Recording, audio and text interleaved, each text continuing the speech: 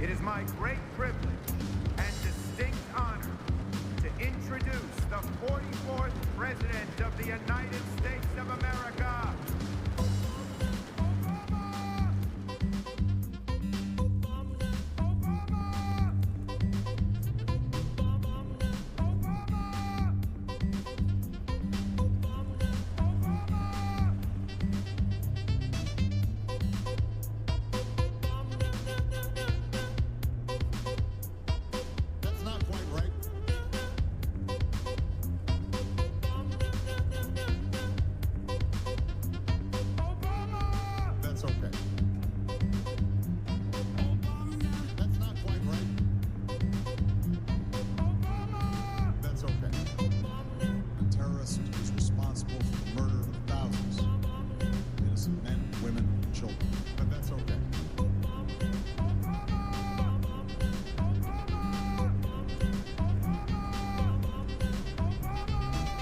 What's going on, everybody?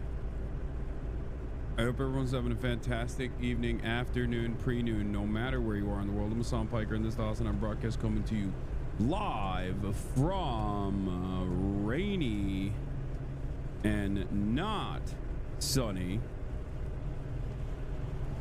City of Dreams, baby. Concrete jungle where dreams are made of. There's nothing you can't do. Welcome to New York. New York City. That's right. That's where we're at right now. I'm live and alive, and I hope all the boys, girls, and MBs are having a fantastic one because today's a beautiful day. Today's a wonderful day. Today's a amazing day. It's Sunday. It's a super special, super spooky, spectacular Sunday fun day. That's right, ladies and gentlemen, folks, boys, girls, and MBs. We are in the city of dreams, the city of memes. We are in New York City, where a business could be opening at any given moment, where 9/11 could happen at any given moment. That's right. New York, New York, baby.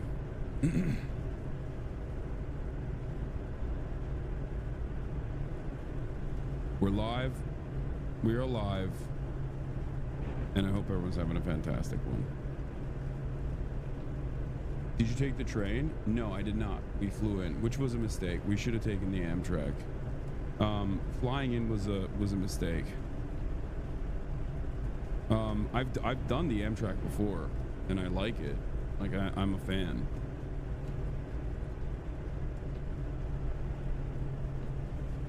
Yeah, DC to New York Amtrak is perfectly fine. I should have done that. Instead of flying. We had too much gear.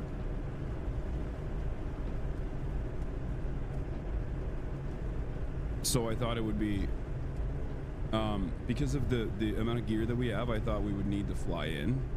But honestly, it's just you still carry it anyway.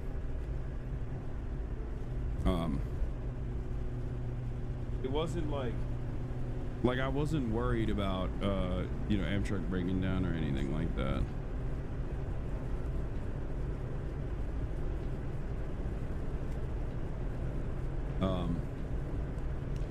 Anyway, you're not natty? What? When did that? What do you mean? Where'd that come from? But yeah, I'm live, I'm alive, ladies and gentlemen, boys, girls, and MBs. It's Sunday. It is April 6th, 2025. And it's going to be a fantastic day today. It's going to be a wonderful day today. This is a part of the broadcast where I tell you about my personal news about what's going on in the world of Hasanabi Piker in between the time period where I pressed the stop streaming button and pressed the start streaming button. And a lot has taken place. Let me take the train to Astoria and come and kiss you? No, do not show up to where I'm at in Astoria, okay? This is not an invitation. We're not doing a meet and greet. I'm here to do work, okay? I'm here to work. I'm not here to, I'm sorry. There's a time and place for that sort of stuff. Please, you know, fine if it's an organic, random happenstance, but don't deliberately try to track me down in the city. All right, especially while I'm trying to conduct the interview with someone who's running for mayor. Anyway, but yeah, concrete jungle where dreams are made of. It's New York. It's the Istanbul of America. It's the Los Angeles of America. New York, New York. And yeah, personal news-wise, end of the broadcast yesterday. Had to wake March's ass up. We packed this, we slammed this stuff into the bags, break down the equipment, put it into the appropriate places, call an Uber, get to the Dulles airport. And while I'm getting to the Dulles airport, and I'm thinking thinking to myself, like, did I forget something? I feel like I definitely forgot something. Turns out I did. My Apple Air Max Pros. That's like what, $500 down the drain? Why did I just catch it straight? What the fuck? I've been good, so good to you. March's, what did I even say? Oh, wake March's ass up, bro. You were literally sleeping on stream. Yeah, on the way to the goddamn airport, my phone notifies me that the Apple Air Max Pros are, you know, left. They're not in my vicinity anymore. I'm like, Jesus Christ. I start calling the hotel on the way over to the airport. We can't even get back because then we'll miss the flight. Because it's like, it's far away enough that if we had turned back and then if we had turned back and then went back to the airport, I would have missed it. We missed the flight. So in this economy, in the Trump tariff economy especially, losing Apple AirPod Pro Maxes, bro, that's not even like $500 no more. That's like $500,000. Okay, who knows how much them shits are gonna cost after the tariffs, dude. That's a dent. That's a straight up dent. Anyway, it's annoying because I'm calling the hotel and they're not picking up, so I just kind of gave up on it because I was like, hey, is there any way to like ship it to me? I'm gonna call them again today as well. I'm gonna try to figure it out. You can always refinance your house. Yeah, I'm gonna have to take out a second mortgage on the home so that I can go and get the goddamn AirPods, purchase them.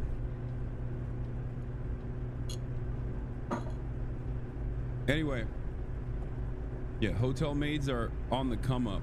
They just made out like bandits, you know.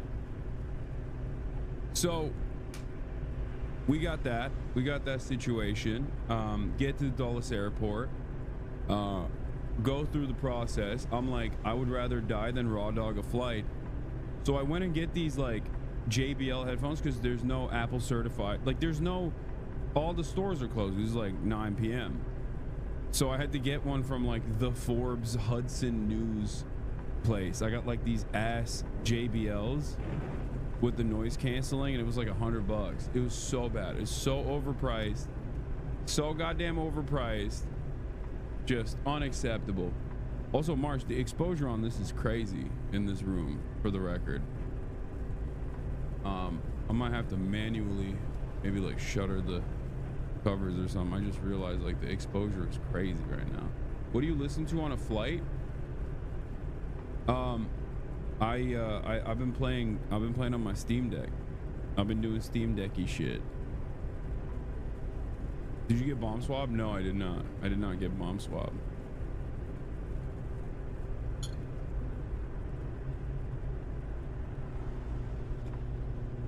But yeah, it's fine. The JBLs are ass, but it's all good. Went to Yellow for breakfast and had the olive cake and turmeric latte. Thank you for that rec. It was, yeah, Yellow was amazing. So, what else? No notification. What the fuck is this? I always get noties. Yeah, it's because I'm live at a different time.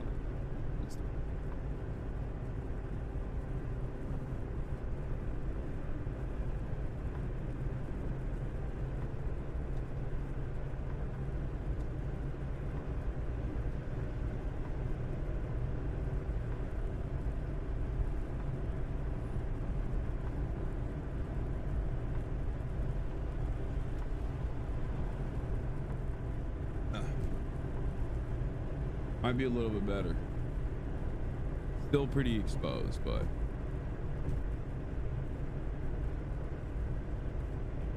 a little bit better, I think. So it's because he's on the better coast. Yeah, West Coast, best coast, baby. You already know. This photo is so funny. Saw Hasan today. Saw an article. I read an article today that one of the iPhones is projected to go from $1,100 to $3,500. Yeah. Good luck, America. We did it. We did it. Guys, it's gonna be awesome. We did it. We did the damn thing. You know? This is what people wanted, right? They wanted winning. So much winning. Trump is giving America the winning that they wanted. Anyway, we'll talk about that in a second. So what else? Yeah, came out here, got into the hodl.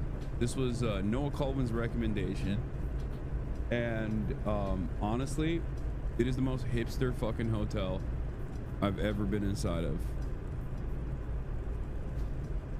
Okay, It's like the most hipster. I'm in Dime Square right now. This is like Peter Thiel Central, okay? This is where the young Hegelians thrive. This is where they try to like make the reactionary left populist sentiment thrive, and it's been a failure overall. But the hotel is nice. It's very cool. We walk in immediately. They're like, every hotel has like every hotel out here has like a bar, and there's like people going into the bar. Obviously me and March are like, we can't do this, like we're too fucking tired. But there was like a group of ladies that came in after us to go to the bar, and I could tell like this is a cool place. You want to know why? Because very clearly it's 3 women.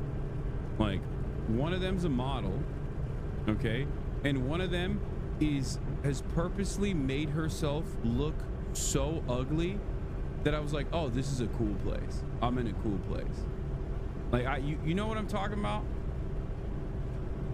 Like, eyebrows are like looking crazy, hair looks wild, like she looks like she's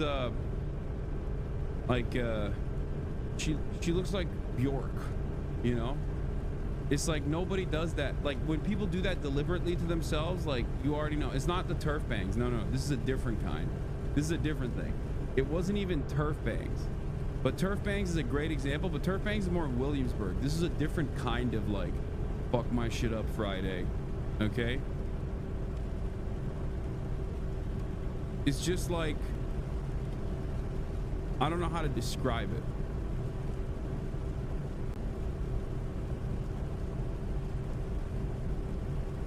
She was out here looking, she was out here looking like an extra from a Bjork music video. Yeah, avant-garde couture type shit, exactly.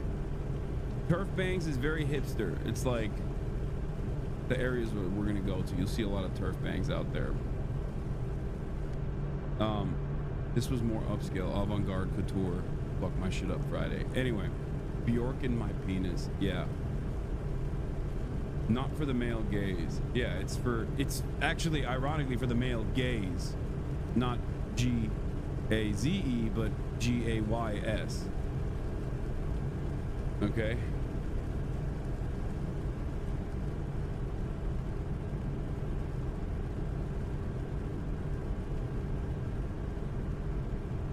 So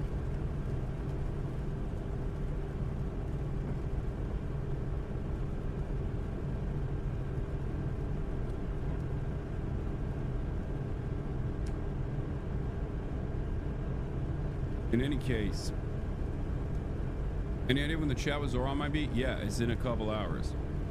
I'm talking to Zohran at 6 p.m. Eastern, 3 p.m. Pacific time. So there's a while. It's like in, you know, it's a while from now.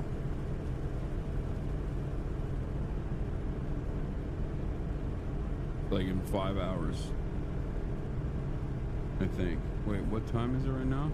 Or not 5 hours, 4 hours. Well, not 4 hours. Yeah, 4 hours, yeah, whatever. You're looking a lot more colorful in life now that you're off that godforsaken West Coast. Yeah, it's in... I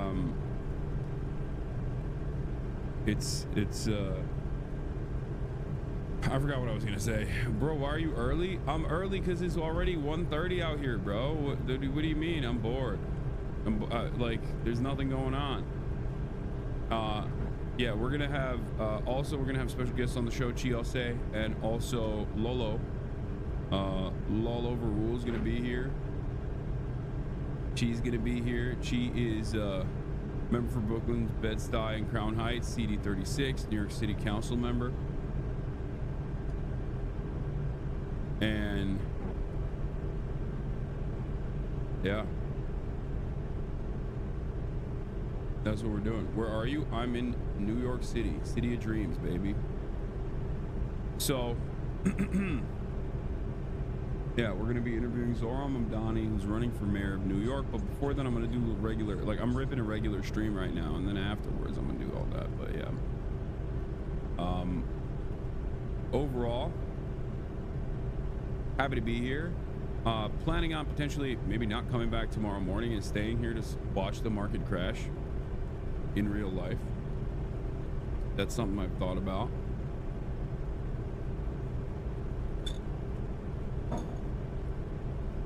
Like legitimately. Did you get a bagel? No. I haven't had breakfast. I don't eat breakfast. Don't you guys know? I just slept, dude. That's all I've been doing is sleeping. I went to bed at around like 12 and then I woke up at 10 a.m. I had a lot of sleep debt.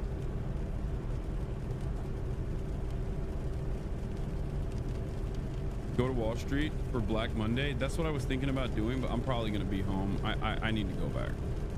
I miss my dog. I miss my family, and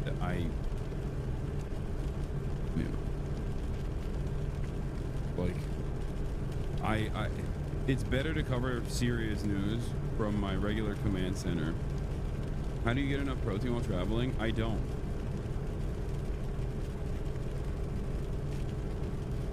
You gotta eat bagels when you're in New York. Not eating New York bagels is anti-Semitic. Dude, I love bagels. What are you talking about? So, are y'all gonna take pictures with fans? Probably not. I mean, I don't know. If I'm out and about, maybe. Not built for the East Coast? Brother, I lived here for a very long time. What are you talking about? Lived here for years. I love the East Coast, man.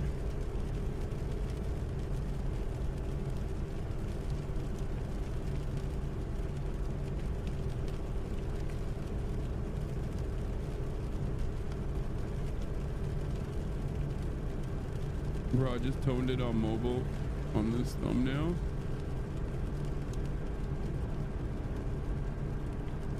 What is this? Yeah, I'm desperate, dude. Times are tough. I'm trying to get viewership up, you know what I mean? Any way I can.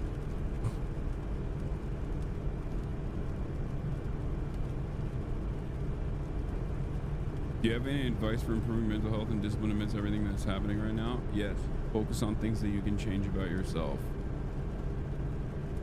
Things that are within your control, things that are within your power. Set goals for yourself and achieve them. Slowly but surely. It will help you build confidence. You know? That's how you do it. That's how you do it. All right. But other than that, yeah. Woke up. Didn't really do much. Slept in, took a shower. March put the stream together. Shouts out March. And talked to Alex, trying to figure out what to do for today's stream before the ZOHRAN interview. And we might go, we'll see. I'm planning something for you guys, like a fun IRL before the ZOHRAN interview, so I think you guys might appreciate it. But let's get it started. We got a lot of news. We got a lot of news to talk about. The world is crumbling. I don't know if we can work ourselves in the near future. Yeah, you can. That's crazy. What do you mean? If you can't work on yourself, you can't work on others.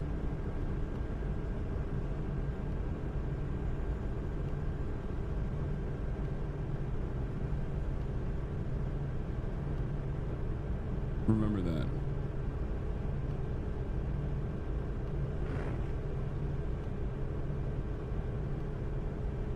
Hold on, Cheetos.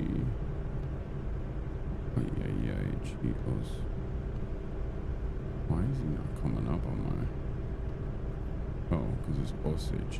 Okay.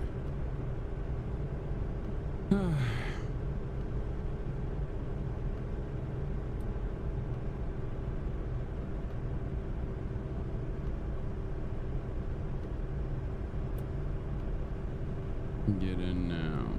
Saw Norm Finkelstein at the march yesterday. Wait, he was in DC or was he in New York?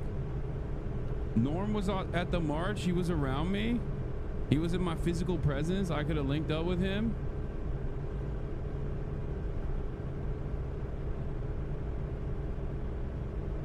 He was behind you? No, he was at 5501.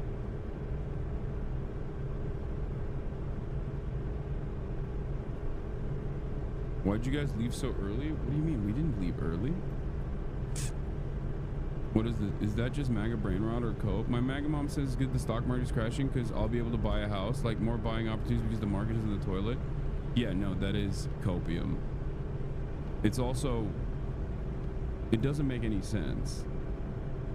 Like, not only is it copium, but it also does not make any what? Like, it's not even copium in the direction of like something something that is tangible. All right, anyway, yeah, that's it. We're live, we're alive. I'm blasted. I blasted the frick off. Did Trump see your speech? Yeah, totally. He was golfing, and he was in the midst of golfing. He was watching me. He's a big Hasanabi head. We're blasting off, ladies and gentlemen. That's not how the market works. God, fascists are so economically illiterate. No, I mean, if you pop the housing bubble, or if you like actually destabilize the housing market, you could potentially make houses more affordable. But that's not what Donald Trump is doing. He's making houses less affordable, ironically enough, because the actions that he's taking, broad sweeping tariffs, make the raw materials necessary for building homes more costly, therefore making it less likely to build new units. So he's burning the candle from both ends. It's just, God, every part of this decision structure is so stupid. I don't even know how to describe it, you know. I've been trying my very best. Are you linking with Sam Cedar? Sam Cedar is an adult with kids and a life. He is not, I can't like just casually hit him up for the 12 hours that I'm in New York City and be like, hey, what are you up to? Let's hang out, okay?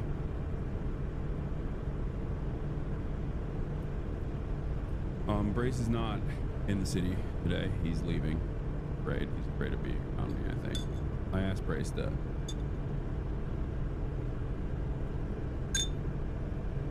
It's the weekend, chat. I'm one of the only, I think a lot of you have, a lot of your brains have broken because I stream 7 days a week.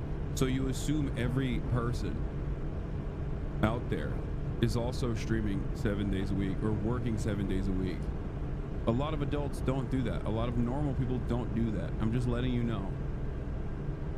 You know, that's not the case. Brace thinks you can go a little too far on Twitter. Yeah, that's probably what it is. The weekend content drought? What?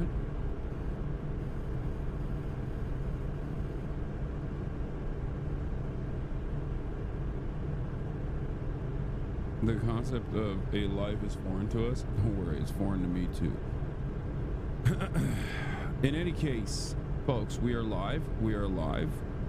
Did the Macy's send a playlist? Because if not, I'm gonna get started. But first and foremost, there's something that in the economic crisis that we are facing, there is one person that has learned things, and that person is Cutie Cinderella. Cutie Cinderella posted, Austin reporting live from the Abbey after checking Robinhood. Once news like this reaches Twinks, it means we are close to the Great Depression. Close to a Great Depression. Talking about how like Twinks are asking about the market, the market instabilities. Claire says, can someone explain what this and the economy means in League of Legends terms? Health pots now cost 1,300. You have to choose between that and BF sword, and you really need both. But when you kill a minion, you only get 1 gold now, and there aren't enough minions in the game to ever afford both. What? I don't even know if that makes sense. Yeah, the Twink index is a recession indicator. That's for real. That's true. It's an absolute certainty.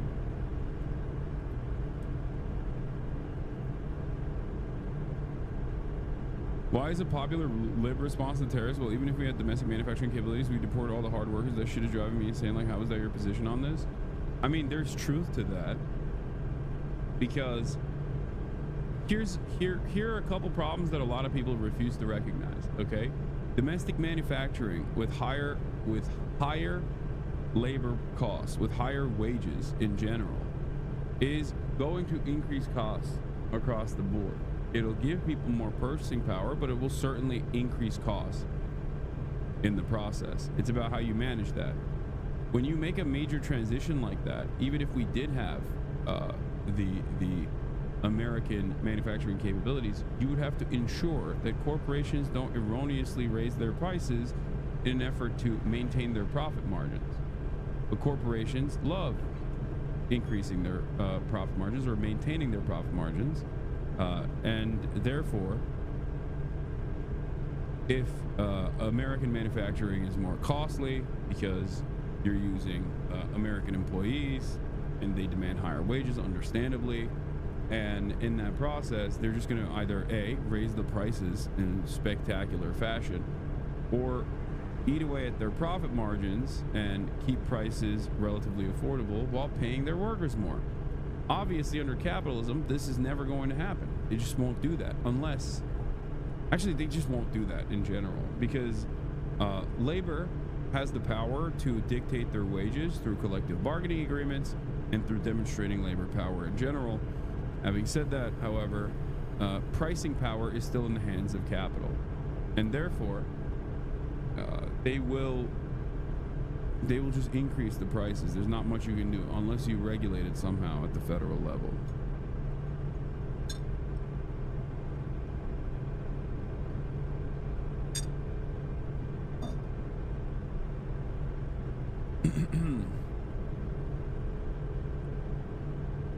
Look at this.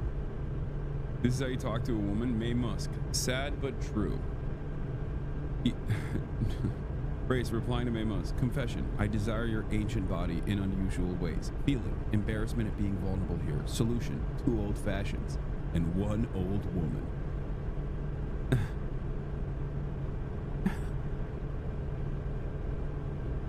Brace's revitalized posting in a very unique way.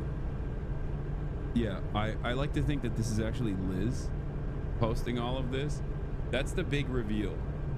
The big reveal of all of this is going to be that it's actually not Brace Belden that's been posting this stuff, but actually Liz Franzak. It's not Young Chomsky. It's not Brace. It's actually Liz that's been posting this kind of stuff.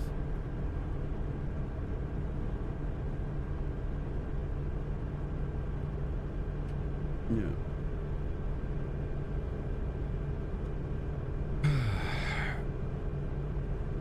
Brace went on Bauhaus, bro, and was revitalized. He commented that the fire had withered. He's back. Do you think your Iranian Uber driver is going to be okay? I think nothing about his life is okay. BBC just tiptoeing around, huh? Dude, I know.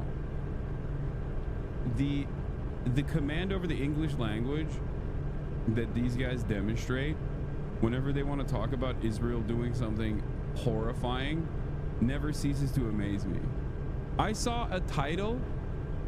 I saw an article headline. We're going to talk about this in a second. I saw an article headline that was so insane that it just wasn't even English anymore. It wasn't even the English language anymore. It was just something different. It took a life of its own. Hold on, let me see if I can find it.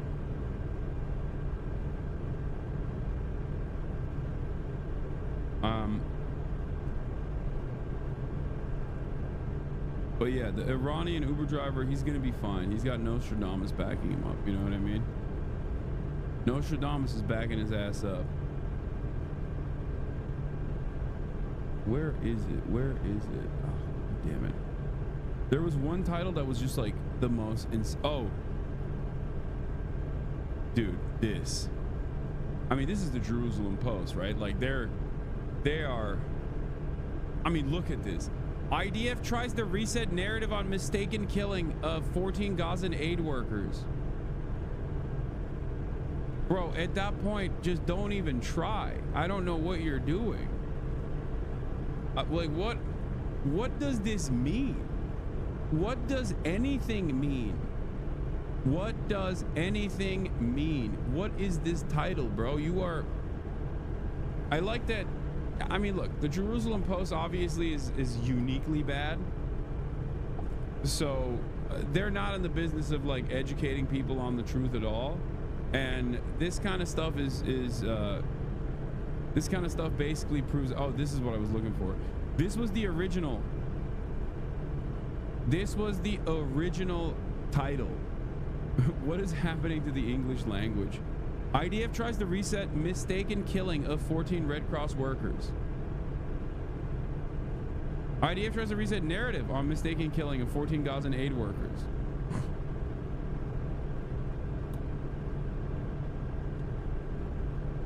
What does that mean? What like tries to reset? Like they try to bring him back alive? Is that what happened? Anyway, we're obviously going to cover this. Hold on, let me see if I can find the I'm going to see if there's a playlist or not. If not, I'm just going to pull some up because I have to go pee real quick as well. Immediately, as soon as I start streaming, I'm like, as soon as I start streaming, I have to piss. I have to rip a pee. It's crazy.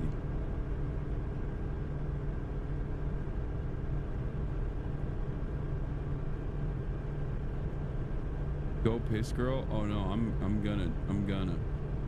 All right, I found it. Here it is. Israel admits mistake over medic killings in Gaza. We're obviously gonna start with that. Here it is. This is not exactly a fun story to start off with, but it's a very important one. And I think the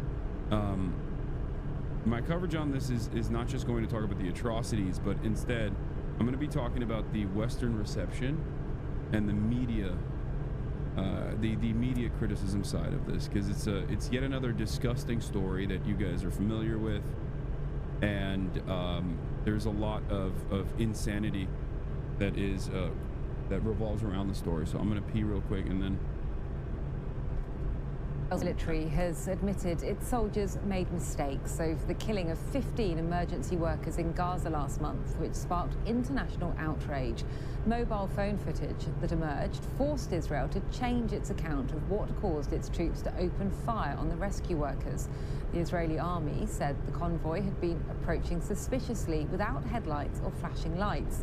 A military official has now admitted that was inaccurate. Dan Johnson reports, and a warning, you may find some of the footage distressing. This video challenges Israel's account of why its soldiers opened fire with such deadly force. It's just before dawn, and the Red Crescent paramedics and civil defense workers are answering a call to help the wounded near Rafah. Israel's military first said this convoy advanced suspiciously towards troops with the lights switched off. But you can see, these are marked vehicles and they're wearing reflective uniforms. Then, without warning, this. The shooting continues for more than 5 minutes. The paramedic who's filming says his last prayers.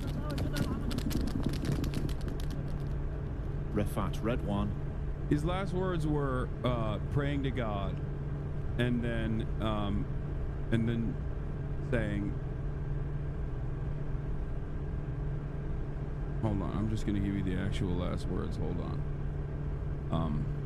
I don't want to mess it up. I don't want to paraphrase it or anything like that. He says, "Forgive me, Mother. This is the path I chose to help people." He was found in a mass grave with a bullet inside his head, alongside all of the other paramedics, alongside all of the other Red Cross workers.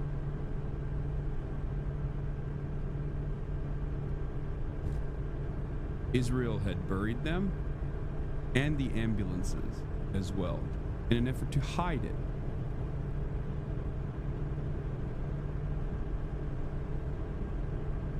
And predictably, Israel did the exact same things that they do. Number one,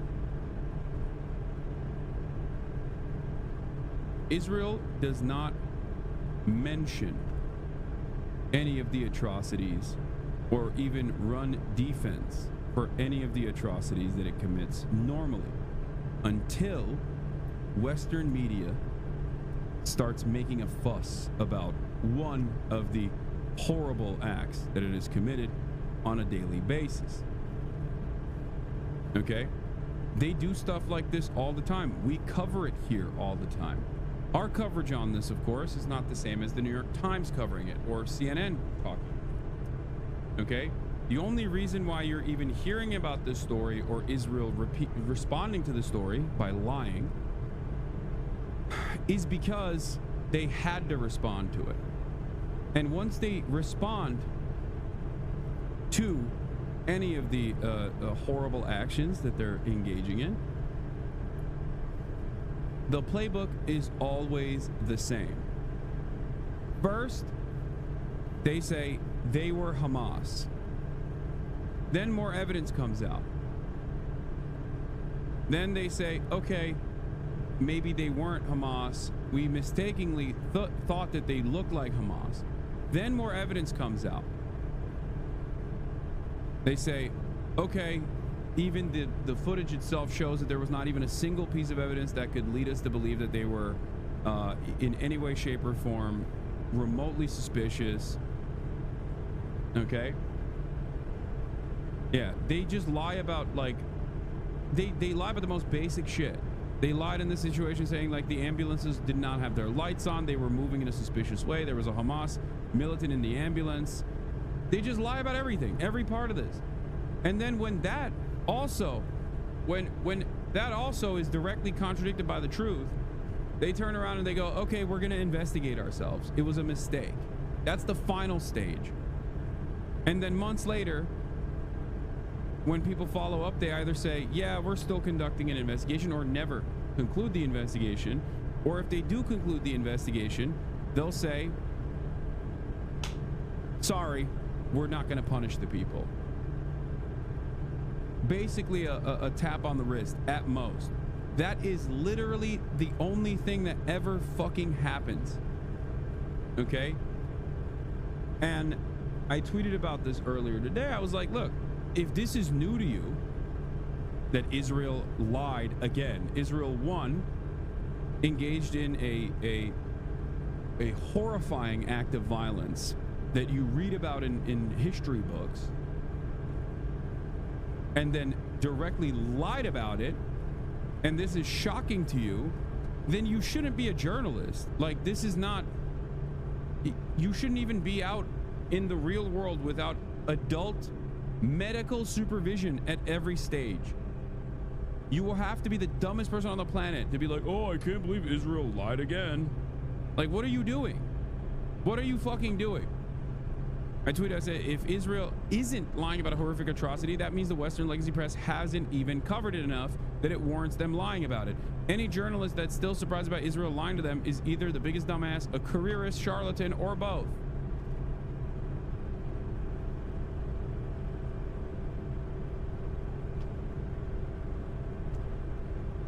It's crazy.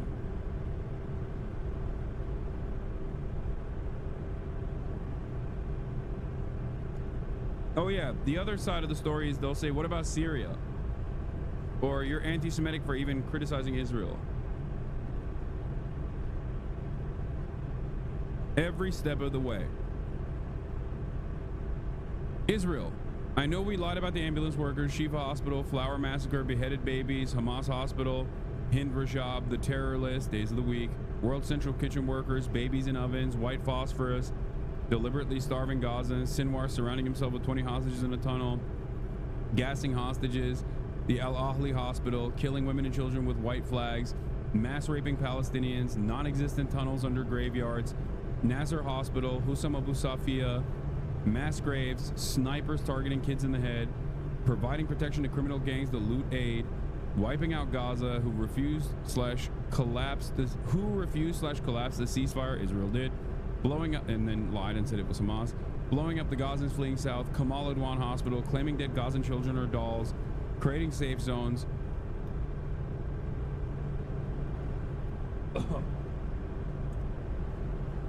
The general's plan, how many Hamas militants were killed, Red Crescent taking part on October 7, calling killed journalists, Hamas militants, Mohammed Abu Salmiya, the Indonesian hospital, Onra Al-Auda hospital, killing women sheltering at church, bombing the church, destroying every single Gazan university, the Turkish cancer hospital, Hamas hiding giant stockpiles of fuel in Rafah, finding active smuggling tunnels in Rafah, hostages returning pregnant, who killed Yossi Sharabi, Itai Svirsky, Nick Bazer, Ron Sherman, Elia Toledano.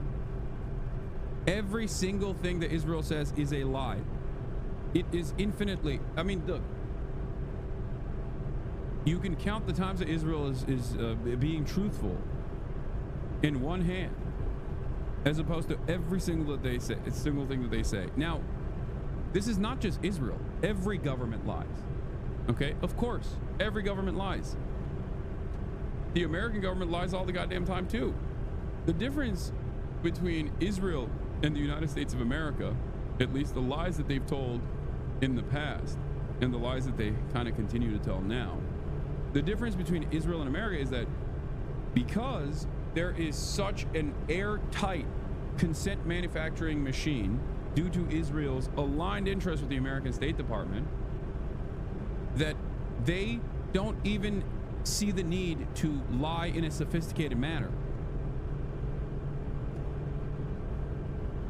There's two factors at play here. One, the severity of the violence makes it virtually impossible to lie about, or impossible to turn a blind eye to, because they are so horny for bloodshed. So incredibly, there's so much appetite for bloodshed, both in Israel and the IDF is demonstrating that bloodshed on a daily basis. Okay? But on top of that, there is not really any mechanism of pushback. There's no interest in covering this issue truthfully, because it's all the way over there, from Western media in general. When they lie, there's rarely ever any pushback. This is one of the few instances of documented lies that Israel has partook in an effort to defend, again, something indefensible. And everyone is acting like they're so shocked by this. Like, I saw Barak Ravid covering this in Hebrew, talking about how much shame Israel has brought, how much shame the IDF and the Israeli officials have brought to the great Jewish state, because they've really broken the bonds of trust with Western media with this one. Oh no, you really fucked it up here. And it blows my mind, because it's like, it's not even any different. What do you mean they fucked it up?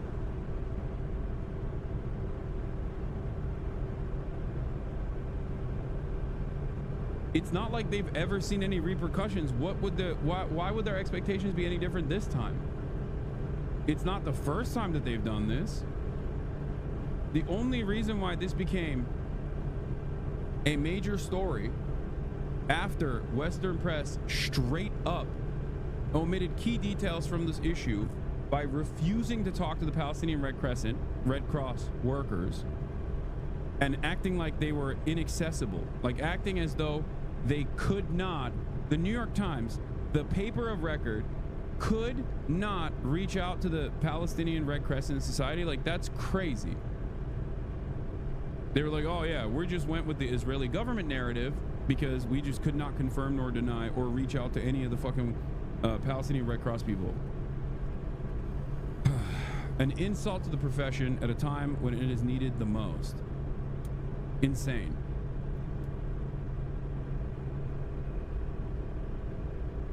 The only reason why we found out about it is because they uncovered the mass graves. And after that, Israel predictably lied about it, and the media played along with it. But this brave first responders' phone camera footage was found in the aftermath that directly contradicted the Israeli narrative surrounding it. That's it. That's literally the only reason. It's a miracle that the footage from the guy's phone got out. It's not a miracle. It's incompetence. Or rather, it's not even incompetence. It's actually hubris. The Israeli terrorists that assassinated these healthcare workers didn't even go through their phones or break their phones or anything like that after assassinating them, because they're like, yeah, nobody cares. That's it. That's what it is.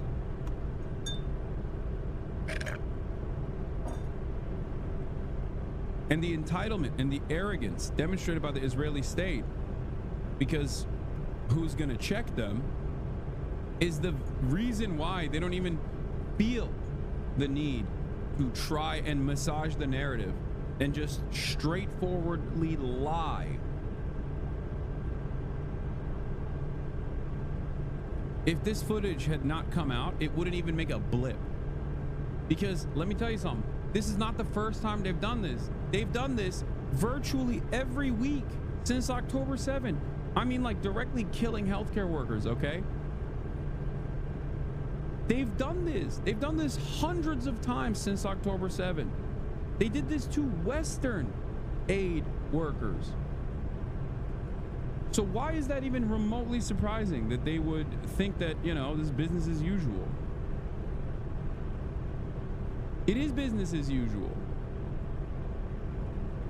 Yeah, they did this before October 7th as well. There are mass graves all over Gaza, Chad. You're crazy if you think that this is new.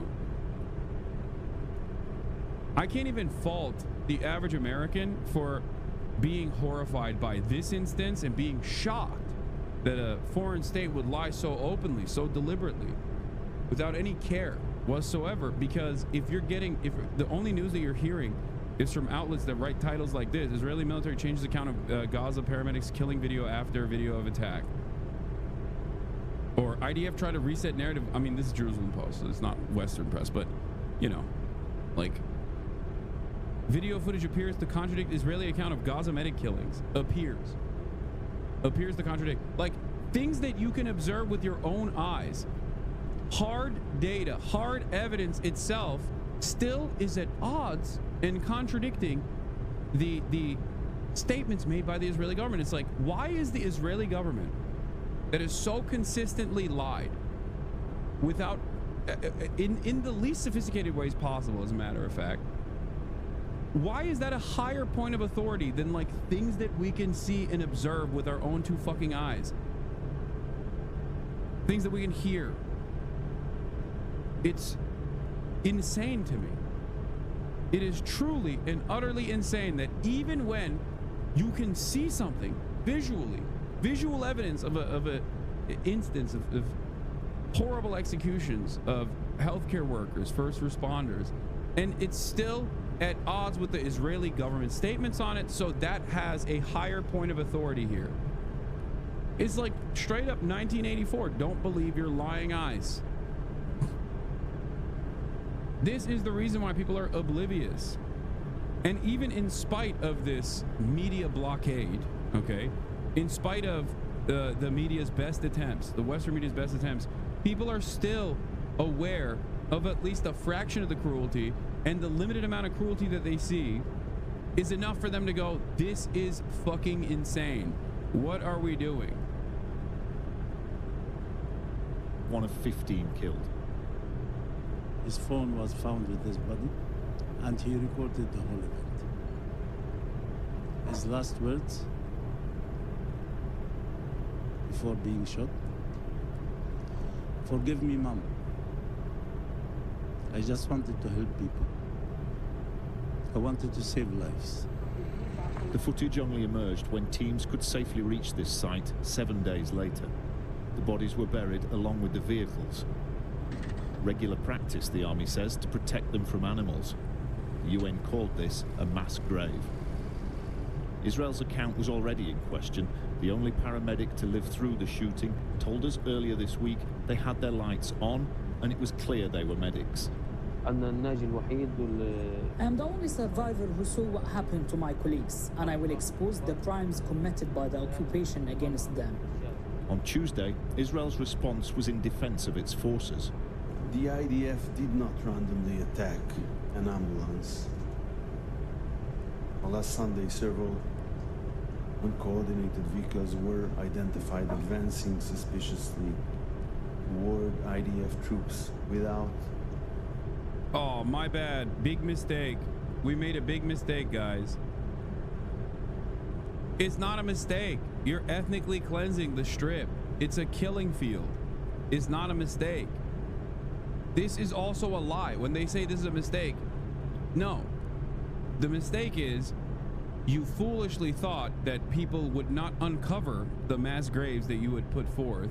And then also on top of that, you thought that the Western media wouldn't care about the story as much. Or you thought that even if they did care about the story, there wouldn't be any real footage, any real evidence, hard evidence beyond first-hand accounts of Palestinians, which obviously nobody fucking cares about because Palestinians are not seen as human beings in Western media. Yeah, it's not random, it's indiscriminate. Exactly. Indiscriminate killing is the policy here, and therefore it has the capacity to look random if you don't recognize what's going on. To the onlooker from afar, you're like, oh, well, this seems like a big mistake. They didn't even, like, it's not like they bombed them. They shot them directly. They assassinated these people. They executed them. The only reason why it looks disorganized is because you can't have complete command over all of your troops and give them the directive to ethnically cleanse people. And even then, sometimes they do, like the Golani brigades and whatnot. Okay.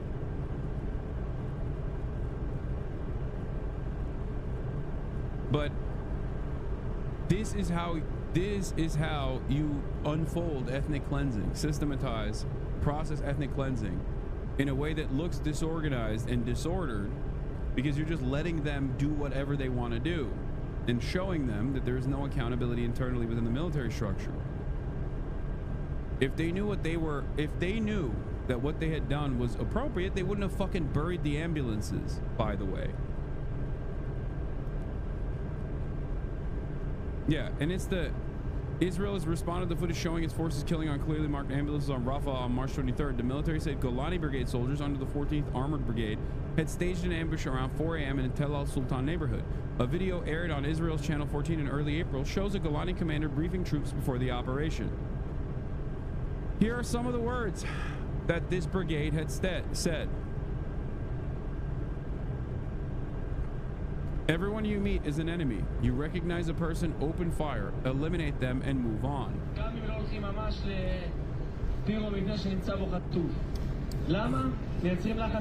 Why we create immense military pressure. We kill a lot of enemies, take a lot of their land. That's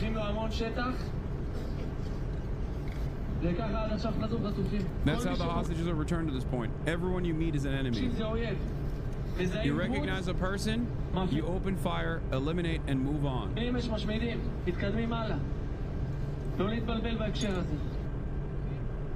Don't get confused on the subject. I've never seen a situation where they so clearly detail all of this out.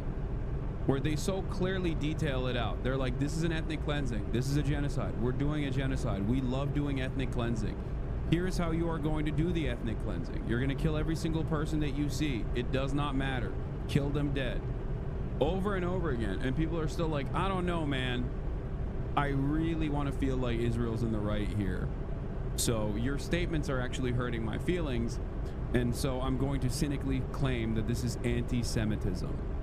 You openly detailing and showcasing things that the Israeli military and the Israeli government are voluntarily saying is actually making me feel uncomfortable about Israel's actions, because I want to feel like Israel's a moral nation. So I'm going to go ahead and cynically say you're being anti-Semitic. It is fucking insane.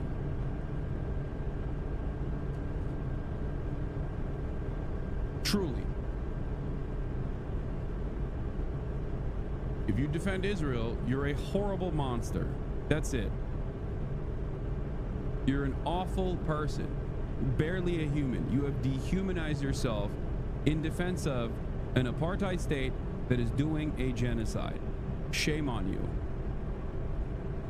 If you had a conscience, you wouldn't be able to fucking sleep at night. Actual Nazis. Look at this pathological liar. Israel's deputy foreign minister receives talking points mid-interview. What is this? Sharon, let's begin with these bodies that have been found in southern Gaza. Should there be an investigation? Don't you defend known terrorists? Brother, there has never been a moment where I've defended the nation state of Israel or the nation state of the United States of America. They are the known terrorists here, okay? The people that are being slaughtered by these known terrorists are not terrorists. You're a fucking dumbass.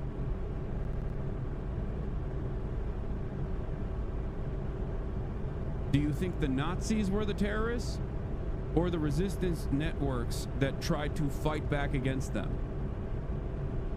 Well, considering you're a fucking Nazi right now, you probably would defend the Nazi regime as well in that process. Be like, yeah, these Jews should not have been resisting. Why'd they do the Warsaw Ghetto Uprising? How dare they?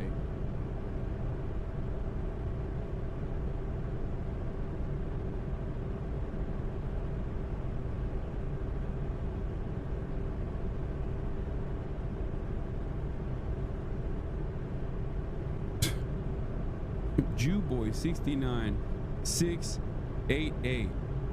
Just all you got is just like spamming the Israeli flag in this moment. It's gross. I need you to understand something, okay? Toothpaste is out of the tube. You can't put it back. You can't. Go ahead, you know, keep posting your swastika flag in the fucking chat. It's not gonna change anything. It's not gonna change the truth.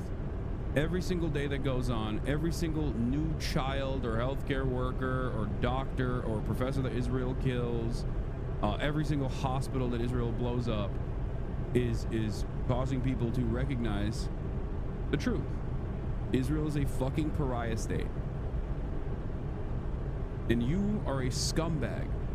You've always been a scumbag for defending Israel, but now at least more people are aware that you're a scumbag for defending Israel.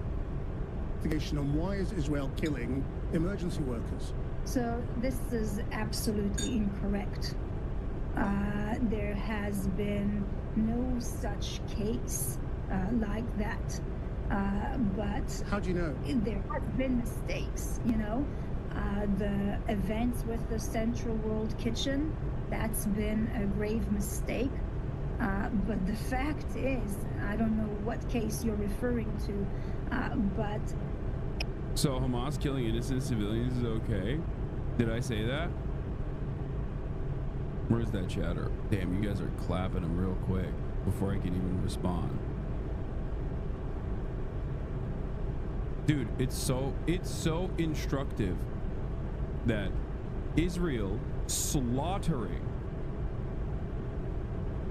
Red Cross medical workers and then putting them in a fucking unmarked mass grave, including the goddamn ambulance in the unmarked mass grave that they put forth. And all you have is, well, Hamas.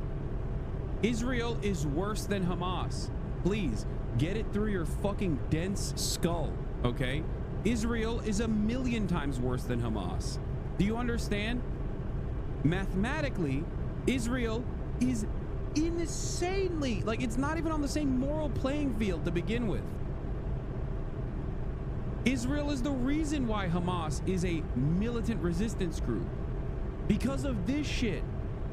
Because Israel's been doing this for 76 years. You're out of your fucking mind. What are we talking about, man? What are we talking about? Wake up.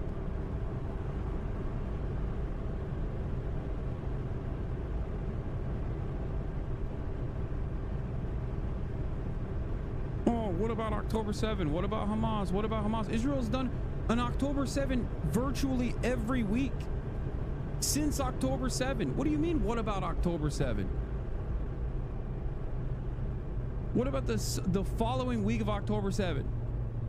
And the week after, and the week after, the 17 months after October 7, and you're still fucking talking about October 7. You're out of your goddamn mind, dude. Shut the fuck up. Israel was doing October 7 shit. Kidnapping Palestinians illegally in illegally occupied territory in the West Bank every single day before October 7. The fuck do you mean October 7?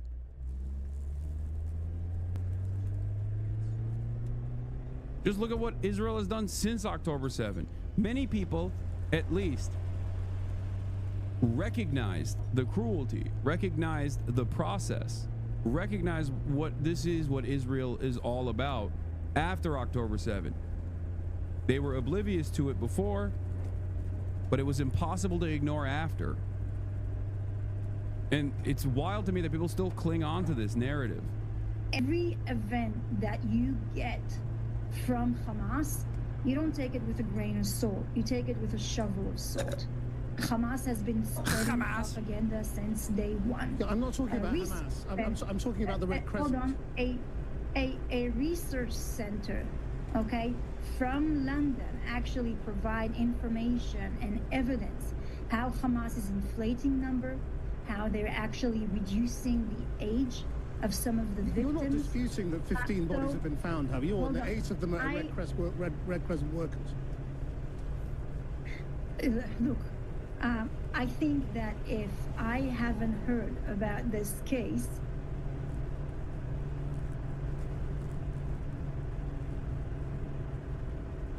oh my God. Look, every case that actually happened, we investigate in depth. Okay? Oh my God. Dude, so bad. So fucking bad. How are you this bad at your job? How are you this bad at your fucking job? That is crazy.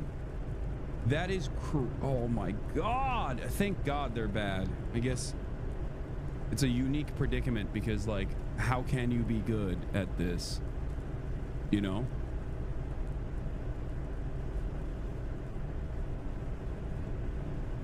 God damn. If there's an investigation happening regarding a case, I would be very short and very, cautious about making declarative and statements as we've heard before.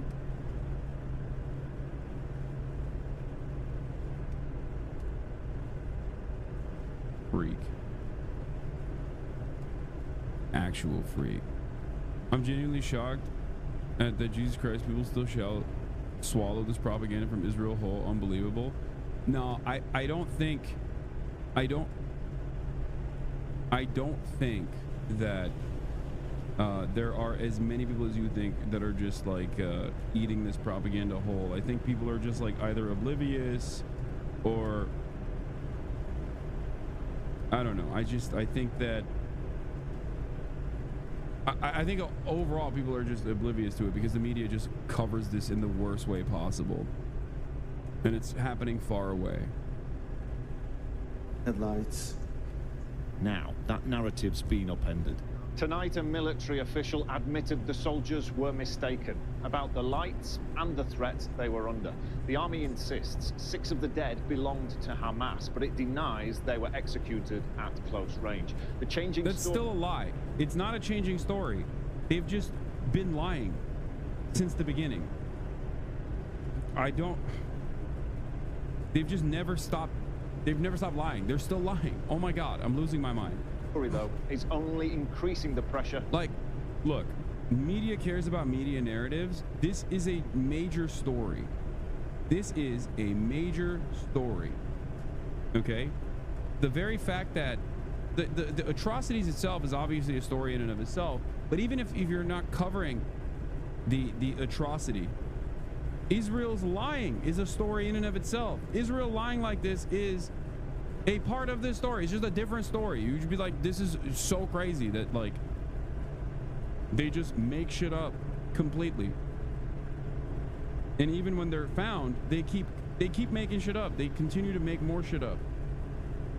What the fuck is happening? For an independent investigation. This footage lay buried for a week in the Gaza sand. Now it is forcing Israel to give answers and adding to the calls for accountability. Dan Johnson, BBC News in Jerusalem. Israel's Prime Minister Benjamin Netanyahu will meet Donald Trump at the White House on Monday. He'll be the first world leader to visit Washington since the US president announced sweeping global tariffs. Israel's itself facing a 17% levy on all goods. It had tried and failed to avoid the measures, but by preemptively dropping duties on American goods affected by them. The meeting between the two leaders is the first since President Trump unveiled his proposal for the US to take control and own the Gaza Strip.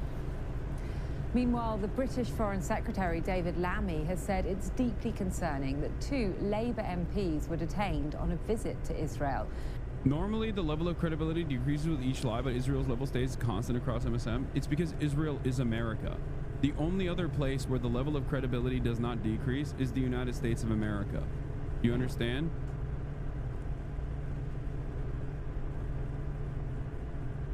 Like, at a certain point, the level of credibility for mainstream media decreases as a direct consequence of consistently defending these sorts of erroneous claims, these sorts of like open lies. And that's it. So what Israel is doing will take out mainstream credibility, like the credibility of mainstream press, or what remains of the credibility of mainstream press. That's it.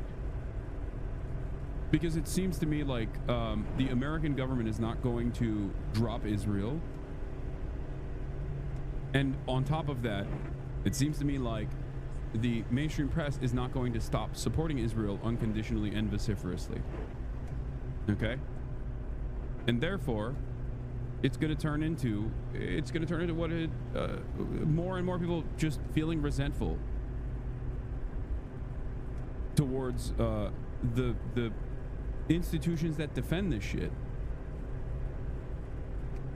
Do you see what I'm saying? All of the institutions, whether it be the American government, whether it be mainstream press, all the institutions that defend this kind of ridiculous, these kinds of ridiculous lies and the atrocities, in an effort to defend the atrocities themselves, the state that is engaging in these atrocities, they are all going to lose. They are all going to lose their credibility, and they are. They already are. That's what's happening right now. Abtizam Mohammed and Yuan Yang were both refused entry into the country by Israeli immigration officials after landing at Tel Aviv airport on Saturday night. According to Israeli media reports, they were denied entry because they intended to spread hateful rhetoric against Israel, the Israeli population, and the immigration authority. In a statement, David Lammy said, "I've made clear to my counterparts in the Israeli government that this is no way to treat British parliamentarians, and we've been in contact with both MPs tonight to offer our support." Tom Simons reports. Abtizam Mohammed, a Sheffield MP, and Yuan Yang, who represents a Reading constituency, were detained yesterday trying to enter Israel. The British government said they were on a parliamentary delegation. Both are certainly strong. What will it take? Like, I genuinely don't know. I'm asking. What will it take? What will it take for people to be like, all right, dude, this is a bridge too far? Like, do they have to just like flagrantly assassinate like a Western leader or something and just be like, we're doing this? We did it. We love doing it. We're going to keep doing it. Is that when people will be like, okay, maybe we got to reconsider our unconditional loyalty to Israel? Like, it just doesn't make any sense, dude. Of Israel's military action in Gaza and the death and destruction it's caused. But media outlets in Israel, quoting the country's authorities, said the MPs admitted when questioned they would be spreading what was described as hateful rhetoric against Israel. The Foreign Secretary David Lammy said on X, "It is unacceptable, counterproductive and deeply concerning that 2 British MPs on a parliamentary delegation to Israel have been detained and refused entry by the Israeli authorities. I've made it clear to my counterparts in the Israeli government that this is no way to treat British parliamentarians." The two MPs have both put pressure on their ministers to introduce sanctions against Israel. Ethnic cleansing is taking place before our very own eyes and the world remains silent. Will the government confirm, will the minister confirm that Israel must allow Palestinians to return to northern Gaza and that any settlements there would be illegal? We would like more action, and we do not think the current action is enough. And so I would like to remind him of the comments previously made by the Prime Minister on looking into sanctions against Minister Ben-Gvir and Minister Smotrich for their comments supporting the illegal resettlement of northern Gaza. Yang Yuan, a former Financial Times journalist, has also highlighted the lack of access for the media in Gaza, preventing first-hand reporting. The MPs are expected to release a statement tomorrow. An aide for Yuan Yang said the priority was getting them back to the UK as quickly as possible. Tom Simons, BBC News. Well, Yaakov Katz is a senior fellow at the Jewish People Policy Institute and a former editor-in-chief of the Jerusalem Post. I asked him why the British MPs had been detained. I think that what we can definitely say is that Moshe Arbel, the Interior Minister, doesn't make these decisions independently. This is based on... Are you still planning on going to Gaza? Are you fucking stupid, dude? Are you oblivious to what's going on? How? How would that even happen?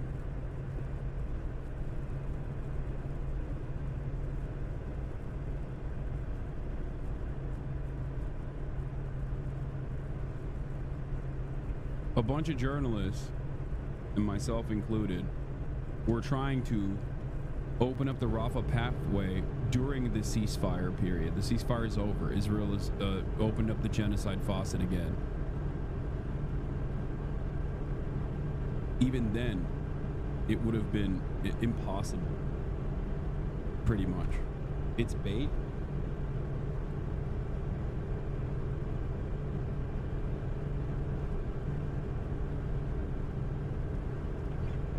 When did you become a journalist, Hasan? What did I say? I'm a journalist? I said a bunch of journalists and myself, as in I'm not a journalist. What is this? What is happening?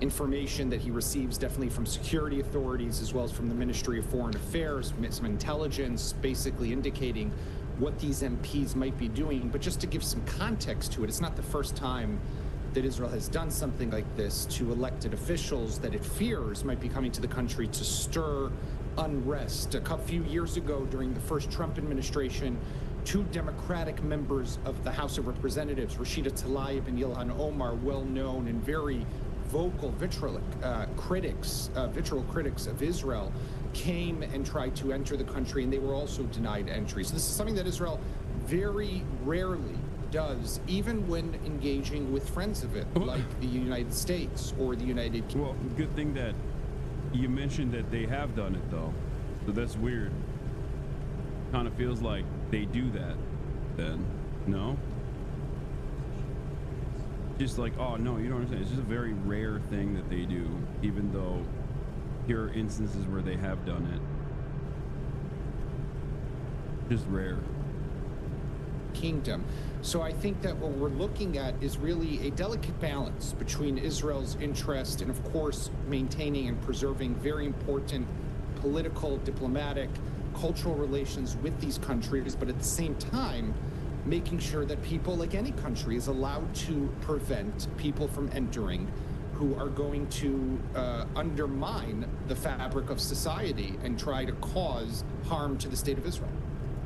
Well, insane. Incredible. Yeah, no, you don't get it. It's actually perfectly valid. It's perfectly valid for Israel to do this, because they'll undermine the delicate fabric of Israeli society by speaking the truth. If the truth is going to undermine your delicate fabric of society, then you don't deserve to have a society like that. That's my take, at least. Bullshit.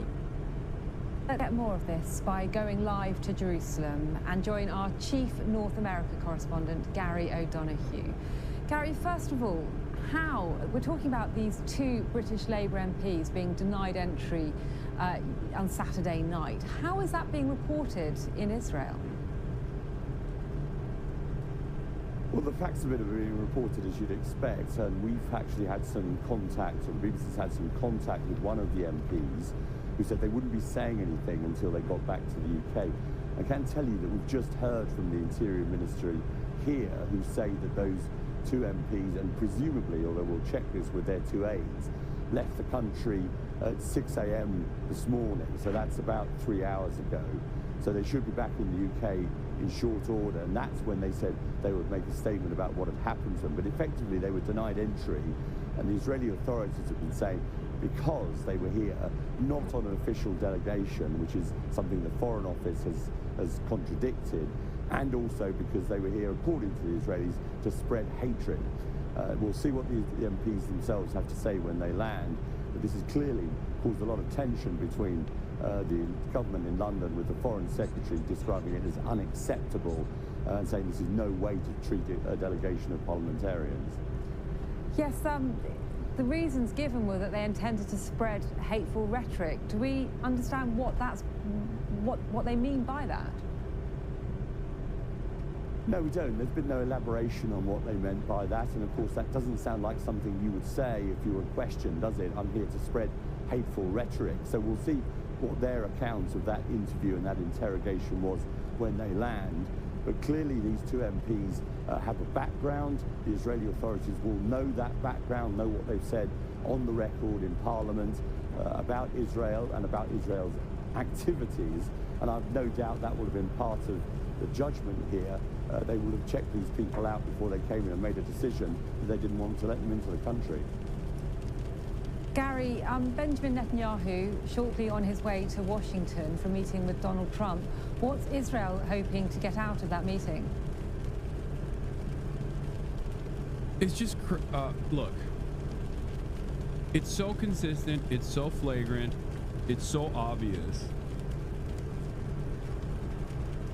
At this stage, if you are a government that's allowing this to happen, especially when considering that Israel would not even be able to do any of this without Western support. Israel would not exist in the violent ways that it does without Western. So at this stage, if you're a government that looks at this and goes, well, what are you going to do? It's just Israel being Israel. It is what it is. Or try to defend it in any capacity. Or if you're an institution like the media. Hasan, why is your chat so cringe and fascist-pilled? What are you saying? Who is fascist pill? Who says fascist pill? If you're a mainstream institution, like a mainstream media institution, and you still run defense and run cover for Israel when it's like so flagrantly and so very clearly violating norms and so arrogant and so entitled in the way that they're doing it,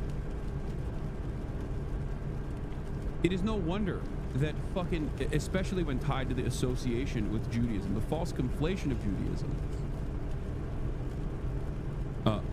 it's no wonder that anti-Semitism grows. Like, what are you doing? You're doing David Icke style conspiracies on your own. You're like, no, the conspiracies are real. We do actually control the media. We do actually do this for Judaism. All Jews care about this. Over and over and over again. Of course people are going to respond to that. Of course people are going to respond to that and be like, okay, well, now I believe you. I guess my perspective on this is different because, like, as someone who's lived in the United States of America, whose name is Hasan, right? It feels like Israel's doing like pro-ISIS style commentary. The false association, the false conflation of Islam and ISIS to deliberately create Islamophobia in the West so that people would be more tolerant to all of the death and destruction overseas was done by people who weren't Muslim. But here it feels like Jews and non-Jews alike who love Israel make that conflation. Israel is exactly like ISIS. Israel operates exactly like ISIS, down to the false conflation of religion.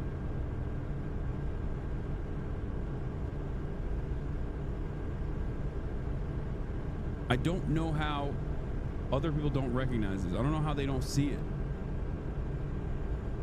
It's like Israel's actions and its defense feel like if, you know, a lot of Muslim leaders in the West were like, you're being Islamophobic if you think what ISIS is doing is wrong. You know what I mean? Can you imagine there's like people running around like Muslims themselves, not the state, not the media, because the media did make that conflation, because that conflation was deliberate, methodical, helped their goals in bombing the living shit out of every fucking Muslim country.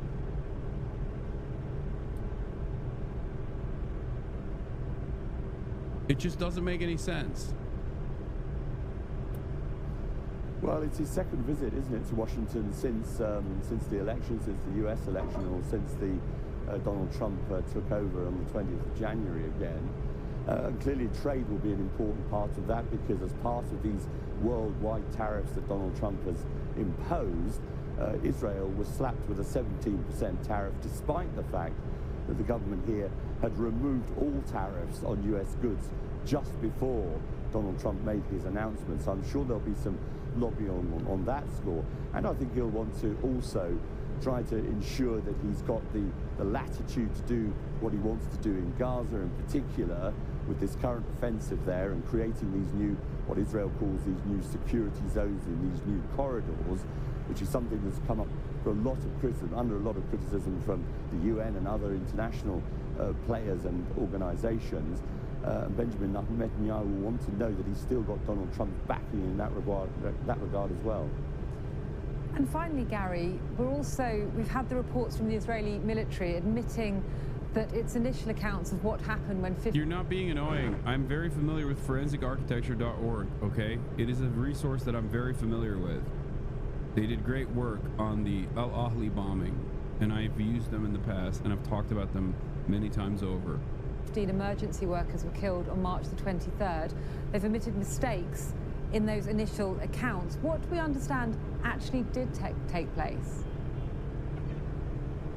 Well, in some sense, they've been forced to admit these mistakes, because a video emerged yesterday which showed these vehicles, these ambulances and a fire truck approaching. Words don't have any meaning anymore, dude. A mistake implies that you didn't intend to assassinate these healthcare workers. A mistake implies that you don't want to do it again. What Israel did to the healthcare workers is not a mistake. It's just regular process. That's it. And they've done it every single day. This is not the first time this has happened. I cannot stress this enough. Israel has killed hundreds of healthcare workers. Israel's tortured doctors, kidnapped them and tortured them. The mistake is that they got caught.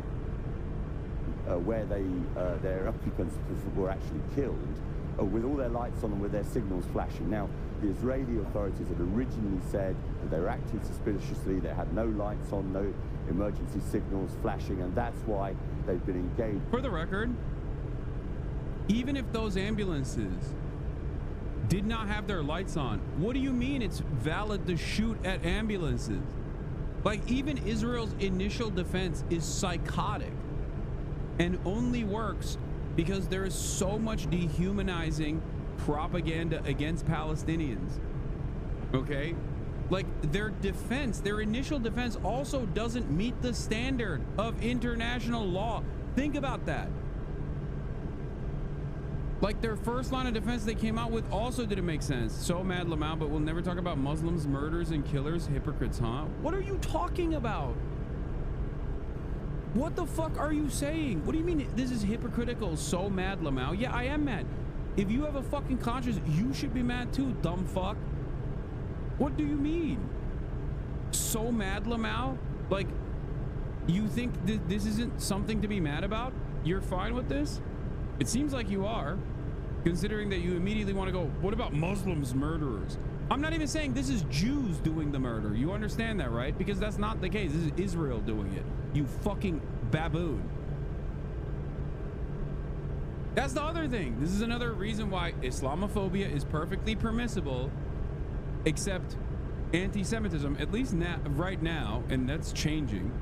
But for the time being, anti-Semitism is still institutionally regarded as something that's inappropriate and unacceptable. Now that's changing, make no mistake, especially if you're a right-winger. Holy moly. They do say this exact same thing, but role reversal with Jews. They literally would just turn around and be like, yeah. The irony, of course, is that this person cannot even comprehend the words that are coming out of my mouth because I was just talking about ISIS. I was just talking about ISIS and the false conflation of Islam and ISIS.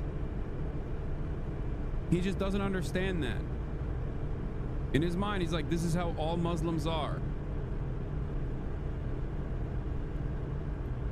By these Iranian forces in this suburb, this area just outside of Rafah in the southern part of the Gaza Strip. Now, they say that they're looking into it. They say that at least 6 of those who were killed had links with Hamas. They have produced no evidence to prove that or to demonstrate that at this stage. And they have said that none of these people that were killed were armed.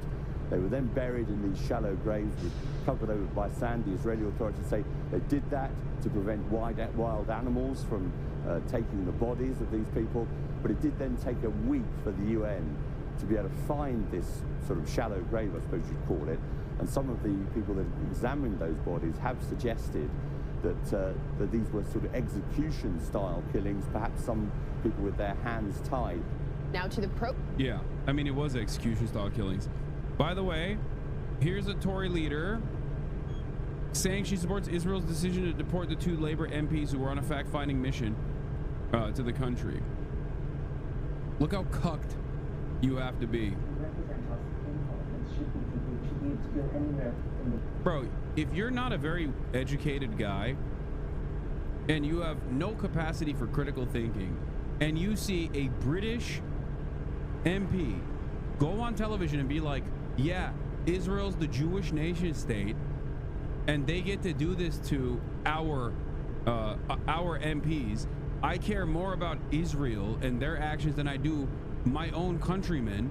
How the fuck is the expectation that that person watching this news hit is not going to come out of that thinking, oh my God, Jews do fucking control the media and the goddamn MPs? Like, how is that? How is anybody looking at the situation and going, this is not going to go somewhere very scary? And it already is. Like, what are we doing? Like, what is this? The last year and the way that politicians in the West have tried to dance around this issue and avoid the overwhelming public sentiment against Israel, like, is like out of the dreams of David Duke. Okay, they don't even have to do propaganda anymore. They don't have to fucking lie at all.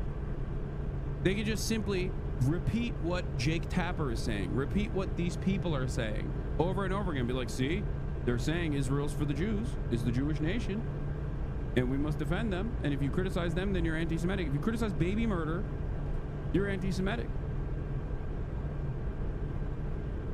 And people not be worried about what they're going to do when they go into those countries. Are you suggesting the Israelis were right to worry that these 2 Labour politicians would break the law if they got into the... Well, that's the reason they gave.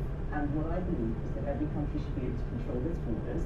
We do the same thing. There are many people that we don't allow into our country, and I don't think we should be setting precedents in a different way. So just to be clear... Dog, that is your co-workers. What are you saying? There's many people we don't allow into our country. What are you... But you're British. Those are British MPs. What are you saying? You're not Israeli. You are not in Israel. What the fuck? What are you saying? Israel is a welfare state as a recipient of unlimited funds from the United States of America and the UK. What the fuck are you saying right now? What? We don't allow people into our country. Everybody, the Israeli government's account of this, not the Foreign Secretary who says they were treated unacceptably. The Foreign Secretary was given his view, I did not. Okay, so have people your views, so you made no perspective from the Secretary.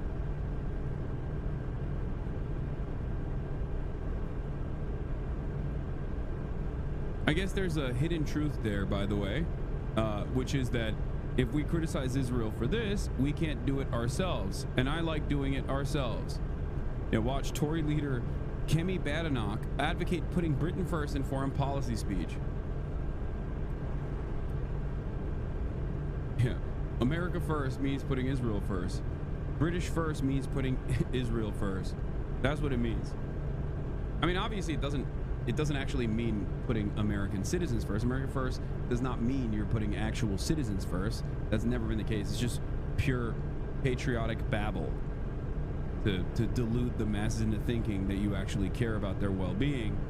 It's a stoking nationalistic fervor in an effort to make them look the other way as you rob them blind. You know, as you take away their limited resources.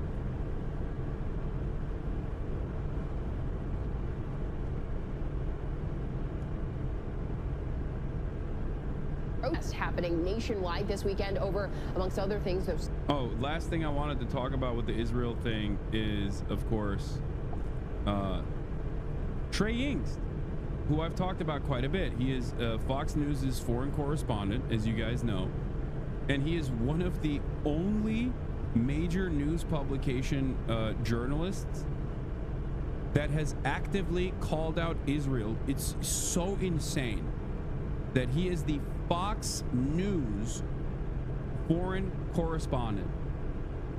Okay, he's their guy in Israel, and he's done a lot of, you know, pro-Israel propaganda, make no mistake, but in the sea of that pro-Israel propaganda, he is one of the only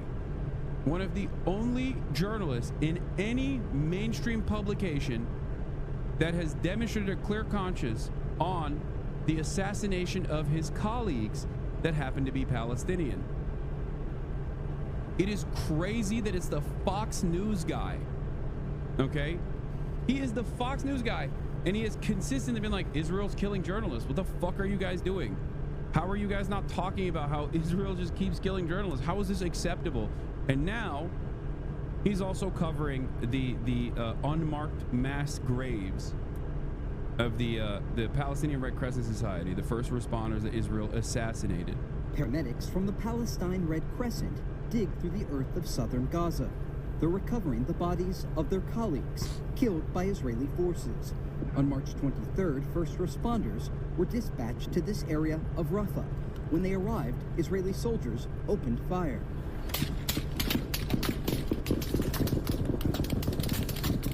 Health workers should never be a target, and yet we're here today digging up a mass grave of first responders and paramedics. On March 31st, the IDF provided a statement to Fox News saying, quote, several vehicles were identified advancing suspiciously toward IDF troops without headlights or emergency signals. Video released 5 days later by the Palestine Red Crescent directly contradicts that statement.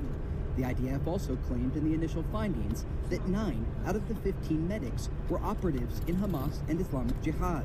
Asked multiple times for evidence to support that claim, none was provided. Funerals were held late last week for those killed by Israeli bullets.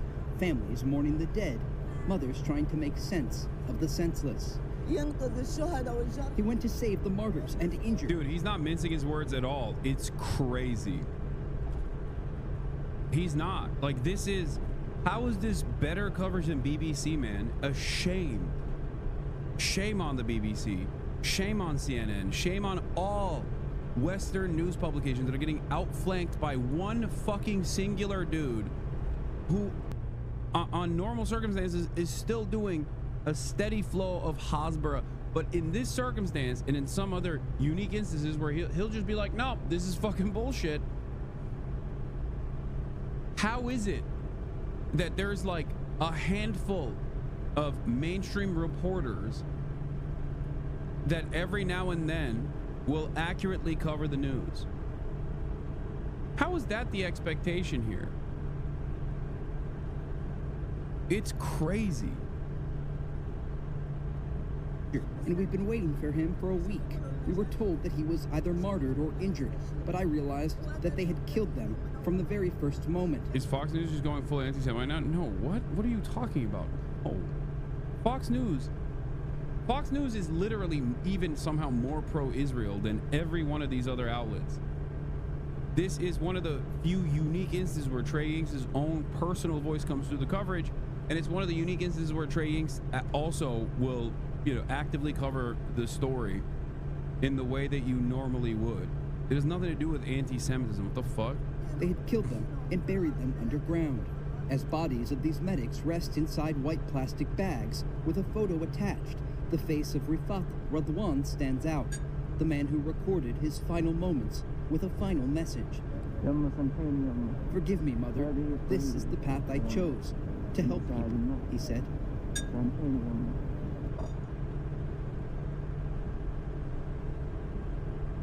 Yeah. Israel is based as fuck. Sick, man.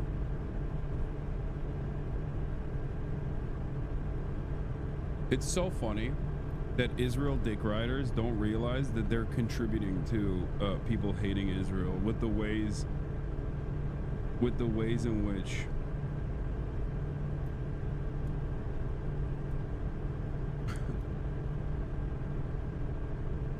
which they choose to defend Israel and the horrifying actions that they even try to cover.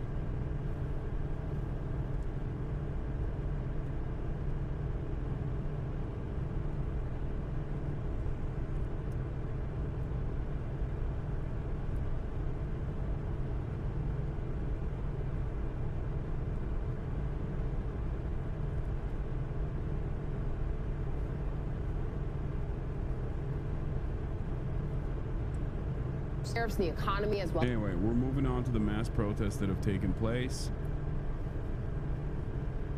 There's also this. Trump's DHS erroneously sent an email to Ukrainians legally living in the U.S. under a humanitarian program telling them their status had been revoked and they had 7 days to leave the country or the federal government will find you.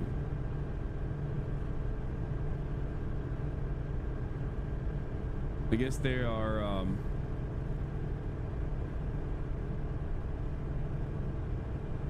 they're getting ready? I don't know.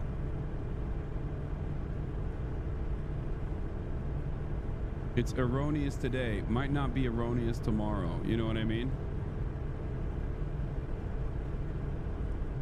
Well as massive government job cuts and human rights. ABC's Christian Cordero is in Washington, where one of the largest protests happened. Good morning, Christian. Hey, Janae, good morning. So through every move, the administration has said it is acting on a mandate from the American people.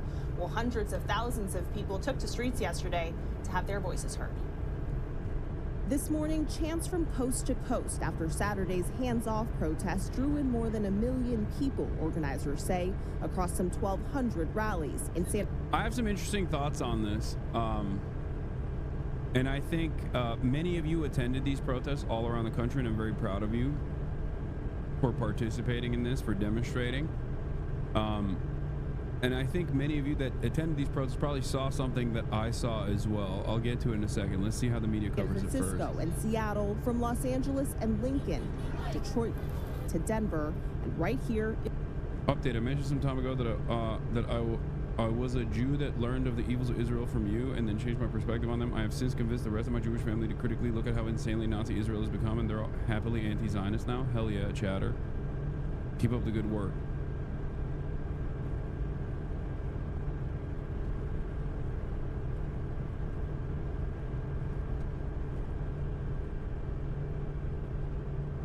Why aren't Latinos included on these protests? What do you mean?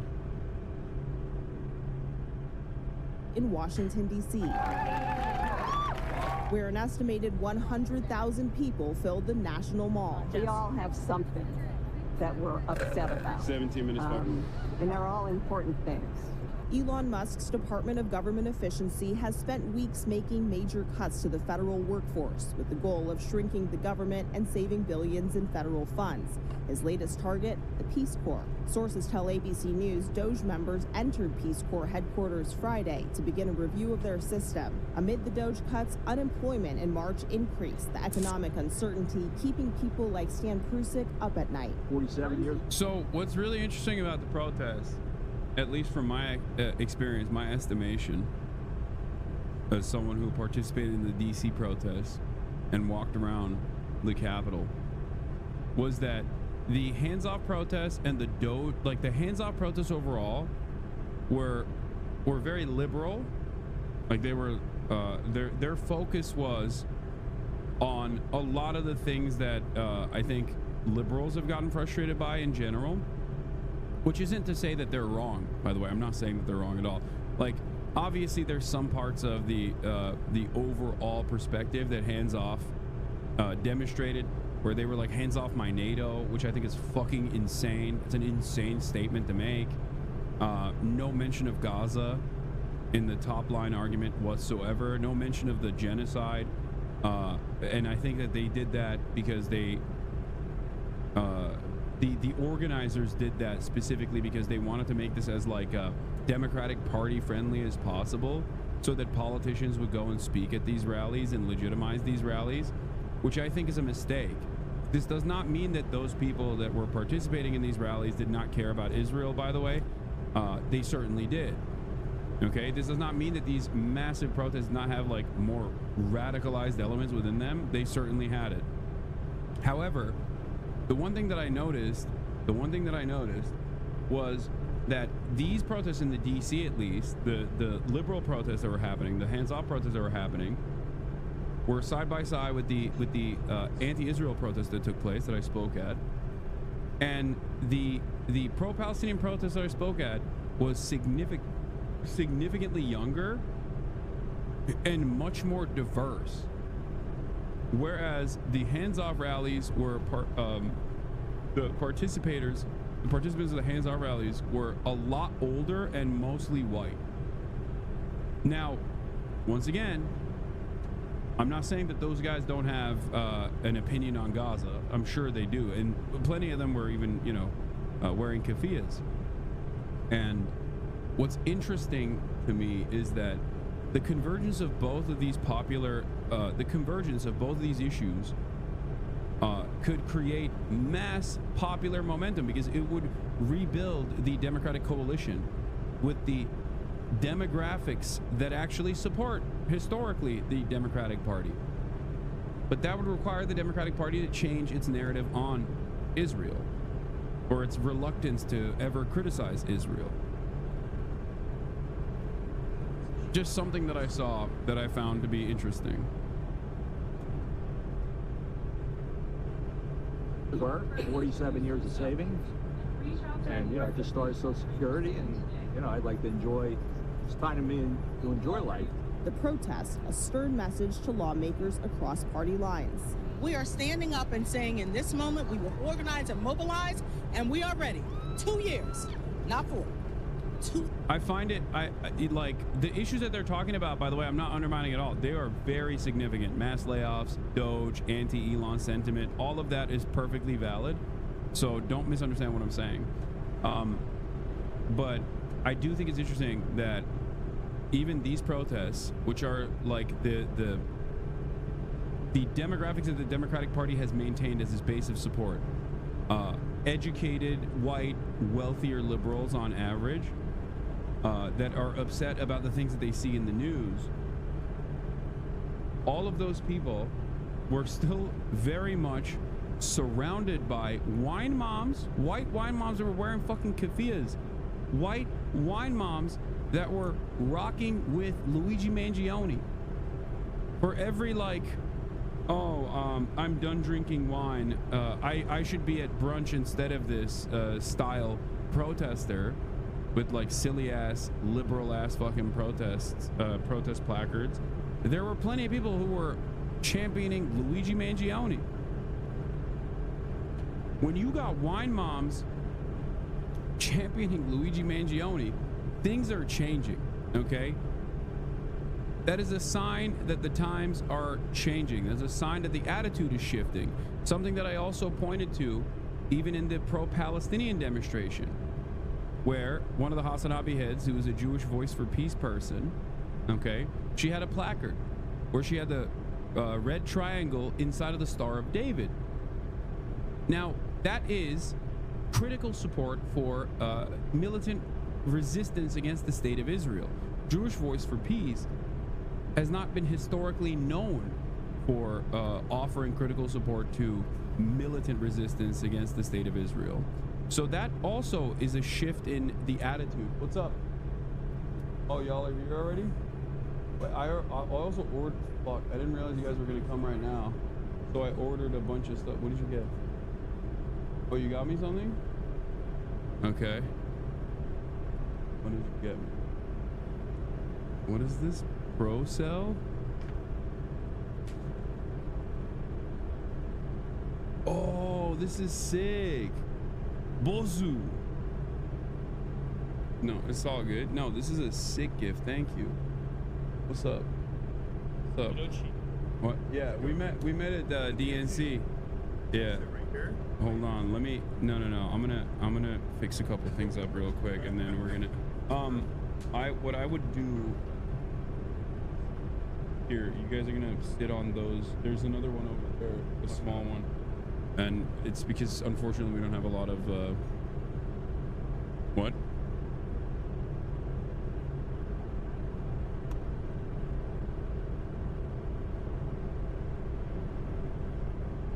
Yeah, move over here, and I'm gonna shackle. Protest, yeah.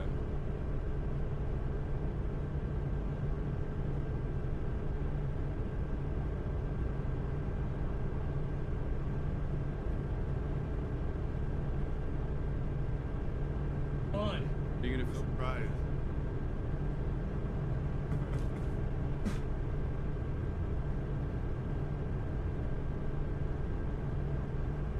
Something bad happened at the protest yesterday. Wow.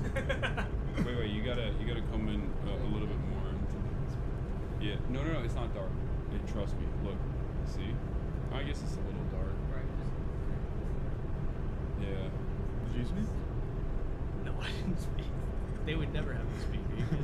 Wait, why? Why would they not have you speak? Because I would. You're dangerous. You would what? Instruct them? Instruct them to do what? Storm the Capitol? No, yeah, I would say let's go storm the Capitol right now. I'll make. Yeah. Alex would be out there being like, I'll make January 6th look like a tickle party. That's what he told me. He's a scary guy. That is what I said. You shouldn't be. I know. No, You shouldn't be hanging out. We hang out twice a year, and it's in controlled environments. So. Yeah. So, hold on here. I'll show you. Oh my God, my shit's on the stream. Yeah, Beautiful. there it is. Wow. We have Alex Law Overruled in the building, and we have Chi Ose as well. Am I saying that right? Yeah. Okay, Chi Ose as well. We have, this is politics in action here, ladies and gentlemen, folks. Chi and I met at the DNC a while back when I was there before they kicked my ass out. And yeah, we are gonna hang out a little bit. I ordered food for myself. I didn't even realize you guys were gonna be here at this point. I thought you were gonna come in at 3 o'clock, the time that I told you. Well, I said 4 after, but I didn't realize it was already 3. I'm just following his instructions. But I ordered a bunch, so there's enough for you guys as well. I ordered from, let's see, it's supposed to be, it's on the way actually. Ozatar. Yeah. Mediterranean?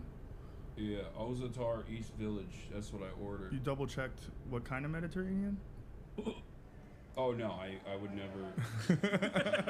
Oh, you mean like Israeli food? No, it's not Israeli food. It's got Zatar in the name. I doubt. You're like staying right across the street from one of the best Chinese restaurants in the city. Oh, the dim sum place? No, Wu's Wonton King. Oh, Wu's Wonton. Okay. Have you been there before? No, the guy at the front desk said it's really good. Yeah. And Yeah, also, I'm gonna hit that up. I told you, I gave you some ideas of where you could stay, and you said no. I want to stay in Dime Square. That's where I want to stay. Well, it's because I this is want to Noah- this is I'm Noah's cloud. fault. I want to get clouded up in Dime Square. Yeah, That's what you this said is- to me exactly. Those were the This words. is entirely Noah Colwyn's fault. He is the one who chose this hotel. But I don't hate it. I mean, it's very hip. It's definitely a very hip hotel. I came in. There's a speaker in this hotel room, and there was music playing, and I had to call the front desk and be like, "How do I turn off the speaker?" Did someone come up? No, they told me where it was. The controls for the speaker is like in the fucking minibar in the back over there. They inside of the closet. This area is not as cloudy as it used to be. We were just talking about it because they got rid of the outdoor dining, so yeah, the cool people can't flock as much. I did like that though. When they had the outdoor Yeah, stuff. me too. The city council got rid of it. That's your fault. Yeah, why did you do that? You know, it was a Gee, are you the confusing. youngest? Wait, were you the youngest person on city council? Yeah, I got elected at 23 years old. Wow. I'm 27 now. Still the youngest in the city council. Wow. Yeah. I increased Cool. the audio chat. You guys can hear us a little bit better this way, I think. Looks like Zatar is Lebanese, so you guys are good. Yeah. I mean, Noah, like, I'm Turkish, so when I, like, even before BDS or those sorts of considerations, like, when I look at a Mediterranean, Middle Eastern restaurant, I will look to see if it's, like, actually Greek first. Yeah. You gotta call sometimes. And Noah suggested a restaurant, and he was like, "This is really good. You should get it." And I looked it up, and it was like it was Greek. So I was like, "Nah, I'm not getting that." That's why I got this place instead. Every time you are ordering from a elusive Mediterranean restaurant, you gotta go to the website, go to the About page.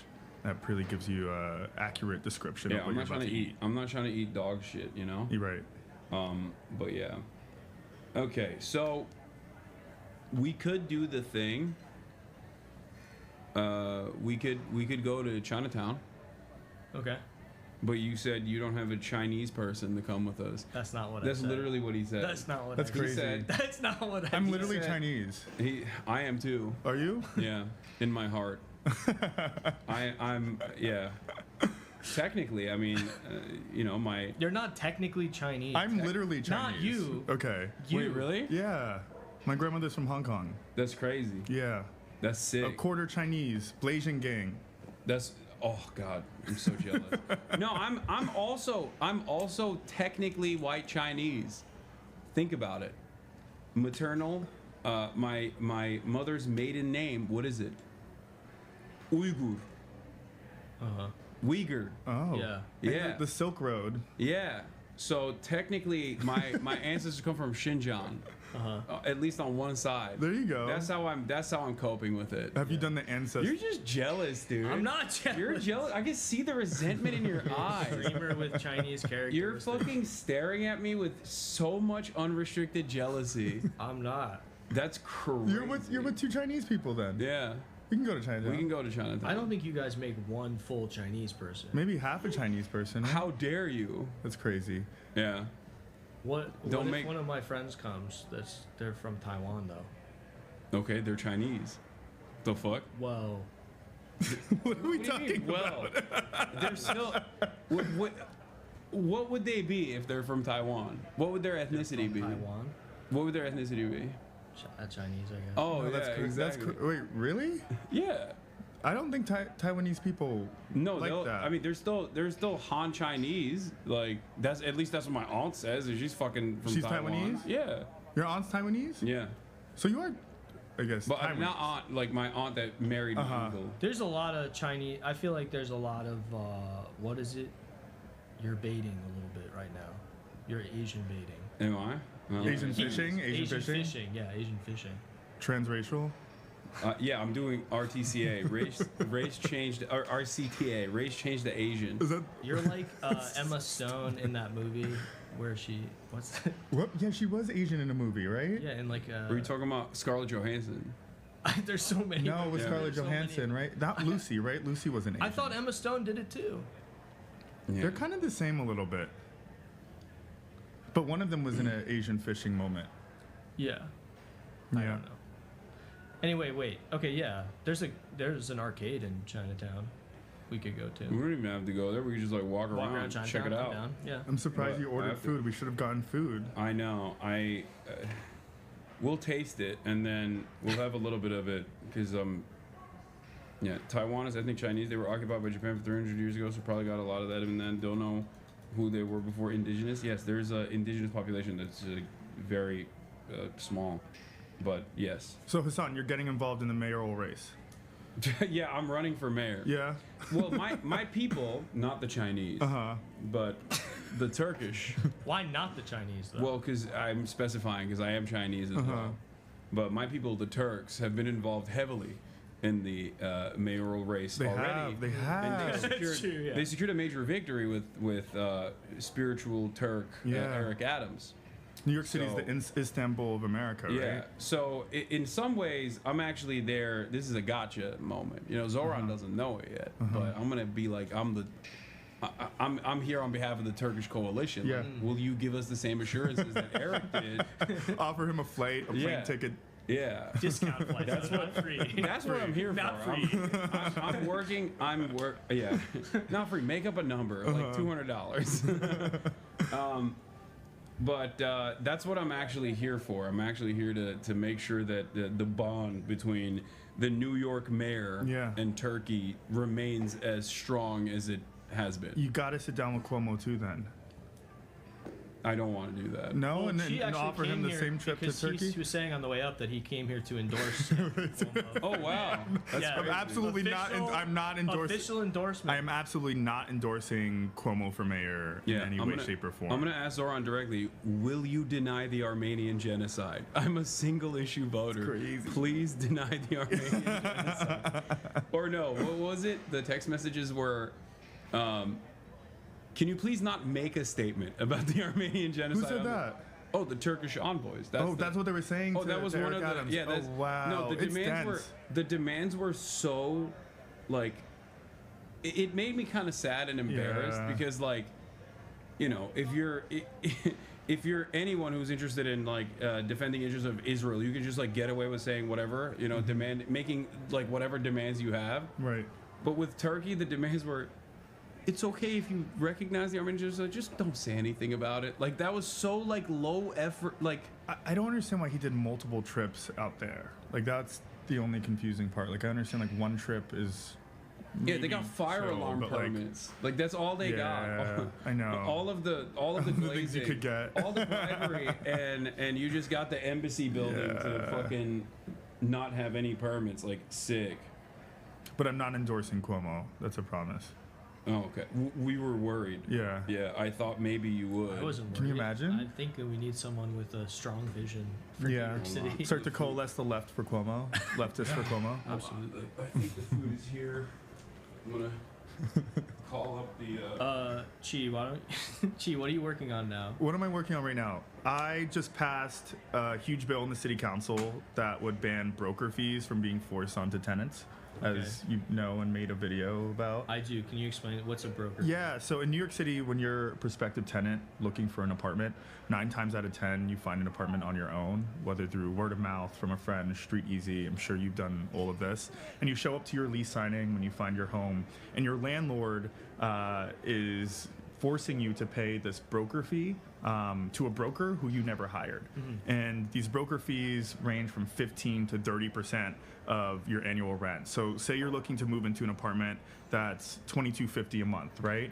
Not only are you paying first month's rent, security deposit, but your landlord's forcing you to pay a broker's fee that can be 1 month's month. Hasan peeing in the back. Loud ass stream. Double stream. Nothing. Yeah. It's loud. It's like Niagara Falls. My God. But listen, these broker fees just make housing like 10 times more expensive. And last year, we were able to beat the real estate lobby. They were putting millions and millions and millions of dollars of trying to beat us in passing this bill, and we passed it. So tenants in New York in June will not be forced to pay broker fees anymore. That's pretty incredible considering like how powerful the real estate lobby is Yeah. in New York City. I always say that, you know, what the oil lobby is to Texas, the real estate lobby is to New York City. And that's why they're spending a lot of money in this mayoral race. They're trying to take out progressive council members, and they were trying to beat the bill that we got passed. And right now, I saw you're working on a bill about bathrooms. There are no public bathrooms. Yeah. In So, New York City. so the lead sponsor of the bill, Councilmember Sandy Nurse, shout out Sandy, is passing a bill soon. I'm a co-sponsor of the bill that will create a citywide network of public restrooms. It's impossible to take a shit in New York City unless you This is true. It's you have to really pay money to take a shit. Going to a All of the restaurant. bathrooms that you see around the city are either closed or dirty. You know, I know that Eric Adams defunded the Parks Department, so this bill would expand the amount of public restrooms in the city. Yeah. It's so terrible, the experience of using the bathroom in New York for anything. I know you are very familiar with that. Because I'm just, You're just always shitting I'm around the always city. shitting around the city. It's true, yeah. But that's a bill that I'm a proud co-sponsor of. I'm also trying to get this bill passed this year that will ban the NYPD Strategic Response Group from infringing on nonviolent protests, offending our First Amendment right. I have 20 out of 51 city council members signed on to the bill. Call your city council member if you live in New York and tell them to sign on to the bill. It's called the Curb Act. Shout out the Curb Act. Let's get it passed. Cool. Yeah. What are you working on? I'm just hanging out, honestly. Yeah, that's cool. Your Substack is like blowing up. Yeah. Yeah. It's good. That's great. You make money off of that? I pay my rent with it. That's great. Yeah. That's terrific. It's pretty cool. I hear Substack's like that's the thing right now, right? Hassan, do you have a it's having Substack? moment. He doesn't know how to write or read. I don't know. I'm not literate. Yeah. Shout out Yeah. Substack. That's great. Don't give him. He takes up enough space. What? Who? Oh, you want? You don't Are need to you be on worried? I'm gonna. Substack. You worried? What are you gonna write He's about? gonna take your fans on Substack. You're not gonna write about culture. Are you gonna write about LeBron every week? You eating right now? Are you saying I'm cultureless? Me and Marsh were actually talking about this when we were having a delightful lunch together. What you got? What are you guys talking about? I got baklava for you guys. You got Israeli pita. Okay, no. Not even on some BDS shit. Like I'm saying, like it's just. I'm not eating no dog shit, dude. Wait, no. Did they leave? Oh something no, out? they did. You got some baklava. I'll have some of that. Delicious Lebanese food. Yeah. I got a fuck ton of chicken, so Oh, good. I think you I guys- just lifted today. I'm trying to get like Hassan. Yeah. Oh, that's the you lift. You I do got lift. like crazy, bro. Just going straight for the baklava before he even tries the food. He doesn't want any of the other food. That looks good. God damn, that's a good presentation, boys. Oh my god, I'm fucking That looks stoked. fire. That's a lot of chicken. Yeah, I need protein. Yeah. Are you working out while you're here? No. You should come lift. If you're in the city tomorrow, come lift at my I'm not. gym. Come on. I am. Jack, do you want him to stay for one more day and go to Wall Street That's what I was planning on doing, but it's better to that interview people who are going to be jumping off the Are building? you tomorrow? leaving? You're giving away the surprise. I'm not. No, I'm not. You just said it. No, I didn't. Okay. Wait, it's That's not crazy. a surprise. I think I brought it up that I was planning on doing that. Going to Wall Street. Yeah, To see going the to crash Wall out? Street to see to fucking Bloody Monday, but You think it's gonna be crazy? there's no utensils, bro. Get out of here. Call room service. Is there a kitchen here? No, hold on. I'm gonna see if the minibar has them. So we got some. I'm sorry. Barely grilled chicken. Some za'atar fries. Yeah, the fries are bomb. All right, I got. Shit. Damn it. What are we talking about in the chat? Someone said eat with your hands.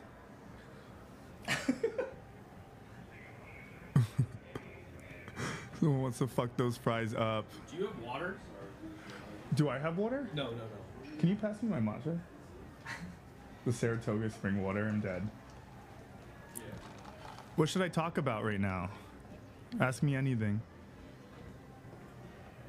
People want to convince. I hope they don't send just one pair.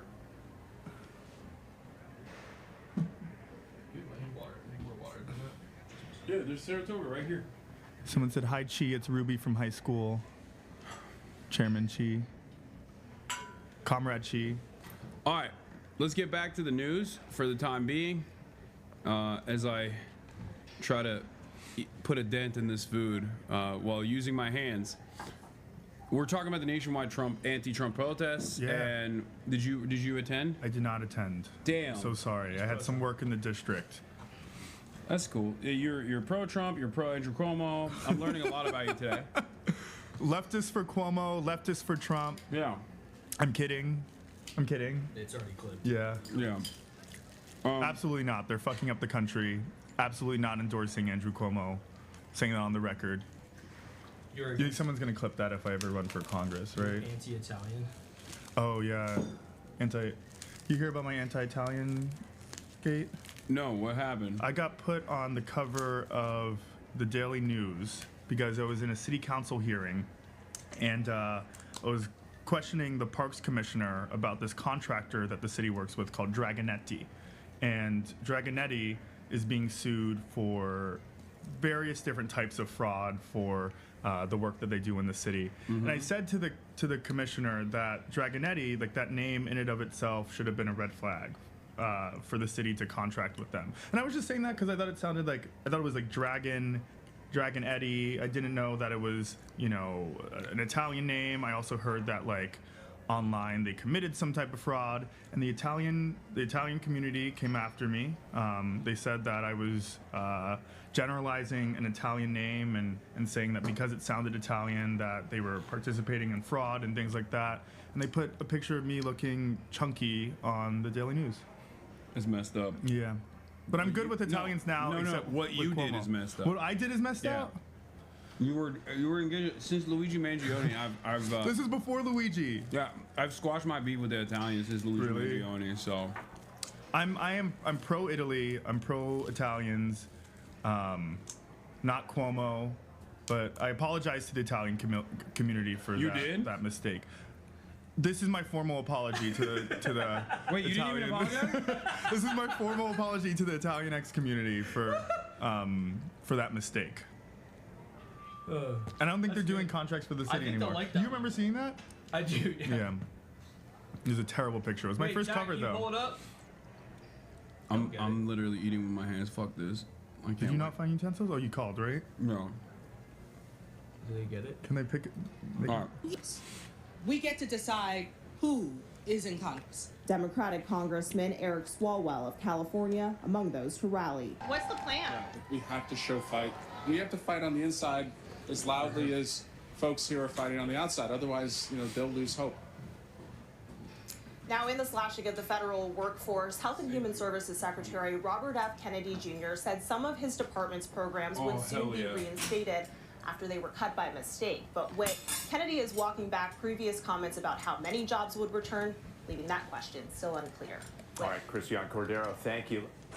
In the shadow of the Washington Monument, a symbol of America's democracy, they gathered in protest against the president. Is this you? You're in this clip? Stand tall! Maybe. In every state! Probably not. No, we're talking about Palestine. Yeah, they, if you notice, look at the hands off. Weren't they like hands off NATO and then nothing about Palestine? They, I mean, that was like the organizers that put that forward. Yeah.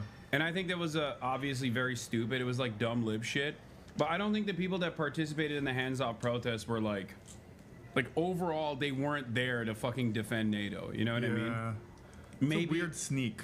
Maybe to like defend Ukraine. There was definitely like pro-Ukrainian sentiment, but that's understandable, and it's different than being like I love NATO. Yeah. And I think a lot of the people that participated in these protests, like they also were like they were pro-Palestine. Like I don't think these guys were anti-Palestine by any measure. It's just that the organizers deliberately carved that out. I also saw a tweet today that was like the messaging around hands off NATO. Like, isn't that what Trump's essentially doing, right? He's not even supporting any of NATO's efforts in, you know, intervening with Ukraine. Shouldn't it be hands on NATO in that case? More NATO. More NATO? Well, hands off in that let it keep doing its thing. Yeah. Keep NATOing. Keep NATOing. But he is Is he hands-on with NATO right now? No. Kind of. Well, I think he's hands-on in terms of talking about taking away funding streams for all of these things, or like that the United States is not going to be participating. Yeah, I think that don't take away my protection racket. I'll be so sad. Don't do it. I love NATO. Do you actually? Yeah, No. it's a big NATO. No. What? He is a. Sorry. He talks about it all. Really? Yeah. Should I have known that before coming on here? I am as anti-imperialist as you can get. Me too. Yeah. So. No, I'm not a fan of NATO. His trade war was the final straw for these people. They say he's targeting working Americans, migrants, and community groups. I find what is happening in our government so appalling and so immoral. I mean, that's really why I feel like I need to be here. I finally reached the Did you see breaking that point. white lady I just, dragging the I body couldn't. of Trump yesterday? No. She had like this like fake body of she was like, I'm bringing Trump's ass out of the White House. I love like a wine mom just like dragging a fake body. No, not in a violent way. No, I love like radical grandmas. Like I'm not even kidding. They're like, they got more smoke. It's like, it reminds me of the Tom Tillis voicemails. Who's that? That he like released, the North Carolina Republican who released the death threats that he was receiving. And it's like so clearly 75-year-old like veteran retirees that are like, I will find your house. This is my government name and address. Yeah. I will find where you live and kill you. Yeah. Kill you in the most violent ways possible. Wasn't like I saw a lady like wearing the defend, dispose, deny, defend, dispose hat. Suppose. Like the liberals are maybe It's turning a new leaf. Yeah, she had a keffiyeh on too. Yeah, she had a keffiyeh. Anymore. Actually, I probably win the long distance award. I came here from Hawaii. Look at our country. It's embarrassing, like genuinely embarrassing to be like an American right now. There were protests in 1,000 cities across all 50 states. We shall overcome. A nationwide act of defiance that can't have gone unnoticed. But Donald Trump appeared focused on other things, reading headlines about China's tariffs on his way to the golf course. These people are pushing back against what they describe as the most brazen power grab in history. But President Trump's press secretary says anyone who thinks he's going to be deterred by protests like these is living under a rock. Opposition. Like, haven't you noticed he doesn't give a shit about anything? He's trying to kill his base. Why would he even care about people outside of his base? You know what I mean? The golfing thing is crazy. I said this the other day. I was like, he's moving like a man who knows there's no more elections. Yeah. Was that you who tweeted that? Yeah. I saw that. Yeah, he seems like he's pretty comfortable. Did you see that, I don't know if I'm on to. Did you see that Simpsons video? April 12th or something? I haven't seen the Simpsons video, but I've seen people reference it, like that there will be a high-profile political assassination on April 12th or something. Is that what it is? I don't know. Yeah, that was going viral on TikTok, but I mean, like, I hope that doesn't happen, of course. Like, no. No, it's AI. Someone's saying it's fake AI. What, the video? Mm-hmm. Okay, it's AI. Just no political violence in this country. Right? There's already a lot of political violence, G. There's a lot of political violence in this country. That's true. Like that lady that punched the interviewer in the face. Just good stuff. That's what's so fucking funny about like Trump doing this though, like disrupting his own base, because like the overwhelming amount of political violence comes from the right. Yeah. Both of the people that attempted to kill Donald Trump were either former Trump voters like Ryan Ruth, who's not dead, he's alive. I was about to say rest in power to my goat. That's the #1 NATO voter. We love him. He has a very important place in this community. And also the other fucking freak incel dude who was like a registered Republican. Is that the one who missed? Yeah, that's the one. He's dead, right? Yeah. Oh, he's very dead. Yeah. He dead as fuck. Did they kill him on site? Oh, they fucking. I saw it. Yeah. You were there? No, yeah, I was the one. Yeah, I was in his ear. I was a scout sniper. Yeah, I was a scout sniper. Hasan was on the grassy knoll, not hitting his shots again. No. Literally. Yeah. I wasn't even talking about that. I mean, like, you know, like, yes, you, of course you're correct what you're saying. I also just mean, like, the political violence that is imposed upon people in this country. Yeah, no, like there's structural violence. Yeah, structural violence. That's a concept. 100%.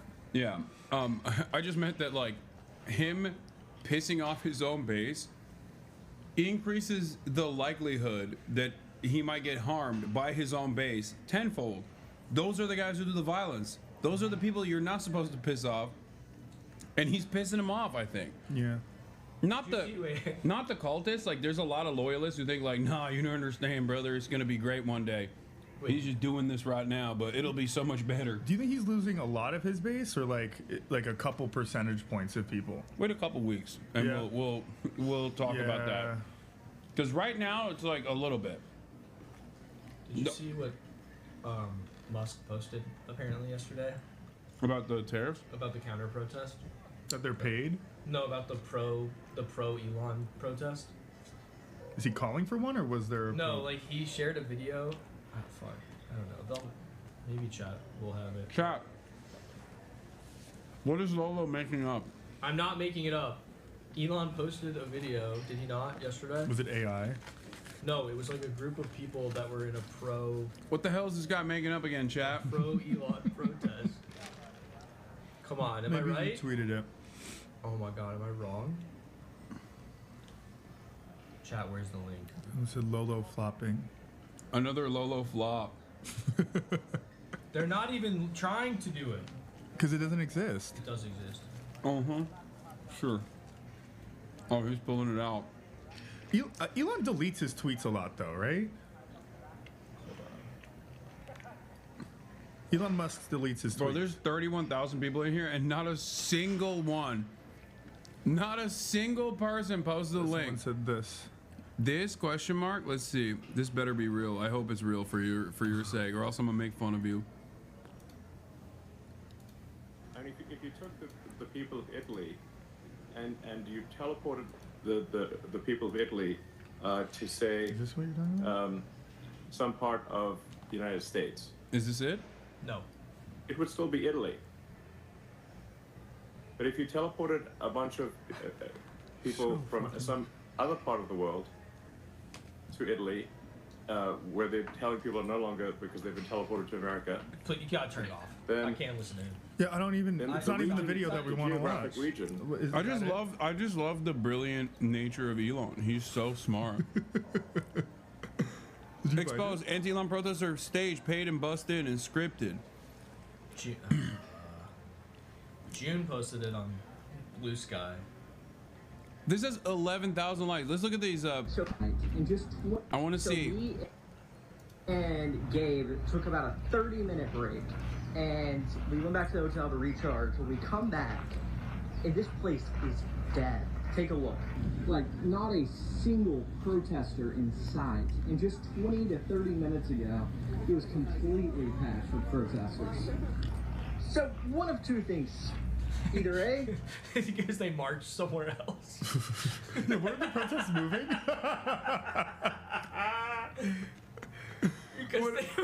because they walked somewhere else. I mean, the protests. No. You fucking idiot. How long were you guys there yesterday? The whole day? No, we got paid and we left. Yeah, we got paid and left. Yeah. Like, what do you mean? You got paid for your check. As soon as it hit the bank, I was like, I'm out of here. Yeah, that's how it works. Once that Soros check clears. Bro, these, like, there is, oh my God. Every time I hear, like, a Republican commentator or, like, a wannabe influencer who wants to make a name for themselves talk about issues in, like, the dumbest ways possible, where it is not even a fucking Google search that can immediately solve this issue. It's just, like, thinking clearly for a brief moment, as Alex just mentioned. I realize that there are tens of thousands, not millions of people that think exactly like that and think that that's brilliant. So at a certain point, it's like, it doesn't really matter. Yeah. It doesn't fucking matter. Who's doing critical thinking now? No one. It doesn't matter. Also, this guy looks like you. They were paid and their A little time bit. was gone. You know, they're off work. They get to go. I'm sorry. Or B, The pearl they're necklace, literally too. just a cult and they all left at once. Like, it's one of the two options. You tell me. Is it So pearl? me and That's kinda Gabe your took about a vibe. 30-minute. I don't have a pearl necklace. I feel like you're a pearl necklace. I do.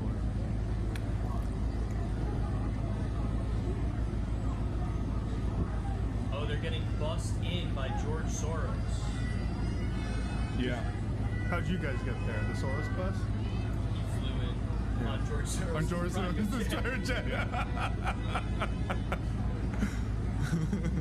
I said, Georgie, send me the jet. He said, say no more, fam. Loomer Unleashed. God. That's It's so cool that she has the presidency here. That she has the what? The presidency. No, she has the president's heart. True. Okay, never mind. When you put it like that, it's kind of nice. Laura is a free spirit. Have you ever met her? She been on the stream? No, ew. Laura, you don't ever bring conservatives on the stream? I do sometimes, but like Not the ghouls. very, very rarely. Yeah. I'd rather go meet them in like a third area. Like I don't want to fucking bring them to my In your house. home, yeah. But Christian Walker. yeah, Christian Walker's the only one, and I turned him woke. That's like, Christian Walker's my tether. Like I made him woke. A lot of people forget that No, he's he woke loves now. you. He's fucking woke now. I got my birthday a couple years ago. 2 friends independently got me cameos from Christian Walker. And he was like, I hope you don't run as a ghetto BLM leftist in your pursuit to be a city council member, but happy birthday. I can't believe you disappointed him by doing just that. That's really fucked up that you disappointed my boy Christian Walker. But I feel like he has a journey in him where he's gonna come out as full leftist, or at least He kind of has been because of his dad, like how much of a deadbeat Herschel was. Yeah. That he's like, oh, everyone's defending my dad, Yeah. and he fucking sucks. he doesn't even make conservative content anymore, right? It's all like he just does like leave gay- your man, He just leave does your gay man. shit. He actually I mean, he's inherently just like a very gay person. But like he hasn't been posting that much gay shit as much as he used to. Oh, he no, used to be like backflipping. He used to be doing like Yeah, no, I just meant that he's like gay, and he's gay as most hell. of the content and his most of the content his interests revolve around. I think it's less gay content. It's more like girl. I haven't really watched any of his latest stuff, but back in the day, he would go to Starbucks. Yeah, you know, yeah. like, that's what I mean. And beef with Kalani. Yeah. I miss him though. You guys should collab. Me and Christian Walker. Yeah. He watches. He watches. I like asked him a question on like one of his spaces once. I think it was like during the Herschel when he was like talking shit about his dad. I was like, I'm a big fan, blah, blah, blah, blah, blah. And the New York Times like was writing it up as in me endorsing Christian Walker and his beliefs. But I just love his energy. Well, you were, and I am too. I think he's hilarious. Someone said my household at Quincy and Bed-Stuy. Oh.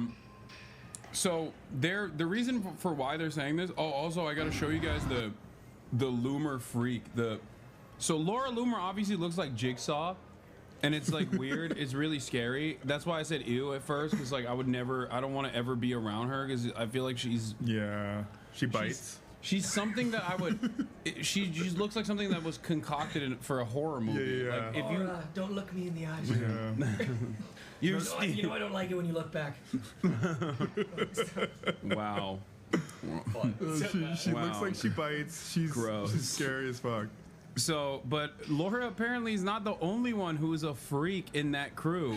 I watched this. This guy's name is Charles. First of all, down to the fucking name, I like look not on some ableism shit, but like I genuinely when I first encountered this, I was like, oh, this is like a right-wing reactionary guy who's like doing a mockery. Like he's being ableist by like naming himself Charles R. Downs, like haha, so funny, like real funny, dude. And then I watched a video and he just looks so fucked up. Like his face looks so fucked up. His mannerisms look so fucked up. Did you see? No. No. Have you heard him? No. Oh, this is a treat. No. You cannot watch this video and tell me that he is not like, this is not like a joke. Like, this isn't satire. But apparently it's not. Here, let's take a look. The way he sounds too. Like he sounds like he's doing voice acting for vest. He sounds like he's doing voice acting for Big Mouth. Listen, look at this.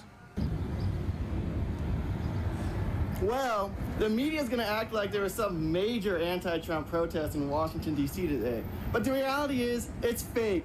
They were all busting on buses, like... They're all busting on buses. I think you guys are. Someone said chuck down. I think No, you guys no. are mean. No, they need we don't know what he No, they need to send him to the leper colony, dude. What are you talking about? I'm being mean. No, it's mean to let him just... It's mean that How people... many followers does this guy It's have? mean that they're encouraging him to look like this in public. Go to his... How many It's followers? mean. Did you do any How many followers Did does he you have? do any research? Is he actually like he's not a parody? No, account? I didn't want to like follow through on this because it was just gonna hurt me more. Someone said Chuck Downs. Why he has like 18,000 likes on that? 66,000 followers. I mean, yeah, this is a real guy, bro. This is a fucking no fake. Can we go to another one of his videos? Like behind me. Stay tuned for Laura Loomer's exclusive footage. Stay tuned. Also fruity as hell. It's just like, genuinely, it feels like someone is doing a bit about the hashtag soy right. Yeah. You know what I mean? Like, it turns out it's not a bit. This is a real guy. Yeah. That will show that a lot of the anti-Trump protesters in D.C. were literally busted. You know, it's really funny. We caught the left busting protesters into the Kamala Harris rally back in October. Then we caught the left busting protesters into Kamala Harris's Las Vegas rally, also last October. So I don't understand why the left thinks they can continue to bust people into Washington, D.C. and important events to astroturf a crowd and don't think Laura and I are going to catch them. We caught you. Ah, he's scary. Is he? So he's He's Laura's like, henchman. He's kind of he's like a henchman for Laura. Yeah. Is that what this is? Yeah. He's like a guy that she sends out. Like Laura's Gollum. Like Hades. No, it's like Hades and those two little guys from the Hercules. Bro, you can't tell me wait, this I haven't isn't. seen it You in so long. cannot tell me this is a like. You know, he even kind of looks like the guy. He looks like. Pull it up. He looks like a chat. Pull it up. He looks like he is a person who's a major fan of Rick and Morty and simultaneously a Rick and Morty character. He fucking looks like Morty. He's a loomer goon. He looks like adult Morty. He's a goon. Oh, jeez, Laura. They're busting them in. Wait, can you? I want to see more of his videos. Can you pull up the? I think it should be illegal to be this repulsive. Like you should figure it out. I'm sorry. I think he's got a nice smile. Mr. Poopy Pants. Can you pull up the fucking goons? What? Look up what the goons? Hades goons. I can't. I'm eating. We're watching it while you're eating. I can only click. Yeah, I know. It's already difficult enough as it is. No, not no. Found his selfie with Laura. It's Laura and him. Yeah. Once he trimmed that baby fat off, it just went in the opposite direction. Oh. He is Morty. He literally is Morty. Here he is in a suit. God, the frown is insane. Why does he always start with the millennial pause, but also It's so long. It's so a massive anti-Trump, as you can see behind me, anti-Supreme Court protest organized by Planned Parenthood and the Women's March is happening right now outside the Supreme Court of the United States. As you can see, the liberals are, I guess you could say, big fans of mine. Big fans. No, they don't know who you are. They're scared by you. And also, you're a freak. they're goons. He's a goon. He's a goon. Okay, we got No? Oh, they don't like it. No. Okay, never mind, chat. You don't No. think so? No, he sounds like Mr. Poopy Butt from Rick and Morty. Or like any other like Mr. Rick Poopy and Morty Butthole. character. Mr. Poopy Butthole. Is that his name? Mr. Poopy Butthole? Yeah. Not Mr. Poopy Butt. He sounds like Mr. Poopy Butthole. Gee, what do you think? Jeez, Rick. Can't do the impression.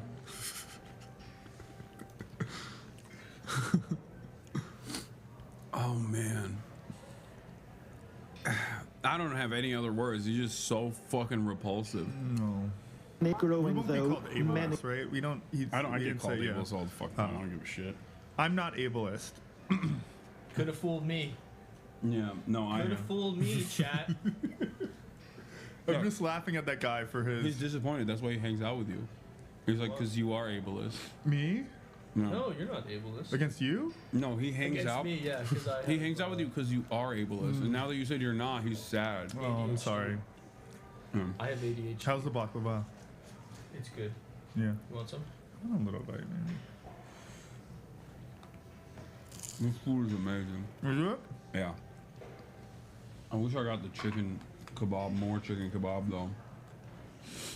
Are we gonna go to He's still refusing to be silenced. I don't know. We have to speak out, we have to act, we have to do something because this is not America. What do you say to people who would argue that the people have already spoken in that President Trump won the election? Some people have spoken and then some people have not. And those. Did you find a Chinese person to accompany us? Yeah, Bro, she's I'm coming. literally Chinese. Oh, really? Yeah, my friend Ashley's coming. I don't like that you're undermining. I don't like that you're undermining his Chinese background. I didn't. Yes, you are. I don't like that you're undermining my Chinese person. I don't like that you're Chat, we undermining. don't have one whole Chinese You person. gotta stop Asian hate, bro. Yeah. Right here, right now. I'm trying to. I don't like that you're undermining my Chinese background either. It's fucked up. Chat, it's not my fault. They were being ableist, both of them. Not it. You Okay, saw that's crazy. it. I was not being ableist at all. I will. History will vindicate me, chat. We got 2 Chinese people here in Chinatown. You guys are not 2 Chinese people. We're like half a Chinese person, right? Or are you like a? He is like. I can't even say it. I was gonna say something that I would get in trouble if I said. What were you gonna say? Totally weird. No, actually, I'm not gonna say it. Look at him. He's so excited to be problematic. No, he's so excited to be problematic. I can't say it. I can't say it. You baby. Say it with your chest. I won't say it. He says way worse things offline, chat. I believe it. That's not true. Hassan says the F slur in private. You all the do? time. I All mean, the time. No. the All F the slur time, is Jack. having like the same comeback At as him. At him. Yeah. I mean, I think that's so. I don't know. I'm a little more lenient about that one. No, I don't say it. No, it's okay if you do. Say it on the stream right now. I will Say it get right back. now. Ready? You have 1 3, permission. 2, 1, go. Not today. You said. I remember because you said.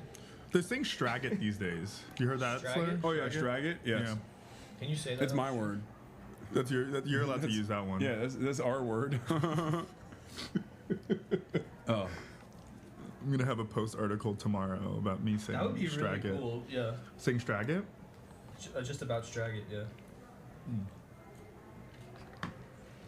Wait, let's go to. Wait, is this open? Let's go here. Is that the arcade? Bro, you really want to go to this fucking place? Sounds loud. Hundreds of thousands across the globe. Bro, it's crazy. Look at how white and old they are. Well, I It's can't get wild. over how white and old they were singing "We Shall Overcome." Yeah, they're woke, dude. Is that not allowed? Is that not? I don't know. Is that like that's kind of weird, right? It is a strange juxtaposition. When you got like the most Barbara ass crowd singing "We Shall Overcome" is like, and they're offbeat too. Wouldn't want it any other way. Yeah, they're allies. Are taking part in demonstrations today against U.S. President Donald this is in Trump and Germany. his close ally Elon Musk. Tesla, stop it!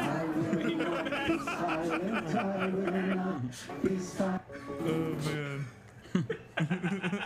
Stop it! Oh man. Hi.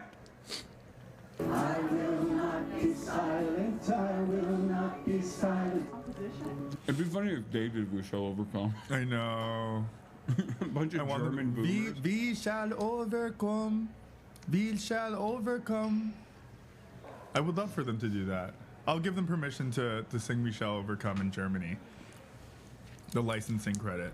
What is this? Hands off. Slag Man says, hands off and 5501 are call out the bullshit to make left-leaning people feel good about themselves. The more productive and revolutionary routes are being overshadowed by them. And it is our goal to bring these protests towards us. These liberals will burn themselves out and lose hope if it continues like this, which is the Democratic plan. Yeah, I mean, it's a... I think they're getting ahead of it by this time instead of doing just like hate can't wait, or was it 8 can't wait? The abolition thing. Yeah. In an effort to like counter the Black Lives Matter demands that were being made. from the streets. This time they're like, we'll do our own protest.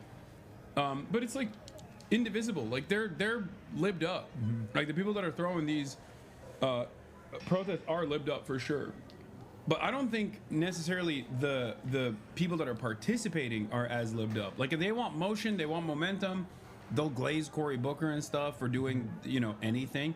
But having said that, I think that if you were to ask them individually, like what they think about Gaza or what they think about healthcare, like they probably have a lot more radical of a perspective than what is demonstrated by the Democratic Party. So I don't necessarily mind these sorts of initiatives. I'm not going to like cast it aside, especially when there's millions of people protesting. And I'm not going to hand it to the organizers and give them the victory here and act like those people were out on the streets exclusively for hands off NATO, you know? Titled Hands Off, the movement aims to protest Trump and Musk's policies on government downsizing, the economy, human rights, and a host of other issues. In Frankfurt, demonstrators marched through the city center with signs.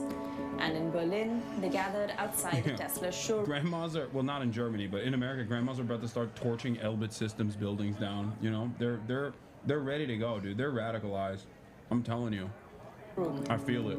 A group gathered for a demonstration also in downtown Lisbon. Freedom is at stake in the United States and for the whole world with what Donald Trump is doing. And we need to stand up. We need to raise our voices. We need to be heard. We need to make sure that everybody knows that we will not accept this type of injustice.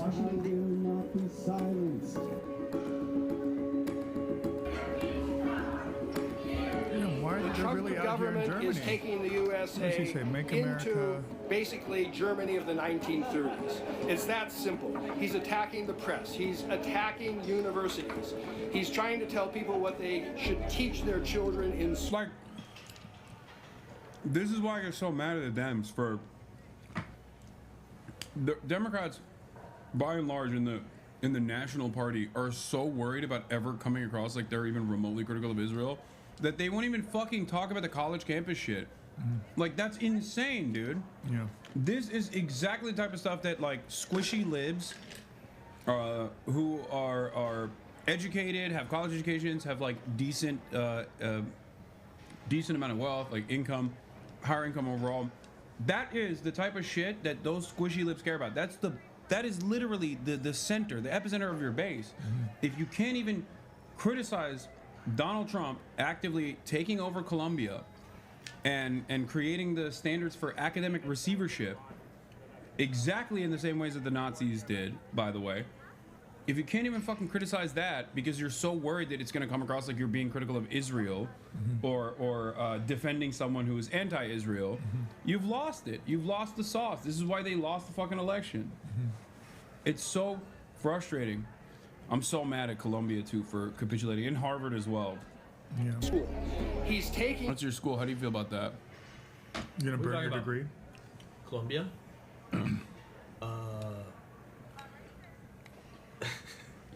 No, I'll be serious. Yeah, it's awful. I mean, I don't know if you saw. I mean, you probably didn't see. The most recent. So now what they've been doing is because all the presidents have been getting like kicked out of Columbia pretty much. Or like they get removed from the board. There's a new interim president, and she sent like a long email being like, "We're listening, we hear you," you know, that kind of stuff.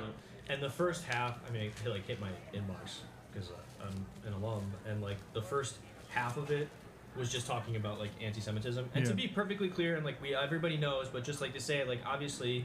There's a lot of anti-Semitism on Columbia campus coming from the student protest movement. No, it's like obviously those bad Jews Jews need to go away. You're such an asshole.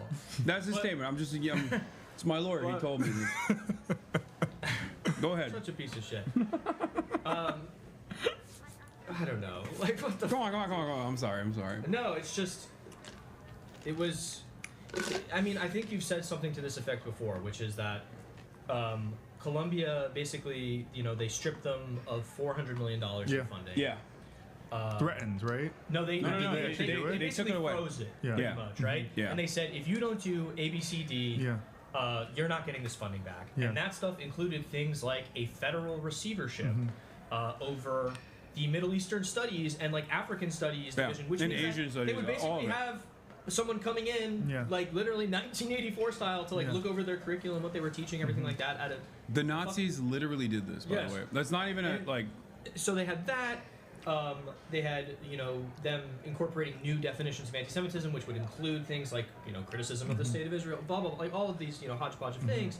And what we've already seen, and I feel like I'm beating a dead horse because I'm sure you have said something to this effect, Hasan, but like, we've already seen that they can do, Columbia University specifically, but all these universities, they can do exactly what this administration, they sent in SWAT raids, right? I mean, I was there. I was across the street when Hamilton Hall. The SRG. Yes, I was across the street when that happened. I literally watched it happen. They had like a $4 million SWAT vehicle. Ridiculous. With probably like 40 or 50 guys fully decked out in like 60 pounds of gear, going into this place with like 19-year-old kids. Who are armed with like nothing. I mean, like, they even fired a shot. They accidentally discharged their weapon. Yeah. Eric Adams's donors were like calling him up and asking him to like use that force. It happened within 48 hours of them taking over that building, a single building on Columbia's campus. And I'll remind people that in 1968, when the students like took over the entire campus at Columbia University, they took over the fucking campus. Like they had complete control over it. And you know, I know I'm friendly with people who were involved in it. I've been friendly with people on the opposite side. Some of my friends who have gotten arrested for doing stuff, attacking Elbit Systems in New Hampshire, who have taken a more radical approach. Like, they all have different points of view on how this stuff works. But the fact is, they cracked down super, super hard. That still wasn't enough for this administration. Nothing is ever going to be enough for them until it's the point of, here is your curriculum. Here is what you teach to people. Here is what you think. Here's what's acceptable to say. Because it's not done to eradicate a real problem. The problem itself is completely made up. Anti-Semitism, specifically coming from the anti-Israel protests, is an entirely made-up issue. It's not a real issue at all. And for that purpose, they've also tacked on a whole bunch of nonsensical shit, like, oh, they're stopping Jews from going to class, like whatever kind of ridiculous bullshit they were lying about. And that's it. So if there's no real problem there and you just made up that problem, it's the same parallel with immigration. If an undocumented migrant does a heinous crime on U.S. soil, they get prosecuted.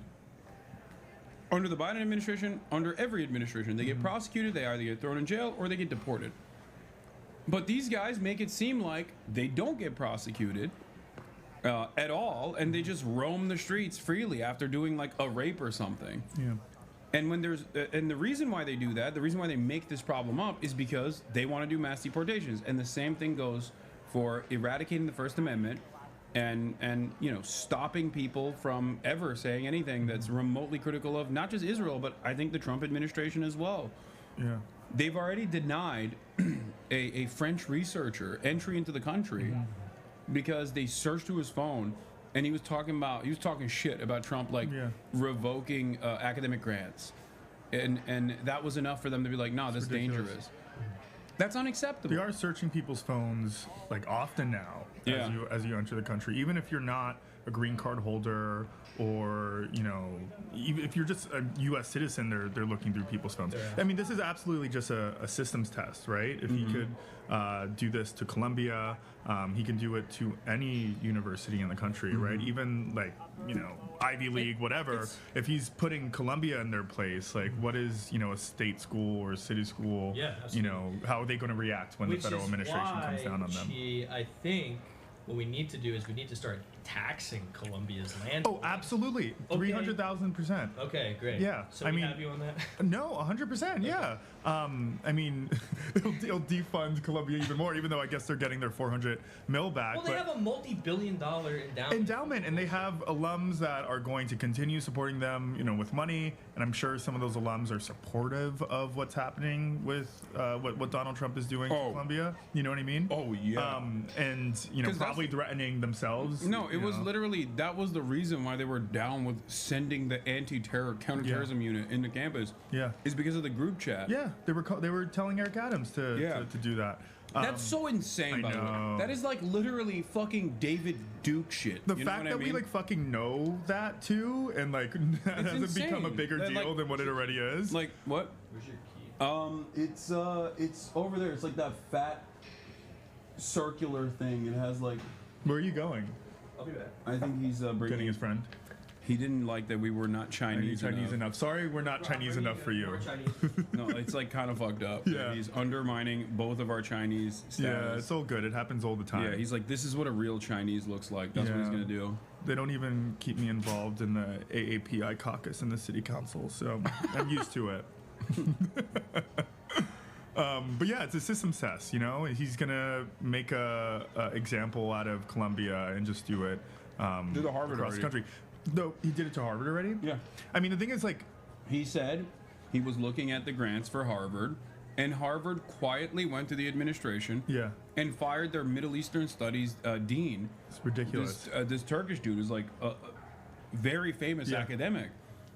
And he wasn't even there. He wasn't even at Harvard. He was on leave. I didn't know for the year, and they fucking fired him. Is he threatening funding from Harvard as well, or is it okay? He said we were going to look into Harvard. Harvard literally went to the president the next day, and gave in. Yeah. Anyways, do you think what you're talking about is happening at every college campus already? Do you think Columbia and Harvard or any school that capitulates to the president is going to lose enrollment or folks who want to go to those schools? No. Or do you think they're going to have no problem with that? No, yeah, a lot of people want to go to these schools anyway, so they're like, oh, great, I don't give a shit. Yeah. I get to be a part of this prestigious institution. Yeah. What will, however, happen, I think, slowly but surely, is the brain drain. Yeah. Like, if you're a foreign student and you're coming to the United States of America, and the government is actively threatening you and saying that, like, we will send you to the El Salvador slave labor camp, then fuck no. Why would you ever come here? What the hell? Jeez. It's crazy. Yeah, I don't think I saw like an article yesterday that was like these schools are tainting their legacies and it's going to affect enrollment, but you know, it affects enrollment. I don't believe that's going to happen, you know.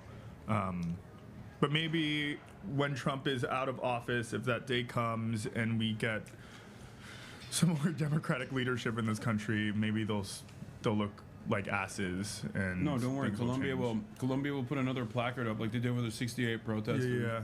And their mistreatment. And then they make it a staple of who they are. Like we allow students to speak up for themselves and to make changes across the world and country. But yeah, it's so fucked. It's fucked to like when like the Mahmoud Khalil stuff was happening. Like so many elected officials in New York City, in New York, were just quiet about the entire thing. You know what I mean? Not only are we seeing this like infringement come on our First Amendment rights from the right, but we have New York Democrats that are too chicken shit to speak up about this because they think that it will piss off, you know, the pro-Israel group of voters in the city. But they're not like, they have no motion. They don't have the numbers. Yeah. They don't have the moral authority in this conversation. Yeah.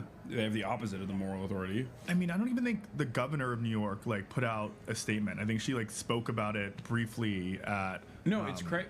Dude, Cory Booker, man. Yeah. Fucking Cory Booker. Like, are you kidding me? the week right after. Are you fucking kidding me? You did 25 hours and you didn't mention that like they're black bagging students. Well, not only did he not mention it, the next week he like voted for the arms funding. Yeah, so and then like, he was like, "Yeah, this is what I'm doing." Yeah, I was like waiting to see what the reaction of all of that would be. People were like, "He broke a record." No, nobody gave a fuck because Trump also immediately dominated the news cycle because like his filibuster against no bill ended, and Trump imploded the global economy. Right. Well, I mean, I guess it's bad for Trump anyway. You want to know some irony? Barnard's Dining Hall has a whole ass mural in it about activism and protest and the history of activism. Yeah, that's not. I mean, that's what we're talking about. So unsurprising. That's every fucking liberal institution in this country. That's like giving land acknowledgements and then like doing what they're doing. Columbia loves talking about how fucking woke they are. Hello. What's that Chinese friend? No. It's nice to meet you. I'm sorry that you are being introduced to us under so wild that he's horrible circumstances. Hey, it's fine. Hi, nice to meet you. Nice to meet you. What's your name? I'm Ashley. Ashley? Yeah. When did you find out that Alex was a race realist? I'm not. Recently, actually. Like, was this the moment? Yeah. Sorry that you're being tokenized. I'm a really big fan. Oh my God. Your like work. Thank you. You're I appreciate the reason that. why I'm not gonna have to pay a broker's fee in like when In I June, move. yeah, I hope in the you- summer. So yeah. I'm like really big fan of the work that you do. Thank you very much. I for appreciate And the that. public bathroom thing. Yeah. Did you know he's also Chinese? Really? I am, yeah. Yeah, 1/4. I'm a quarter Chinese. That's actually really I'm great. so serious. Like, why are you laughing over here? Why are you laughing? You speak Chinese like a joke? It's not. Yeah, it's Really? a lot going on today. I have enough on my plate, Alex. Well, Are you trying to like? no, that's not me. where's Sigma Grind Can I at? help you? Like, Oh yeah. No. Yeah, I bet I their don't- sales like skyrocketed Yeah. after Hi, that. chat. I'm you sometimes, so it's good to be on this end. Yeah. Wow. Ashley is an actress. I am. Yeah, I'm an actress, and now I live here. Amazing. LA. How long Cool. have you lived here for? About a year now. Cool. Yeah, pretty. Where are you from originally? LA. Yeah. Do you miss it?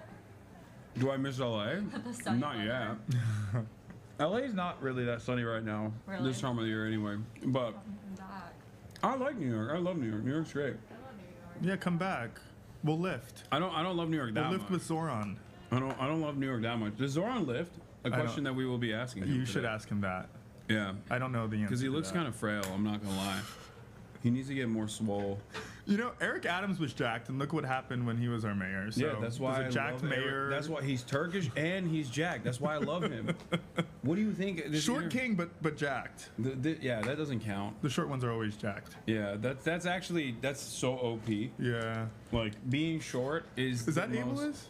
What? That's not ableist. No, making fun of short people? I'm like 5'2". You I can't, don't like. You can't like say that. How? Wait, if you can't make fun of, you can't make fun of anything. I wanted to call Mike Lawler like A tiny manlet? man the other day on the A internet, manlet? but my team said I couldn't make fun of short people, so I called him a fruitcake instead.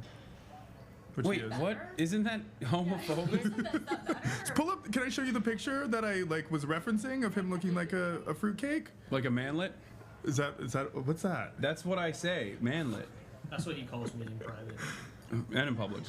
So fast. I know. It's crazy. It's like real. But they're actually like I've been in this chat before.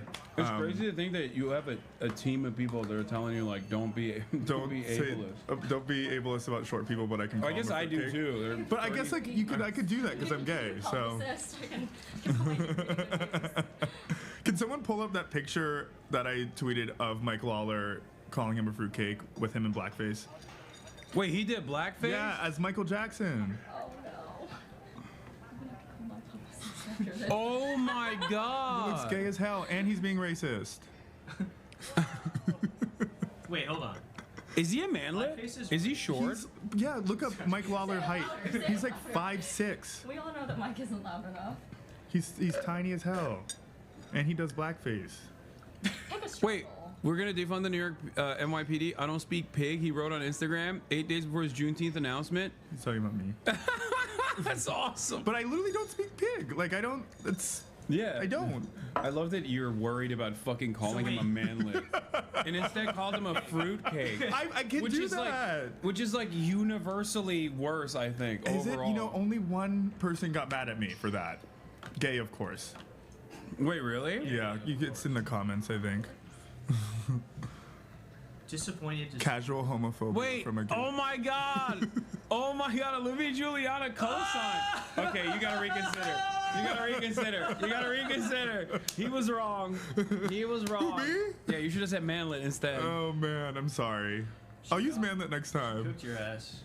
I thought fruitcake was like Christmas cake people make or something. Yes, but it also is like it's like an old term for gay.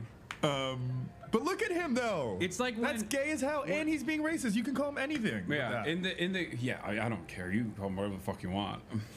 I'm saying that wasn't hard enough. You didn't go hard enough. Really? You should have called him the F slur. Yeah, I know. I'm like, oh my god, I am that'd be frequently so asking sick. my comms director if I'm able to do that. But like, I think we're like pushing the mantle where like a person like me will be able to say that. Drop the F slur against a congressperson.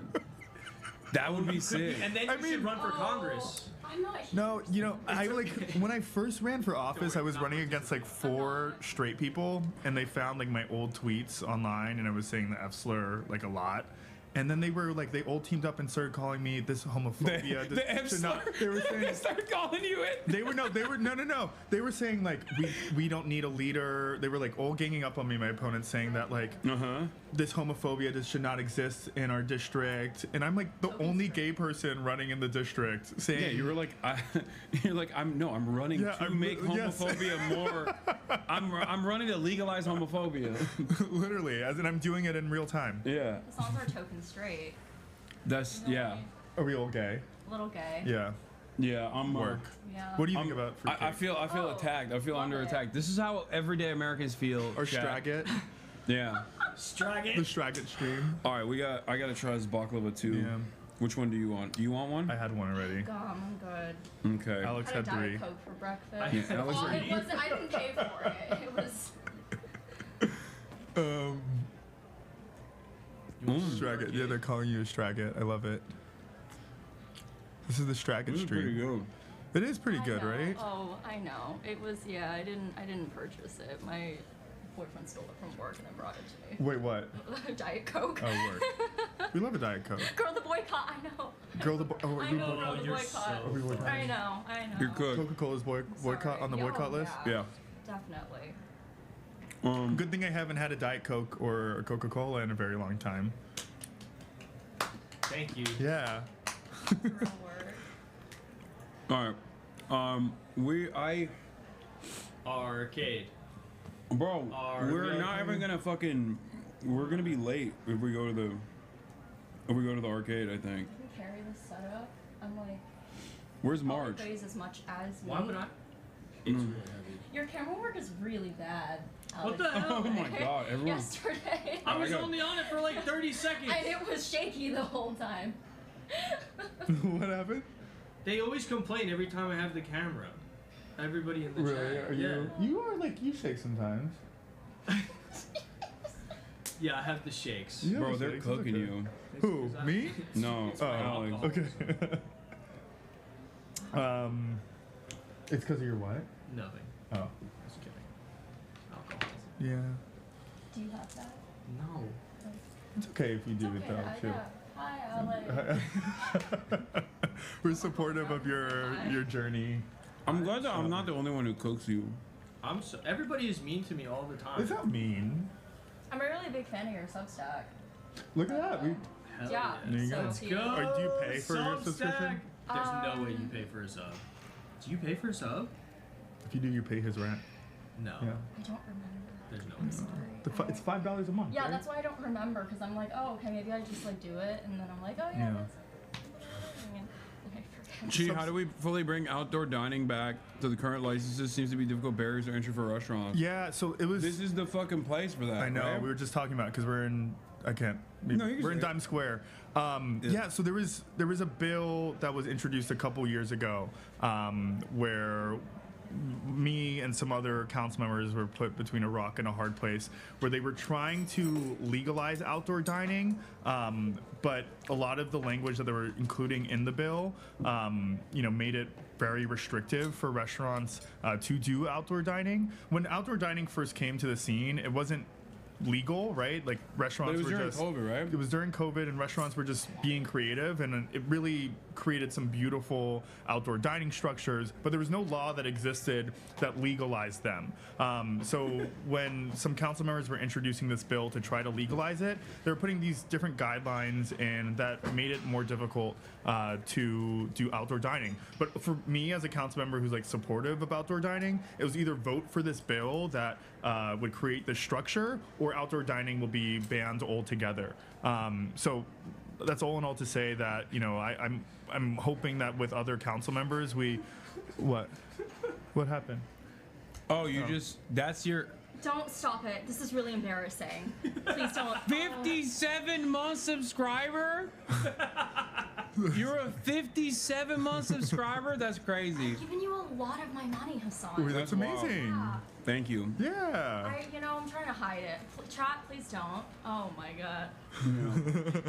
Mute Alex, now. that's messed up, dude. Why'd you do that to her? You exposing me. This is That's so that's like something you revealed to me later in private. It's Wait, that's a good thing though, aren't you? Like, you want people who do that, right? Yeah, no, I don't care. I'm like not parasocial with it, even though I'm like, this one probably makes up 50% of my YouTube like For You videos. Yeah. I mean, I only watch the stream when I'm watching, like, I watch the stream when I watch the debates, and, you know, it's the best commentary out there. We're working on, hopefully some other council members and myself are working on a more, a better bill that will establish outdoor dining. I think a lot of the places that do it well should have an easier time doing outdoor dining, but there was also a lot of folks who just had no one in their structures, and a lot of people who care about parking were mad. But there is a cohort of council members that care about it. We're going to bring it back. I promise I'm supportive of it. Talk about congestion pricing. What do you want me to say about it? Like, what do you think about it so far? What have been the biggest critics? Because I know that there's a lot of people who are very mad. Yeah. It seems like it's been a fairly decent success. Yeah, congestion pricing has actually been great, right? And I do have a constituency that, you know, drives a lot, and a lot of them are against it. But there's been data that has been proving that it's lowered congestion in New York City. Businesses are still seeing some support. I think businesses are seeing even more support now that there's you know, more pedestrians in the congestion relief zone.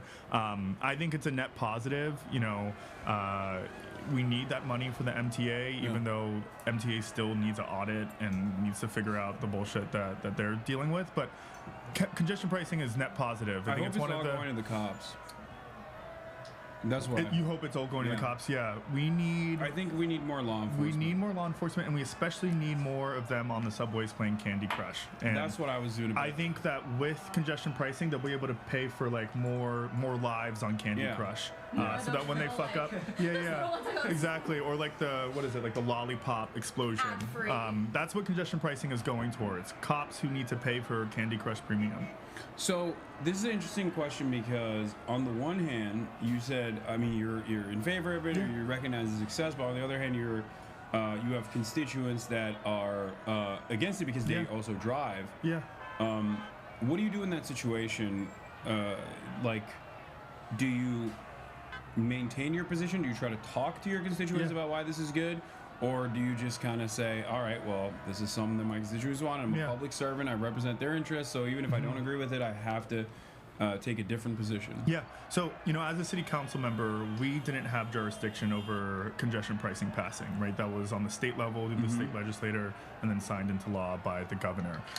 What I've found my strategy to be is to speak to people through my social media, through short form media, and educate them about congestion pricing, what the effects of it are, how it will impact them. And, you know, people do listen to me. All of my constituents do listen to me, I believe, even those that hate it and love to drive. And I think I've been giving it to them in a digestible manner that helps them understand that it's a net positive. I think it'll take more time. You know, I think it's good for elected representatives to take stances, even if they think their constituents might not immediately be in favor of it. Absolutely. As long as there is, you know, there's some kind of logic behind that reasoning, and not just you know, getting money from it. Yeah, no, absolutely. I mean, that's what taking leadership is, right? People elected me and some other elected officials to be their leaders. I think half of the job of being an elected official is to take leadership and do what's right, even if people tell you that it's wrong. And the other half is like communicating your decision and why you believe it's a good decision, and explaining it to people about why it's a positive thing. So, you know, there's still some more work that I have to do in educating people about the benefits of congestion pricing, as all elected officials need to do, but it's been pretty good for our city. What is this? Be safe. ZOHRAN's public safety plan. Oh, let's take a look at some of ZOHRAN's statements. Every New Yorker deserves to be safe, and today I'm announcing a plan to deliver exactly that. I am going to make it so that there's I'm gonna go to everyone's house and steal their shit individually. Safety is created by stable homes. Yeah, as an editor for the New York Post, this is how I read everything that he's saying. In my mind, it seems Where did Alex go? Lolo. Yeah. You good? Yeah. Oh, okay. I thought as soon as he started talking about public safety, you had to get away. Homes, good paying work, and well-resourced neighborhoods. Addressing these issues are at the core of our campaign. But we must also aggressively pursue evidence-based strategies that prevent violence and crime before they occur. I will create a Department of Community Safety, the DCS. This new agency will coordinate a whole-of-government approach to protect New Yorkers like never before. We will invest in citywide mental health outreach and crisis response, expand gun violence prevention programs, address hate, and tackle homelessness. The DCS will make public transit safer, placing dedicated outreach workers in our subway stations, transforming vacant commercial units to provide medical services. The Guardian Angels. Curtis Lewa? Yeah. Curtis Lewa is the commissioner of this agency already. Yeah. Sorry, pal. He keeps the city, he keeps the station so safe by just like randomly doing hate crimes. Curtis Lewa? Sometimes on camera. Yeah. On Fox News. He's insane. Do you not know what I'm talking about? No, Curtis Lewa?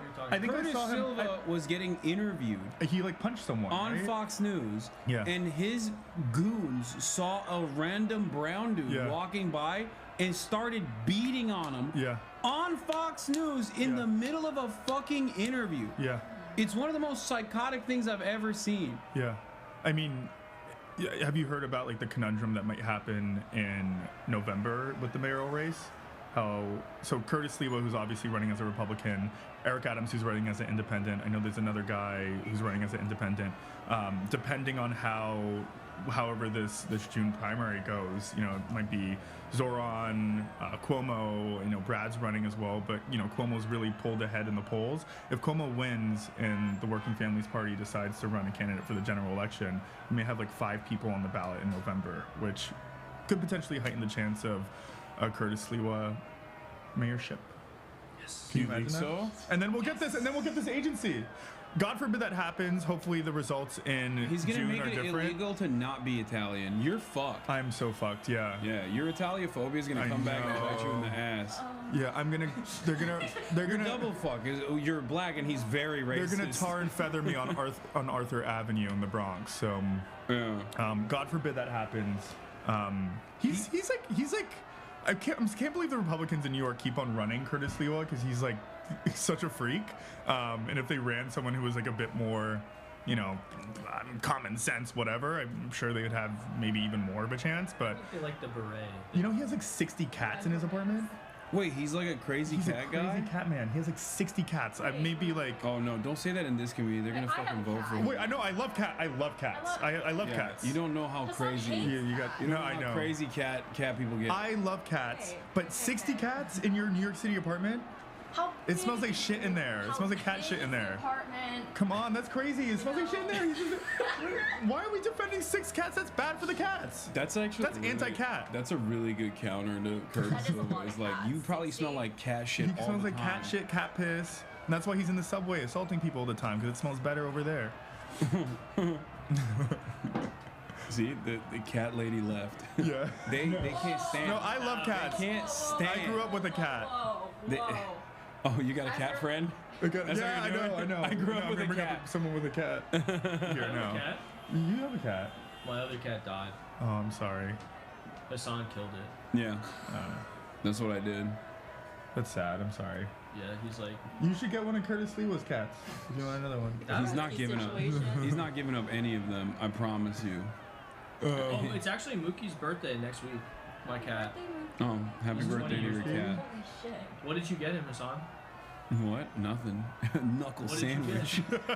That's what I got him. Yeah. I'm dead.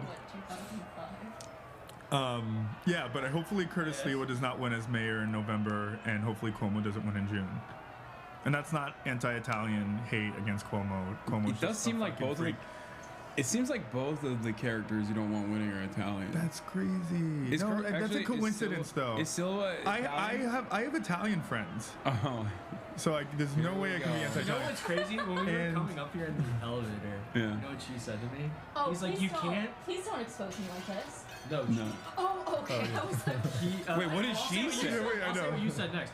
But she said, "Oh, you can't throw a dead cat in the city without hitting a goddamn Italian." I did not say that at all. That's so funny. That's crazy, and That's you're like- saying that on record. That's like 1940s That's racism. so insane. Italians are white again. It's okay.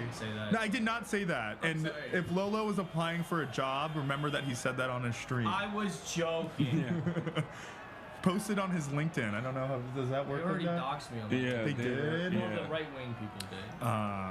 Yeah, now it's time for a left-wing dogs. Well, because okay, Do they just so I'm send not you gonna hate, or say can they, where like- I work because they somehow have not. You got a job? Okay, don't antagonize. I know you were like, Don't antagonize. Jack, I've been working since December, Jack. I've been working for months. Working. For a month. Sure. Recording TikToks? Whoa. We can keep going. What's going on here? I thought we're all on No, the we're all same good. team. We're all good. We're all good. We're all good. Congratulations, though. That's great. I work I work on this thing called the LGBTQ plus advocacy project. Oh God. What do you mean, oh God? I'm kidding. That's great. That's awesome. Oh, more gay shit. More gay shit. You and Mike Lawler. You and Mike Lawler. Anyway, they No, I love that. That's great. Originally on my LinkedIn, I had like my description of my job, and it included like working with trans people. that's awesome, yeah. people, blah blah blah. And they're like, he's a trans lawyer. That's because one of my posts went viral. And they didn't mean trans lawyer. They weren't transvestigating me, but they were like, he is a trans lawyer. Oh, like he's a lawyer for trans, big trans. Yeah, big trans. Okay. Yeah, big trans. You're in the pocket. Soros funded. Soros funded trans lawyer. Yeah, you're in the pocket of big trans. Okay, what did she say on the way up? I had a minor, I just we were going up, and I was just. She was very nervous to meet you. I wasn't nervous to meet you. I think I was nervous to be on this end of it and to know that I was gonna get exposed at some point for being a 50. How many people are watching? Subscriber. There's 32,300. Wow. Right there. It's more views than CNN these days, That right? is more views than CNN. Yeah. What time is it right now? Yeah, when are you guys going to Queens? Because March has not responded to me, I don't think. Or Yes, maybe I'm he gonna did, get but... Oh, he did respond. Are you filming today? Okay, He's I'm ready not whenever. kidding. I can't.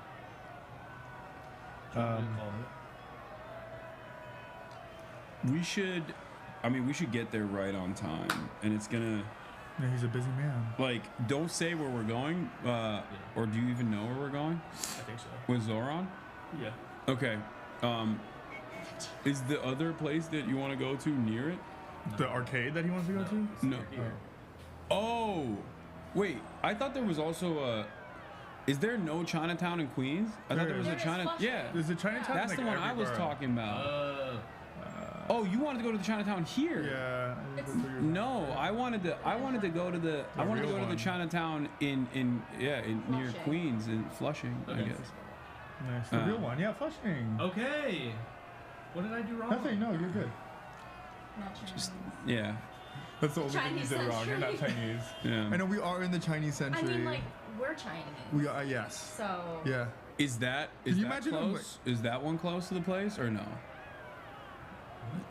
Is that Chinatown closer to the place that our final destination? Yes. It is. It is. Okay. Flushing's close to Astoria? Well, Sorry. No, it's fine. You can say that. Yeah. Those are Here's the two neighborhoods, guys. bro. It's okay. They're two neighborhoods. Yeah. If that's closer from where we are, I suspect it is. Yeah. Is it how many? Then we can go there first, and then go to our final destination. That's what I was saying. You have some hard questions for Zohran? No. We are a 10-minute Not walk really. from the place that I was thinking of. Yeah, I wasn't. We've moved past it. Yeah, I wasn't gonna go there anyway. I thought we were on the same page. We're never on the same page. Yeah. We've never been on the same page. We have not. I am against ableism and homophobia, and you do it all the time. Yeah, and Italian. And Italiaphobia. Like what you just said was crazy just now with the cats. Yeah. And it's anti-cat, too. Yeah. Just. Oh, shit. I'm never in New York hotels, so it's always fun to see what they look like. Yeah, no, it's a nice view out here. Yeah. This is a fancy hotel. We're in a fancy hotel. Astoria to Flushing by car is 30 minutes and 40 minutes during rush hour? Okay, we're not doing that either then. Have you been to Flushing before? No, I don't think so. Flushing's great. Jackson Heights is great too. Went to a Malaysian food spot yesterday called Taste Good. Did it? I didn't like it. I didn't like it, but like I think I maybe like ordered wrong, maybe. Okay. And like I love that type of food. Yeah. And You didn't. yeah, I mean like Gouda tastes good, and maybe like I didn't get like the beef rendang and stuff. I got like the Hainanese chicken. Wait, that's usually good. No, it Like usually isn't. No, the chicken rice. Yeah, of course. It was not. It wasn't giving. Maybe I went on an off day.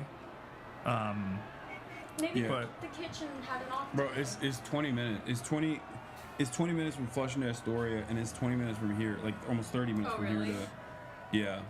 So we'll just head out there at. I guess. Good time. Yeah, I guess we'll head out there in half an hour. You're really bad at like. Hassan, please, you won't have time. You know. Where are you going?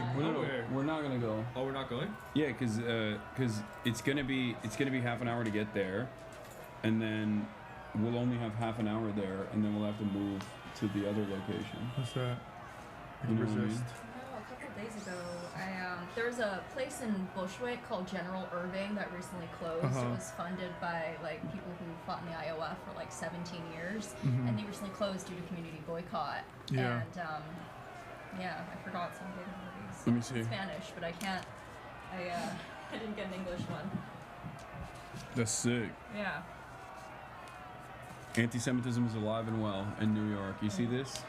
Is that interesting? It's unacceptable. You're like, let me inspect it real quick. Let me see. Flushing can be active about the 7 train. We're not getting on any trains. No, Why? You don't like working class New Yorkers? No, I love public transit. It's just we're not gonna be able to stream if we go into. It's above ground, right? This Go out to isn't Queens. We're not nice feet. Yeah, I guess you won't be able to stream. But that's crazy. You're scared of working class people? There's an above train that we can take to. I know. I think it's underground for a little bit, and then it goes above ground. The problem is The bus would be crazy. like. The only when I'm in Japan, I'm only doing trains. Yeah. But you have full service when you're down there.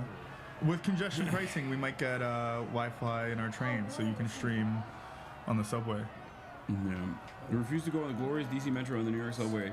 Shaking my head. I know, that's crazy. And he's talking up congestion pricing, but he won't even pay the MTA 290. There's also another problem with that as well, where when I do IRL streams in New York or in DC, we get fucking congestion with people. Yeah. So that half these people that want me to go on the subway are because they want to fucking snipe me. Yeah. They want to stream snipe. They're like, hey, come on. You should wear one of those those masks that look like faces.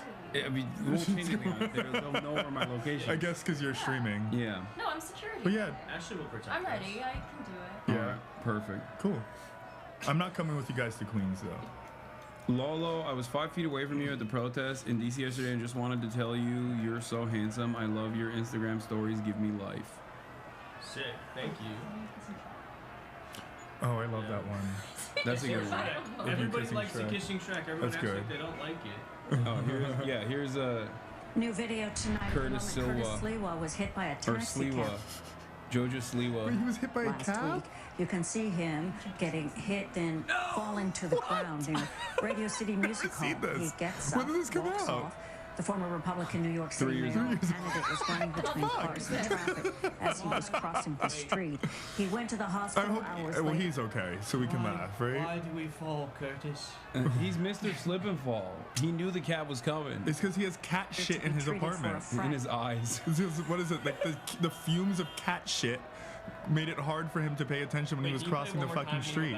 Go back. I'm not gonna lie, I am shocked that he has 60 cats. Like, I feel like that's insane. Gets up, walks off. The former Republican New York City mayor candidate was running between cars and do the traffic Sonic coins. as he was crossing the street. Traveling might be a mess towards Flushing because the Mets game ended like 30 minutes ago. Oh, that's wild that he's anti-congestion pricing, but congestion pricing would have saved him from that hit. Yeah. Wait, it's not 60, it's 15. Okay. I said I was being dramatic. I said I was being dramatic. I genuinely believe that he had 60. 15's is still a shit ton. It still smells like cat shit. That's a lot of cats. Yeah. Wait, Ashley said. And like a tiny. My mom fosters cats in California. You just lost a constituent. I know, seriously. You just lost a I'm gonna vote. I'm you live in my district? What district are you in? Oh, that's fucked up. You don't know your Hensel River? No. That's wild. I'm in Bed-Stuy in Crown Heights. No, I'm not. It's okay. This area? Yeah. Say your address on stream. I will. 1, 2, 3. He has 15 cats in a New York City apartment. That's a lot. I'm not. That is a lot. That's not anti-cat. That's like. How big is the? Anti-piker doing anti-piker stuff. Oh shit!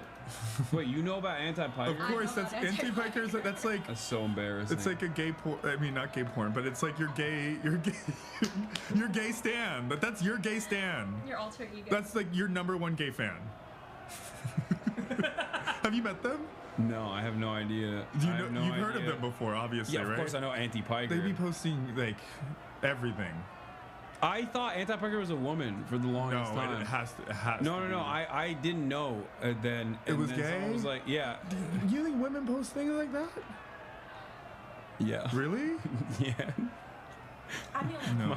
My fans, my fans do. It's so. Yeah, they definitely do. The fan cams on TikTok. Yeah.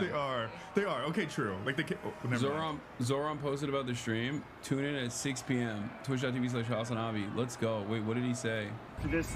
He's so handsome. What's going on, everyone? We just finished up a rally for a rent freeze here in Sunset Park. After this, heading to Crown Heights. Then at 6 p.m., I'm going to be live with the one and only Hasan Piker on YouTube and this thing that I'm hearing about called Twitch.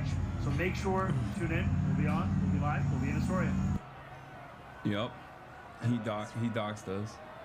In Astoria, he's giving out his location. Yeah. That's assassination coordinates. Okay. Oh my god. That's crazy. That's wild. That's what Elon Musk called them. Oh, assassination coordinates? Yes. Yeah, I'm definitely not coming with unicorns. Don't let Hasan talk shit on anti-biker when he sends messages like this.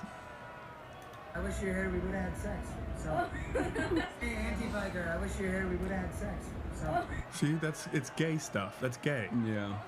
You know? That's a straight. Did you see Zohran right? on the New York Post cover a few days ago? Dangerous ma'am. Mom. Oh. I guess they were trying to be like dangerous man. Yeah. It didn't like. New Yorkers must stop the anti-Israel forces trying to elect radical Zohran. And they just like included these like comments that are just like hearts and Palestinian flags. Wow, look at the dangerous radical statements. Just heart. Like, I know. Yeah. No, that's one of the coolest things about having strong opinions is that when your ideological enemies try to besmirch your reputation, they just kind of make you look cooler.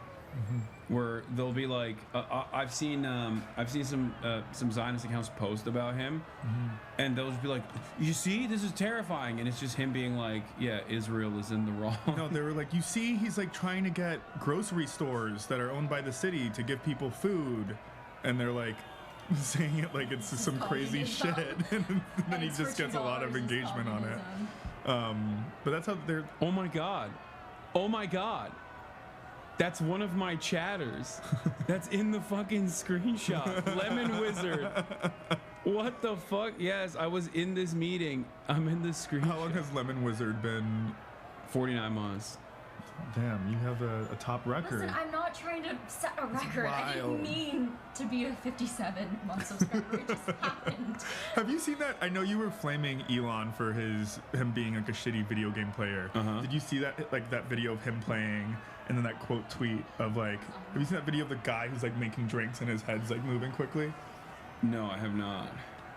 But it's like when he's like. So there's like this video of this like guy in some like Southeast Asian country who's like making drinks, and he's like, look how fast he's making it, but the only thing that's moving fast is his head. Yeah. Anyways, maybe your chat will pull it up. But Elon was doing the same. 2/3 of New York City voters support creating municipal grocery stores to bring down prices. The concept is imminently feasible. In fact, publicly owned grocery stores are quite common and already existed at scale in the U.S. military. I mean, he's got some great ideas, which is why the thing that's like been the most surprising to me, I think, is like in the midst of all this chaos, the real estate developers have not like gotten their shit together to like actively find a candidate to promote them instead. Well, and I guess Cuomo plays they're supporting that role. Cuomo, and Cuomo's like soaring in the polls. You know, I think a lot of people. But I think that's a consequence of name recognition. Yeah, totally. Because Zohran, the fact that he's the second contender in a ranked choice voting ballot, with much less of a presence overall, is definitely a. I mean, that's definitely great. It's a testament to how successful his campaigning has been. Absolutely. I do believe that we need a stronger ranked choice voting strategy going into this June primary. They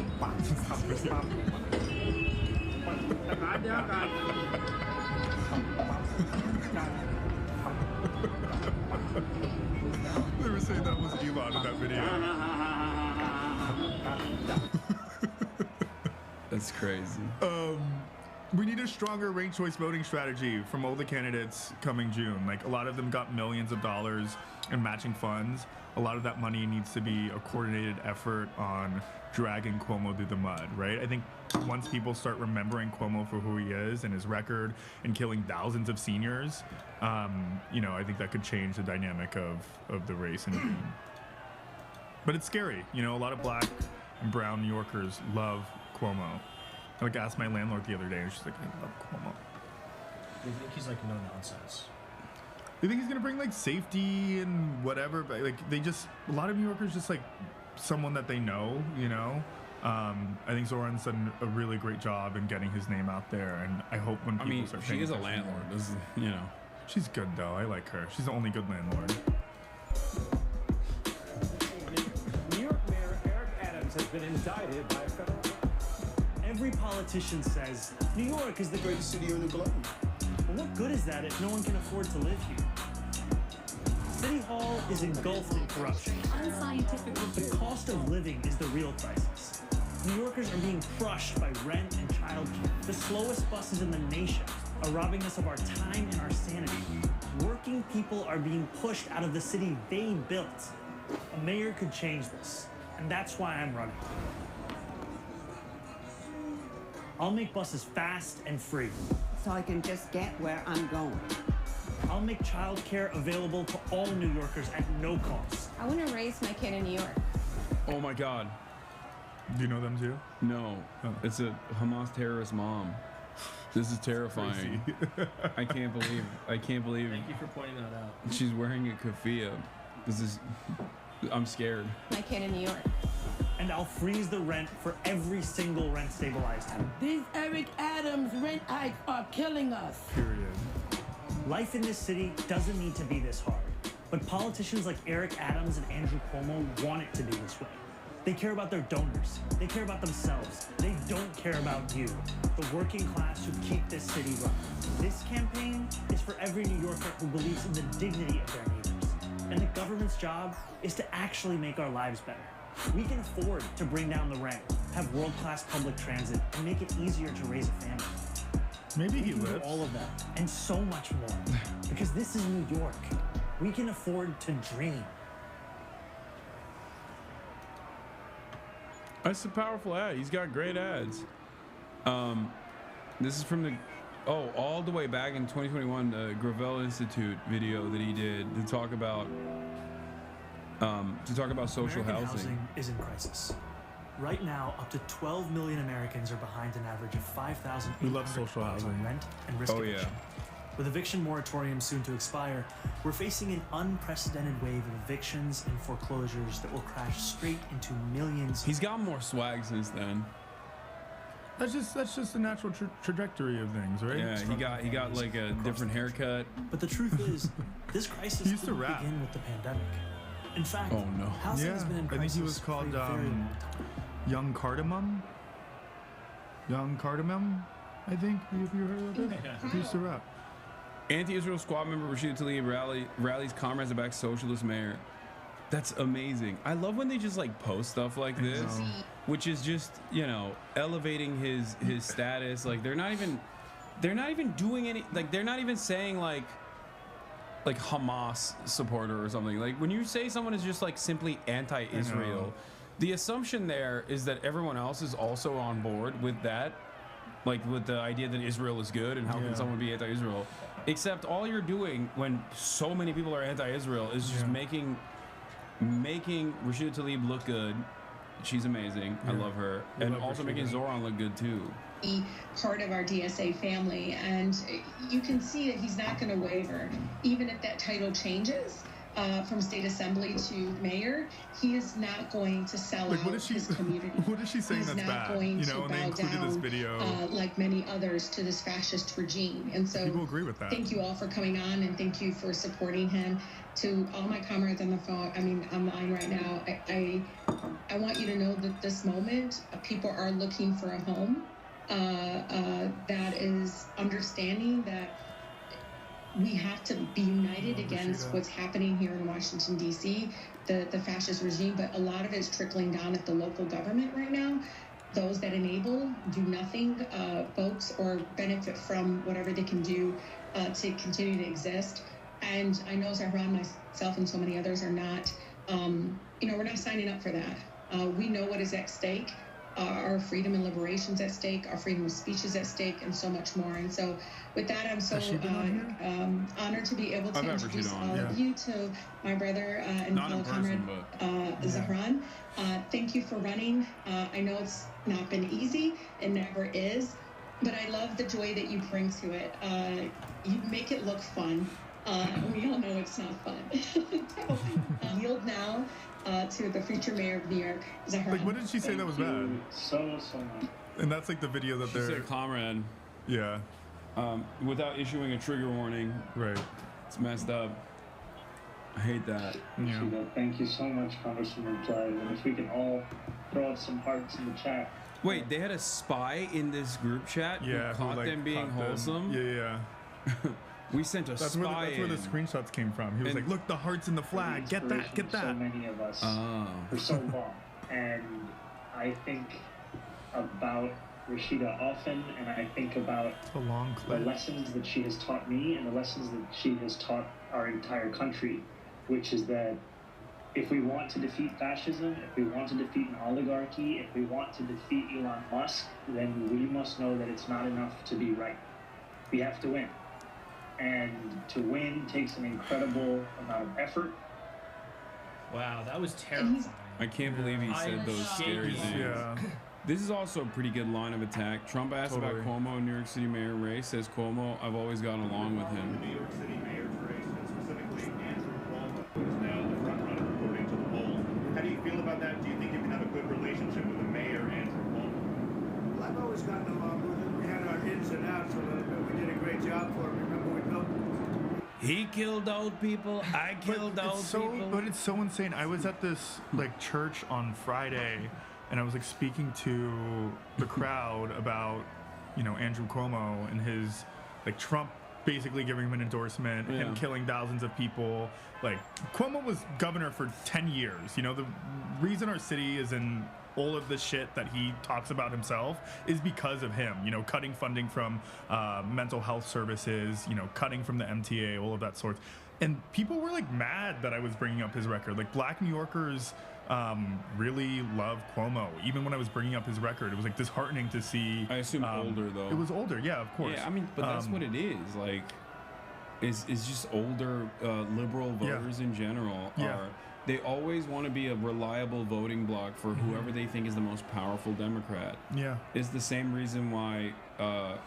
It's the same reason why South Carolina went heavily in favor of Joe Biden. Yeah, that's what it is. I do believe a lot of it stems from the fact that they vote for not only the candidate they think that's going to win, but the candidate that they know, right? Someone who's been in office for 5, 10, 15, 20 years, and where that gives a disadvantage to the left is like a lot of us are these like newer insurgents who are coming into politics and maybe have built relationships within our own constituencies across the city. But I do believe that, one, if we reach out to them in the ways that some of these candidates are doing running for mayor that aren't Cuomo, maybe they'll listen. But two, our longevity in politics, even though, career politicians are shitty, we'll build that trust between, some of these constituencies and leftists. leftist I mean, politicians. look, looking at the race, the New York mayoral race, like the one thing that is missing for Zohran is like more name recognition inside of New York, not just outside of New York, but like specifically for New Yorkers, the constituencies that you're talking to and talking about. Yeah, because those guys are the ones that are the most reliable voting bloc at the end of the day. And yeah, I worry that, I mean, this is like a lower position. In their eyes, they see Andrew Cuomo as someone who has already demonstrated success in a much higher position. Yeah, and so it's a given. The voting bloc of New York City isn't as progressive as everyone makes it out to be, right? New Yorkers are very moderate, you know, sometimes very centrist, sometimes, you know, conservative as hell. I think a part of our organizing strategy as leftists, as progressives, is to be unabashed and unafraid to not only speak to those voters, but to show what leftist or progressive leadership can look like in this city, right? In terms of passing that bill that I did back in November that like bans broker fees, that keeps like black New Yorkers in their communities rather than being, you know, gentrified out and having a lack of mobility when they're finding new housing. I think showing that record to these New Yorkers is how we gain their support in races like this one. Yeah. All right, we should, I guess we should head out there and we can maybe dick around in the area. What? Can we go to the arcade? No, we don't have time to go to the arcade. It's 10 minutes. You want to go to the here? I'll tell Marsh to come over here, and we'll go to this one fucking arcade that you want to go to, and then we'll move out from there. I feel like. I want to go to the arcade. Chat wants me. Chat wants to go. Chat want to go to the arcade? Chat wants to go. Is it like a Chuck E. Cheese? I don't think Chat wants to go. No, they but don't it doesn't matter. No. Cuomo was literally on Netanyahu's. Yeah, it's true. Andrew Cuomo joins high-powered legal team to defend Netanyahu against. Wait, what? Yeah. What? I didn't. What the fuck? What is going on? Yeah, this is New York, man. He's locking in. He's aura farming from Netanyahu. This is what we deal with here. It sucks. We're the worst blue state in this fucking country. That I think is probably. California's pretty bad too. As bad as this? I don't know. Gavin Newsom's on Netanyahu's legal team? Yeah, you're right. I guess like that's pretty fucking bad. I guess this is. I don't know. What are you doing? What's the matter with you? I hate This is a California. sick fit. Well, I mean, well, think about who we have. I'm March. It's nice to meet you, March. Nice to meet you. You look good. This is a good fit. All right, well, Are you fucking around with this? Do you end the stream or do you like? No. We'll just swap it. You have to go back. What we do in this we use this camera still for streaming, for live streaming on the bag. You want to swap it? So he takes it out. Yes. Oh, nice. You got a fucking light. Shout out Enron Nuclear. You're right. Support their economic policy. Their what is it? Electricity policy, energy policy. I swap it over to the laptop camera. Yeah. Yeah. My days as a vlogger. You can cut this out. I'm gonna head out. Yeah, we can swap. We'll just go. We're fucking around. We'll just go to the arcade that's like down the street. It's not that far. I mean, I do need to at least like a few minutes to set up. Are you leaving?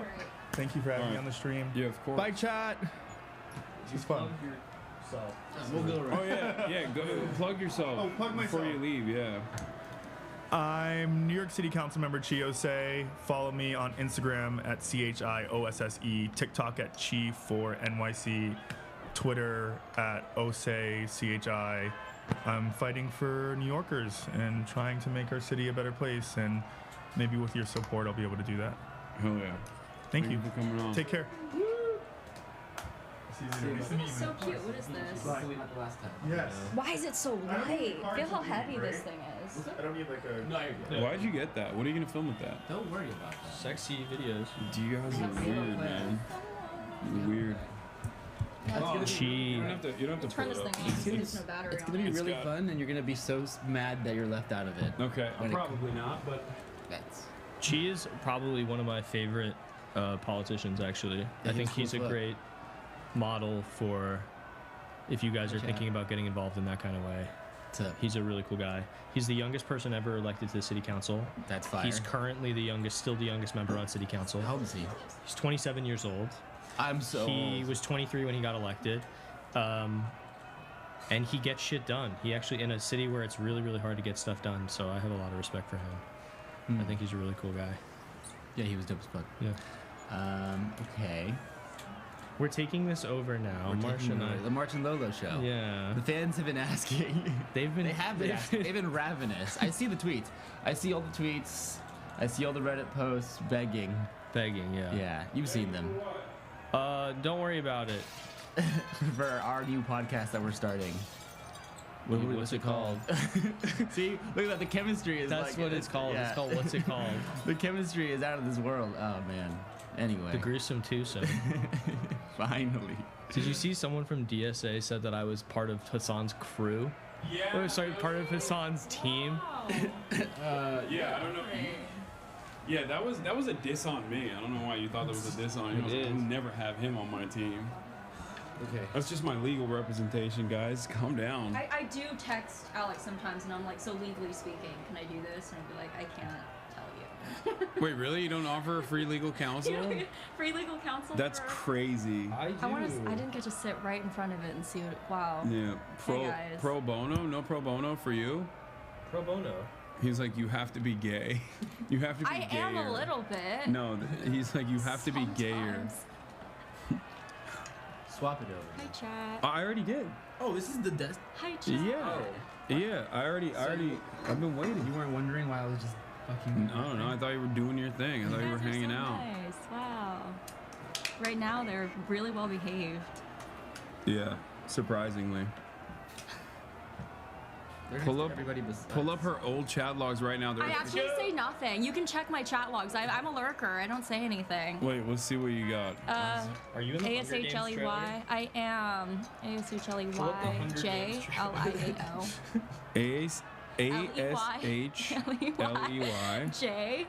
JLIAO. I think I commented something about like during the LA fires. There was a lady. But like, a lot of logs in there. No, that's not a lot. 2020, dude. Like, this is Pog. Okay, I love being Chad. Pre-COVID, Lamau. 27K Andy. 20K baby. 72K Andy. Damn, view frog. Yeah, actress here. I get tested 3 times a week. Yeah, actors get tested 3. It's true. So that during COVID, you were asking like how actors stayed safe, and we did COVID testing up the nose like 3 times a week. That's literally the point. Keep going. You fold it like a taco and let it slide up there. It's labia. Yeah, you couldn't pronounce the word labia. You called it labia. Yeah, you can feel it. You can feel it. Oh, because I was talking about Diva Cups. Oh, yes, those are great. No one here can relate to that. Yeah, say labia again. Say it. Technically, you can hide your stuff in there. This is 2021. You cannot expose me like this. Again. Why did you say labia like that? Like SpaceX, LMAO. Yeah. What you were talking about stuff you can hide in your Diva Cup? We're gonna move. That's crazy. Not my chat. Oh yeah, I just got back from UCLA's UAW 411 on strike. This tweet from Ukraine back in December. This tweet from December. Please don't. What is this? Please don't. I don't know what it is. I'm scared. Oh. I would send something like It's boys. He didn't want to use the colonized French boua. Oh, I think we're talking about Du Bois. Yeah. What? And then Golden Kappa. You guys can see I did. It was important to me to like see that. Wow. But yeah, I really don't Okay, yeah, you for 57 months you got nothing in normal, here. Right? Like pretty normally normal? No, it's abnormal that you haven't said anything freaky. I try to be not strange on the internet. Pronunciation Andy, you guys are great. You're a view count frog and a pronunciation Andy. Yeah. There's worse types. Thank you. Yeah, there's definitely. Yeah. Yeah, most people in here have 909. They've maxed out already, so it says 999 plus. Wow. Especially for that long. Yeah, I don't. That's 1 hour worth of Megas logs. And how about 10 minutes? Megaphonics burns through this much in 10 minutes. Not even in here today. I think I DM'd you on Instagram about UCLA's encampment, because Chad, I went to UCLA, and that was I actually remember watching your stream on it the day before, like shit really went down. I was like, oh my god, like this is Yeah. Megaphonics. It was great. We're gonna go to your freaking arcade. You're going? Yeah. Okay, remember, I do need at least a few minutes to set up the interview. Yeah. I know we're gonna be quick, but like, give me like 5 minutes. Yeah. Can't get there just at 6. She accidentally unfollowed you at some point. Oh yeah. Following since July 11, 2024. Whoa. Maybe she rage unfollowed. Actually, no. I think there was like an issue with it. I wasn't getting your notifications or something for it, and I was like, maybe if I unfollow and refollow. Did you break it? What did you do? How'd you do? I broke it. Oh my god. And he wants to go to the arcade. Take a struggle. How did this happen? You child. I don't know. I don't know. It's fine. It's not. Is this like Kaya fur or what? Yeah, maybe. I don't know. Almost certainly. Most likely. Yeah.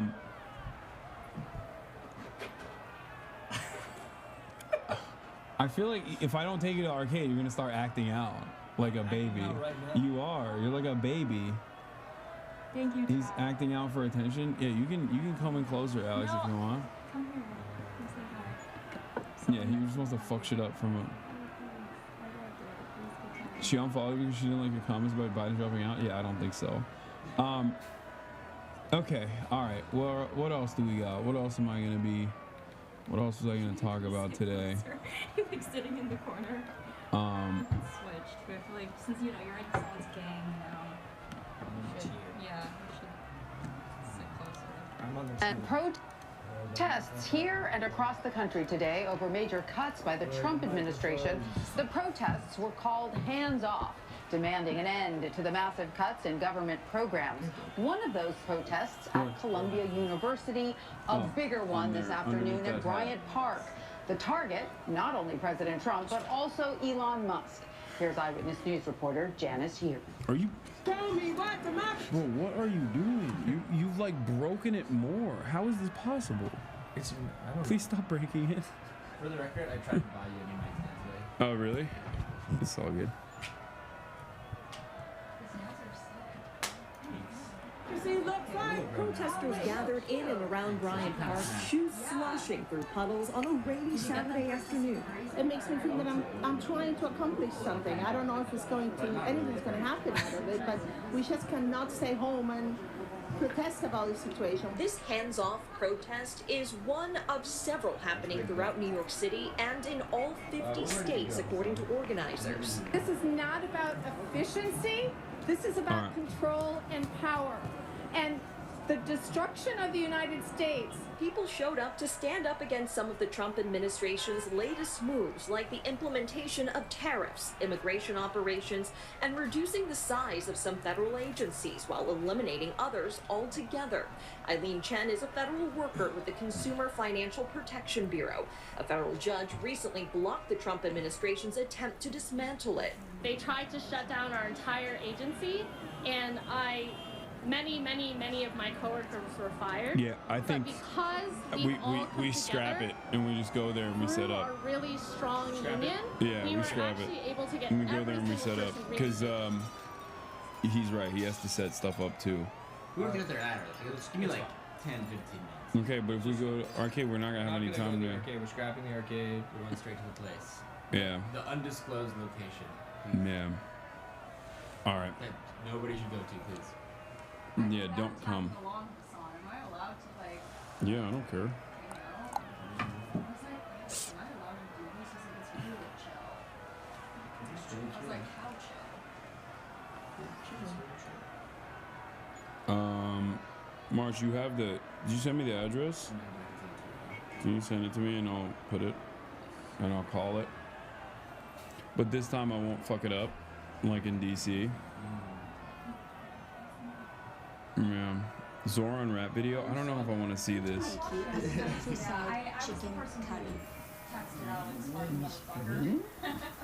Oh, you're the one who texted Alex? Called him out for farting?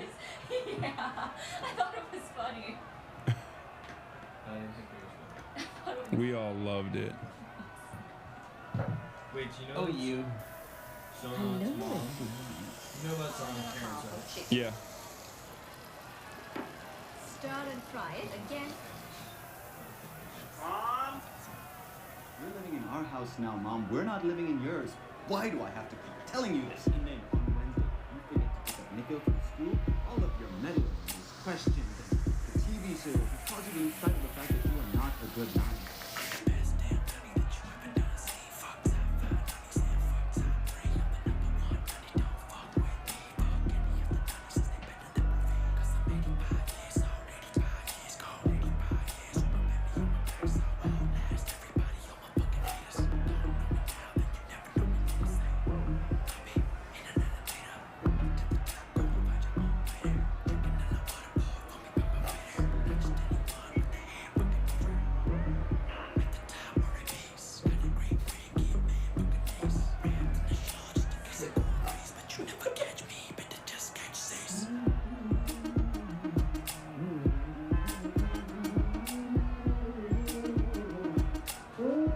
This is crazy.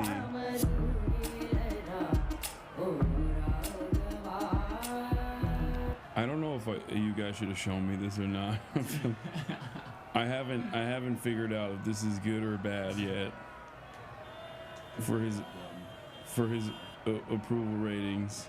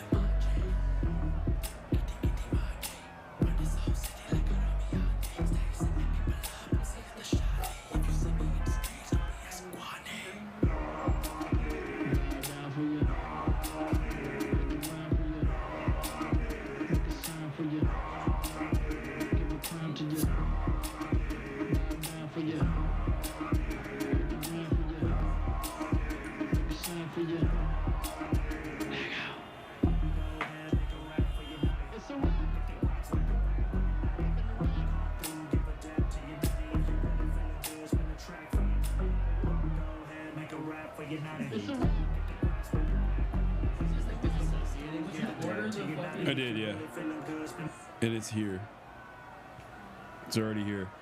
All right, everybody. We're not going to the arcade. We are going directly to the location right now, and yeah, we're gonna swap over in a second.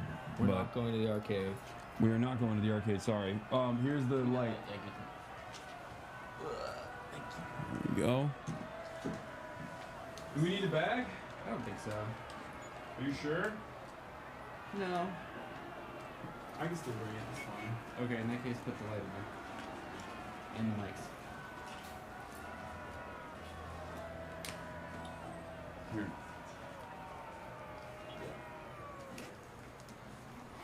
Here, throw this up first. Everybody want the other one?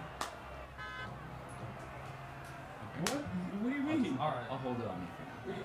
Why not? He doesn't like it. I feel really surveilled when I'm like. Do you want a parody back for that? You don't want to be mic'd up? They got all mad at me yesterday. Who did? Chat. Wait, why? Because I was doing a bad job. What? With the microphone. No, you weren't. Why are you listening to chat? He gets sensitive when we. He gets sensitive all the time. He's a soft boy. Okay, put all this in there.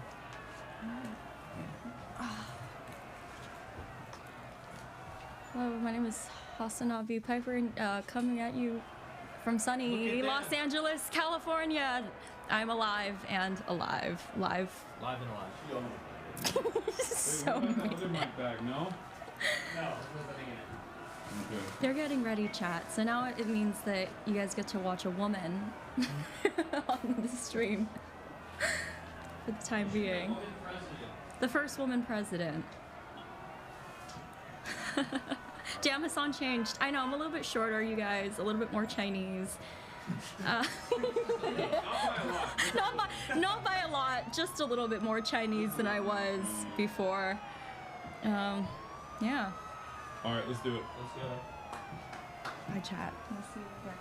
You guys.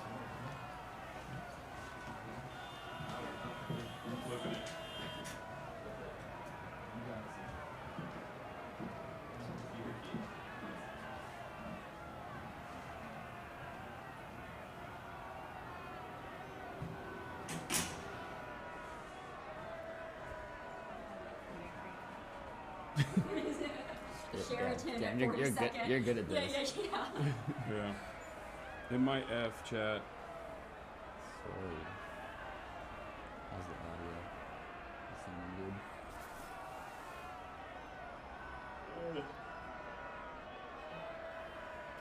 Avoid. Have you ever seen Mississippi yourself? No, what is that? No vid. That's the movie that his mom made. It's like particularly famous. Yeah. It's good. Yeah, I listened to Will's interview. You've been warned. Yeah. It might F here. I just said. There's always chatters that press F before it Fs. I know, and it's so confusing.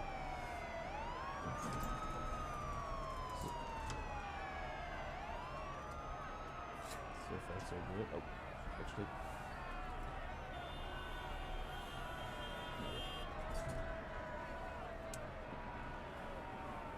I'll check after we're out of the elevator to see if we still got Jews. Oh, they're lying. It's not even F yet. There has been no F. Oh, Chad is just spamming it for trolling. What?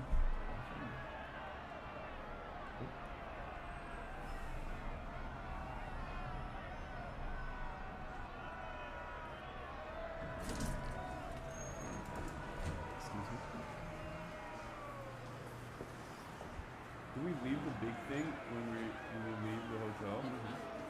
I would like to. I don't want to say. I'm mic'd up. Okay. All right. You don't have to. You could just left it in your room, you know. You have a hotel key. I don't want to carry it. It's heavy. You don't have to carry it. Wait, where is You have a hotel key. Where is this fucking guy? Probably around the corner.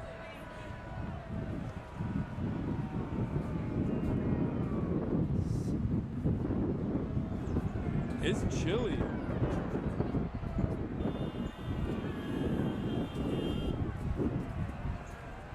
It's a Ford Explorer. He said he's waiting. Oh, it's right there with the flashing lights.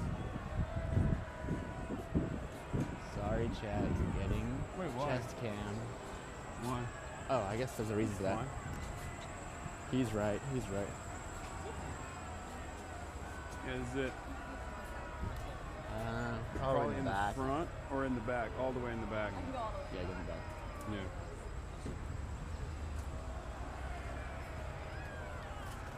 You want to get in from the other side? Or no, Alex? Just cross over. What's going on? Ow.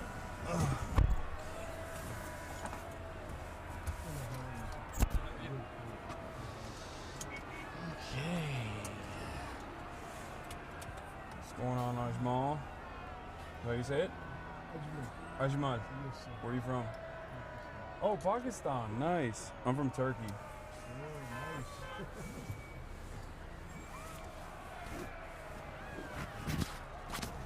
How long you lived in New York? 16 years. How do you like it? Yeah? What'd you do before Uber?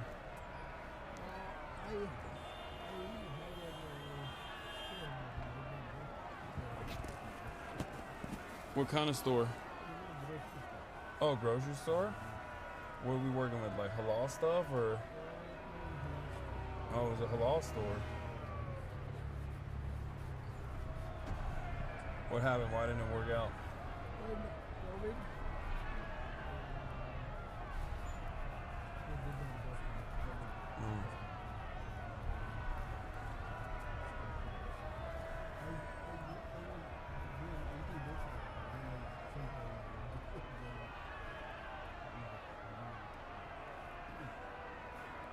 That's cool. We're on our way to go interview one of the candidates who's running for mayor of New York. Are you interested in that at all? Do you know that there's a mayoral race coming up? Oh, there's a mayoral race. Like people are running for mayor of New York City. Mayor, yeah, of New York City. Like Eric Adams. You know who that is? Oh, he's the current mayor of New York.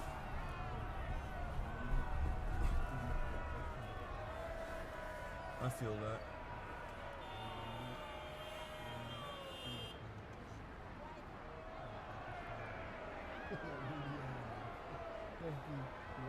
Yeah.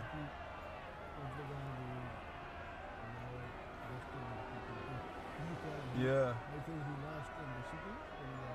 In Istanbul. Damn, you're more locked in on Turkish politics than you are in New York politics. That's crazy. That's cool.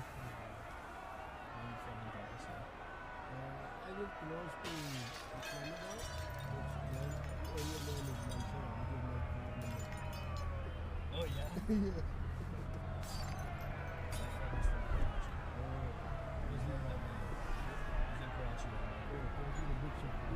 Times it. 560.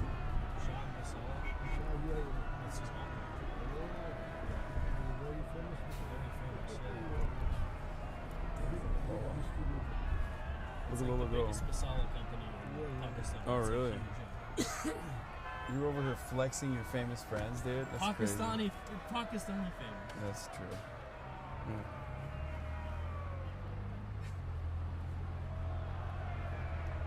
What do you think about Erdogan?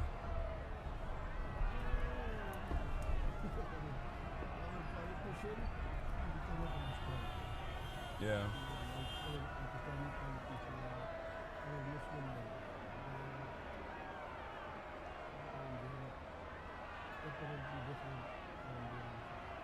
Oh yeah, what they say is very different than what they do. Yeah. Like Erdogan, he acts like he's against Israel, but he's very pro-Israel.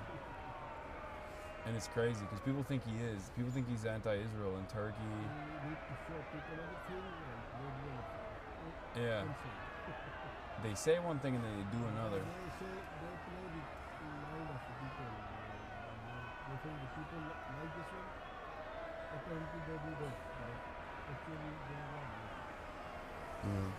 I mean, you don't have to answer this, but what do you think about Imran Khan? Oh, okay, I agree.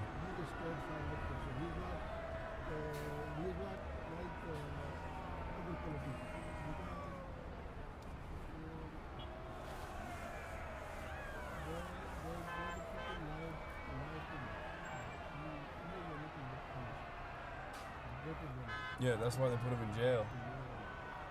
Yeah. I agree. I feel that. What do you think about Imran Khan, Alex?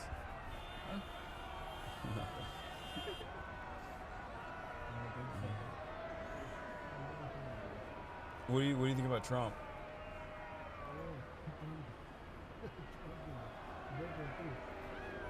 Oh, you like Trump?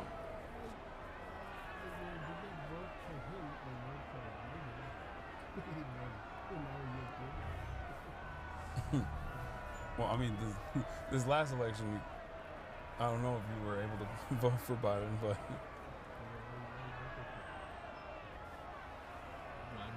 okay, I was riding with Biden too. Yeah, yeah. So, why do you like Trump?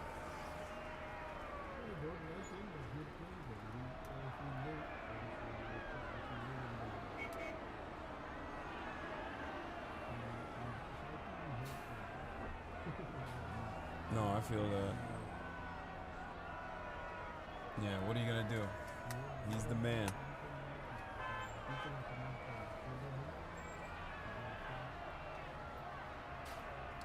Yeah. Okay. Well, you might like the guy who's running for mayor that we're gonna go interview in a little bit. His name is ZOHRAN MAMDANI. I don't. He's from Uganda, but he's I think so. Hold on, I don't want to mess it up. I'm gonna look it up. For chat. He was born in Uganda, but he is. I mean, he's Muslim.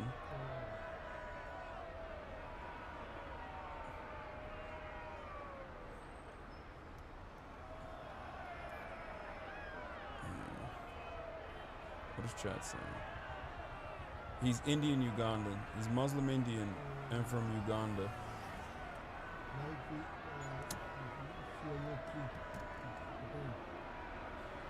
Wait, CIA chief? You mean FBI? The director of the FBI, Kash Patel. Yeah, but Kash Patel's not Muslim. Yeah. Yeah.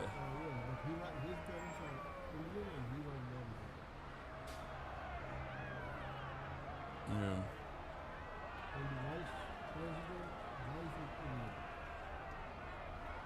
Yeah, Usha. Yeah.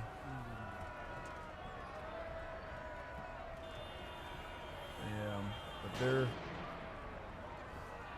I don't know if they got Indian people's best interests in mind, but who knows? You know?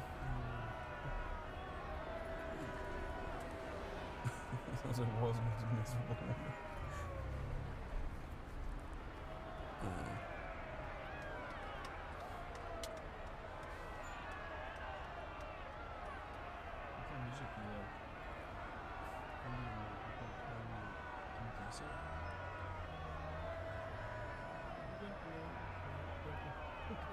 No, don't play Turkish. I want to hear what you listen to.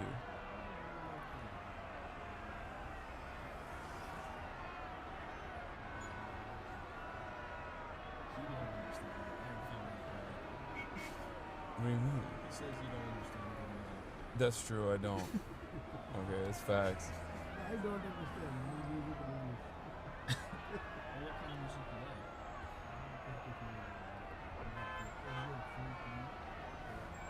Search for the vehicle on your device and select the words of this file.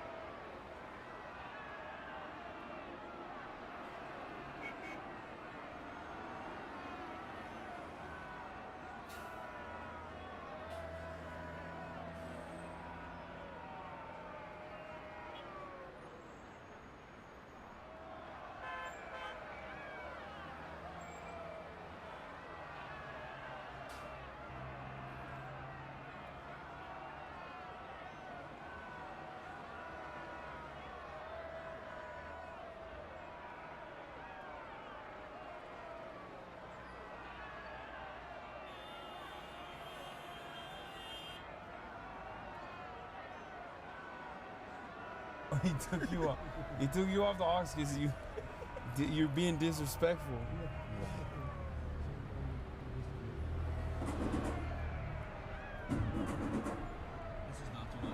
No, this is Natu Natu. Yeah. This is what I want to listen to. This song is the best.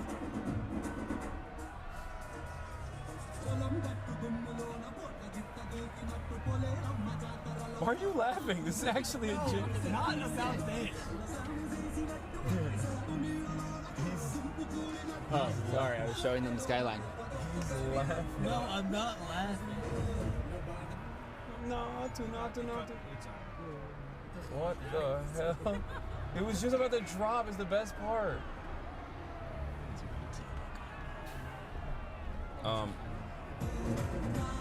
Wait, why are you pausing? I'm not.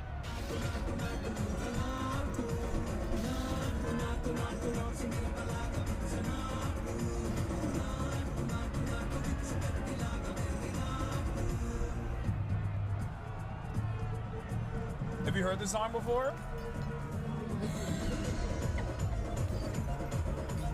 Did you watch the movie? Sometimes. Not too much.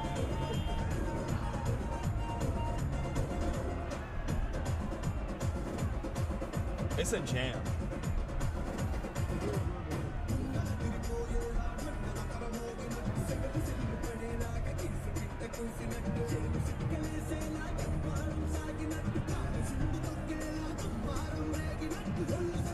Wait, Alex, can you lower the volume a little bit? No, you gotta do it from the, yeah. So this is Telugu, right? I mean, this is not, this is... It is Indian song. It's an Indian song, yeah, but is it a different dialect or is it? Hindi is the same like Urdu. Yeah, it's similar to Urdu, right? Ooh, I know some bad words in Urdu. Can I? Not 100% similar, a little bit different. Do you? In written, it is totally different. Yeah, I know some bad words in Urdu.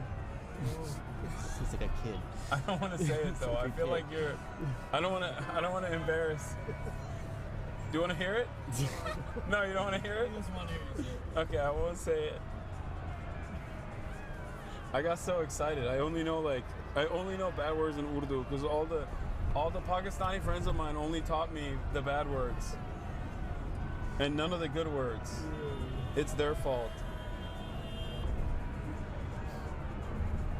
This part is so sick.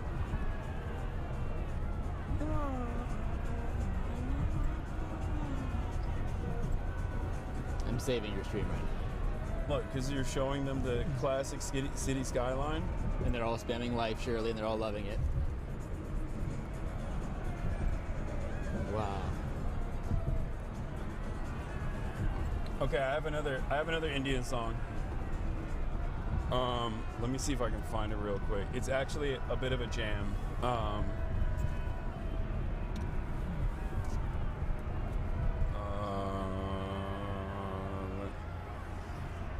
It's called, hold on, Bloody Wood, New Delhi, but NU. New Delhi. It's actually kind of a jam. I wonder if chatters probably know exactly what I'm about to play. This unironically slaps.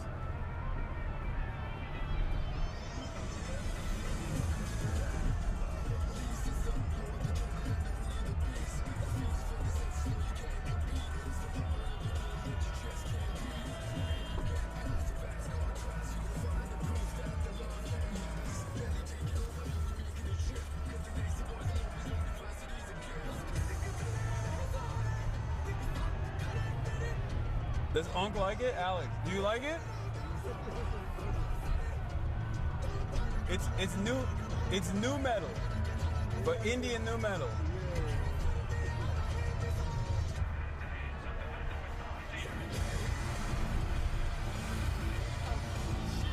It's good, right? It's Indian new metal. Unc doesn't like this part, I'm gonna be honest.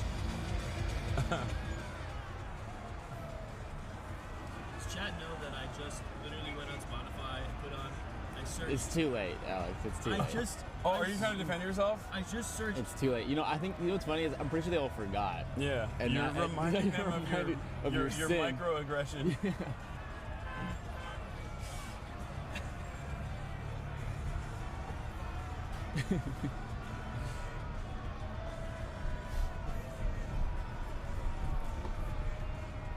Okay, we gotta play one more. I got another one. And this is an old banger from the stream. Oh, what is it? I might know this one. Wait, hold on.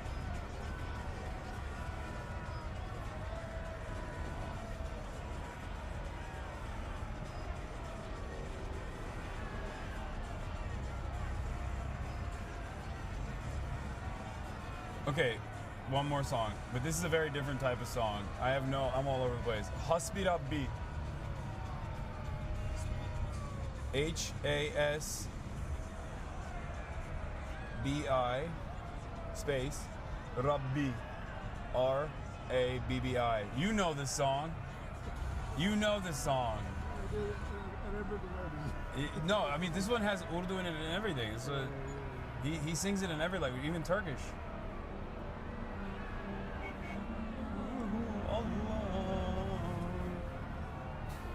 This was a classic. You're a 57 month subscriber. You've heard. You definitely heard this one. My boyfriends are wrong. This is an old banger from the stream. I used to play this all the time.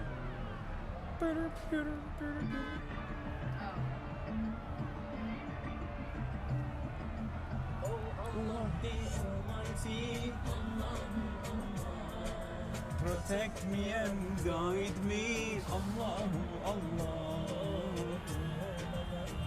Mercy, Allahu Allah. Ya Allah, don't deprive me,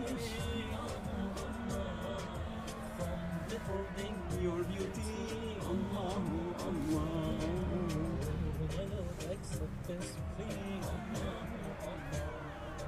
Hasbi Rabbi, Allah.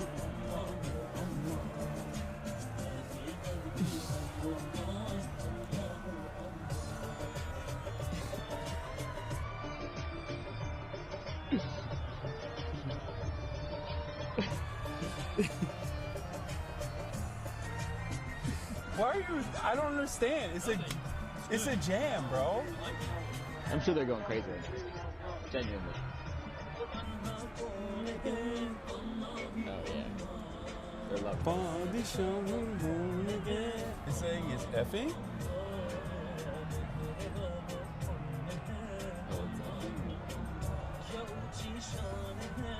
It's good, man.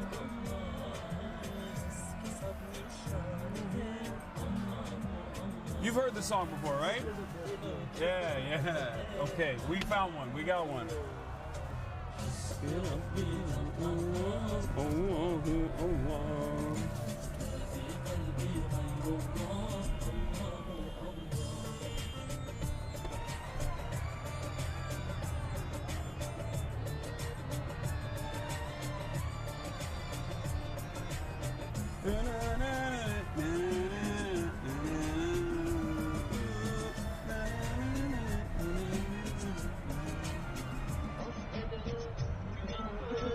This is Turkish.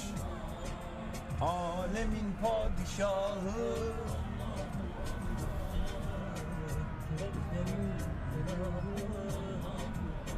İşit Allah derdimi bu aklarım.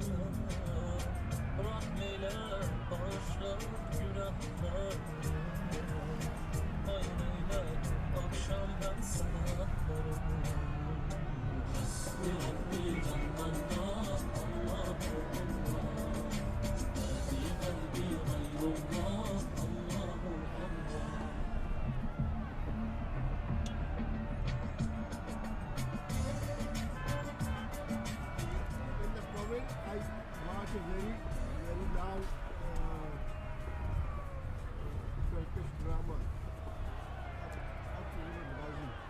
Wait, what's up? In COVID, you learned Turkish grammar? Drama. Oh, you watch Turkish drama. Oh. Oh, Ertuğrul. Yeah, everybody. A lot of people like Turkish dramas, the soap operas, Turkish soap operas. Yeah, they pop off. In Pakistani TV channel, now they Urdu dubbing, they play a lot of Turkish drama. Yeah, there's mass distribution. Yeah, big time soft power. And due to that drama, a lot of people Know about Turkey? Change their mind about money, about bravery. It's changing people's attitudes. Yeah, their attitude changed because there was COVID and a lot of people were free and the government put this drama on national TV because a lot of people only watch national TV. Okay, you can put something else on now, Lolo.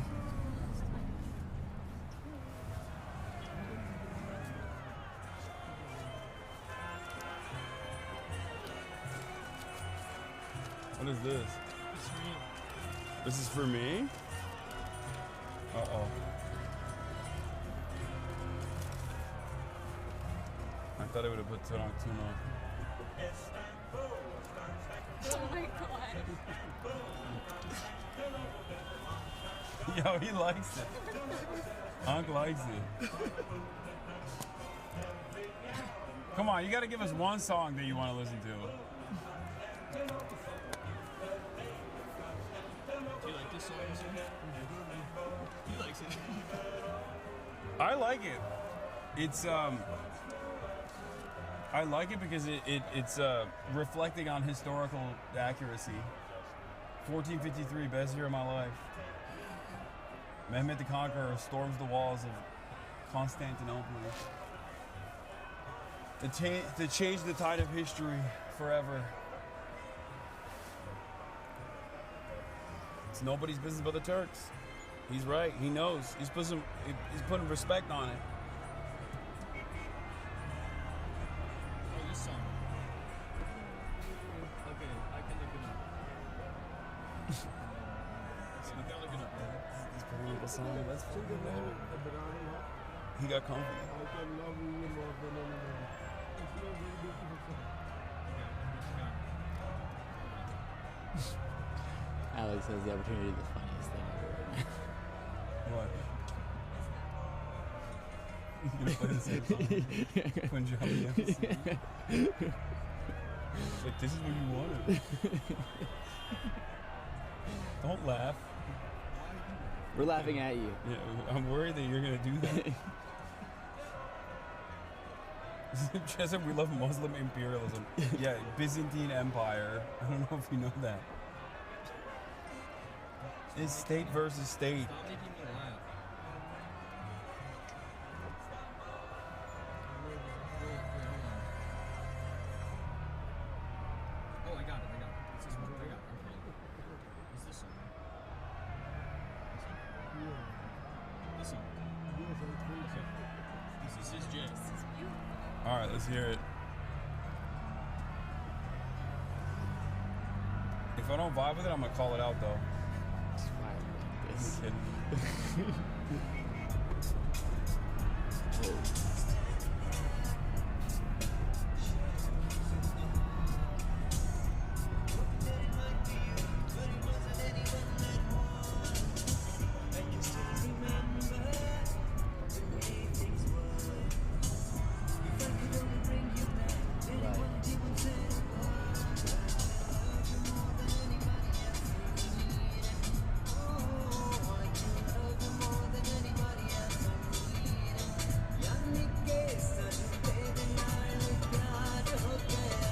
Okay.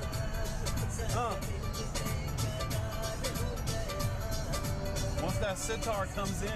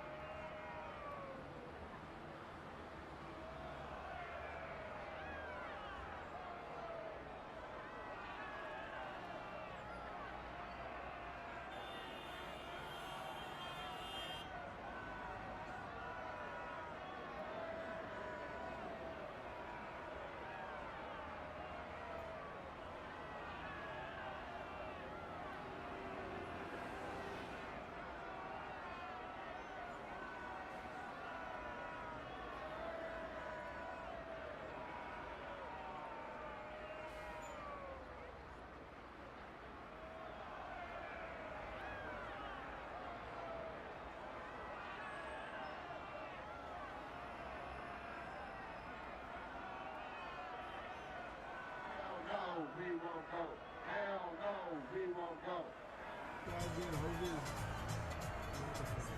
Just like Erdogan's doing in Turkey. Yeah, same thing.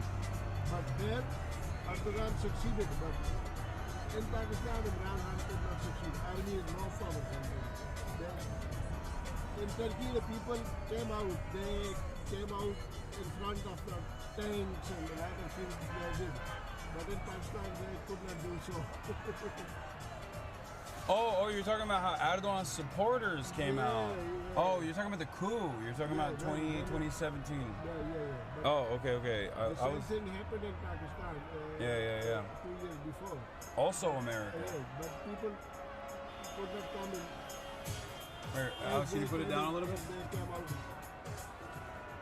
I'm trying to hear. What did you say? Pakistan people could not come. The Turkish Yeah. people came out. Yeah.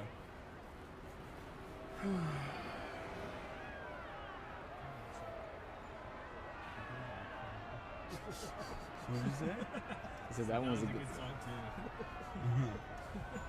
This is your jam, huh? Abrar Ulhar. Okay.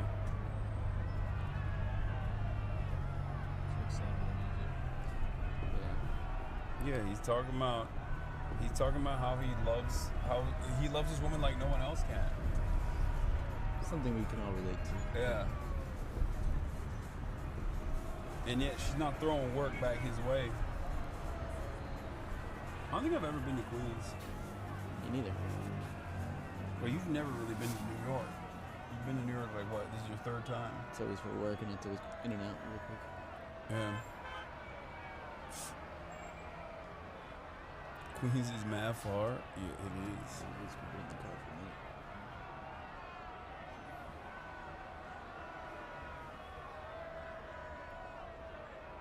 Check out King of Falafel on Broadway. Wait, is that the Palestinian-owned restaurant that gets like harassed?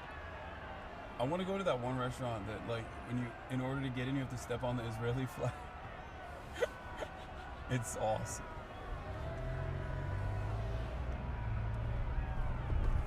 Chat, which one is it?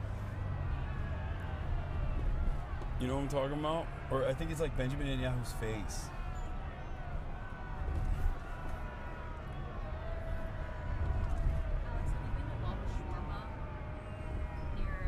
Oh, that's the King of Falafel, okay. Want to go incognito cam? Yeah.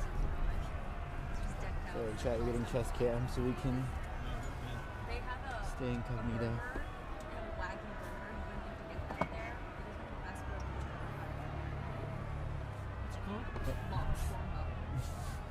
Incognito, not for long.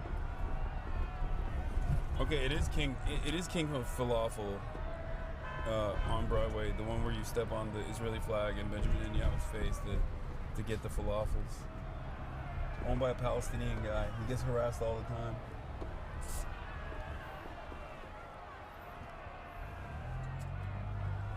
This is perfect, thank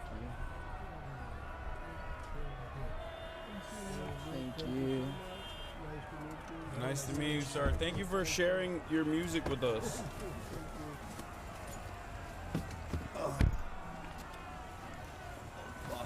Oh.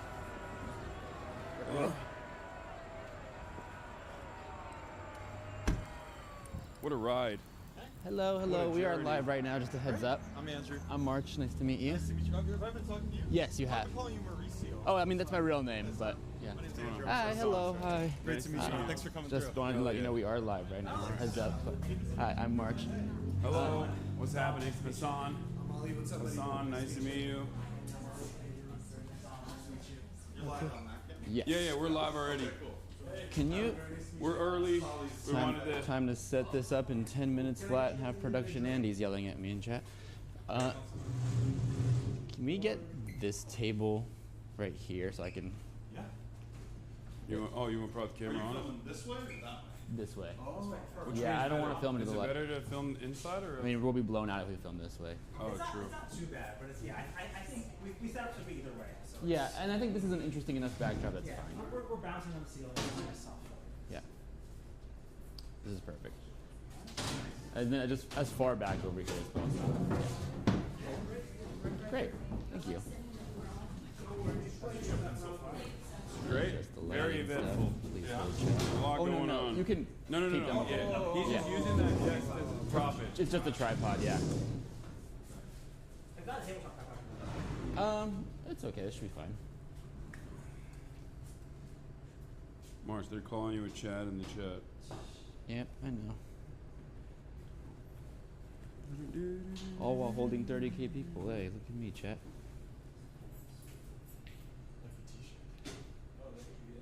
You want to take a seat, Hasan? I was there too. Yankees or Mets fan? Mets fan. It's better around here. Yeah. I'm a kind of odd man out here. You don't think it's gonna be weird side by side like this? You mean like side profile? Yeah. I mean, you could just kind of angle inward a bit, like angle the seats inward a bit. No, it's not hard. It's just like it's hard. I don't get a lot of sympathy. Yeah, go for it. No, wait, hold on. I'm at the seat, like the seats. I'll do it. I think it'll actually be fine though. I think it looks good. Yeah. It's fine. Yeah, I mean, I haven't even finished Let me it see. yet.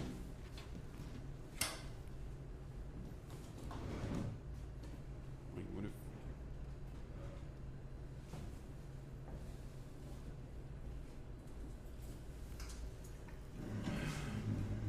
Like that, right? Yeah. That's what you were thinking? Yeah. And you'll kind of speak inward. It's a little bit And better. then I can punch in a bit too. Yeah. Alex, can you sit there for a second?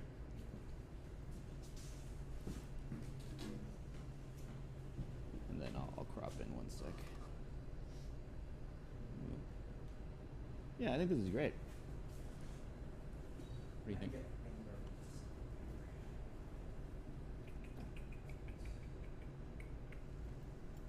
What do you think? Perfect.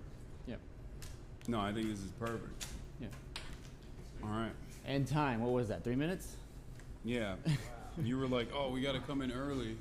We could have gone to the arcade. We could have gone to the arcade. Yeah, we really could have. Marsh cooked it. Okay, then I'll mic him up when he gets here. Mm-hmm. Yeah. 5 minutes. Camera in the reflection, haha.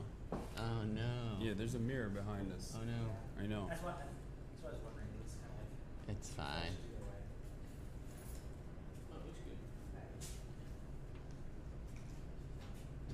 It's okay, I'll get a tweet about it tomorrow.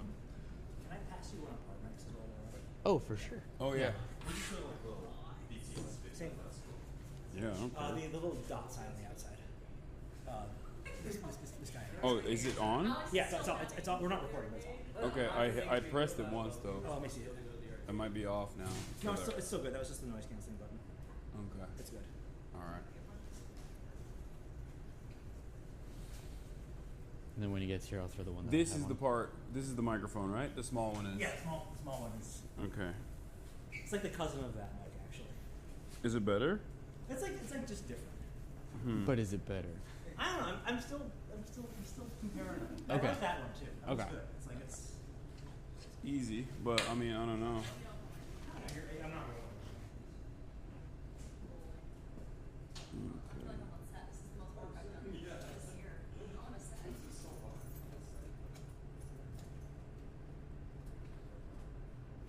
Hasan, don't tank this campaign, please.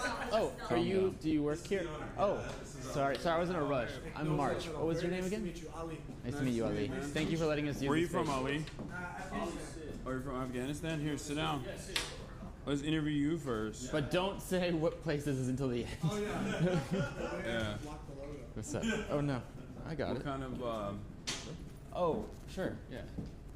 what kind of stuff do you guys serve here We when got, it's open? We got homemade pastries. Uh huh. We got sandwiches that we put on our homemade bread. Uh huh. Coffee, cappuccinos, lattes, the whole thing. What? Do you still have any pastries left? Or? I actually got pastries for you. I got you you actually do? right here. Wait, I'll wait for Zohran. Yeah. All right. You want me to wait? I'll wait for him. I'll wait for him. Since it's like a okay, that's cool. Yeah, he pulls up all the time. He loves our pink tea.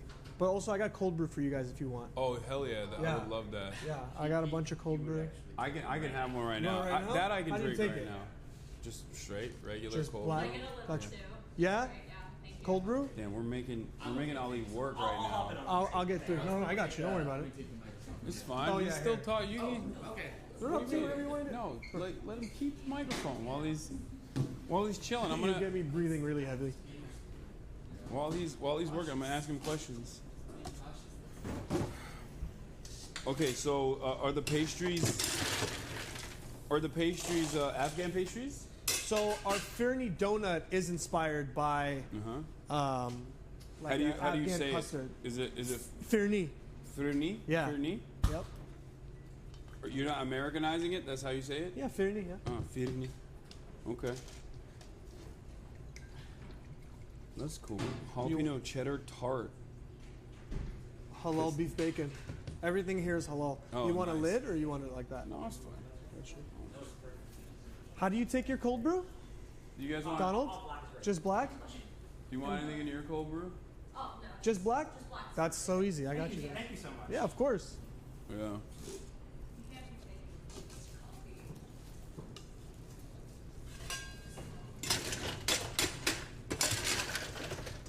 I was at this. I spoke at this. Oh, were you? Yeah, yesterday. Oh, I actually didn't even see the date on there. So I gotta pick that up. Yeah, we were. That's why I'm here. Like I originally came out. Oh, for that. To DC. Perfect. Oh, yeah, I have these. I have red ones. It's good coffee. More red ones. Lid, or you just want it like that? That's perfect. Okay. Thank you. Hassan dressed like Donald, I Steve got from yours too. Minecraft. Do you want a lid as well? No. No? And then you guys can help yourselves to the liquid death or the something and nothing. Those are really good too. Got you, no worries.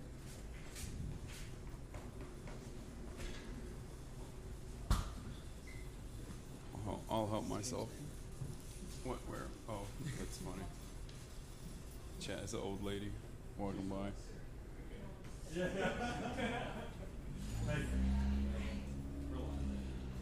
Due to the rising egg prices, we unfortunately had to add $2 onto every egg product. We had to. Trump's America. Dude, $2. Hate to have done it, but they're going down now. Yeah, Trump's keeping his campaign promise of bringing egg prices down. And he didn't do it. No surprise there. Are you worried? Are you worried about? You can sit down. Yeah, I'll come through. All right. Are you worried about? Are you worried about the tariffs? Yeah. I mean, I think everyone is, but let's see what it does. But you know. How long you own this place? 3 years. 3 years? Yeah. What did you do before that? I studied theater.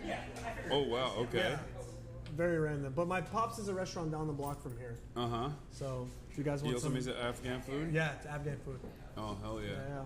What? I don't know if I've ever had specifically Afghan food. What's different? I'm Turkish. Yeah. I was just in Turkey actually, in really? October. Yeah. It's cool. Yeah, it's beautiful. It's awesome. What is So you know Turkish food. What's what are the similarities? What are the differences? It's similar. I think it's like how would I explain it? Like we definitely have a little. You just have to have it. You just gotta try it. Yeah, I'll bring some kebabs over for you guys, and then you tell me what the difference is. Okay, I will. You'll like it. What is I mean, it's got. I mean, a lot of the food is similar. Like that's why I go to like Lebanese restaurants, and it's like usually the same stuff. You know? I would say it's a little bit heavier season. There's more seasoning. Okay, that's good. That's not bad. But yeah, no, it's good. You'll try it. Our national dish is the Uzbeki kabli palau, which is like a stewed lamb shank. The rice is cooked in the lamb gravy.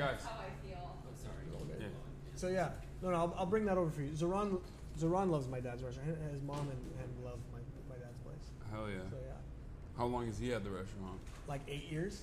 Okay. So. What did he do before that? He drove. He did a bunch of things, but when I was a kid, he was a yellow cab driver, and then he also had a coffee cart in the city. So he sold like coffee and bagels and stuff like that. So kind of full circle. Little roll. On a roll, exactly. Everything was like 75 cents, and that's the best. Yeah. See, that's another thing, March, that you haven't had yet. You gotta have a. Well, I mean, I don't know. Was he doing halal only or no? Yeah, everything here is halal. No. I'm saying when he had the coffee cart. Yeah, everything was halal. Oh, okay. Everything was halal. There's you gotta get a pork roll, egg and cheese, or a Taylor ham, egg and cheese on a roll. I wanted that this morning, and Lolo did not do that for me at all. Yeah. That's my kid brother. He was excited to meet you. He didn't believe me that you were coming today. Oh, okay. But I'm just. No, it's fine. You can come inside. You can come inside and sit. Give me a second. Let me have. Okay, I was worried. I thought it was a stream sniper at first. No. He's I was not. like, what's up? You could sit over here. This is my little buddy. What's going on, man? They're live streaming right now, so just. Sick shirt, by the way. I got him that. Inauguration? George Bush. Oh, the Bush inauguration. That's amazing. I got that shirt on God. eBay, and then I gave it to him. That's an amazing shirt. Yeah. Yo, you want to show the shirt to the camera? Yeah. That's sick. That's exactly the type of shit I would wear. Yeah. I got it on eBay, and then I was going to get rid of it. What do you mean? It's a but classic. Then he wanted it, so. Yeah. Wearing it ironically. Yeah, vindicated. He's the best. Yeah. And so I have one like that with Obama. I have an Obama one. Sick.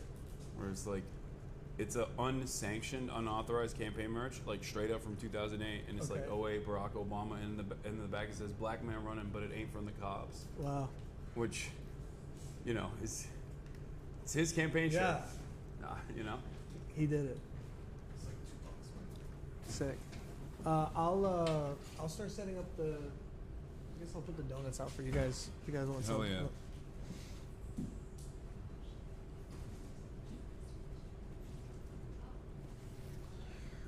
Let me get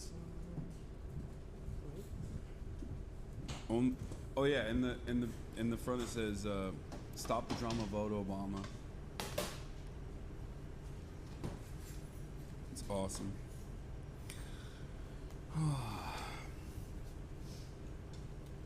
What's the coffee shop? We're not telling you where we are. Okay, stop asking and don't come here.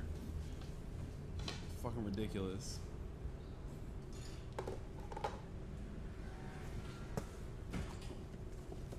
What's up, dude?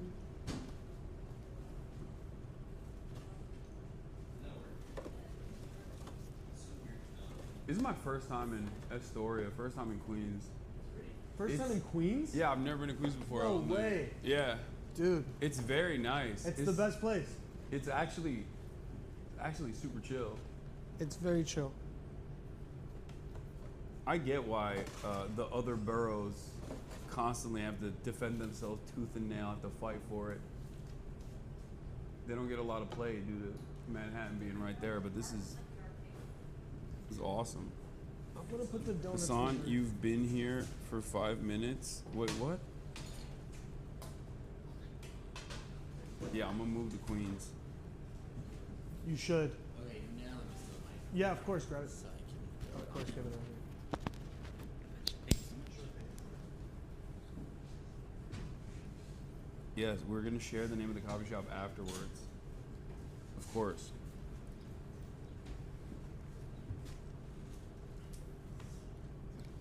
Bro, we're gonna go. I'm not gonna go to King of Falafel this time, but what's up, man? Hello, my man. How's it going? Nice to meet you. Nice to meet you too. Thank you so much for having me. No, thank you for doing this. This is amazing. Am I wearing this for me? Yes, absolutely. All right. Here's a little magnet. You just throw it on. Sounds good. Is this good for you? Maybe a little higher. Absolutely. Yeah. How's that? Throw it on. Yeah. This is perfect. Mr. Mayor. How you doing? How are you? Even more. Thanks so much for this, man. This is just awesome. And then you just take a seat here. Okay. All right. Zohran. How's it going, sir? It's going pretty good. This is my first time in Queens, and yeah, I'm excited to be out here for the occasion. Zohran MAMDANI, everybody, running for New York mayor, gonna win the New York mayoral race, hopefully, inshallah. Inshallah. Zohran, you're a busy guy. You're all over the place. You had a rally earlier today. Yeah. How did that go? It went well. It was a rally for a rent freeze with tenants in Sunset Park, with incredible city councilwoman Alexa Aviles, Assemblymember Marcelo Matenas, and a bunch of tenants who are tired of seeing their landlords profit while their rents keep going up. What made you want to run for mayor? I think ultimately it was that there's a cost of living crisis in our city, and Eric Adams has used almost every opportunity to exacerbate that crisis. He has put his thumb on the scale of corporations, of landlords, and New Yorkers have been paying for it, and they've been priced out of the city that they built. We can actually change that.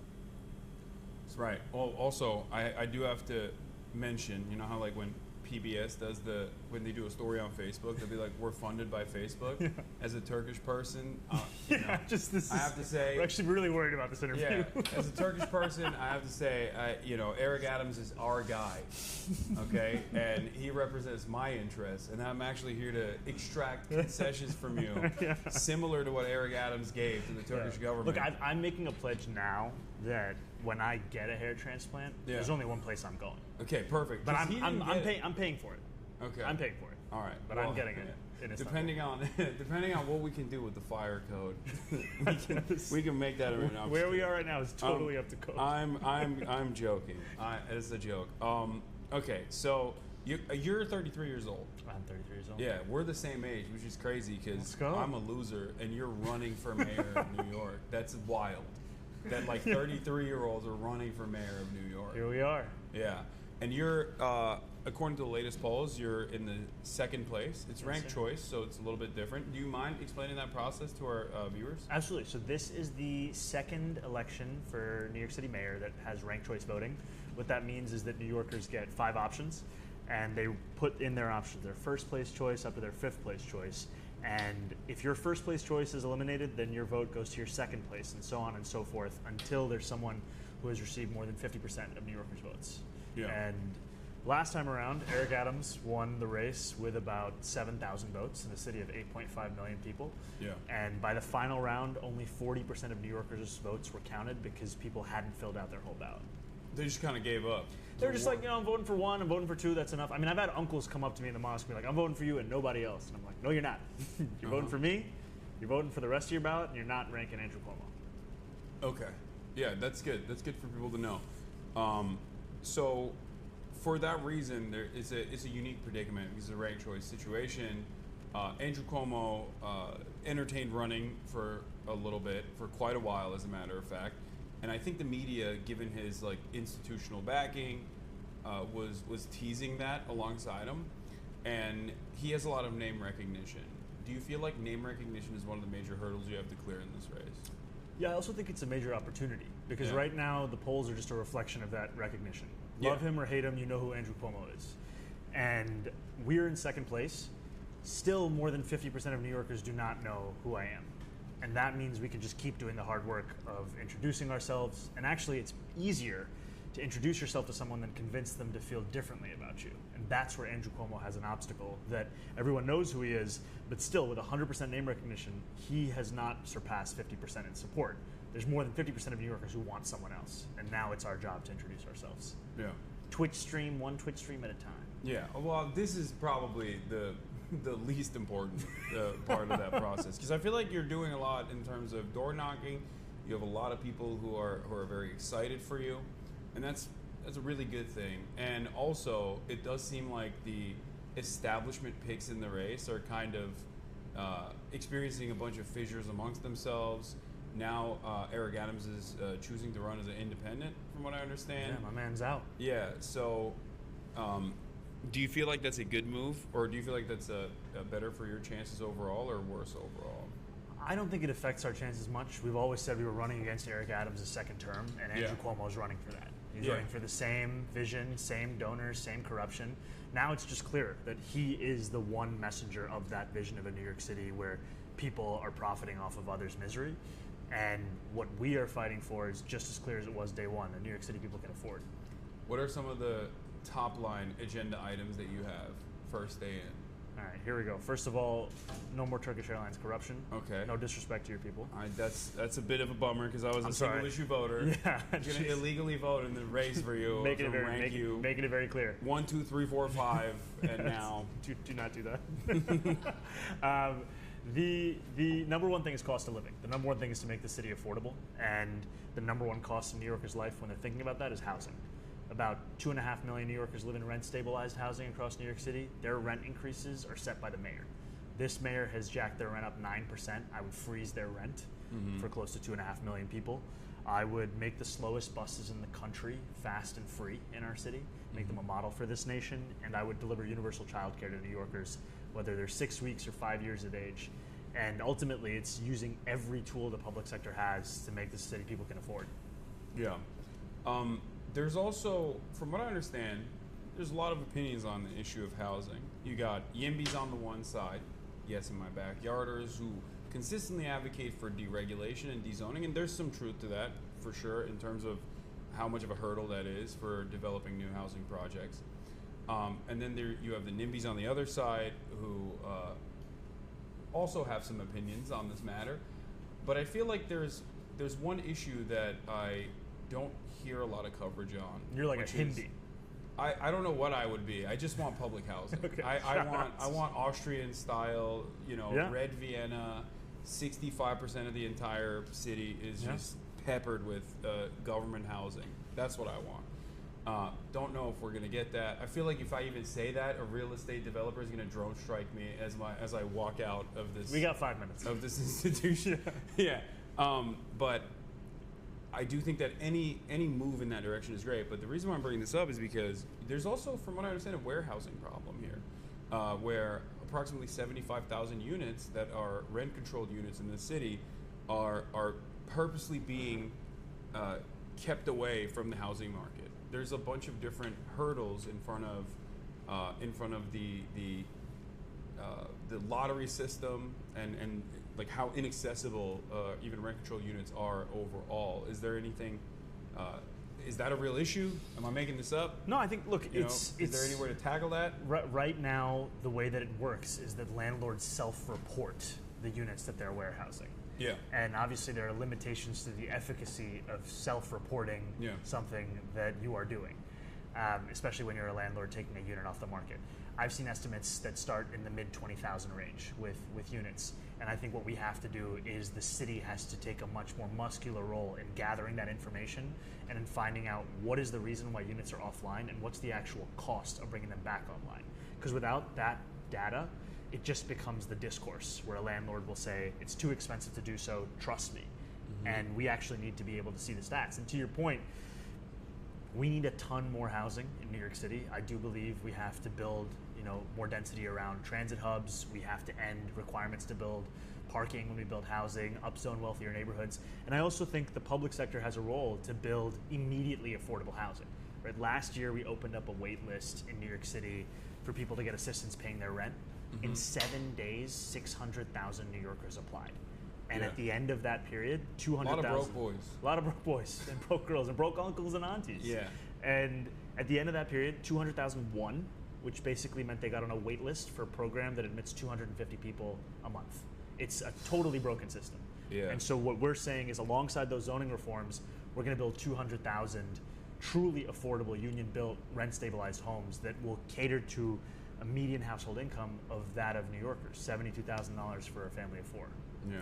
There's obviously the issue of public-private partnership when we have this conversation to begin with, but I don't know what the limitations are as far as the New York mayor, the mayoral position in terms of maybe not eminent domain, but look, there's a lot of power. But pushing and pulling, yeah. What are the levers of power that you have?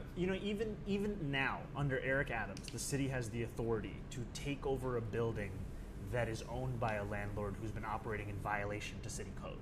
He doesn't use that power. They don't use those tools. But that is absolutely an existing program that's existed even for prior administrations. And that is something we would use. We would increase fines for dangerous conditions. We would increase them for immediately hazardous ones. And if you're a landlord who isn't abiding by that, we would take that building and give it back to the tenants who are currently living through those conditions. Okay, walk me through this.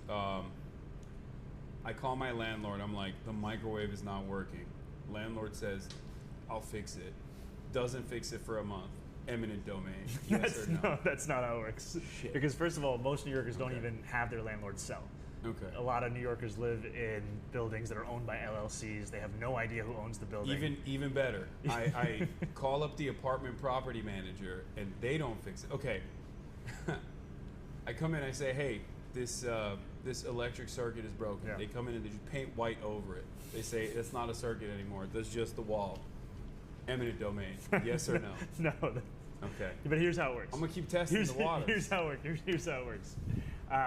You have a system right now where you call 311, right, in New York City. Most New Yorkers who've ever called 311 have had a pretty frustrating experience with it. We are proposing a world-class, brand new innovation where you can make appointments with investigators so that you know when they're actually coming home. Seems radical. Seems pretty radical. Seems Yeah. pretty crazy, but you heard it here first. You're actually going to know when an investigator comes by. And what we will track is if a landlord is found in violation to the code and they are not following up on those violations, they're not rectifying it, then there will be a time at which the city will take over that building. Okay, I like that. So there is a takeover happening eventually if they're serial violators. Absolutely. Okay, I'm a fan of that. It's not going to be for the microwave, but Yeah, no, it's fine. That's just a random experience. I don't know. I'm just bringing that up. Okay, so housing is obviously a major issue. Let's talk about public transit. I'm a little bit autistic. I'm an enjoyer of public transit. I haven't been able to enjoy it here because I'm streaming, so there's no Wi-Fi down there. What about the bus? Yeah, well, like I said, I've been here for a limited time. So,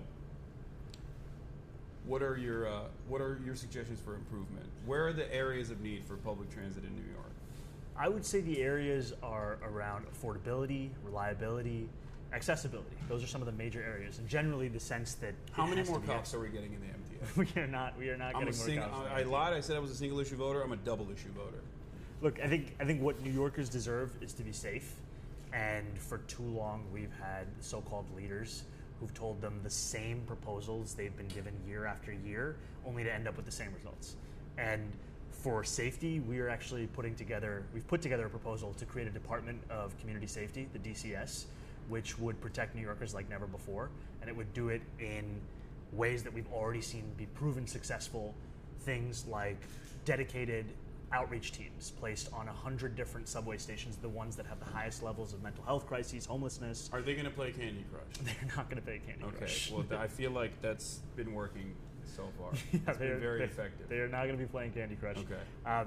And this is going to be paired with, if you grew up in New York City, there are a lot of commercial units that you remember in subway stations. Like, I grew up in New York City. I moved here when I was 7 years old. I first lived in Morningside Heights. I would take the 1 train down to 96th, then take the 2 train down to Times Square. I'd walk up the stairs, down the stairs. There would always be a record store that was selling CDs, headphones. That's at Times Square. That's gone now. It's just a vacant commercial unit. So as part of this proposal, we're going to transform that unit, make it a place where you can receive medical care, connections to long-term care, and in tandem with all those things, invest in transit ambassadors, because a lot of people, the help that they want in the moment is just somebody who can answer a question that they have. What's the delay that they're facing on the subway line that they're trying to take? How can they actually get out? What escalator is working? What elevator is working? This is something that they deserve someone to actually answer those questions who's trained and tasked with those exact responsibilities. He won't be playing Candy Crush. No, they will not. No one is playing Candy Crush. Crush. I'm confused because I feel like that's what the government, that's what public services are supposed to do at the subway stations with guns. But I guess, are they going to have guns? These are not going to have guns. Damn it. Okay. But just to your question about public transit, right? Yeah. One of the things I love most about being a New Yorker is public transit. That we can get around this city on a bus. One of the only cities that has well, there's some, but this is the one that has the most. I mean, 40% of public transit trips in America are from the MTA. Yeah. 40%. It's all right here across these 5 boroughs and surrounding counties, and yet we see a lot of New Yorkers being priced out of that. 1 in 5 can't afford a Metro card today. And they're also, if they can afford it, they're sitting on that platform waiting for 10 minutes, 15 minutes. And if they're waiting for a bus, I mean, you look at a bus time app on your phone, it says the bus is going to be there in 20 minutes. Sometimes it just never even appears. So these are things that don't actually have to be this way. That's what we're going to do when we make buses fast and free. How do you reinstill confidence in even local government like that? Because I feel like this is a major hurdle to clear for anyone that is even remotely to the left of, I guess, Donald Trump. When you talk about the government doing something, the government doing right by you, I feel like especially accelerated since the Reagan era, there's this attitude from the average American that there's not really anything that these guys are doing for us. Like, do you have an attitude? Is it just, show your work and hopefully people eventually believe that the subway stations are going to be clean and the buses are going to run on time? I think you have to show your work. You have to actually deliver it, because the reason people don't believe in government is that they haven't seen it actually impact their lives in a positive way in a long time.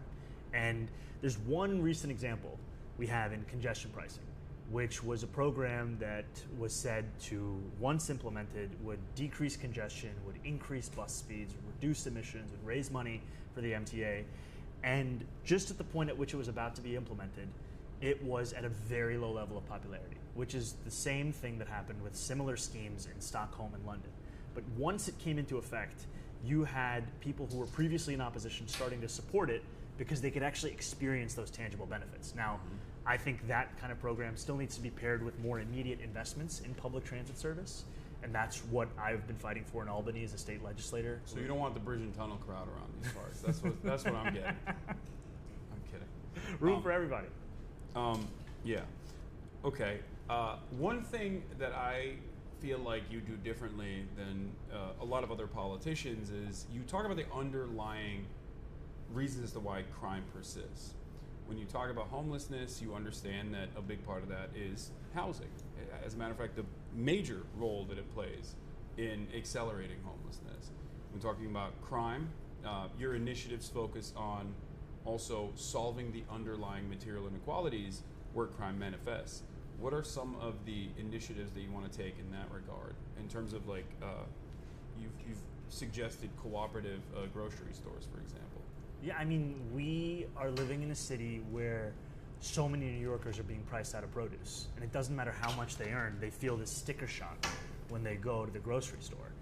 And we have that in tandem with food deserts, which are something that disproportionately impacts Black and Latino New Yorkers. I represent Queensbridge Houses, the largest public housing development in North America.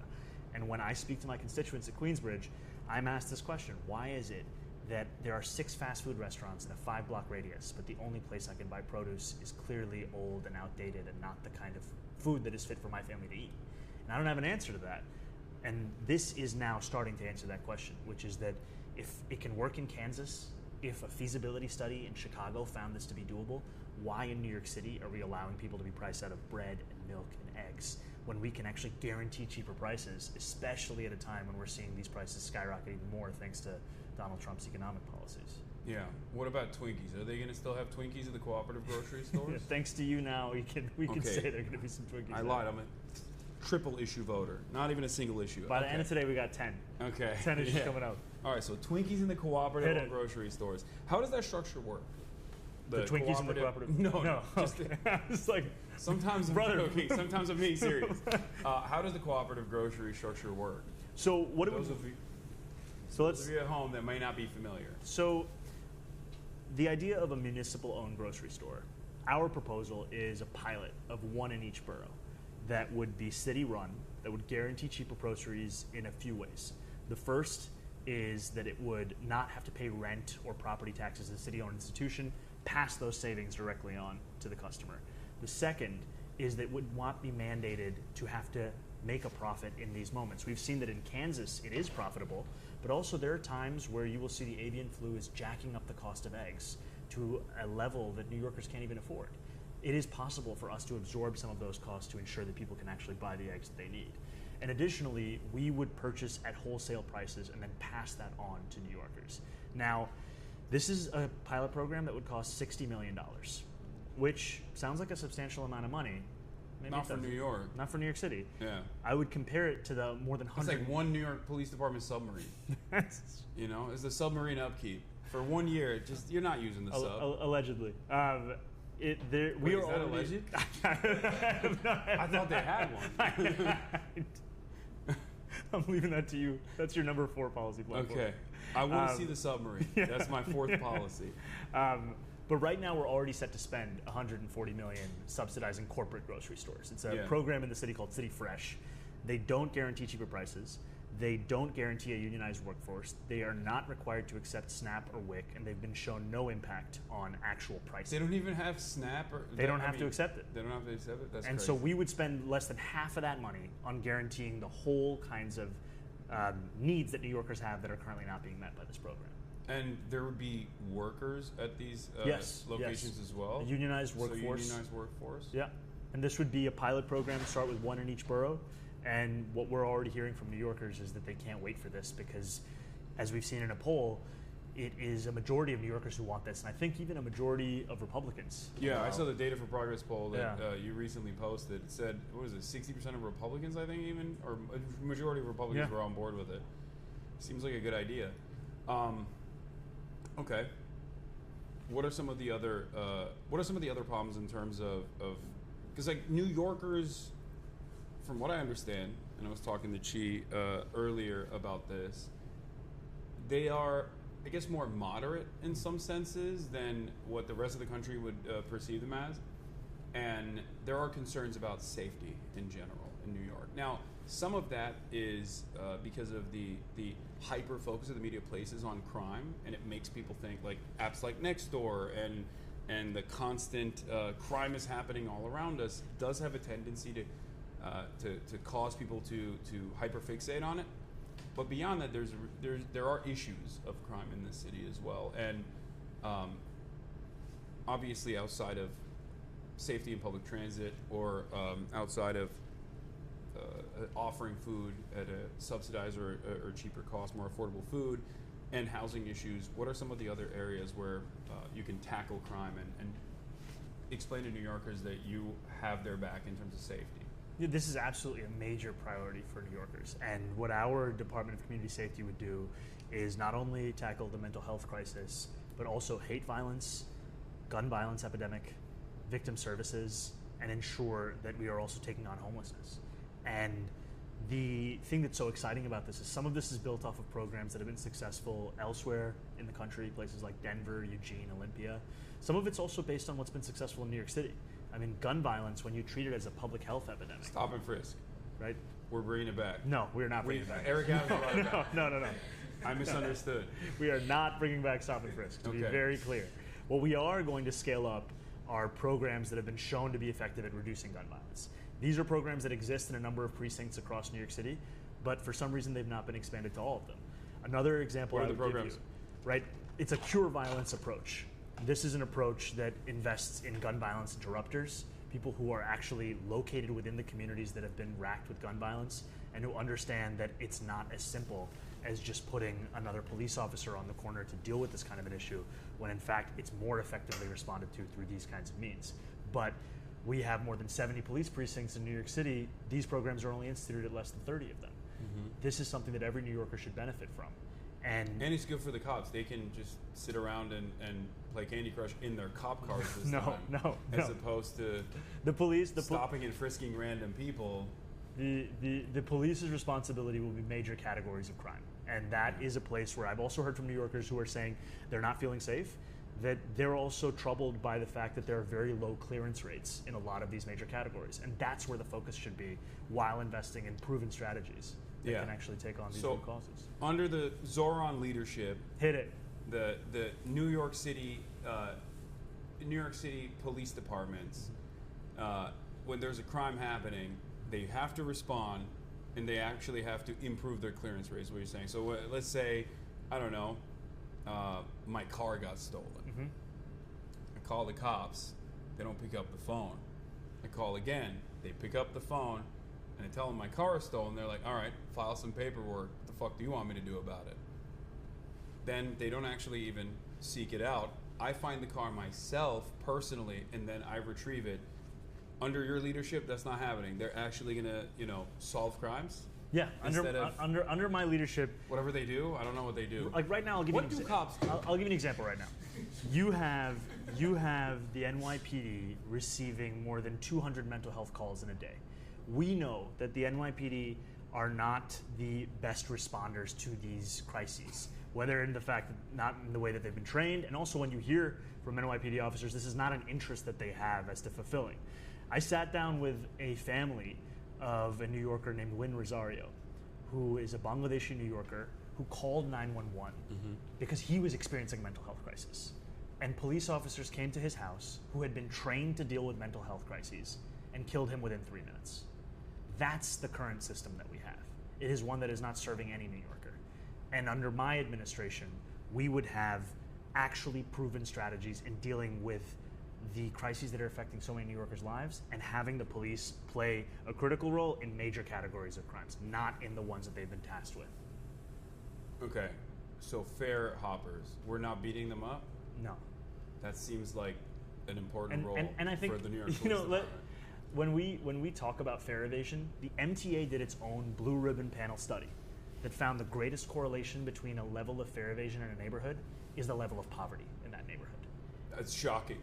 Shocking. So the poorer you are, the more likely you are to You heard it here be first. able to pay for this critical thing that you need Yep. to okay. And so one of the most effective... I thought it was selfishness. One of the most effective ways to deal with this is when we make buses free. Yeah. When we actually make it accessible for every New Yorker. And more than 1 million New Yorkers ride buses every day. Why don't we actually give them back their right, which is to get around the city? And make sure... Who will grind harder if the buses are free? Have you thought about that? This is a question that keeps me up at night. Yeah. Because it feels like there'd be too much commerce in that case. And the poor business owners would have to work way harder if there's more people, more foot traffic coming in through their businesses. It seems very careless. It seems very thoughtless. A moral hazard, if you will. Yeah. I hear you. I see you. Yeah. Yeah, what about the real estate developers? Let's talk about the unheard minority, the marginalized. Yeah. People of wealth, POW. I feel like they're getting a hard bargain here with you. Do you have anything to say to them? You know, to all my landlords on the stream, how many landlords do you have? All of them. Yeah. They're all watching. Shout out to all the boys. They're at hate home. watching. Yeah. Shout out to all the boys at home. The real workers. Yeah. They don't like me very much. And I understand why. Because these are policies that would stop their ability to extract wealth from working class New Yorkers at the levels that they've been enjoying for years. And ultimately, we're talking about a rent freeze, right? They are still collecting rent from New Yorkers. I think Matt Iglesias had a stroke somewhere. He's not even watching. He just heard that concept be addressed on a live stream and he had a little baby stroke. But I think there are a lot of people who've made a lot of money in the last few years. And those are people who went all in on Eric Adams. And now they're going all in on Andrew Cuomo. Because they know that if they go for the most corrupt possible leadership, they protect their bottom lines in a way that they have never seen before. And they know that if they actually opt for honest leadership, then it's going to be having to factor in, basic things like dignity for working class New Yorkers when they're figuring out their policies. How much of the counterterrorism unit would you use on college students that annoy me?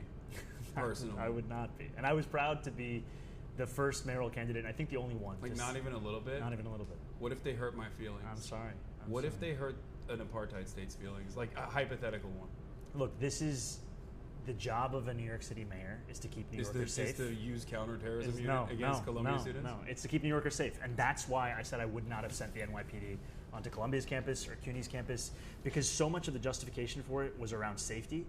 And that decision made students the least safe they had been in one police officer discharging their weapon in the course of being on that campus. Cops do that when they're under stress. Yeah. It's just, it's a natural reaction. Look, I think then you make a decision when you send a militarized police force onto a campus. You open yourself up to all of these possibilities. That's not any single one that a New Yorker should have to experience. And multiple kids were hospitalized because of this. Yeah, because they used flashbang and I believe tear gas as well for crowd dispersal, which is incendiary and it can kill you, and it has. Cops have killed babies in cribs in the past when they've used flashbang grenades like that. Yeah, probably not the best idea.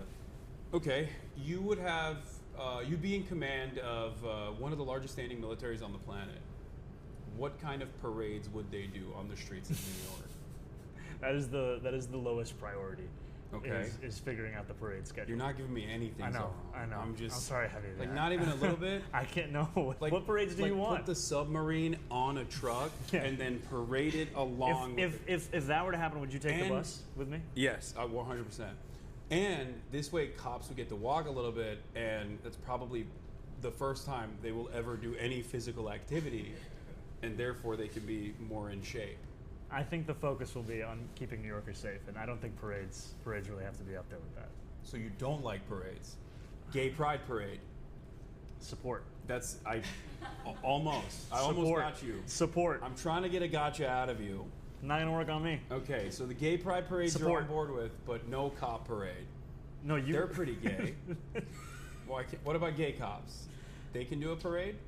There are going to be a lot of parades, but it's going to be after we keep New Yorkers safe. Okay. They're gonna do a parade, but no submarines. All right. Do you want to bring out the donuts? By the way? I'm just staring at my attack ads in the face. Oh, you got the donuts right there? Take a look at the guys that are going to be spent multi-million-dollar opposition pieces on. Thank you. What do we got here, Ali? These are Fairney donuts. Caramel custard, rosewater glaze, pistachios on top. Three? You brought 3 for each. So what are we doing? This is abundance. Are we all for you? Are we gonna try to see who can eat it faster? No, please. All 3. Do you work out? Not for everybody. So do you work out? Not really. No. How do you stay in shape then? Oh, come on. Can you say that to the camera? No, you're in great shape. I'm not glazing. I'm serious. But if we were glazing, we'd be making these Fairney donuts. Yeah. Because they're glazed. They're glazed. Shut up. All right, I'm gonna try one. Oh my God, this looks great. Cheers. Here we go. To 2 guys who work out allegedly. Oh, that was bomb. It's fire. Oh, hell yeah. There's a little bit of, is there rose water in it too? Rose water, yeah. Yeah. That's great. That's too good. Right. Could I bother you for some water? No, of course. Here, you want this? Yeah. I haven't used it. We can, come on. Socialism.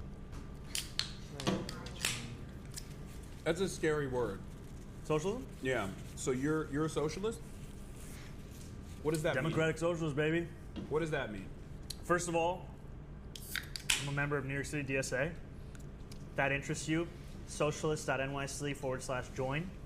Second of all, I define it using the words of others of extending democracy from the ballot box to people's lives, of making sure that everybody has what they need to live a dignified life. And that may also now include Fairney donuts. Okay, so we're putting Ali to work. He is making these for every New Yorker. that's okay. Are you committed? Absolutely. Yeah. All right.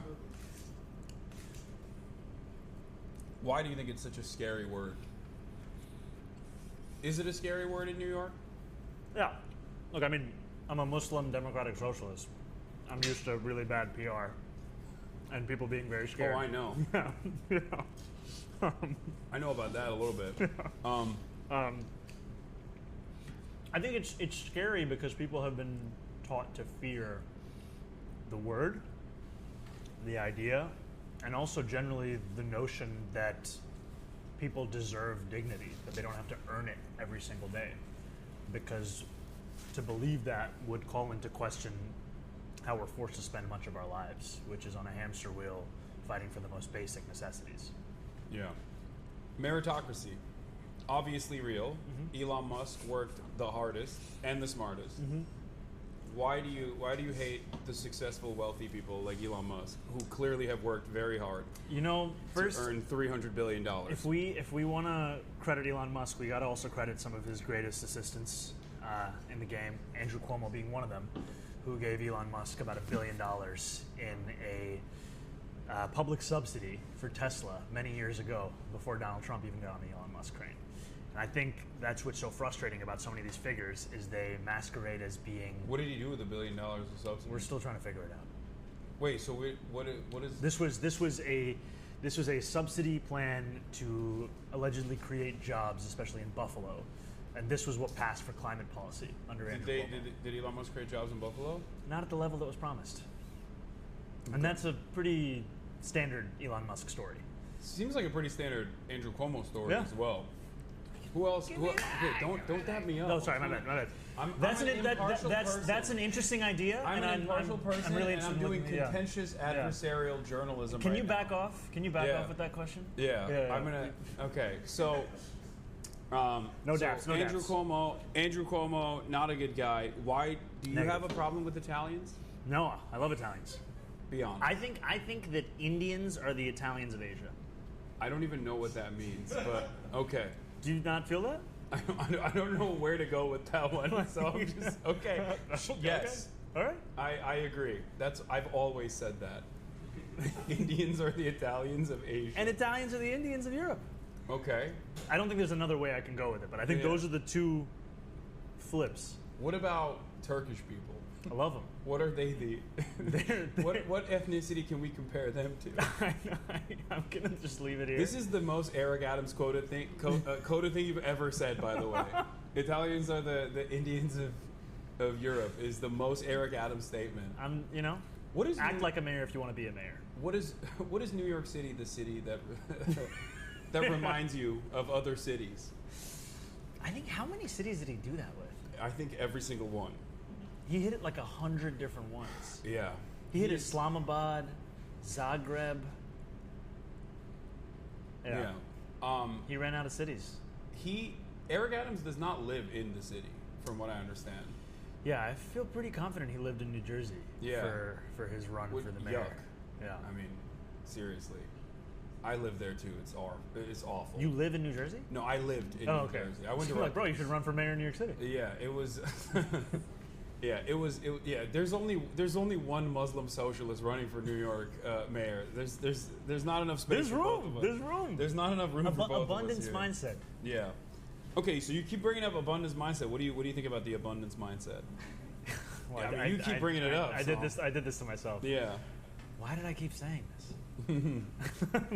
Look, I think the natural... Say something nice about Ezra Klein and then something mean about him. Okay, here we go. The thing that I would say is nice about Ezra Klein is I very much appreciated him being willing to bring up what a lot of Americans saw with regards to Joe Biden and the campaign's ability to actually win that race. And it wasn't easy, it wasn't popular. And... yeah, nobody canceled him for that. That's weird. Yeah. Everybody yelled at me. Everyone was like, "You're ageist. He's brilliant. He has really good policies and his brain is fine." That's what they kept saying. About Ezra Klein? No, about Joe Biden. About Joe Biden. When I said it, but then when Ezra Klein says it, everyone's like, "Oh, you're brilliant. I love abundance." Anyway, okay, so that's but when he first said it, he got a lot of heat. Yeah. Because he was breaking from, the stated mainstream answer. Position. I actually think that there's room for kind of a through line between the abundance mindset and what it means to be a democratic socialist, in that one of the greatest obstacles we face is the existing inefficiencies, inadequacies of the public sector.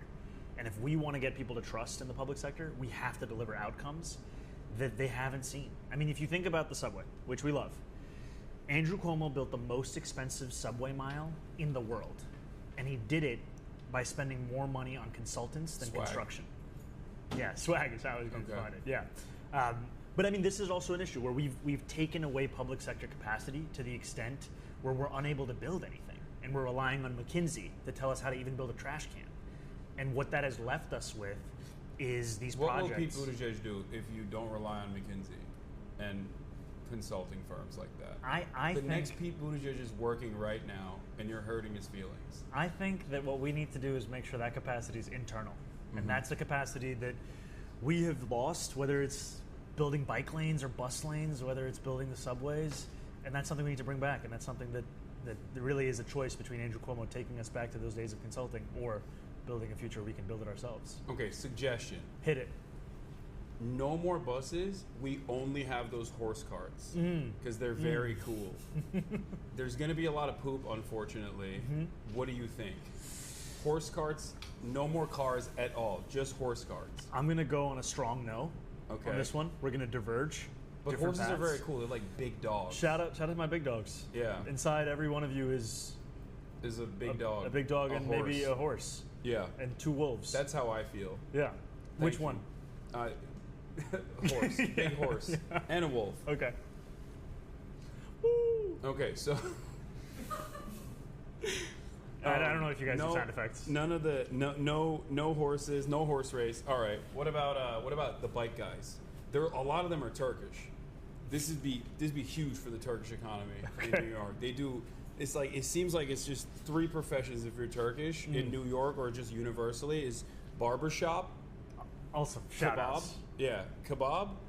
Guys who do the bikes, who charge you a lot of money, but if you speak Turkish to them, they will charge you less money. When you say do the bikes, do you mean get on the bikes in the back and like sightsee, or you mean like deliver food, or you mean... No. They get on a bike and then you can sit in the back of the bike. Okay, yeah, and then they take you to different places. Like Central Park. They got lights in the back. Yeah. Doesn't seem like a very efficient mode of transportation, but carbon emissions pretty good. Sometimes the journey is the trip. Yeah. Is that the phrase? I don't think that's the phrase. Know. No, it's like it's not the journey; it's the destination. No, I'm saying it's the other way. or it's not the destination, it's the journey. Yeah, that's how you're supposed to say it. Okay. Ask him to rank his favorite Sex and the City characters. Miranda. Okay. All-time Miranda. Okay, it seems a little bit, you're a little bit biased, I think. I mean, come on. Yeah, Cynthia Nixon. She endorsed you, I believe, right? She's supportive, but I think even more than that is she had the courage to take on Andrew Cuomo when a lot of people didn't. Right, this is back in 2018. Yeah. And he was running our subways into the ground. And she stood up and she said, we're going to tax the rich to fix the subways. And that there could actually be a different style of politics. To the extent that Andrew Cuomo had to adopt a lot of her own policies to get reelected. Yeah. So what other Sex and the City character has done that? I don't really remember any of the characters. This is I'm just reading politicians. questions. Look at you copping out. I'm just reading from the chat. No, I have watched it. I just don't remember any of the characters. I'm just reading chat right now to see what they want to ask. Chat, if you have any questions, put it in the chat. I have a question. Hit it. Okay. Shout out to my fellow Casio brother. Okay. So, well, it's famously, I feel like New York City mayor is maybe the worst job in American politics. I'm sure you know this. I've heard it described that way. Yeah. Okay. So part of the reason for that, as you know, is because it's incredibly. I mean, the mayor is often kneecapped, right? So if you're walking into this office, right, how do you build coalitions when you're coming in and you have strong opposition in terms of one of the most powerful forces in the city is the NLP? And we kind of saw what happened during de Blasio's time in office. He had a very tense relationship with them. I think it made promises that he would initially sort of disappear, right? So what kind of coalition are you trying to build as you walk in the door, and how do you grow that coalition? No, it's a great question, and it speaks to our commitment to not just win the race, but to build a coalition that can govern. And it's easy to look at Eric Adams now and see him as a caricature of a Republican cop and forget how he ran in 2021. He ran in 2021 telling New Yorkers that they didn't have to choose between safety or justice. And there was a large constituency that voted for him that was interested in those questions of not having to choose those two things. And that means there's a constituency beyond just progressives who want to see a different approach to public safety in our city, one that foregrounds evidence-proven strategies that we've seen be successful elsewhere in the country. So I think there is that clear-eyed nature of it. The other thing I would say is being very direct with New Yorkers as to the message and the platform of this campaign. When I go to events, I typically start it off with asking people to finish the sentence as to what we're fighting for. We're running to freeze the rent, to make buses fast and free, to deliver universal childcare. And the reason I want them to know that is I also want them to hold me accountable to that from the very first day that I'm the mayor. Because that accountability, that relationship is one that we have to bring back to get people to actually believe in the possibility of local politics.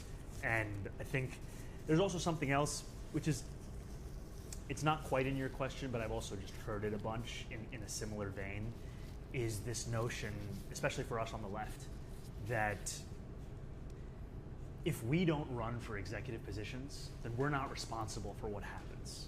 That we are not culpable in the immense contradictions that come with this kind of role. And I fully believe that we're responsible whether or not we're in power. We are still New Yorkers. We are still allowing this to take place. And we are best served by actually grappling with these contradictions directly and doing everything in our power to deliver that which we've seen so many of our neighbors be denied. You like that? Awesome. He's a bit of an anarchist. I'm sorry. No, please. There's room for everybody's questions. Immediately. This isn't Andrew Cuomo. I'll take all questions. It's a give and take. Like, I want cops to have more money and more guns, and he wants less. Which is weird because his job requires him to actively, fight against cops, or did. Yeah. Shout out to Legal Aid. Great work. Yeah. Shout out to Legal Defenders. Shout out to a friend of mine, Sam McCann. He worked for Legal Defenders. Was he cool? The Legal Aid guy that he shouted out? Yeah. Okay. No, a lot of people are cooler than Whoa. me. It's not. It's not saying much. I think you're equally cool. No, it's fine. Rank choice cool. Yeah. Like room for I'm both. cooler than Alex. That's what matters. That doesn't mean anything. What about? I mean, there's a couple tougher issues I think to broach here. Oh God. Where are we going? No, I'm not joking anymore. So it's I would say 3 things that I want to talk to you about before we let you go, or rather, I think we're gonna like walk around a little bit too, right? If you want to do that, I'm down. 1, immigration. Governor of the state of Texas, Greg Abbott, and even Ron DeSantis shipped in what I think would be considered a human trafficking scheme a bunch of undocumented migrants into the state of New York, specifically to New York City, and Chicago as well, in an effort to deliberately disrupt the processing of undocumented migrants that had legal asylum claims, and in an effort to basically undermine the federal structure that already existed in this country. And unfortunately, they did find much success. But I think, especially in a place like New York, the reason why they were able to find success is because of the mishandling of this administration, or the Biden administration, but specifically with Eric Adams. Instead of tackling the problem head on, saying that New York is comprised almost entirely of migrants, that America is a nation of immigrants, and that New York specifically is one of the most diverse places on the planet, and then showing through his work of welcoming the undocumented migrants and processing them, or working with the government to process them expeditiously, I feel like Eric Adams slapped on a Band-Aid solution and then basically conceded on the messaging front that migrants were responsible for a lot of the visible poverty that people see, and also even the crime that people are experiencing. There's no evidence to suggest that, as far as I know. Maybe in New York it's different, but overall, undocumented migrants are not responsible for a large share of the crimes. As a matter of fact, they're responsible for less crime per capita than natural-born U.S. citizens are. And yet, this message has persisted. And I think it's one that became, it's one that even New Yorkers themselves adopted, from what I saw. How would you deal with this issue? Like, let's say you were the mayor of New York at that time. What would you have done? I think the first thing is I wouldn't demonize people that are coming to New York City to call this city their home. And we saw this mayor say that migrants were destroying our city. And you have what's been described as the second largest bully pulpit in America as the mayor of this city. And you're using it to turn the target onto a set of individuals that are in the most need of this city's assistance. And it is something that has led to not only an anti-immigrant sentiment across the city, but even violence against a number of New Yorkers, our newest neighbors. And this isn't just a story of cruelty or a story of demonization and demagoguery. It's also one of patronage politics. You had one of Eric Adams' closest advisors on record saying, "Where are my crumbs?" when it came to the contracts that were being handed out for migrant shelters. You have a city run by Eric Adams that issued a more than $400 million contract, no bid contract, to a company called DocGo. So it's not just a question of cruelty, it's not just a question of bigotry, it's also a question of an immense amount of money being made with few services to name actually being delivered.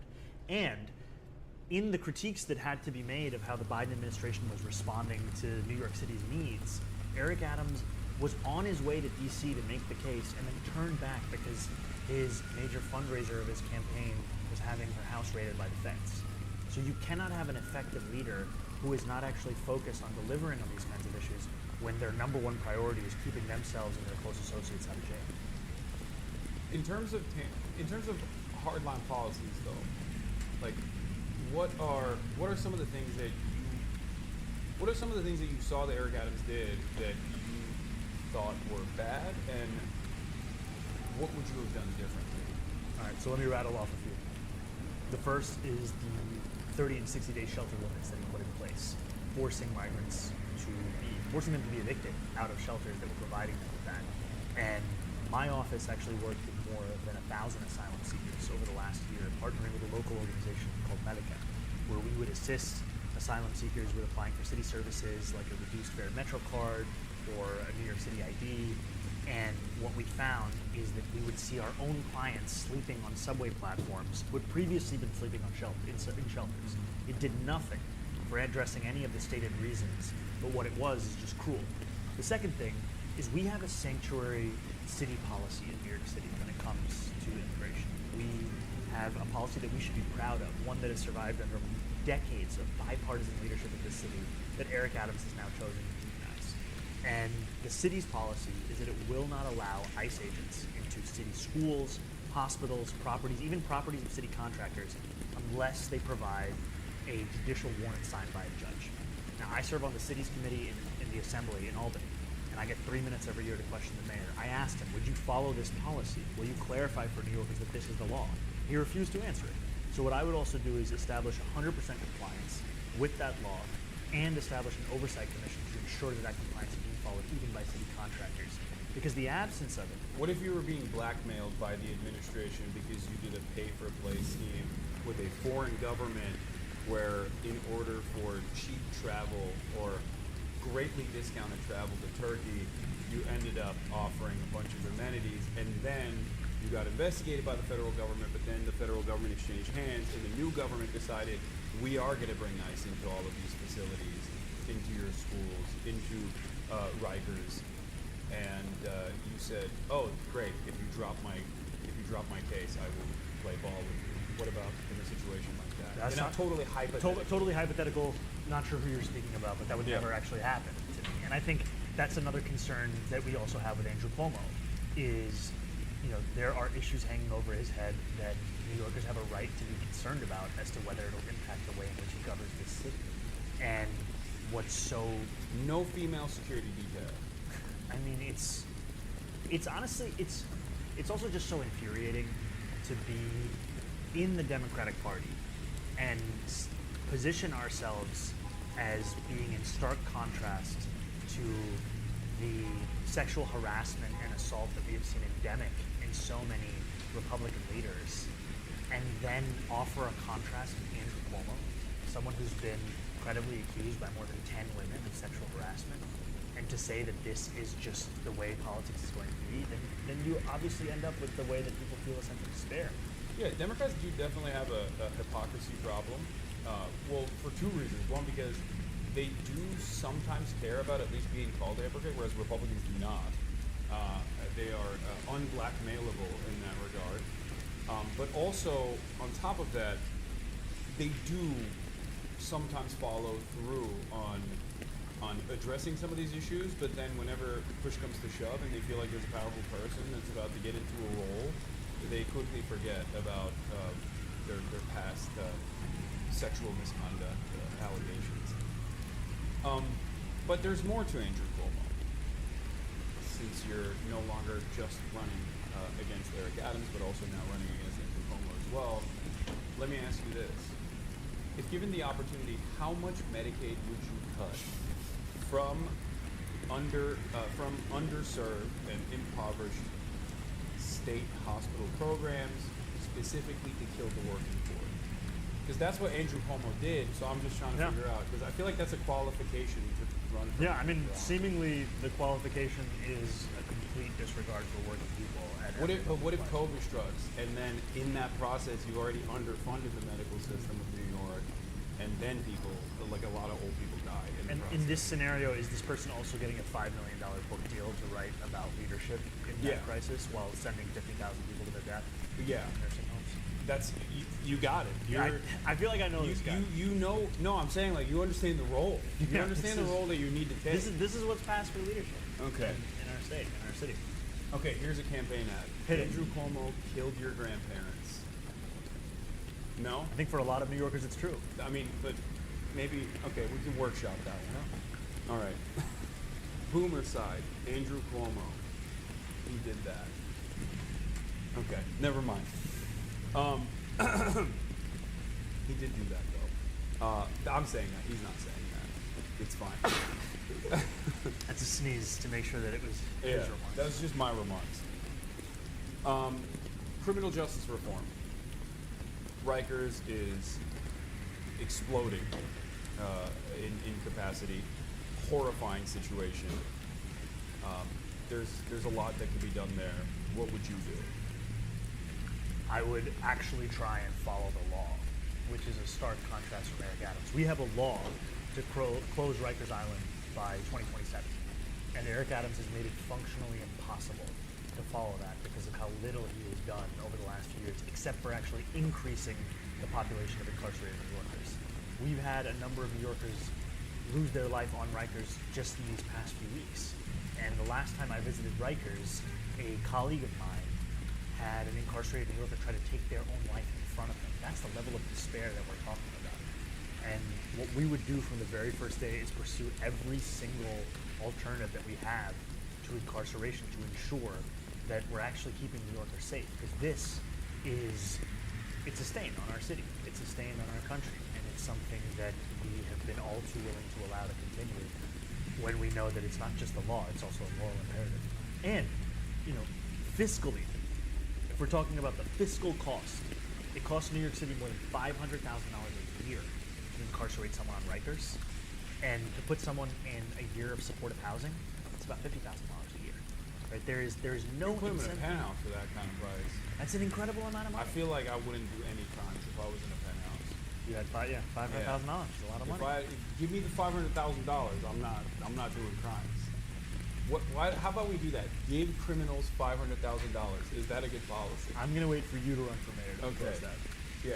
You do a crime, you're getting $500,000 from me directly. I'm giving it to you. Not from me. I feel like that might incentivize people to do crimes, though. Yeah, I think maybe. I think that might be an issue. Yeah. Okay. So we won't do that. All right. Never mind. That's why you're running for mayor, and I'm a stupid Twitch streamer. Okay. I have another question. Israel. What are we feeling? Good? Bad? How are they doing? Not well. No? Not well at all. Look, I think many New Yorkers, far more than the political class would have you imagine, have been rightfully horrified by a genocide that they've seen over more than 15 months of.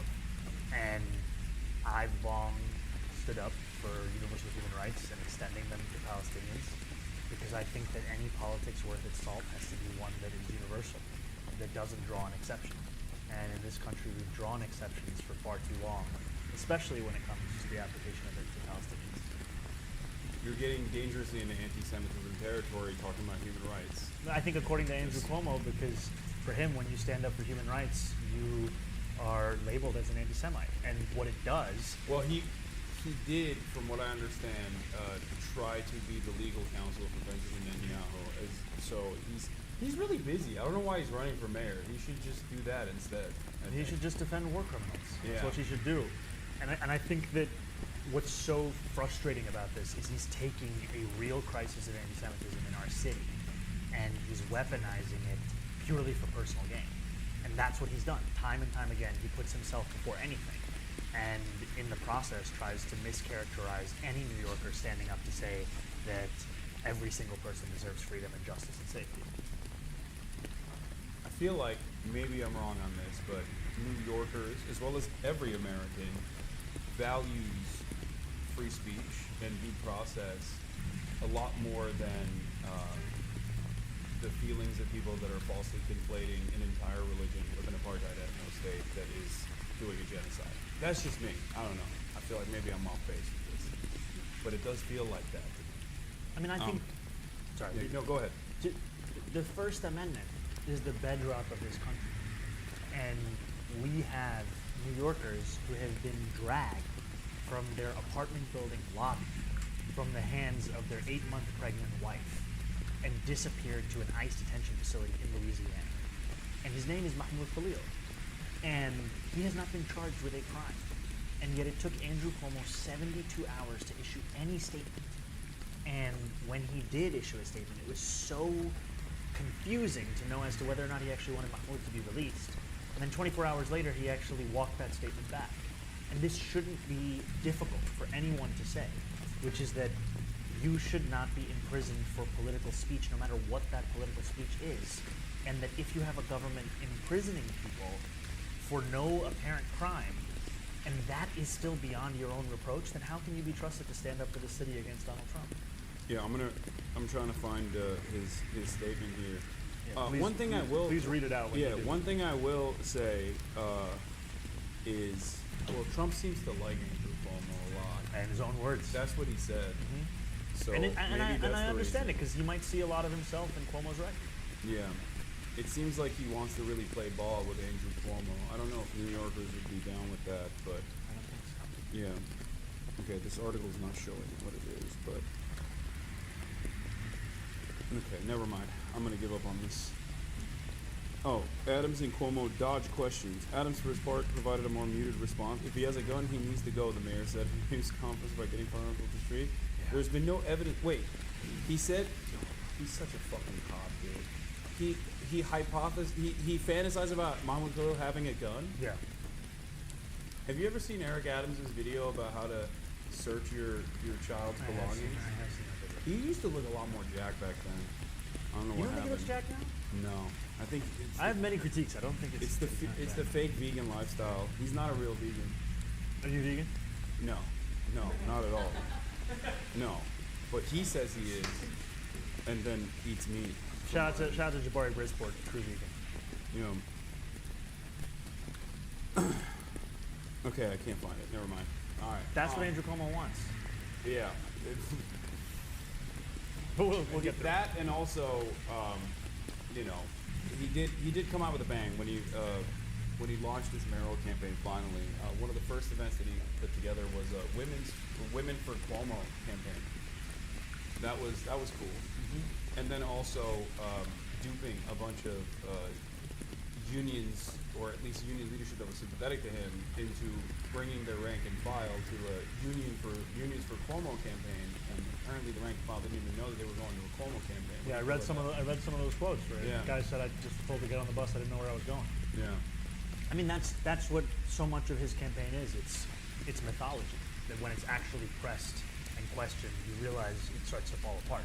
I don't even think people really pay attention to that sort of stuff in general. I think overall, looking at the environment, looking at the media landscape, it's just name recognition.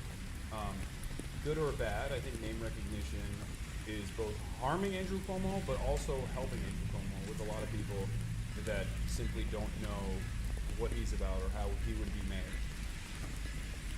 How do you foresee yourself penetrating through that to not people like myself, because you have a lot of motion online. A lot of people like you online. A lot of people like you on Twitter, especially younger people. But how do you talk to like the average the uncles and the aunties? Yeah, the 55, 65-year-olds that are all around New York City that look at that and go, well, I don't know what this person is, and his name sounds scary to me. I've never heard this name before. Andrew Cuomo, I kind of recognize that. I mean, people have been voting for Cuomo's for decades. Yeah. Because before Andrew Cuomo, there was his father, who was the governor of this state, and his handsome brother. But they didn't vote for him. No. I would vote for him, not for mayor. For what position? I don't know. Okay. He's a himbo. I have himbo solidarity. That's why I tried to call you a Hindi in the beginning. Yeah. You're like, no, I got nobody. People I got it. I got it. Just wasn't a good joke. Okay. No, I just got to get over it. I thought it was clearly no one understood it, but I actually think it's an opportunity because we're in second place in the polls, while more than 50% of New Yorkers do not know who I am or who this campaign is, which means there's such a high relationship between people who support this campaign once they actually know about this campaign. And so what our task is to keep introducing it. Now, we've raised $8 million. We've maximized the fundraising cap, which is the fastest any campaign in history has done it. We have knocked on more than 40,000 doors in the last 6 days. We're going to knock on 1 million doors across New York City. A lot of that is introducing ourselves to the uncles and aunties that you're talking about. And then also, we are going to spend a lot of the money that we've raised on ads on cable and broadcast and radio and mailers in your mailbox, because so many, especially older New Yorkers, that is the way that they're engaging with politics. And I have to incorporate that as well as any other place that I can meet New Yorkers for whom Andrew Cuomo is the name of stability, to inform them actually that he is the chaos. We are the ones that will provide that stability by stabilizing their rent, by ensuring that it's frozen, and by making sure they can actually afford the city. Okay, I like that. Is there anywhere around here that you would want to go to? Yeah, absolutely. So, can we bring our man right in? You want to give him one of the extra? Okay, here I'll give you mine. I have some gifts for you. Oh, you do? Merch. Oh hell yeah! I can't take the merch. Oh, you can't? I can, but he can. No, it's okay. 100% compliant. But also, you know, earlier you were saying, we were talking about, I think kebabs came up. I want to also give a shout out to Ali's dad, who runs an incredible place called Sandy's Kebab House, just down the block. Yeah, he was talking about it before you got here. It's fire. We love it. Yeah, he was actually testing you to see if you were corruptible with the merch. Ooh. You passed. No. You just Eric Adams in a mask? Yeah. Yeah. The merch from Little Flower is a one-way ticket to Istanbul. Yeah. Yeah, no, I'm sorry. I can't take it. Yeah. It's coming soon. You know, I have all these trolls who will hit me and they'll be like, are you just mad because you're male pattern baldness? I'm like, damn. What, you got issues with that? I don't think it's there yet. But definitely, like, when people say, like, racist stuff or the baldness stuff gets me. The racist stuff, I'm like, stuff, okay, yeah. you know. No, I feel What's up? that. Yeah, that's what I use. What is finasteride? It's the only FDA. It's finasteride? It's for prostate cancer. Finasteride. It's for prostate cancer originally, but it is the only FDA-approved drug, as far as I know, that you can take that stops male pattern baldness. I use it. I use finasteride and minoxidil. Damn, I just worry about this stuff. I don't do anything. Yeah, the more you worry about it, the worse it'll get. You think that's true? I don't know. I have an uncle who swore to me that if you touch a certain part of your beard, it'll grow more than if you don't touch the other part of your beard. Did it work? Did you touch your beard? Use your beard? I haven't done it, but he said that he did it and it did work. So that's what I'm also hoping. I just keep touching like right here, hoping that it'll just stimulate growth. Thank you. Thank you. Thank you. Are you using it? Oh, wait, I'm open about it. You can be honest. But yeah, shout outs to Little Flower. This is an incredible cafe. Where's our man go? Oh, well, this is a great cafe. Great, if you're in Yeah, what's the name of this place? Little Flower, run by Ali, who also runs a great place called Blue Hour in Brooklyn if you're ever looking for late night halal food at a BP gas station. And this is the place to come if you want to get your iced Kashmiri chai. It's incredible. If you're any donuts. Oh, he's running in. Here he is. Here he comes. Thank you. You're a large. I don't know. Yeah, that's perfect. Would you? What size would you have gotten me? I also look. What do you mean, or a medium? Yeah, that's what I'm looking. Give me the yeah. Medium jag. MJ. Medium jag. No, I'm gonna put it in that bag over there. But it's what should we do? Should we walk around? Yeah. All right. Yeah. Let's go to Bushaki. Let's get some. Or, yeah. I would love to get a photo. Please. I can't wait to be meeting New York City's next mayor. Thank you so much. My family Have to try the donut. are like texting me like, Try oh my god, and I'm just my neighbor's a huge fan. It's actually how I found out about you. That's like, amazing. Got into the running. Yeah. And your policy is 311. Tell me that you're truly murdered. You know how many Alex, times can I you like take a fucking photo? that guy Yeah. and I'm like, I'm not here. Like nothing's getting fixed. Yeah. So I'm very excited for you. Thank you. Really Thank you. Thank you so much. Yeah. That means the world to me. Yeah. I really appreciate that. Why am Thank you. I don't know. What people ask me. I'm about to fight baldness thanks to you. Yeah, of course, no problem. Turkish government would hate us. I know we're working. Stop the transplants. Could you do it? Yeah.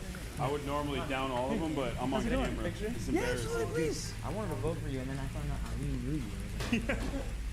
He's my boy. That's crazy. My brother. Yeah, he's my brother. He is my brother.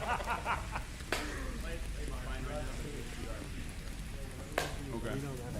Thank you. Thank you so much. Now you're gonna have everybody. Oh, you already do, man. I think some of these guys might be outside.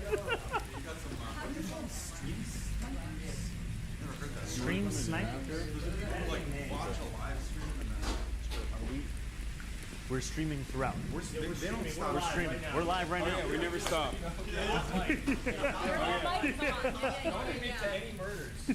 None to admit to. None to admit to. All right. But guys, somebody's got to finish these donuts. I've had a donut. I'll have them get back. You have your donut. I can't hold that. Do you want to have a? I'm at work. You know what? You were taking the donut. You gotta have it. And then Donald, why don't you have a bite of this donut? On stream? No, I don't think the stream cares about us and the donuts. I ate the whole donut. I already have one. I can't have a second one. It's too much. Come on.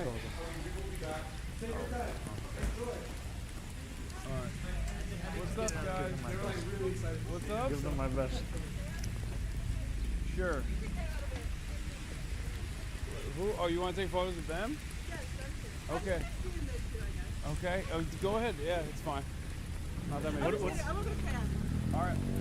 What are we doing? They want to. Hello. How's it going? I'm doing great. My name is Bernie. Well, thank you so much. All right, quick, take them out. We gotta keep walking. Hey, nice to meet you, man. Okay. It's all good. I was just canvassing earlier. Oh, thanks so much, man. I really appreciate it.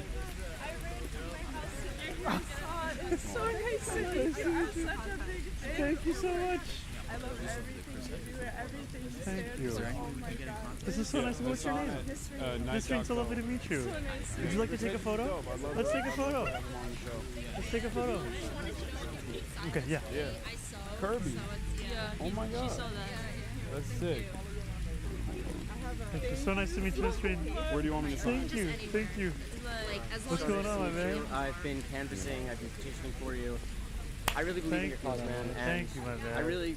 I know you're gonna win. Thank you. And most importantly, if I could ask you anything. Yeah. When I'm out canvassing, Oh, wow. people are asking me why they should vote. I do, yeah.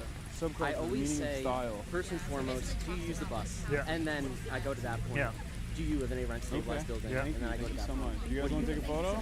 I think that's great because I think you're connecting it to people's lives. Let's get the I would phones also out. Let's do it say quick. We gotta for keep walking. anybody that if they don't live in a rent stabilized area, can they afford their rent? Are they paying more than 30% of their income on their rent? Because we also are going to build 200,000 new affordable homes. Yeah. People can actually afford. And that is something that speaks to even market rate rents as well. And the other thing I would say is, do they have kids? Childcare. Universal child care. 20 to 25K a year, you know? Exactly. Yeah, let's do it.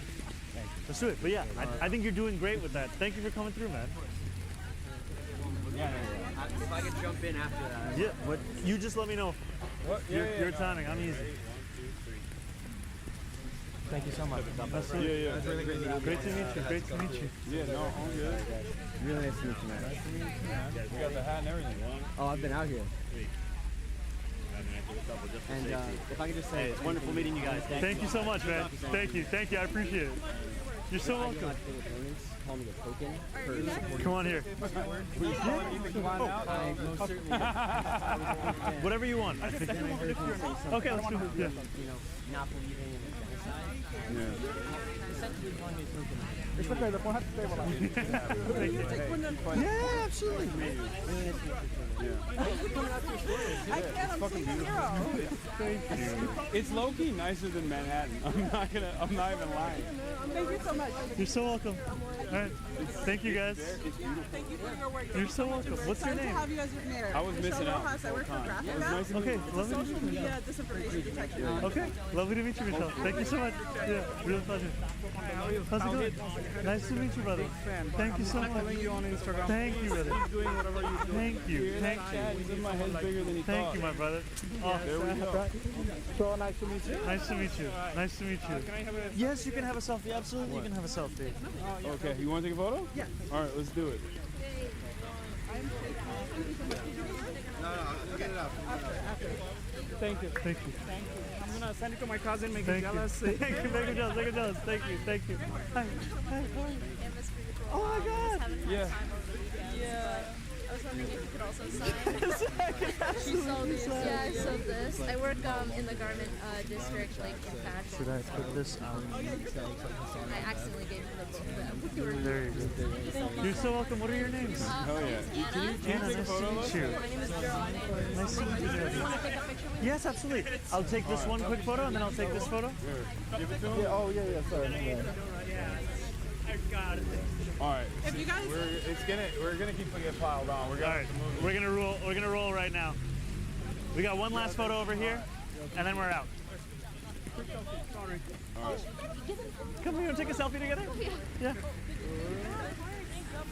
What's going on, boys? Nice to meet you guys. We should mobilize before people. Thank you guys so much. All right. Should we start rolling? Yeah. We're going this way. Yeah. You mind if you take it while we're moving? Yeah. Walking. It's medium jacked and real jacked. All right. Okay. 36th Avenue. So first time in Queens. Yeah, I think it's nicer than Manhattan's. I'm not even. This is the world's borough, baby. It's not even glazing. This is like. I love the brownstone. It's sick. All right, so we are going up to Boishaki, one of my favorite restaurants in Astoria. What kind of food is it? Bangladeshi. Okay. You hungry? I've ever had. I ate a lot of Lebanese food before. Where did you go? I didn't go. I just ordered it. Al Zatar, I think. Yeah, Al Zatar is actually fire. Yeah, it was really good. So we're gonna. Maybe you'll have a little bit. Oh yeah, I'll try. You guys will have some food?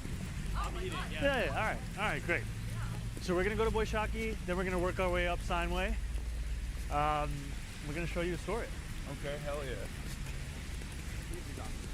So pro jaywalking? We gotta. Yeah, 100% pro jaywalking. On jaywalking. Yeah, what's up, man? How's it going, boss? We're gonna cross the street here, guys. Oh, we're gonna cross here? Thank you, my man. We're pro jaywalking, but also pro safety. Yeah. We can't. We gotta save you. In LA, this is very illegal, but I feel like in New York, you have to jaywalk a little bit. You gotta get you where you gotta get around. Yeah. Okay, so which boroughs have you been to? Just Brooklyn and Manhattan. We gotta get you 5-borough tour. Yeah. I guess where else? Sri Lankan food in Staten Island? Oh no. New York City. Clearly they're excited to see us. Yeah. That's what that's about. That was what was going on. That was full recognition. Yo, what up, my man? Great to see you. Great to see you, my man. Yeah, I love the hoodie. Okay, full uncle territory. Okay, I love that. Assalamualaikum. We had a Pakistani uncle driving us here. Let's go. And he didn't want to initially say what his favorite music was, but we finally got him to open up at the end of the ride. All right, I'm gonna ask if we can grab this. Okay.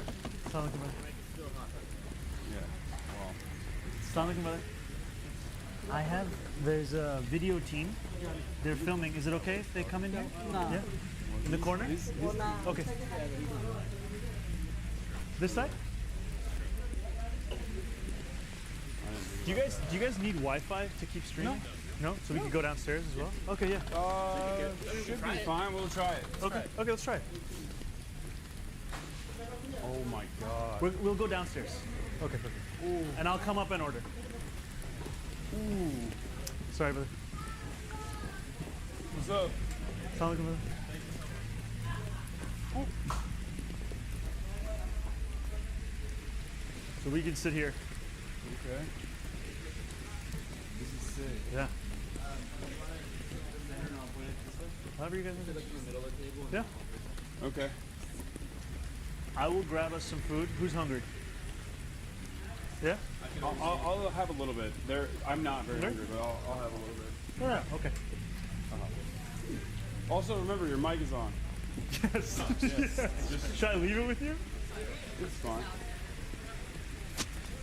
Let me not reveal my order. I'm not allowed to have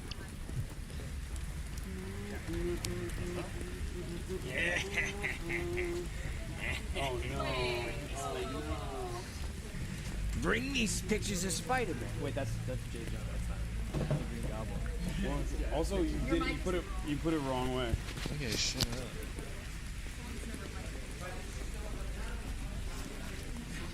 Bro, the food smells bomb. Good? I really messed up. Is it effing? Oh, there's one bar only down here. Wait, let me see. No, it's still, I mean, it seems like it's still streaming.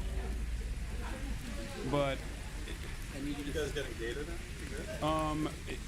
The bag is still working, but we're not getting data on our phone, so I can't even check. So You just don't have your phone. yeah. Can see if, We need to. If you can get me the password for it. No, there is Wi-Fi, and there's definitely password. I think they'll. we're good. Okay, it's working. Yeah, I will. I was just getting close to see where we were at.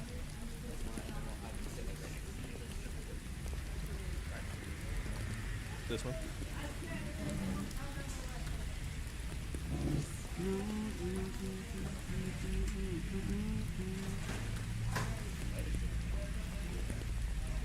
Yeah.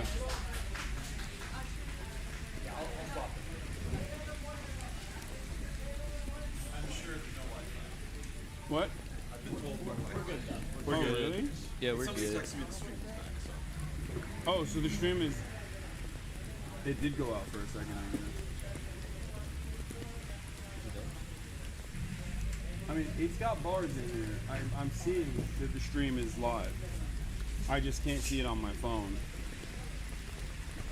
Why do you have full bars? Oh, you're T-Mobile.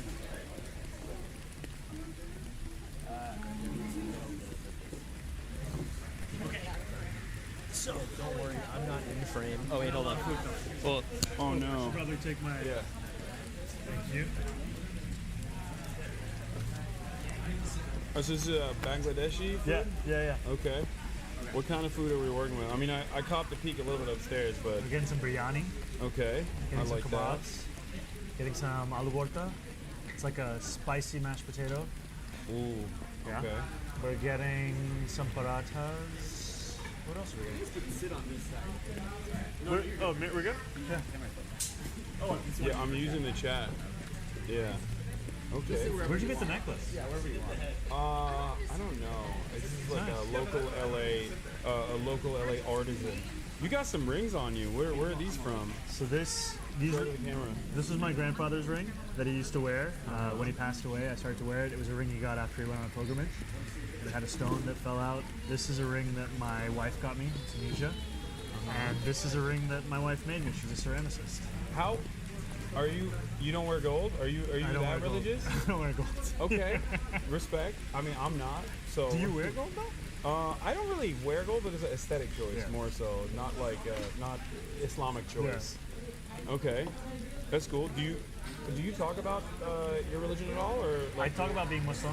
Okay, like do you pray 5 times a day? I pray not as regularly as I should be. Okay, Yeah. all right. No, I mean better off than me. Let me tell you, I'm the worst Muslim. There are worse. Well, yes, true. My math on it is like, listen, you know, I try to be a good person. Be a good To person the goes best a of my long way. ability. I don't know what's gonna happen, but you know, at the end of the day, I don't think anyone's gonna be like, well, it seems like you didn't pray 5 times a day. I think being a good person is the core. Yeah. And that's I think that if more people did that, we'd be in a better place. Yeah. So when did you guys get to New York City? We got here last night, like late night. Wow. And when are you guys here until? Like I'm leaving late in the night tonight. I'm actually taking a little trip out of it. I'll be here for a couple days. Let's go. Yeah. It's gonna be a time anyway.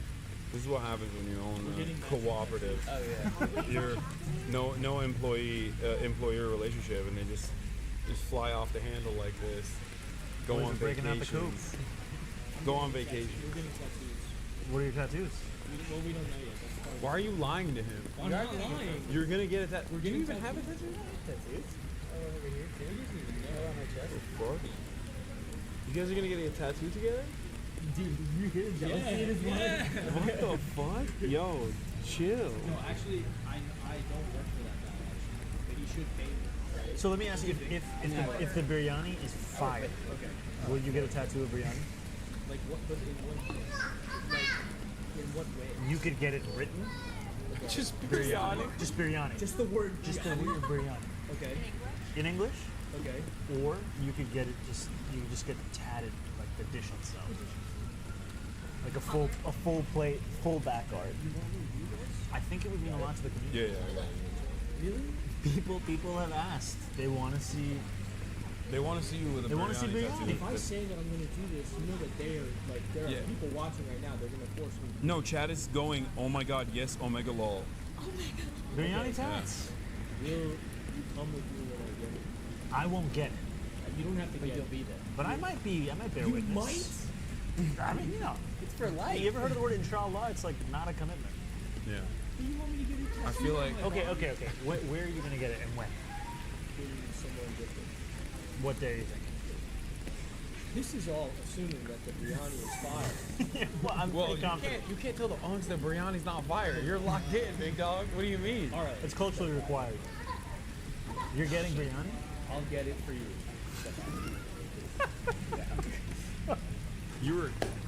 He just came up with that on the spot. It's a lifetime. And you're entertaining it. Whatever, right? That's with it. crazy.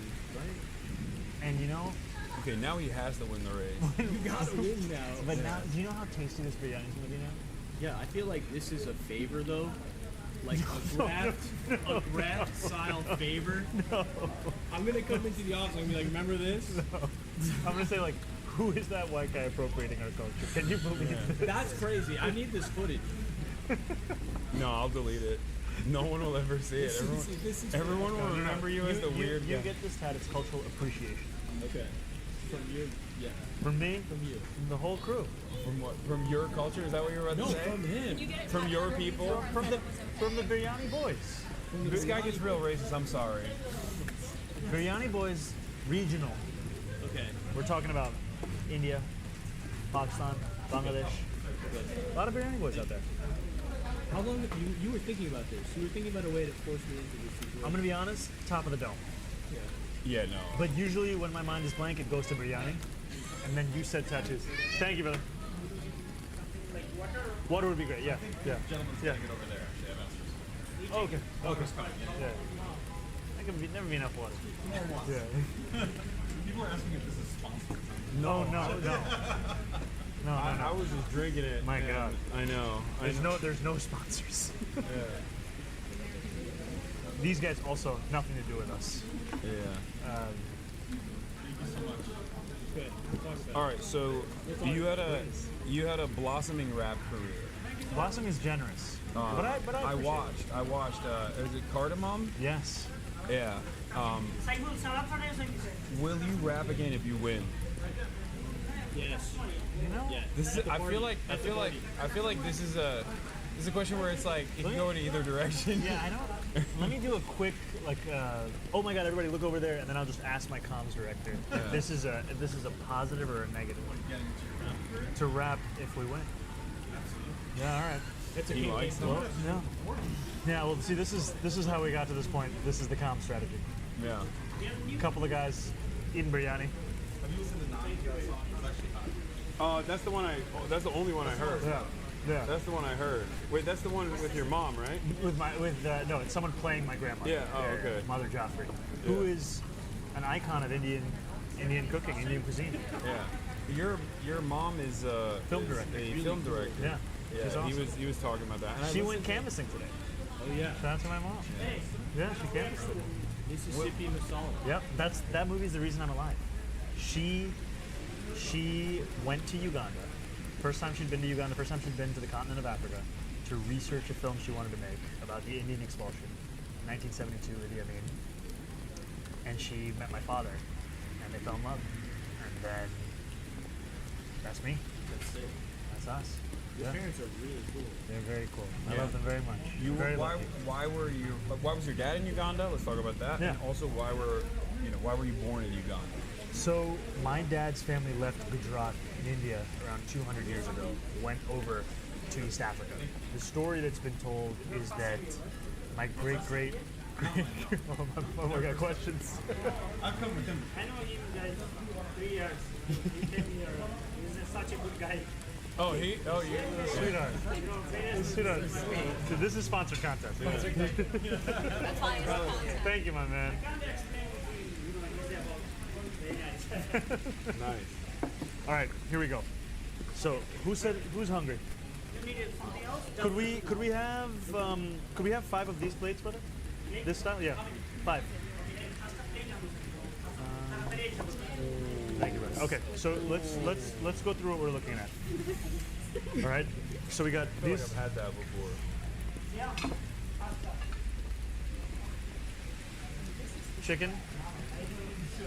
Chicken.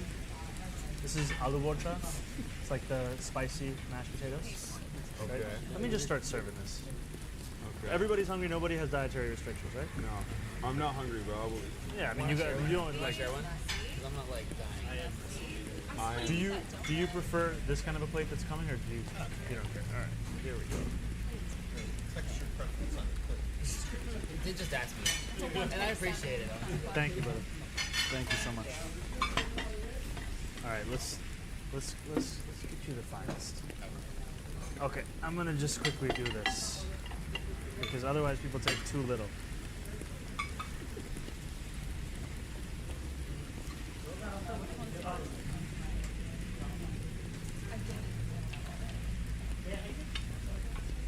I'm so sad I ate so much before this. How could you do this? I had 2 portions of chicken. You should have known you're coming to meet. I thought we were just gonna have like pastries or something.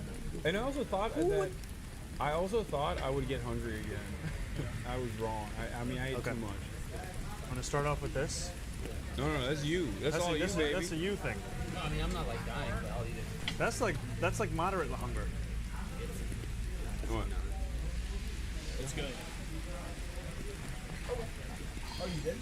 What's up? Oh, What's going? Oh, he was asking. What's going on? Oh wait, is there something wrong with it? Is it too much biryani? No. Focus is off, I think. This is for you, my man. Come on, you want to know what you're getting tatted.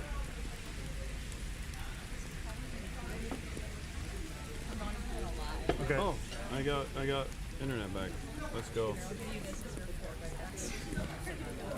Thank you, my brother. Appreciate you. Damn, he loves you. He's my man. What did you tell him upstairs? You were like, yo, come down and just fucking say I'm the best. I need this, man. I need That's this. what he did. He literally came down just to be like, I love this guy. He's been here for 3 years. He was threatening him with the health permit. Yeah. Don't you even put that in the world? Yeah. All right, level of hunger. I'll have a little bit. A little bit. Okay. Yeah, I'm really excited to taste it. I'll be a little more judicious. Portion sizing. Staff, I deserve myself. No. Yes to the tat. As a Minnesota resident, what is the best way to illegally vote for you, Zohran? Zero way. But enjoy Minnesota. Where do they live in Minnesota? I got my mules. Don't worry. They're locked and loaded. I can take that. Ooh. Yeah. This is chicken roast. This is like slightly sweeter. This is I love this dish, especially here at Kentucky. So, damn, I thought you could bring was that mango lassi? Or you want mango lassi? No, it's fine. I can't have it. Come on. Do you want to just look at it? I'm just looking at it from over here. I got a little bit excited. Just finish this one up. Okay, finish that one off. Good to finish? Yeah. Damn it, lost internet again. The meat? Yeah, I definitely want to try the meat. I didn't even serve you. Yeah. No, everyone else first. I'm the least hungry here. Okay, but while you're serving, let's get back to the question that we had. So you said 200 years ago. Yes. Okay. Before my boy came in, he started asking questions. Okay, Too much. Okay. Can I give you some? Yeah. No, I'll try everything. Okay. Just a little bit. Okay. That's good. Okay. You're gonna be getting a tattoo is what I'm hearing. Oh, we're definitely doing that. No, but we're I'm stoked on this. This one, I would say, put that with this. Have some of this. I'll let you tear off how much you want. I can take over. So, okay, the story. I'm gonna pass this over here. The story is that my great-grandmother had about 5 kids who all died either in childbirth or very young. And when she went to the village elder to ask how she could have children that would be healthy, that could actually survive, what he told her was to cross what was called Galapani, dark water. And this was a migration pattern the British had in many ways were responsible for in taking a lot of Indians as indentured servants to build the railways. So my family went across the water, not as indentured servants, but in the hopes of being able to have kids, especially my great-grandmother. She ended up having, I think, about 8 kids. It worked. So they were between Tanzania, Kenya, Uganda. Uganda is where my dad grew up.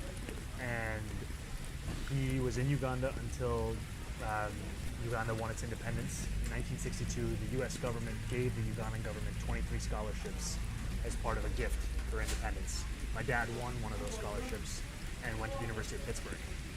And then he started to study in the U.S. And then he eventually went back to Uganda after many, many years, and that's where my mom met him. And he was an academic in Uganda. He was an academic in Uganda. He was an academic in Dar es Salaam also, the University of Dar es Salaam in Tanzania. And he studied at Pitt, then he went to Tufts, then he went to Harvard, then he went back to East Africa. And then he was expelled in 1972 by Idi Amin, and him and his parents became refugees in London. But they were maybe one of very few, maybe less than 5%, who actually went back to Uganda after the expulsion. Damn, he loved Uganda. He loved Uganda, bro. You can't take me away. You know who else was expelled but didn't go back was I don't even know why I'm bringing this up. This is actually a thing that we're ashamed of. Is Kash Patel's father is an Indian Ugandan Gujarati as well.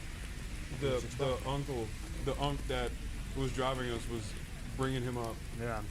I feel like for too long the representation we've had is the Desi uncles know exactly where all the brown folk are in positions of power. Yeah. I mean, even some of the most repressive British political administrators, politicians are also Indian Ugandans. Rishi Sunak? No. What was her name? She was like the. Oh, the interior. Was it? I don't think Suella Braverman was Indian Uganda, but it was a woman before her. Yeah, trying to chart a new course. Yeah. So where were you born? I was born in New Jersey. Oh, let's go. I'm an anchor baby. Look, New Jersey, one point recently had a corporate tax rate of 11.5%. That's inspiration. New Jersey is Thank you for your work. State. New Jersey is an interesting state because it's kind of woke, like in many ways. Hit it. Give me the example. No, I feel like it's got fairly decent schools in comparison to the rest of the country. It's got it's got decent housing as well. It's one of the most I think it's one of the densest states, right? I don't really know much about New Jersey. It's right there. See, nobody knows. I just know about the corporate tax rate. Yeah, I shit on New Jersey a lot, as does everybody else. The joke is that if you're in South Jersey, you're from Philadelphia, you lie to people. You say you're from Philly. If you're from North Jersey, you lie and you say you're from New York. But, New Jersey's good. It's a decent state. I can't believe I'm saying this out loud. But yeah, I'm an anchor baby. So biryani makes you do? Yeah, but I went back to Turkey, grew up there, Istanbul and Ankara. When did you go back? How old were you? Oh, I was a baby. I was born here and then immediately shipped back to Turkey. And then, yeah, I shouldn't be saying that. And then, I always wanted to come back to America. I wanted to go to school here. And that's what I did. I came back for college. I went to University of Miami first, and then Rutgers, because my parents made me transfer because I was having a little bit too much fun. And graduated from Rutgers, moved to LA. That's it. Where you said you lived in Istanbul? How do I dive into this? Let me been looking at it. Let me do this for you. First thing, okay, you just pick out how much of the paratha you want. I already put this in my mouth here. I got this one. That's a hefty. That's a big chunk. I mean, you know, 2 big chunks. Okay. Which one you want? Big boy, big boy. That one. Sure. There you go. So you said this is sweeter? This is a little bit sweeter, which is great. Chicken roast. Okay. You want to eat this with that over there. Yeah. Bread. Fighting for my life. Come on, it's too much. Yeah, come on. Oh. I bit into like a jalapeno seed. Yeah, I did that and too. was like, yeah, could you feel it? Like straight up the nose. Okay. So, wait, what was your last question? My last question was where. You said you lived in Ankara and Istanbul? Yeah. Okay, what's your favorite Turkish soccer? I don't really care, but my family is Fenerbahce, so I guess I gotta say Fenerbahce. That's what it is. But I'm not like, I don't really watch soccer like that. No. Yeah. Do you watch the Turkish national team play? Not really. I don't really watch a lot of sports, to be fair. I only play basketball. I don't even watch that much basketball. Yeah, I have fond memories of Euro 2004, the Turkish team, because yeah, I mean, I remember that. That was a wild time. That was a big deal. That was the extra time. I think the Turkish team was ahead for like a total of 7 minutes over the course of the whole tournament. Just kept having last-minute equalizers. Anyway, this is a point of extreme passion for me. Yeah. Oh, so you're a big football fan? Big soccer fan. Thank you very much. Okay. Wait, what's your team? You sure you don't want to read? I'm so positive. Oh, you're so positive. Okay. What's your team? My team is Arsenal. Okay. Yeah. You're a gooner. I'm a gooner. Everything is great. Amazing. Thank you so much. Thank you so much. Let me introduce you to everyone. Oh, my name is Ashley. Thank you so much for having me. This is incredible. Hasan. Hi. Sorry. And this is Andrew, Kara, Donald. Yeah. Thank you so much. So good. So good. What else I can help you? I'm trying. I think I got this up for us. Yeah, I think we're good. Thank you so much. You want a mango lesson? No, I'm good. Yeah. How many do you guys want? 1, 2? You should have, if you're spicy from the I jalapeno. love a mango. No, just 3. Just 3. 3 is okay. Mauricio, you want mango lesson? No, 3 is enough. Oh. Kara, is there anything you can have? Nothing a little sour?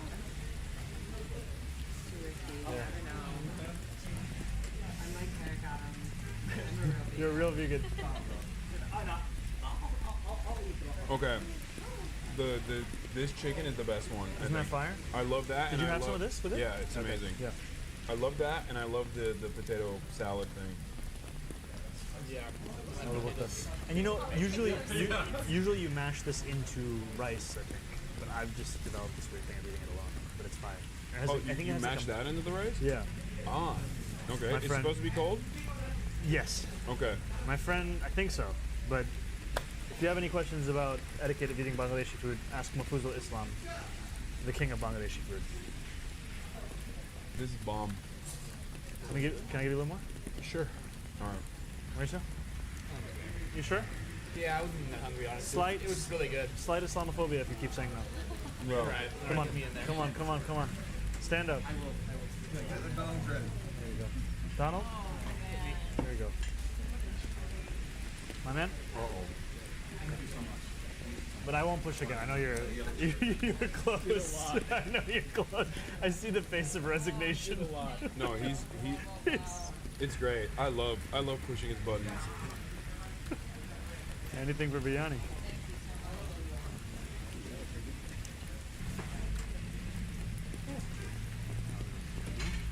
It's good. Can I ask you a question? When you started this, did you know you were going to become a political figure? Somebody who is people are not a political figure per se. I mean, I don't think I am a political figure, but I knew I was. Yeah, I knew I wanted to do political commentary. Yeah. From the jump. Yeah, but I never knew that I would become this successful. Yeah. I had no idea. When did it start really taking off? 2020. Here you go, my man. Can you have some salad? 2020 is when it first really popped off. I went full time. Well, man, I'm gonna give you this. I'm just gonna go to the bathroom quickly.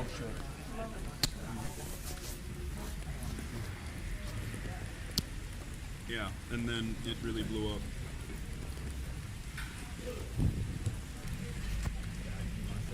Really Don't worry, cool food I got truck. the mic. Don't worry. What? You don't think he's really gonna make me get that tattoo, do you? I hope he does. I think you have to. Oh, God damn, this is good.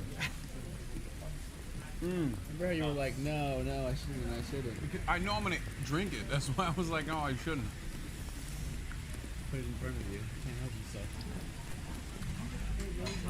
How are you? Amazing. Good to see you. My hands are dirty. I just ate. Yes. Bro, this is central. Yeah. Chat. Can they see? It's amazing. I mean, yeah, they can see him walk by. Yeah. Central. Yeah. That's how you know it's good, though. Oh yeah. If it has the certification. Yeah.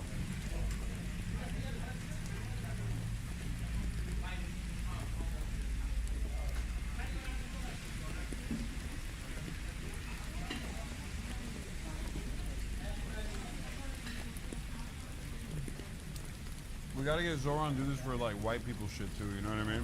Some unseasoned chicken. Yeah. Expeditions. Get the Barbers and Debras on board in the same way. You know what I mean? What would that look like, Yeah, Jeff? I'm trying to think of like What is the whitest thing that What's the whitest thing that Zohran could do? You can go to the Cheesecake Factory.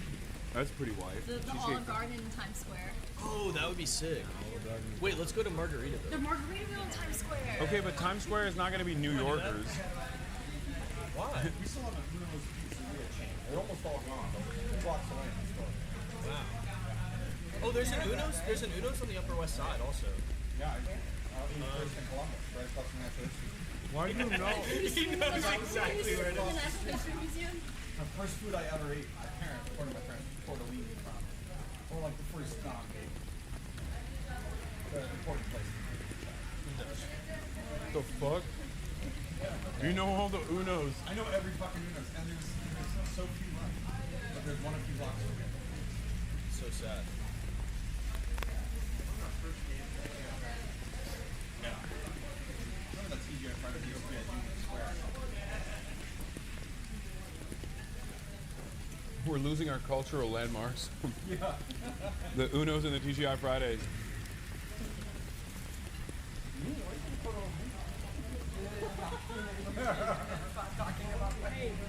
Document the winning process. It's really fucking good. Like really. It's delicious. Everything's so good. Oh, so you're getting the tattoo? Like tattoo good? I don't know. If he comes, maybe I'll get it. He has to be there though. I feel like if he doesn't come, then that's crazy. Because then I could just lie. I'll be like, yeah, I got it. You can't lie to him. Get back here. I'm talking about that. Uno's pizza.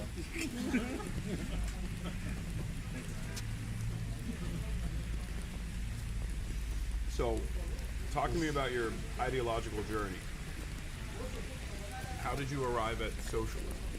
You know, it was Bernie's 2016 run that gave me the language of democratic socialism. Gave me the sense that these ideas that I thought maybe were disparate, that were unconnected, were in fact rooted in one similar framework of how you see the world you fight for. All right, now I'm going to go in with my hands. No, it's... Why do you have also with your hands? Okay, Let's all. we're holding hands? No, we're going to eat with our hands. I saw some of the other aunts eating with their hands, but I thought it was culturally insensitive to ask, so I didn't want to. Come on. I didn't want to be like, well, I already ate with my hands. What am I talking about? It was too hard. It was too hard to do without the hands. So we're locked in. We're locked in for the tattoo. We were just talking about that. It's pretty good. The logistics, yeah. We cannot do it here. Here. Like in the bush, in this restaurant. No idea. Yeah. I figured. Unless they had like an illegal operation. No. Why are you trying to get people in trouble? What? What's wrong with you? Yeah, it was 2016. I was one of those guys watching the primary results, even when it was almost impossible for Bernie to win. Be like, could still pull this off. Oh.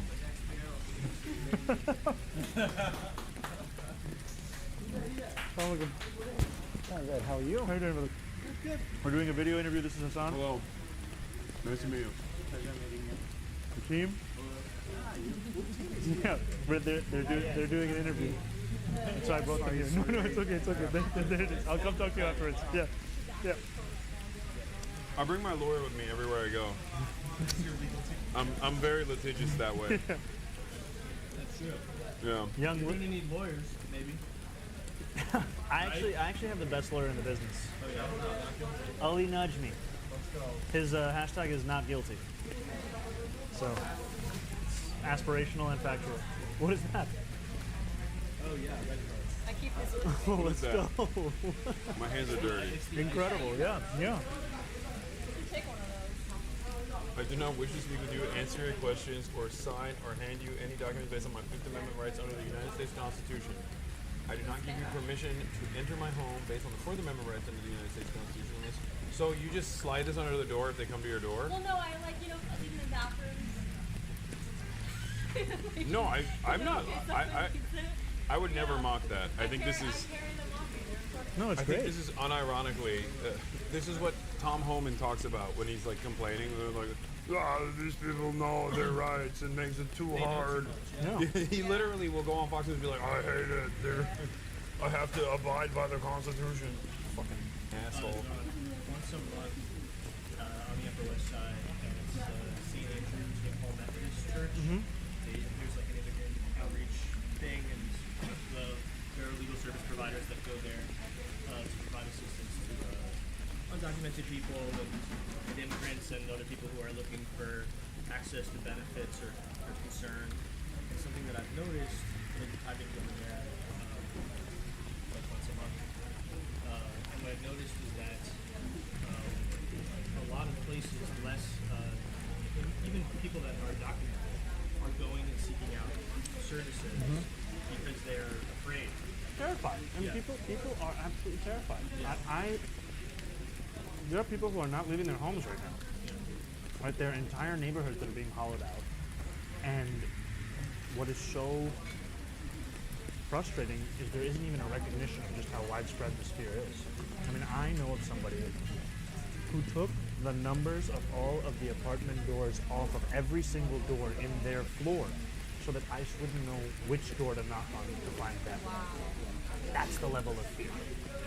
And it's to have a leader in this moment like Adams or one like Cuomo who refuses to even tell New Yorkers of their rights. I mean, the reason I asked Adams that question in the hearing was because we've seen a drop in citywide attendance of about 5% because kids are not coming to school because their parents don't know if they're going to come back from school. Like, we get snatched at school. And individual schools have drops of attendance at about 20%.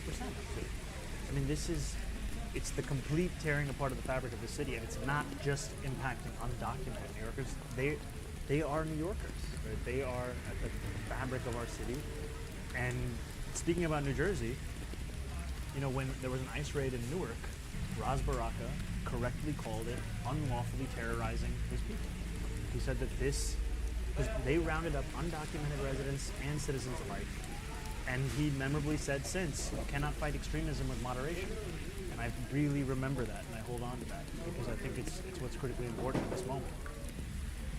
That's the entire purpose behind this being a sanctuary city to begin with, is so that these people can take advantage of the services and be functioning, productive members of society without fear of government overreach. Yeah. And even cooperate with law enforcement authorities. Like, that is the underlying reason for why sanctuary cities exist to begin with. It's not. It made New York City safer. Yeah. It was defended by Republican mayors. Yeah. And police, like police departments. Because otherwise you're keeping people in the shadows. Yeah. I mean, Eric Adams, he's willing to throw any New Yorker under the bus, and we know that he's not going to be the next mayor of the city. We know he's not going to get a second term. But what's terrifying is that Andrew Cuomo is the same kind of politics, just with a little less brazen corruption, the same kind, but a little more sophisticated about it. I think probably higher level of corruption, but just not as incompetent and as in your face. But who knows? I feel like even corruption has gotten it's gotten more brazen across. No, I feel like corruption has gotten worse across the board. Like the people doing it are doing it in more brazen ways. Unabashed. Yeah. I mean, your state. Which, California? No, sorry, I was saying New Jersey. No. I have not lived in New Jersey. I was bringing up the senator. What's his name? Yeah. Oh yeah. Bob Menendez, right? And the gold bars. Yeah. And the halal certification racket.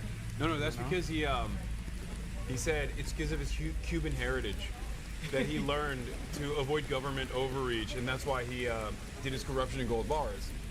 Ironically enough, his family did not escape Cuba under the Castro regime. They left under Batista. Marco Rubio is another Cuban that says that about Castro, even though his family also fled under Batista. It's a very weird phenomenon among Cuban diaspora people in the United States of America, where they'll just like lie and say they fled Cuba because of Castro, and then you look at their immigration records and they literally fled under Batista. All right, who's still fair game for more food? None of you guys? Come on. Are you insane? Come on. It's so much food. It's so much. So Bangladeshi food, you're supposed to eat with your hands? I don't think there's a rule.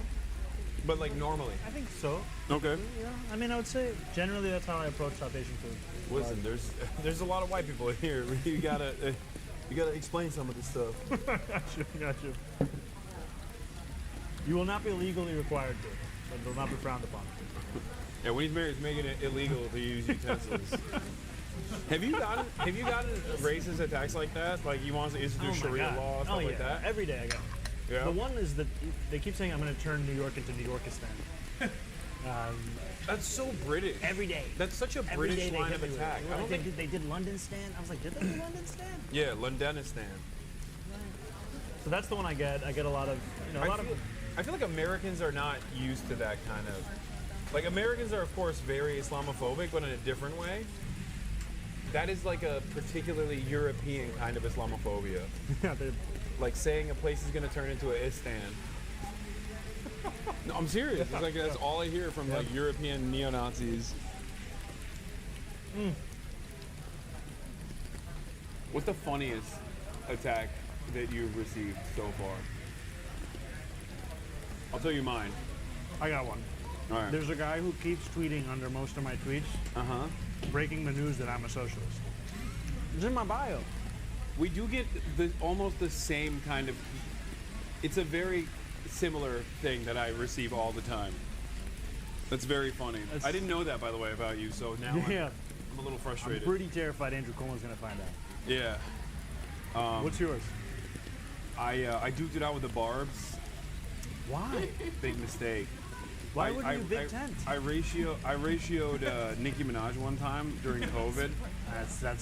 And then the Barbs came after me big. What did you ratio it for? She was talking about Tucker Carlson or something. She was talking about how her cousin's ball sack grew because he got the COVID vaccine. I'm sorry. I mean, you asked me what the situation was. You know, it could have been like, after dinner I'll tell you. I didn't even think about that. Anyway, it was a vaccine thing, and I was like, the world awaits your medical contributions, like your contribution to medical science. And I ratioed her, and then the Barbs got really mad at me. And then I received one of the most hurtful statements I've ever received in my entire life. In my DM, someone said, "You're aging at the speed of white." Ooh. Yeah. That's like when I get the male pattern baldness. It hits me. that it destroyed me. Like I still think about that.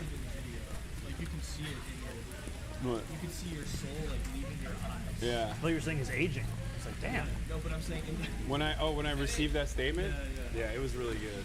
Well, I still think about that. It's been like 3 Do you know years. the user who sent it to you? Do you remember their name? I mean, I don't remember that. My dream. Probably someone who works at Sephora, though. I'm not allowed to go to a Sephora now. That's where all the barbs are. My dream is to have a sit down with my trolls. Just like chat through. Just like see what's up. Like these guys are dedicated. Like they hit the same response every day. New Yorkistan, New Yorkistan, New Yorkistan. I'll tell you this much. Like, that's I not did biryani. I did that.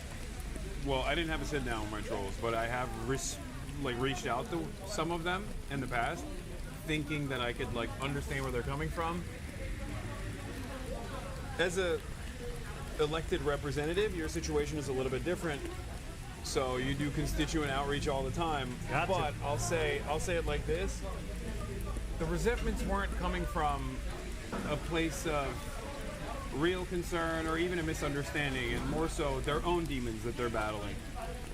And in most circumstances, I think that's what the problem is. So I now have a policy of not really entertaining it. But you know, but that's just it seems fair. That's just being online. That's different. Seems fair. But it's a nice way of saying it. Facing their own demons. Yeah. That was. Oh, I love that one. Yeah. I thought it was gonna be a little funny. Yeah, I think their post, you got them too horny. Like they were too angry to like actually come up with something clever. Because sometimes they have bangers. That's what I'm saying. Like it's racist and it's sometimes funny. Yeah. So give me that. Yeah, no, they hit you with the. What is dangerous? You know, man? one of my chatters was in your. One of my chatters was the screenshot. Like they were like, "Oh, that's me" in the group chat that they like. that they took a screenshot of. The dangerous. No, lemon something. It was one of the 3 screenshotted chatters in your group chat when you were talking to Rashida to leave. So that was also interesting. Like apparently that was a private correspondence or something. Like what happened there? It was a DSA member's phone bank, and someone intercepted it to find you guys having a wholesome back and forth. Post reporter paid dues to DSA. Became a DSA member. That's awesome. Yeah. New York Post funds New York City DSA now. Hell yeah. I don't know if that's good or bad. I haven't decided yet. Yeah, New York Post is amazing. I mean, they're horrible, but they're funny and amazing in their own way. They write about me a lot as well. Did they ever reach out to you? Like Yeah, they reach out for comment. We had a sit down. We spoke to them about our plans for raising the corporate tax to pay for universal pre-K and making buses free, and they ran it. It was great. And then they run, like a regular set of 2-3 hit pieces every few days, something or the other. Shout out Craig McCarthy. That's a good journalist. Yeah, good journalist. But first time I was in the New York Post was when I was scoring one of my very limited number of goals for Bronx Science in high school, and I thought that's what my trajectory was going to be with them. Some recognition, some support. Very different. Very different. Yeah. I think New York Post is one of those places where, like, if they have you in the crosshairs, you're doing something right. Yeah. If they're glazing, I want to give them another chance at the headline. If they're glazing you, you might be on the wrong trajectory. You're definitely on the wrong. Yeah. I've gotten a couple hit pieces. What have your hit pieces been? It's just Israel related always. Yeah. It's because usually when you say anything against Israel, there's a network of trolls and organizations that will flood the market and will go out to every journalist and be like, "This guy's dangerous. You should write this article about them." And I guess unfortunately for those guys, real journalists look at that and go, "This is stupid." New York Post, on the other hand, will look at that and go, "This is amazing. Let's print this right now." It's like New York Post, sometimes Fox News if they get a big get, but that's like usually the bottom of the barrel. But I still appreciate it. I still read it. Their piece on that one Israel supporter that had to go to rehab for eating too much cheese. Yeah.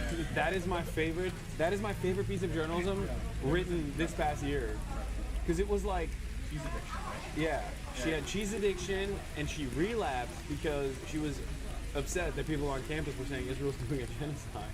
So then she had to go back to rehab, and it was $6,000 a week. And I love that story because, like, I think the New York Post didn't write that to make fun of her, but it's impossible to read that story and be like, she's the victim here. Yeah. So they do have some hits every now and then.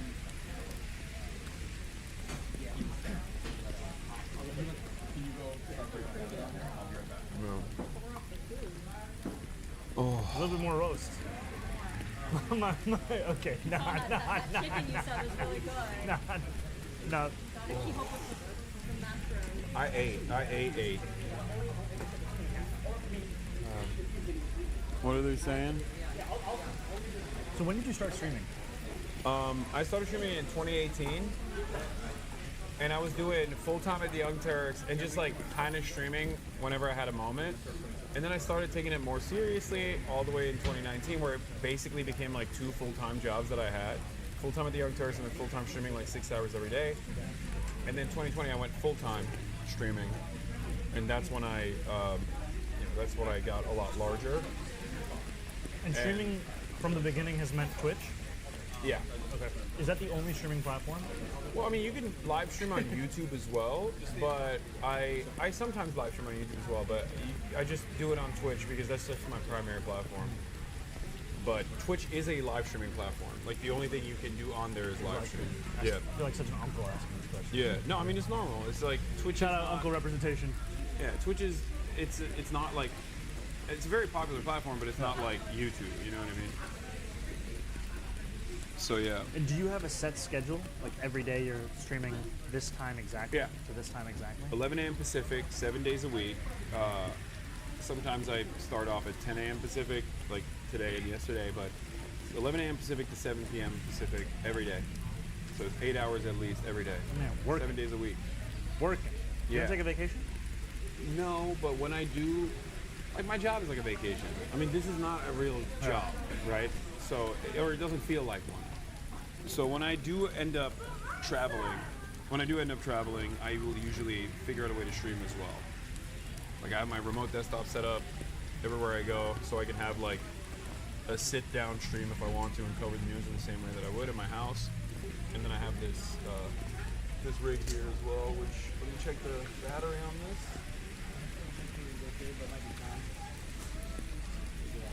69%. Have we swapped it yet? Yep. Okay. Yeah, you might need to.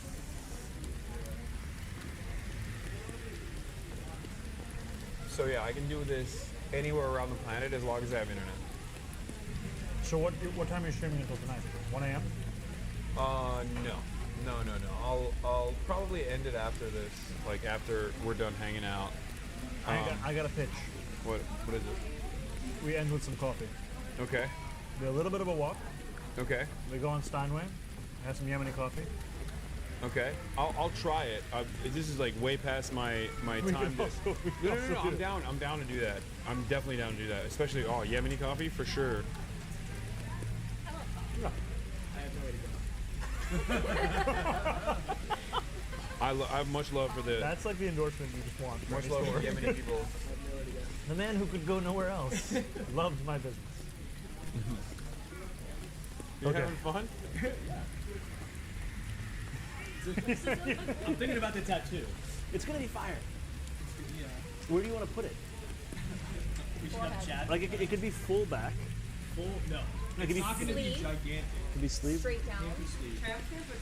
That's beautiful. Just tramp it across. Biryani Like booty. strips. Could be face. Could be, Forehead tat. could also be here. Right. Tasteful. The thing is, though, whenever the issue is when people see it, they're going to be like, why do you have that? And then they're not going to believe it. You're gonna say There's video evidence. The mayor of New York. No, I'm deleting this VOD after this so that he doesn't have the video evidence. And clowning on him. Get a picture of Zohran tattooed on your body also, so that you can be like, look, it's real. This guy. You should get, you told should get an me to get explanation under it that said Zohran said I should get it. No, the community services department, the community safety department, they're going to come and take me away. No, that's not in their interest to police tattoos. Although, like, to be serious, the tattoo profiling of immigrants across this country. And there's a guy who had a tattoo. He had an autism awareness. He had an autism awareness tattoo. There's a guy who had a Real Madrid tattoo. Yeah. I mean, there's a guy. Just like the stuff that people have been thrown in jail for. There's a guy in Guantanamo for having biked the wrong way on a road in Texas. That's what we're talking about. Yeah, And now there are people that even the federal government admits should not be in these Salvadorian prisons. Yeah. They just said it's beyond them. All right, I'm gonna go short this. Meet you guys upstairs. Okay. No more food for anybody? No, I'm good. Thank you. I'm good. A little bit. No. A little bit of food. A little bit of food. No? A little bit of dessert? No, we'll have coffee. You're right. Coffee. Okay.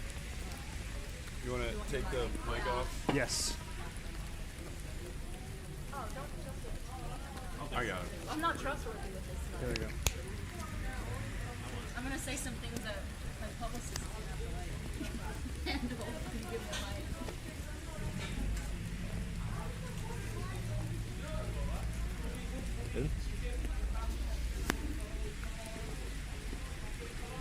Hot mic, baby. I like that. I like that he's identified you as the weak link that he. Why does everybody bully me? I don't know. Zohran bullied me. You're such a soft boy. That's what it Ashley is. bullied me. All you guys bully me all the time. Chief, everybody. Oh. Thank you, buddy. No bullying, just biryani. Just biryani. It's because it's just. I don't know. You're so bullyable. But in a loving way, and not in a mean way. It's like he saw the guy. He's like, that's the guy. I'm gonna fuck with that guy. Yeah. Now you gotta get a biryani tattoo, bro. Sorry. That's crazy. Or you have to say you didn't like the biryani. You have to tell the owner of this establishment To his face. that Like, you hey, did not like his biryani enough. I think you got an amazing thing going on here. The biryani is rated out of 10. It's really good. So you're saying you're giving it a 5? No, it's fire. It's fire. Okay, so you have to get the tattoo then. Maybe. We'll see. I don't think you're gonna get the tattoo. We'll see. We'll see, chat. Okay. Yeah. All right, let's go. Let's go upstairs. Yeah, I'm done. Thank you. What's up, man?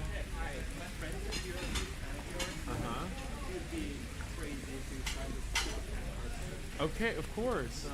Inside. All the uncles. JISAN. All the uncles are. There's a meeting of the uncles. That's his. I wish you guys could see this. You guys need like a professional. I mean, that's my job. I can buy this with communication. There you go.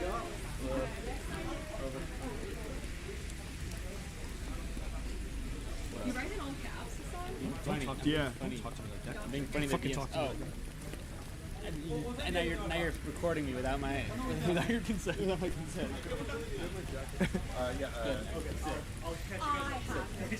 Yo, look at all the uncles. Dude, this is Uncle Central. This is crazy. Oh, all right, man. Zohran has. It's really good. It's like a really good pen. Uncles. You want to keep the pen? No, I'm very good. Thank you. They're doing uncle magic. We got more unks coming. Okay. Hasan, Cameron Cassidy just messaged me and said, make them kiss, in reference to you and Zohran. I don't know if we're gonna be doing that So today. Kiss. You want me to take this one?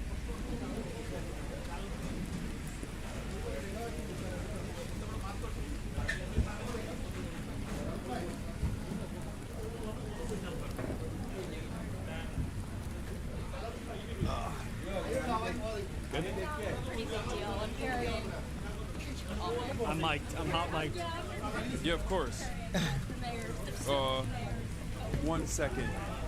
Chat, you guys can't see this. This place is absolutely. Bye. Bye. Thank you. Thank you.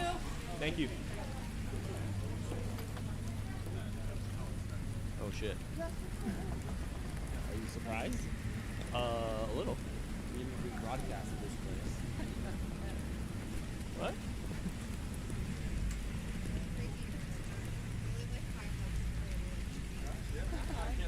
gotta tell him.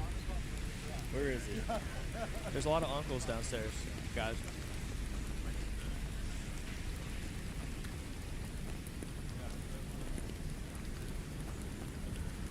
I hate when you get this close to me. It makes me so upset. It honestly makes me so pissed. Because, like, what do they see? You know? It's awful. Get further away. I don't understand why you don't like it. It's too close, guys. Oh, here he comes. Oh, shit. God damn. What's up, guys? Okay. Hi. Go. All right, Let's everybody go, take your phones out. Quick, quick, quick. Yeah, of course. I know that's what's going on. Let's do it. No, it's all good. Hold on. Big fan. Thanks. I appreciate it. Cool. This. Swag. Oh, this is live right now? Yeah, you're on. They can hear you too if you want to talk to them. What's up, chat? Okay. Where's He's shy. sign something? Don't look at me. Yeah, sure. Oh, I guess you can just film me. Yeah, sure. Oh, shit. Oh, wow. This is sick. This is a dope photo. No, this. Okay. And I actually met her too, and I Thank you, bro. All right. Super nice to meet you. Yeah, of course. Ryan. Sorry. You want to sign it, right? yeah. There you go. No problem. Nice to meet you. Thank you Yeah, for watching. nice to meet you. All right, let's do it. We gotta wait for him. He's downstairs. What? He's downstairs. He's with the uncles. Yeah. Oh, sorry. I thought you were about to do it. No. I meant let's do it. Hey. Hi. Yeah, sure. Nice to meet you. I'm like, I might throw up, I'm not gonna lie. Please don't do that. Oh my god. But it's so cool to meet you. I really fuck with you. Nice to meet you. You and Ole. Watch the streams all the time. I fucking, yeah, Ole's the best. Yeah, and you guys look Okay. I Cool. Well, like, you know, when I got free time. I work for a shelter. Oh, amazing. Yeah, so I always like, saw you as, like, it's, an older but it's just Not that much older. I'm only 33. Okay, and goddamn. like, even the low paying jobs that are like really like high. Nice to meet you. All right. So like, I am. I'm Thank you. hungrier than Yeah, the of Huns. course.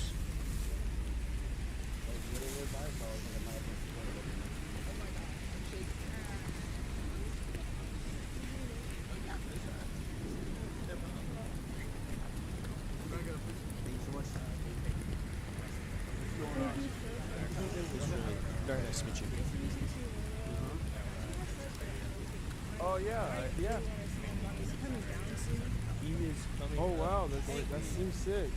I had He's Hell yeah. convening What is with it the called? uncles. I saw him at over there. All right. I was like, they must be street snipers too. Okay. You can show it to the stream. Are you guys gonna canvas? Someone told me that you guys were gonna canvas.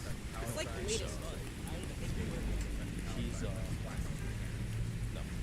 Okay. I had a shit ton of lit just like in my bag. I was gonna give it to you guys to work. Hell yeah, it's dope. Okay.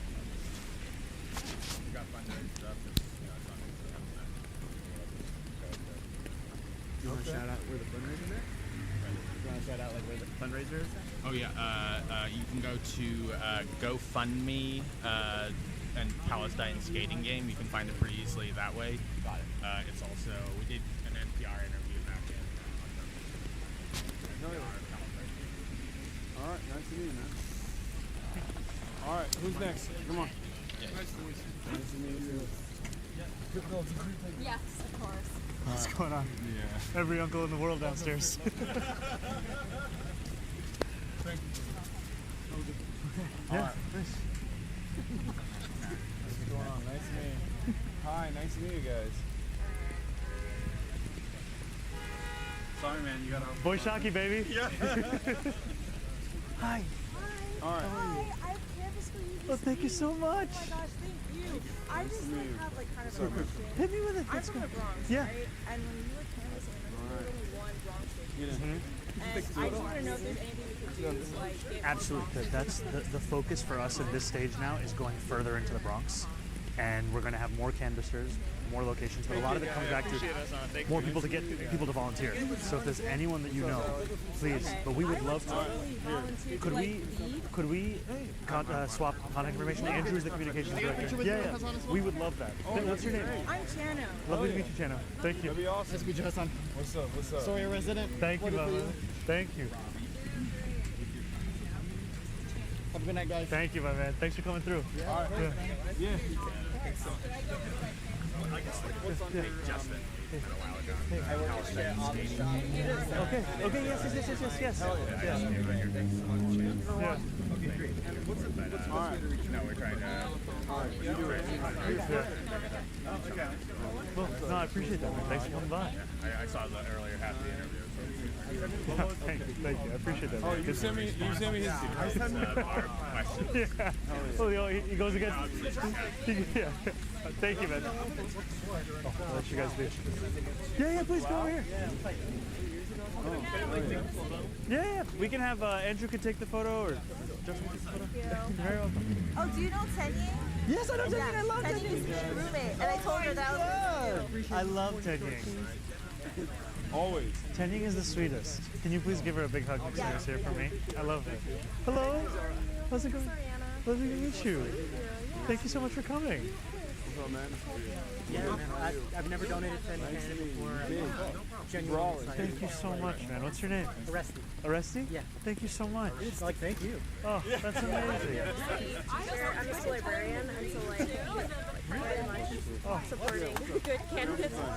Thank you. I'll do it back Thank you, guys. Can I give you guys a hug? Yes, please. Thank you so much. Thank you so much. Really, really appreciate it. And a story of The story of people, let's go. People are about PRA. Let's get a quick picture, Nancy. Oh, yeah, absolutely.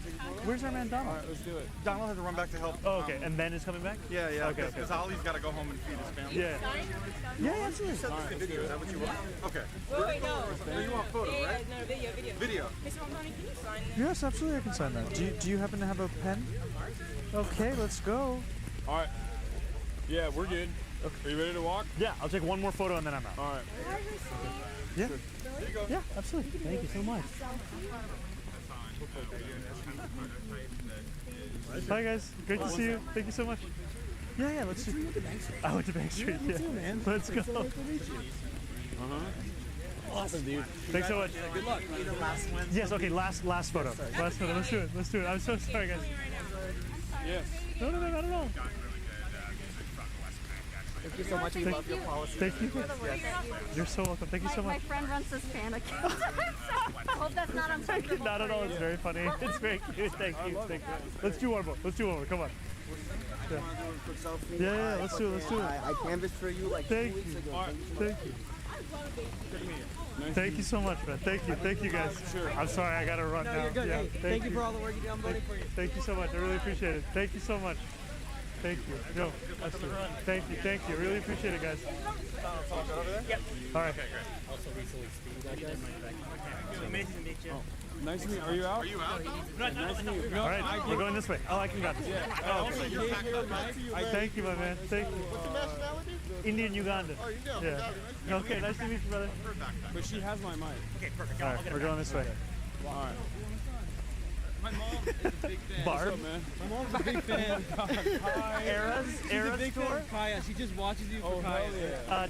Taylor's version. All right, quick. Wait, let's do it. What's up, man? You want to take a photo? All right, we're going to keep walking now. If you have time, I'll take you up top. Go ahead. Thank you so much. All right, nice to meet you.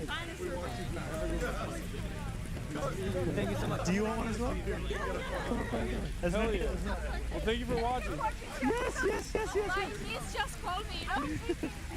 Okay. And she said, go on, take your pictures. Let's take a photo. Do you have a phone with you? No, I don't have it. Oh, let me bring it. I got you. I'll get it to you. Okay. Hassan, come in here. What's happening? Oh, we're going to take a photo. All right, let's do it. Her restaurant that we were just at. We're checking. I'll make sure you get it. I'll make sure Zohran gets it to you. Perfect. Thank you. See you. Assalamu alaikum. Thank you. All right, we're going this way. We can go this way. Come on. Where's March? Oh, he's right there. Okay. Yeah. Appreciate it. Thank you. The photo. Oh yeah. Let's do let's do the street. Thanks. Alright, see you, man. So you guys can't even say no to constituents. It's hard, man. I'll be like, nah. No, I'm kidding.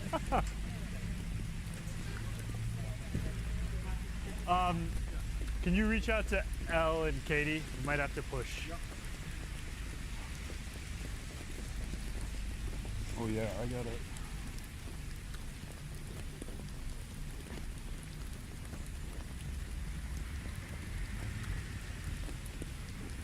Door knocked in this building.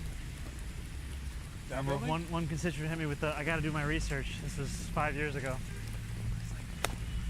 5 years ago? This was the first run. This is one of those, what is it called, like 5+1s or whatever? It looks like that kind of, that structure. Like new construction. I'm not sure when it was constructed. Oh yeah, wait. Sean Paul? You have the backpack, yeah? But just give, yeah, okay. Yeah, it's all good. Wait, what happened? He said, give me the light. I thought it was a reference to Sean Paul. Oh. That. I wouldn't have gotten it. No. Not a Sean Paul I don't listen fan? to any music. What do you mean? I don't listen to music. Yeah, you heard that right. At all. It's messed up, I know. I don't have time. I literally only, the free moments that I have. You sure you're not very religious? No. That's the one thing, yeah. That's the one Islamic tradition I follow is not listening to music. Okay. For 2 seconds. Stop. And no usury, no usury. No usury. No, I don't even have a credit card. Oh, you don't even? I literally don't have a credit card. So how do you do your credit score? I just don't. He is bad so I have a house. That's it. I bought a house. So that like gave me credit. Wow, I thought no usury meant you weren't charging interest on anybody. I was like, yeah, that's no, good. I'm not. You I'm shouldn't not be even doing participating in the debt. A voice said no usury whatsoever. Not on my watch. But not for religious reasons. This is all. It's just all. Coincidentally, I also. Yeah, it's like I just find myself facing. Quick Sean Paul intermission. I just find myself facing the Kaaba 5 times a day. Clean myself up right beforehand. It's just I don't know how it happens. It's just what we do. All random. It's just what we do. I also don't wear gold, so yeah, I got it all.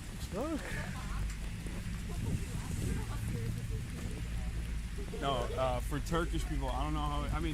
I don't know how it is for the rest of the Ummah, but for Turkish people, like the one thing they don't do is pork. Oh, yeah. They do everything.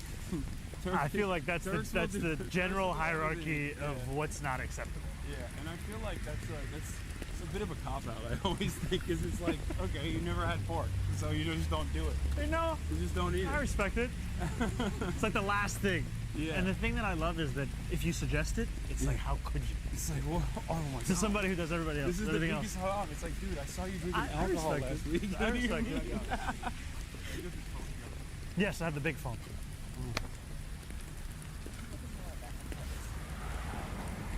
All right, jaywalk. That's legal. Decriminalize it. Jaywalking, well, the fact that jaywalking is even a criminal offense is a car-centric infrastructure issue is wild. It's not a criminal offense any longer. No, I'm saying, but that it once was? the fact that it was even suggested as though it is the pedestrian's fault and not the person who is like driving this big husking murder machine irresponsibly in a crowded city area, you know?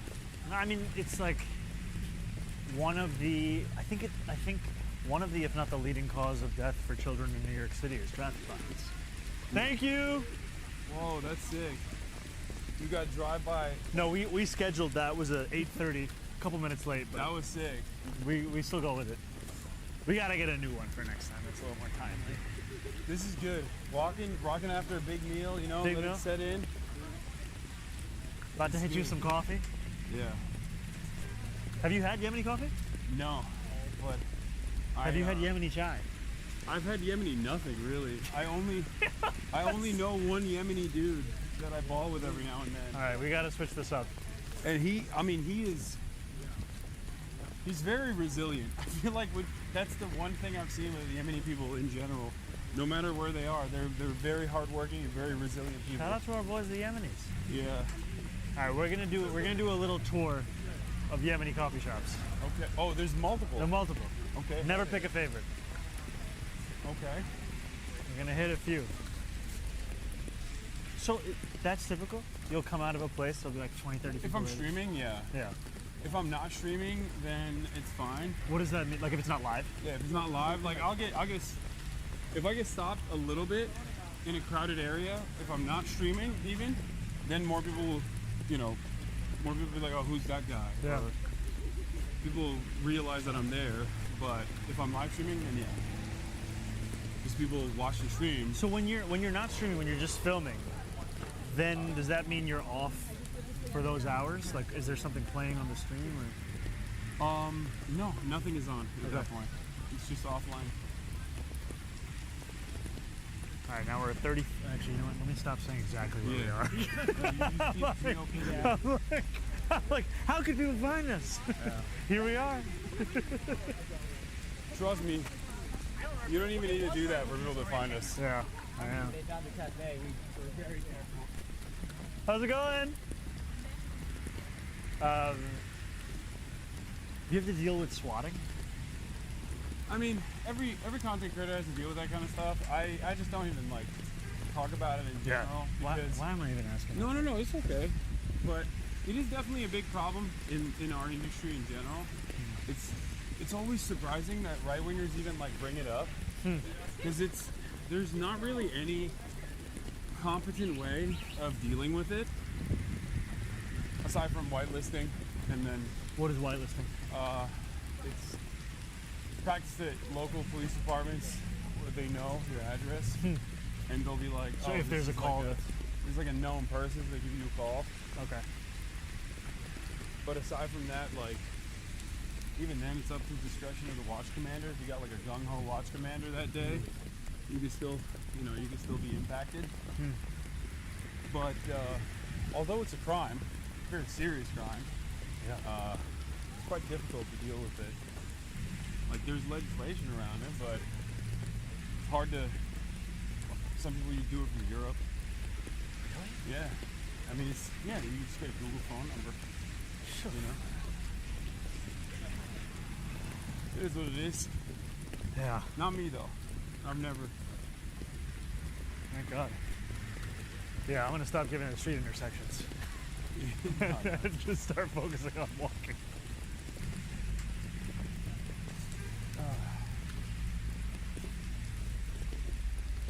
Doing all-terrain work. And how long have all of you guys worked together? Oh, it's just Marge and I work together. Oh, it's just you guys. Oh, my bad. Yeah, I've known Lolo. Lolo's just my friend. Okay. He wanted to. I mean, he was like talking to your people, I think. Yeah. And he lives out here, so I was like, you should tag along. That's awesome. Dude, this light is sick. March, you've elevated. You've elevated our production big time. Respect. And when did you guys meet? Yeah? Yeah.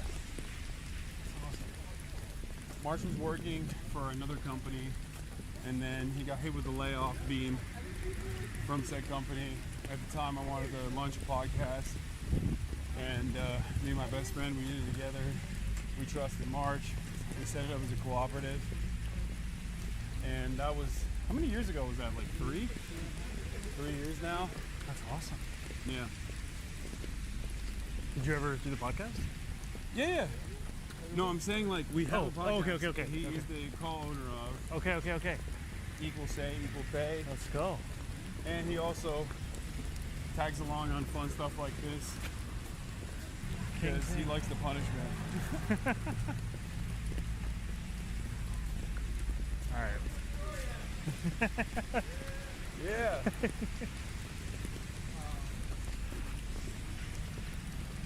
Dude, Family Mart. I was really going to say. Family Mart. Family Mart. I'm a big weeb. We love Japan. You want to hit it? No. I mean, we in Japan is a chain. Okay. Family Mart.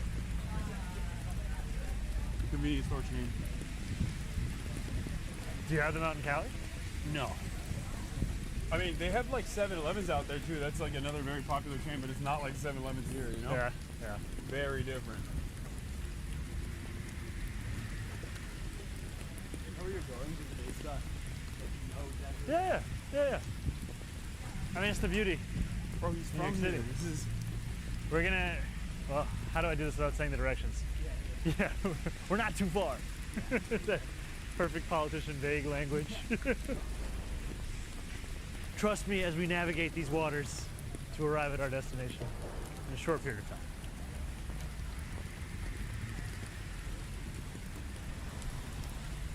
God, this weather is lovely. It's about to be pretty cold this weekend. Hasan, you just passed the Falafel King? Wait, really? Wait, Falafel King is here? King of Falafel. King of Falafel, the one on Broadway? King of Falafel, yeah. Wait, that's the one where you... I want to get you in trouble. That's the... I'm gonna leave you on that. That's the one that... I'm gonna let you. I didn't realize that was here. Yeah, it's in Astoria. Manhattan. Yeah, if you weren't here, I would definitely frequent it. Yeah, you should go. Get some late night on. Promoting local businesses. Is he Palestinian? Yeah, Freddie. Oh,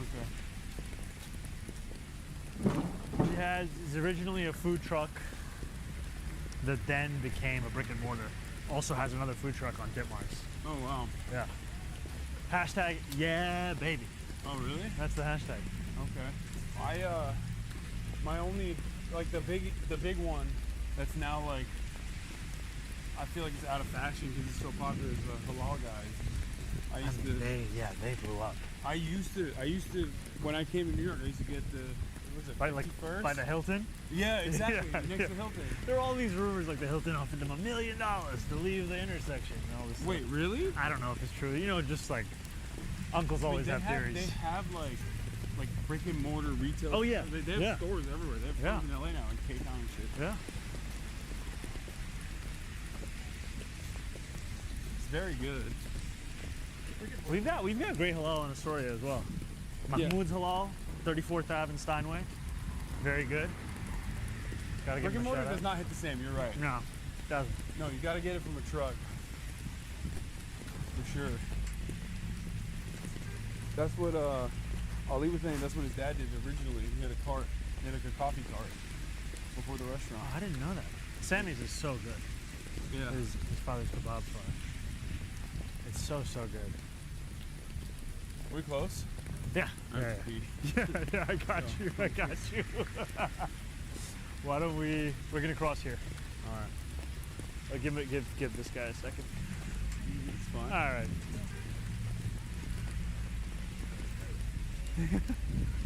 Thank you so much. Thank you. That's dope. Yeah, that is so nice.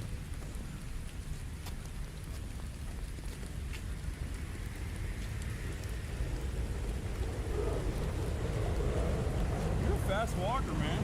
New York City, baby. Yeah. Come on. You're booking it. You know? Let me carry that for you though. What? I can carry that also. Give you a break now.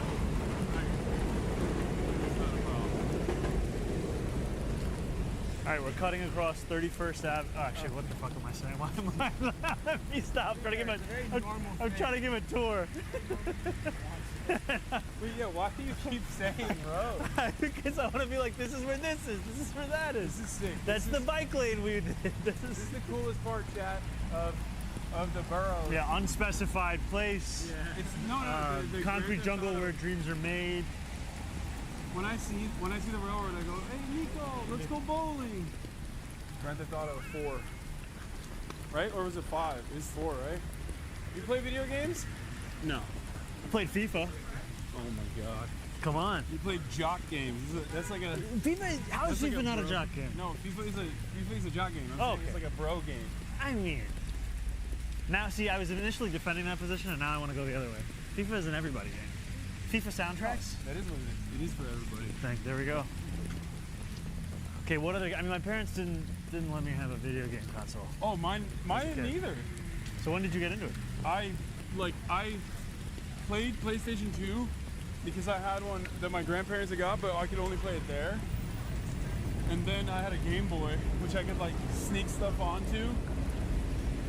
What'd you play on Game Boy? I played everything. Now, on Game Boy, I played Pokemon games, stuff like that. I loved Pokemon games. But you remember the movie, the Pokemon movie, where if you went, you got a Mewtwo card, or was it Mew or Mewtwo? I think I remember that.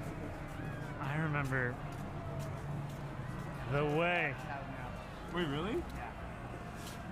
This is one of the best DJs. Wait. Oh, you're no, I'm kidding. In LA, that would be the case. Yeah, there's like there's a famous LA had like a big speakeasy thing where they would make like storefronts that just look like regular storefronts. Yeah, like you go to like the laundromat, it's a club type of thing. Laurel Hardware used to be like, it looked like a hardware store from the outside. It doesn't We're even, gonna take a left here, guys. It doesn't even look like that now, but back in the day it used to look like a hardware store, but it was not. It was a restaurant. Laurel Hardware? Yeah. There's a couple places like that. We're gonna go right over here. You also let me know if you need to go before. There's a bunch of places we can stop. No, it's fine. It's fine. No, we can't give locations. Well, it's too late. It's fun. You've been shouting out every crossroad as we pass it like a GPS. Really excited to be here in an unspecified location.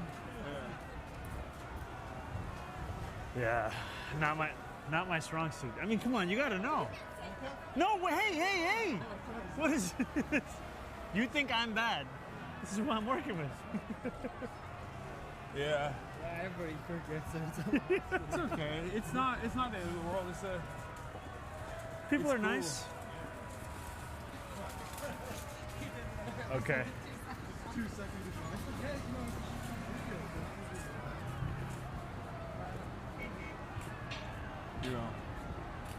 Okay. Getting.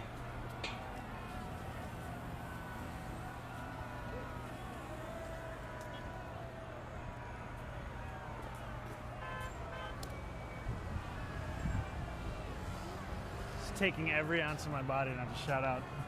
I can tell. I love you guys. Do you normally do that? I just love sharing all these spots with people. What are the spots here that you like? You can say it. It's fine. Yeah. Okay. Have you ever had burek? Burek? Yeah. Of course. What am I doing here? Yeah. I'm trying to appropriate your culture. What is it? But what kind of burek is it? Jerdan. Well, Jerdan? What is it? Is it Armenian? No, I think it's formerly Yugoslavian. Oh, okay. I'm not sure which specific country today, but great burek. And also a big fan. Milk Flour has some great pizza. And there's an open street that's on this block that is great. Weekends they'll pedestrianize the block. Oh, really? Kids will come out, That's families. Yeah, it's really nice. It's really great work. It's work that should be funded more by the city, but instead is on the hands of a lot of these incredible volunteers. Yeah, improving foot traffic, especially in a place like New York, is fairly easy. Yeah. There's already. This is one of the more walkable cities, right? It's just a question of political will. Yeah. I mean, with congestion pricing, you could pedestrianize much of that zone, and you should. And we've actually seen that foot traffic has increased as part of the implementation. Yeah. I mean, Because- Barcelona did it. Like, there's so many viable examples in Europe where, especially the infrastructure is ready for it, and New York is a perfect fit for that. I think Chicago, Philadelphia, there are many cities where you could do that. And I think even if you're, we were talking about bus travel before, Bogota moves 40,000 people in an hour on bus rapid transit. I mean, that's what we could be doing here, is that kind of speed to actually deliver people to where they're going. Yeah. But buses, in parts of Manhattan, the average bus speed is 5.8 miles an hour. Like, we're going at 6 right now. That's crazy. And the average speed overall is about 8. Why are they so slow? A lot of congestion. Also, the city has not built out the bus lanes that's legally required to do so. Eric Adams has just torn it up every time a wealthy donor has said that they don't want a bus lane. Like, in the Bronx, the Botanical Garden called Eric Adams' administration to say they didn't want a Fordham Road busway, and then they just didn't do it. And this is just like the. Why did they want it?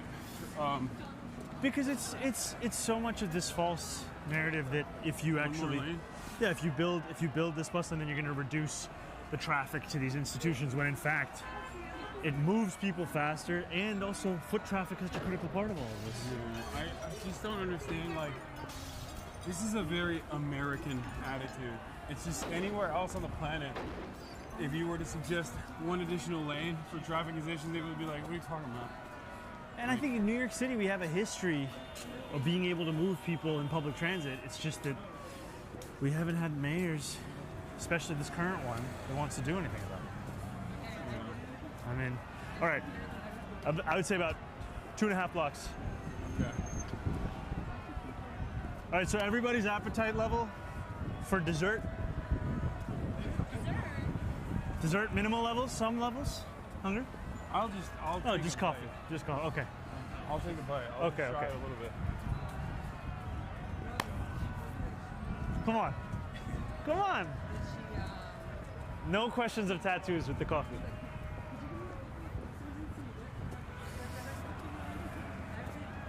Okay, so we're gonna hang a left here. Tiger Showman. Isn't that karate?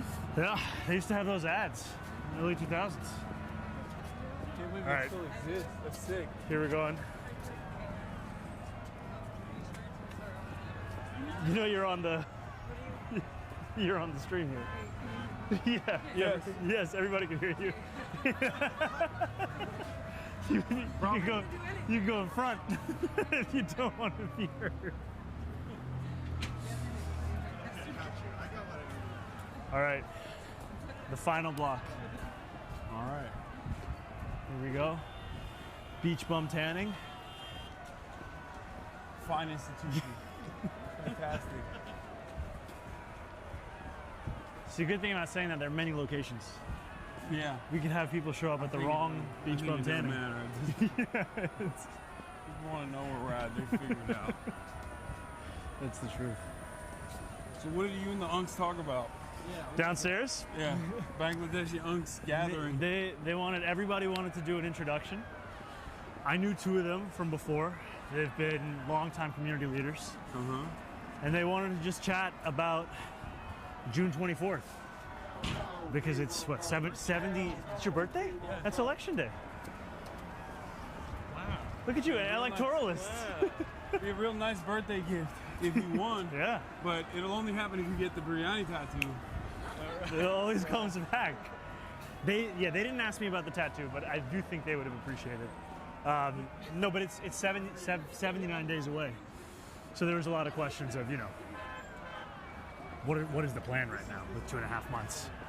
How are we going to get people out? They were actually uncles from, not just from Queens, Bronx.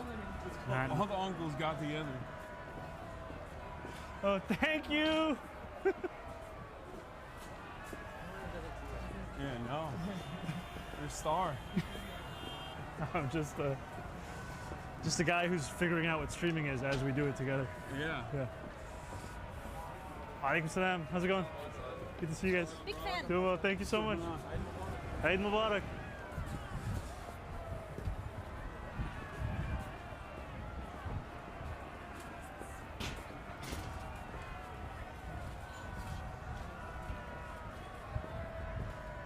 They have a bathroom in this institution. Yes, they actually have 3. That's good. That's crazy. You know the number of the toilets. It's wild. I'm a long-time supporter. Yeah, you go. Hey, assalamu alaikum. You know.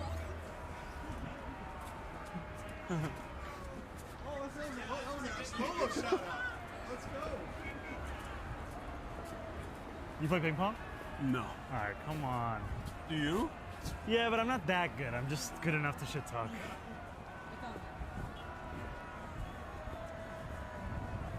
I once had a dream I would do a ping pong fundraiser where if I beat you, you'd have to donate.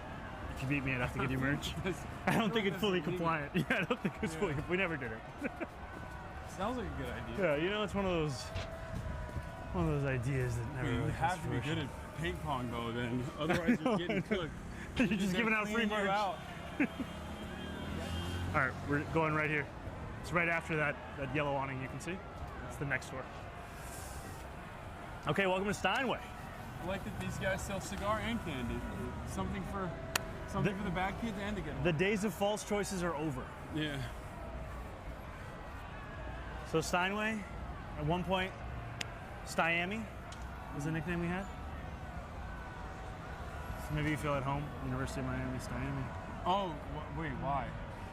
Well, Steinway's always been popping. Does it resemble Miami somehow? Like I think in the level of enjoyment sometimes. Yeah. How you doing? How's it Good to see you. This is my barber.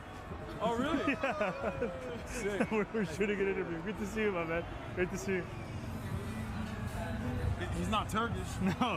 No, he's not Turkish, but he's still great. Shout outs to him. Shout outs to my brother Nicholas. All right, this is where we are. Can I ask him if it's chill to cameras first? Okay. You have the mic still on, but it's fine. It's all good.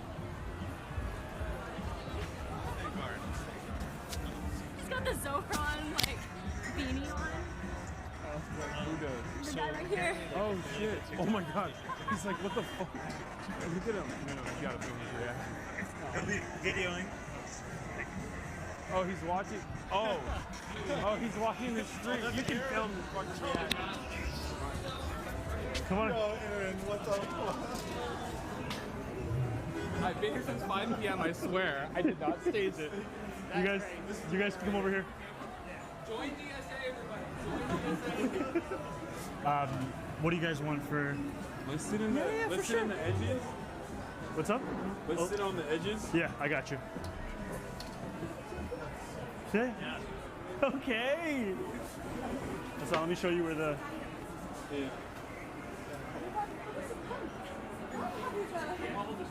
The bathroom is straight to the back. Okay. To the left. I'm just gonna leave my jacket here. Yeah. I'm gonna. Andrew, can you just watch over this? And then I'm gonna grab some chai. Oh really? Yeah, literally. Wow. Hey. Thank you so much. Thank you so much. Assalamu alaikum. Thank you. Hello. Assalamu alaikum. How are you? Could I please have one pot of Adani chai? And then regular sugar, yeah. And then could I have one pot of mufawwat? Yeah. Regular sugar, yeah. Actually, you know what? Let's just do the mufawwat. Yeah. Let's do the mufawwat. Thank you so much. Straight down. Straight down and you take a left.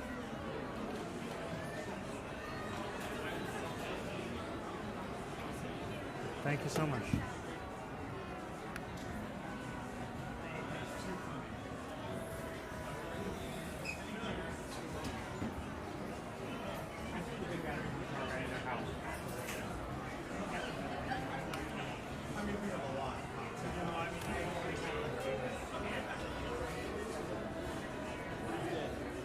I think we're good. I've just ordered. We'll have some chai, and then I want to take you one more place. You tell me when you guys gotta wrap it up. It's up to him. Yeah. It's up to him.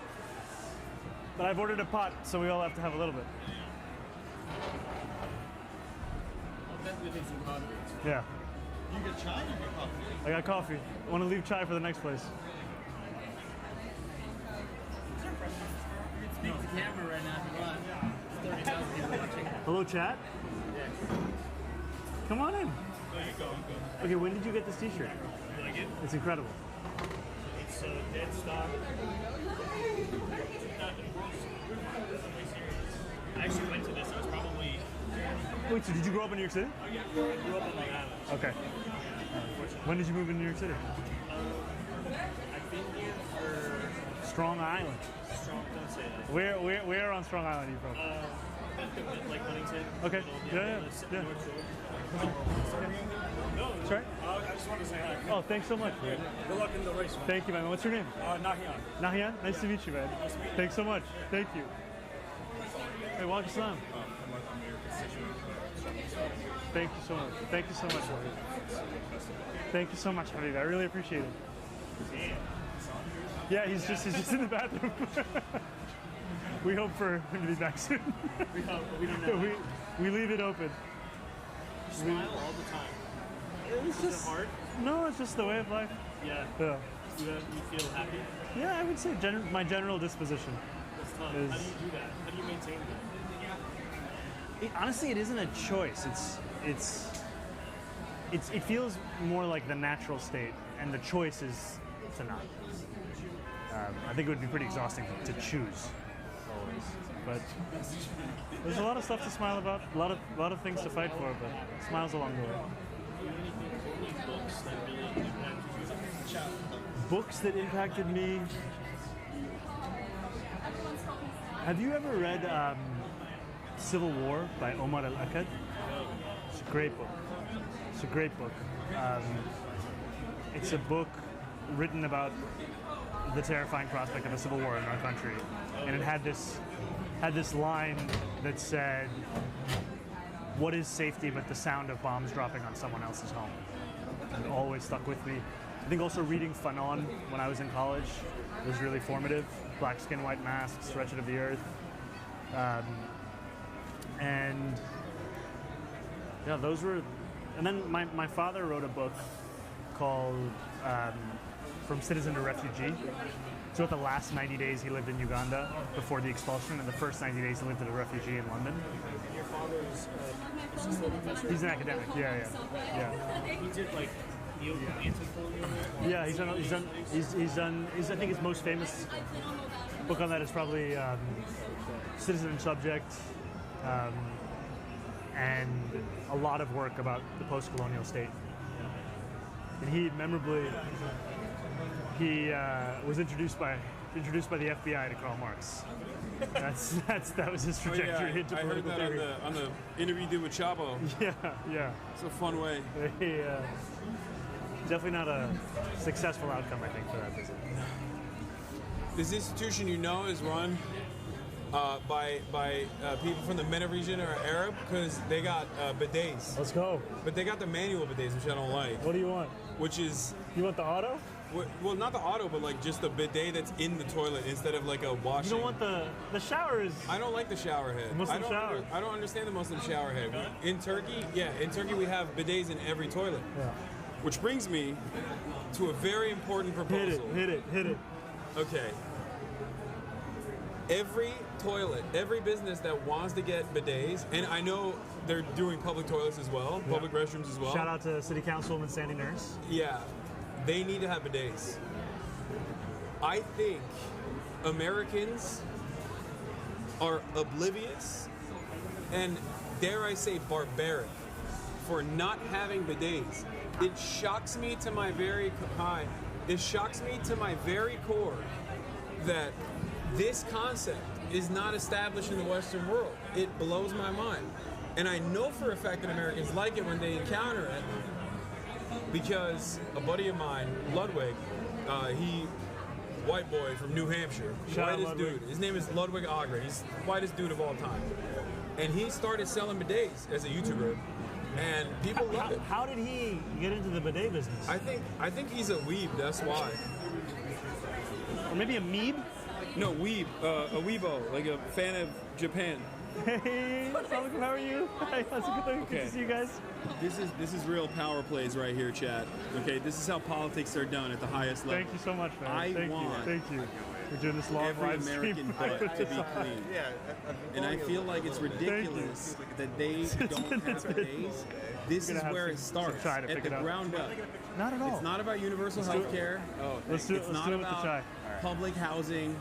It's about making sure that Americans experience the comforts, dare I say, the luxury that every proletarian deserves. Okay. Every proletarian butt deserves a bidet. Thank you, man. Thank you. Really appreciate it. Mandatory.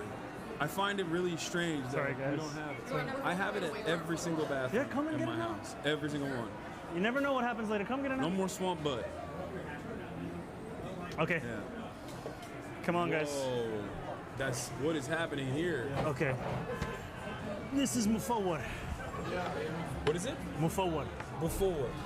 It's a coffee But there's also chai coming up next. Okay, I'm gonna have a little sip because You tell me when. Okay, this is way past the point of when.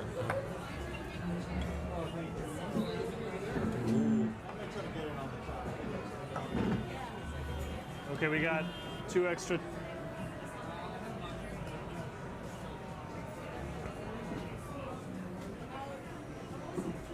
You want to grab 2 more cups? There's a lot of this. Do you want some? You want some coffee? Can you remind me of Marge? Marge, you want some coffee? Yeah. We're gonna get more cups as well. You drink coffee at 9 p.m. You don't fall asleep? Come on. That's why I love coffee, but I feel like if I drank a full cup, I would die. I would not be able to go to sleep at all. Would you like some coffee? We're getting more cups. So there's more than enough for everybody. Thank you so much. Okay, I think we might even need more. One for you. One more? Donald, I think, wants. Yeah, I don't think you can ask. It's a safe assumption. We need one more glass. Yeah, even 2 more. Thank you. Very good. That's really good. There's that cardamom in there. This is not a plug for my failed rap career. Anyway, as I was saying, I think this is a real winner. I think Americans need to entertain the idea of having a clean butt. Look, I think bidets are a great thing. And it's cheap. It's like for $20 you can put one of those like things where you just change the seat up. So would that be Nothing broke. Okay. All right. And also it wasn't on camera. That's crazy. That's crazy word. It's crazy actually that I did like a full We got a couple extra coffees for anybody. Donald, would you mind just taking one of these over there to that table? They might want some. So what's... Hold on, let me see if I can nail it. Hit it. This is a great jacket, by the way. Oh, thank you. The aftertaste resembles, I mean, it's like a very specific spice in this. It's not just the coffee that tastes this way. There's something in this. There's a cardamom. Oh, is it cardamom? There's a cardamom in this. What's the thing that people put in Persian food? It's like a raisins. No. It's like a spice. It's the most expensive spice. Saffron. Saffron. Is there saffron in this? Let me go check. I'll look at the board. I'm just saying it has like an aftertaste that's similar to saffron. Wait, we can just Google it. I don't know why we're.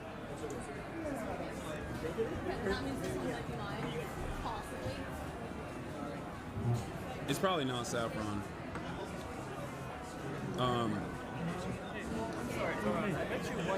Chat, what's the name of the coffee? Oh yes. I'm running for city council. Oh, awesome, and man. I really want to do like some organizing for you out there. Awesome. If there's anyone that I can talk to on your team, Absolutely. Thank you so much. Great to meet you. Have a good night. Great to see you, rather. Good yeah. to see you. Thank you. Nice to meet you. Hey guys. Can you just keep this on you? Don't give away the Yemeni secrets. Great to see you guys. Come. The spice is kakule in Turkish. Son, I have to introduce you to one of the best, most dedicated volunteers. Her name's Magdalena. She's a big fan. I was telling Zohran before, I was like, can you say hi to Hasan for me? Of course. You want to take a photo? Yes, please. Can I get it with you and Zohran?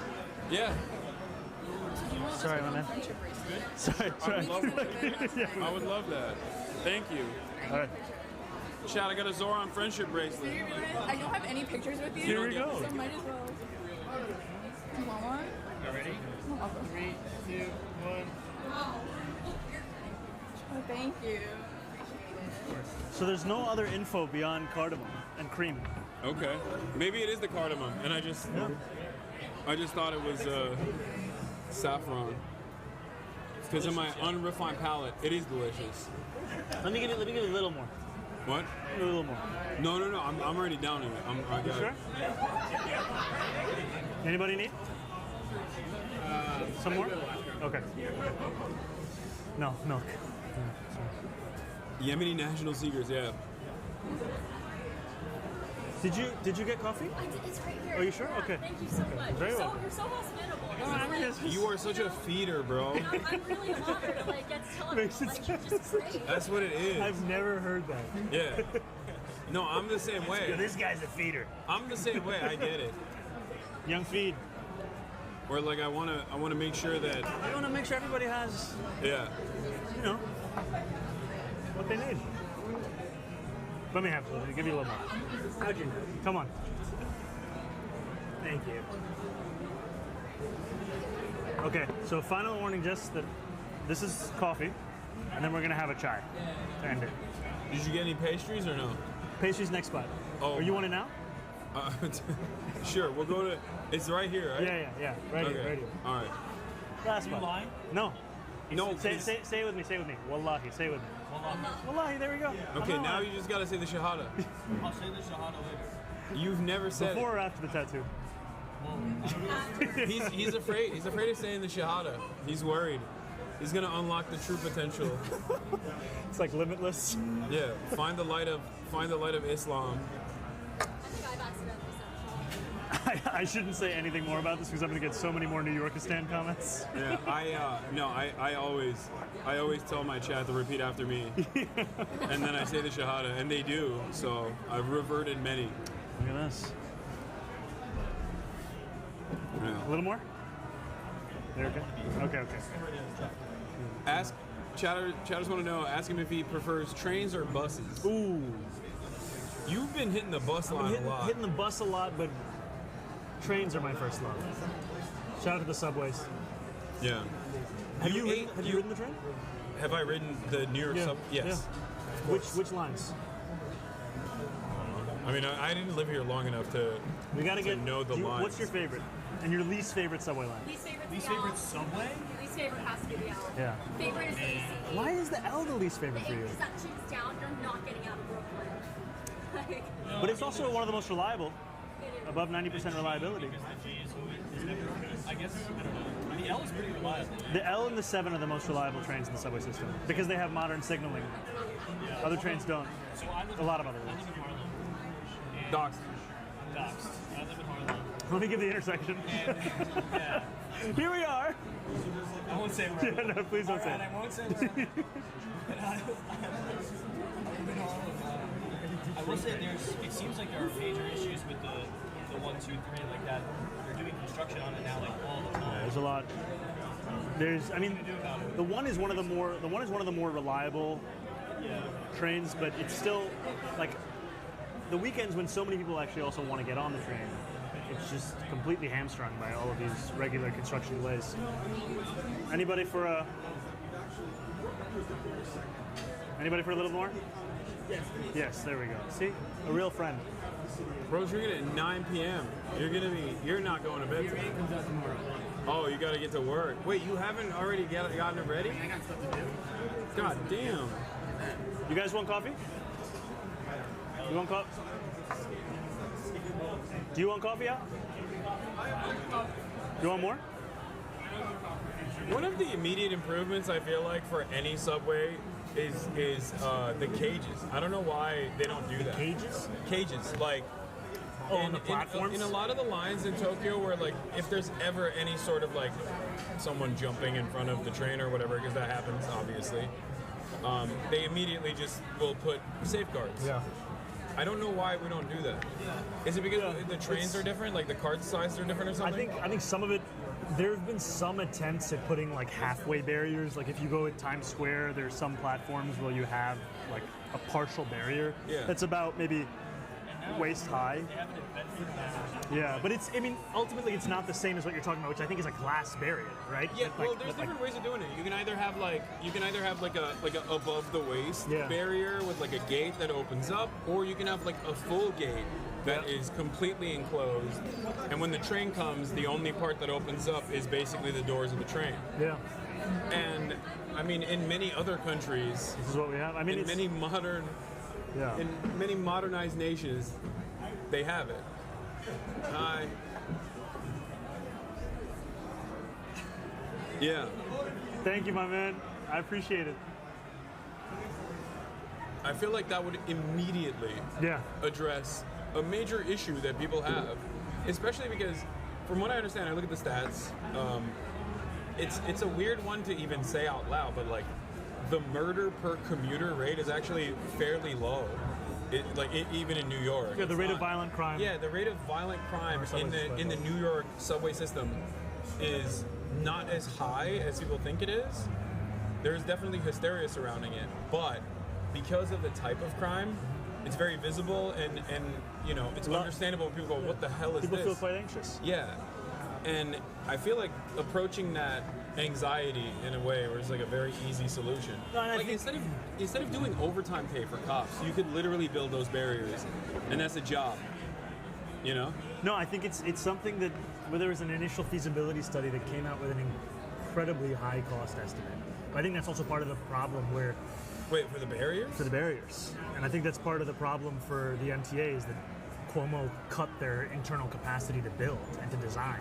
Oh, and so it's all consultant based. So much of it is consultant reliant. Everything is public-private partnership. Yeah. Everything. I mean, there has to be.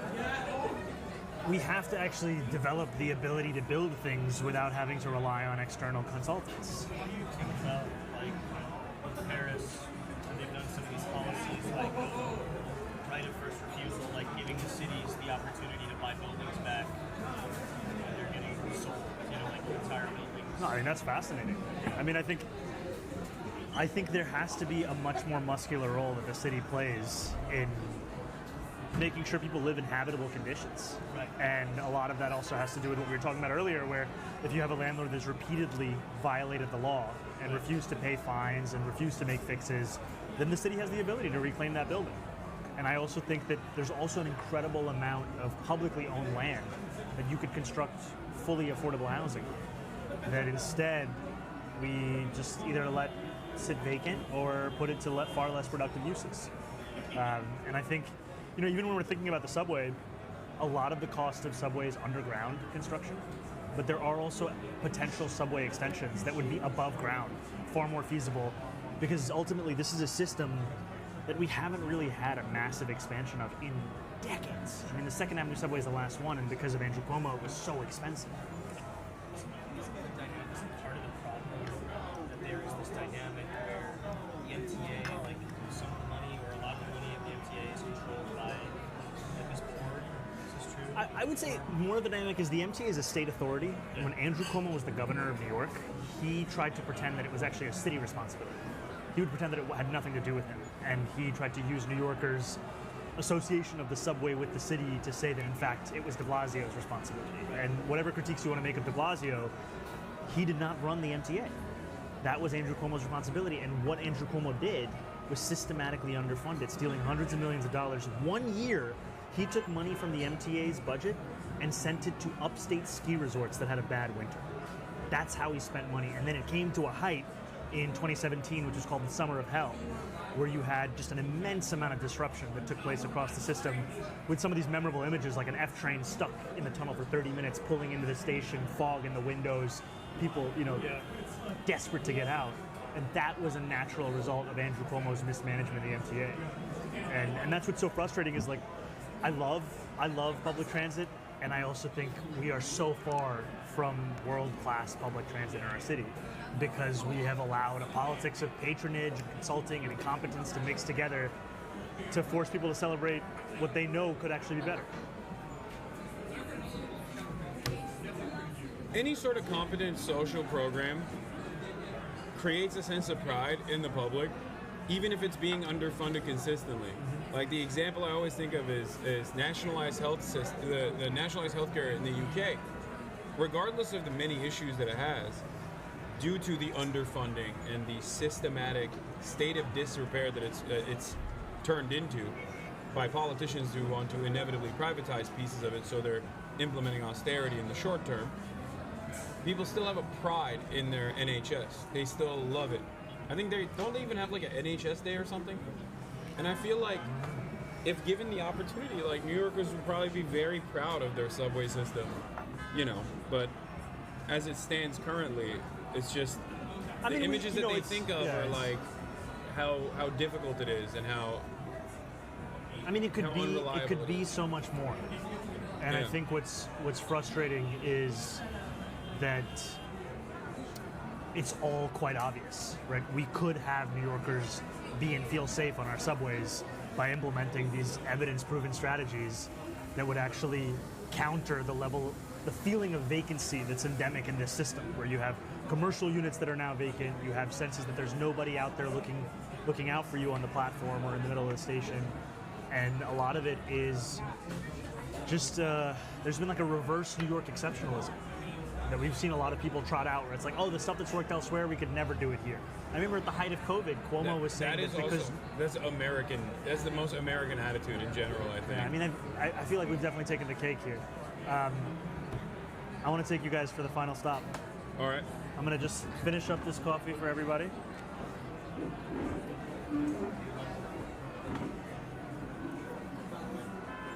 All right, final. For somebody, it doesn't have to be you, but we're leaving Asian right market now. crashing, European market crashing. Yeah, I know. Oh no. We gotta get Aaron a picture with Hassan. Yeah, Aaron, let's go. Let's do it now. This has been wonderful. Dude, I've had such a great time. Yeah, no, chatters are loving it. Shout out to the chatters. Apparently stock market's opening in Asia. Not looking too great. Is that related to the stream? No, it's just they're informing me. They're just letting No, me know. I was planning on maybe staying an extra day tomorrow to like go to Wall Street and stream outside of Wall Street. Why not? Well, Direct from the source. I miss my dog and my family. Also very important. Oh my God. All right, Aaron, let's get a quick photo. Hassan, this is Aaron, Fernando. So, man, you read my tweets on stream. Oh, hell yeah. It's the king of spreadsheets. Let's get a photo of you guys. All right, let's do it. You have a phone? Okay. I don't. Let's let him have a one-on-one. I'll let you guys. Yeah.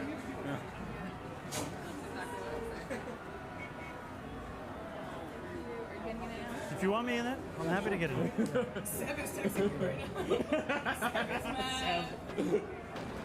Okay. Thank you so much. Come. Yeah.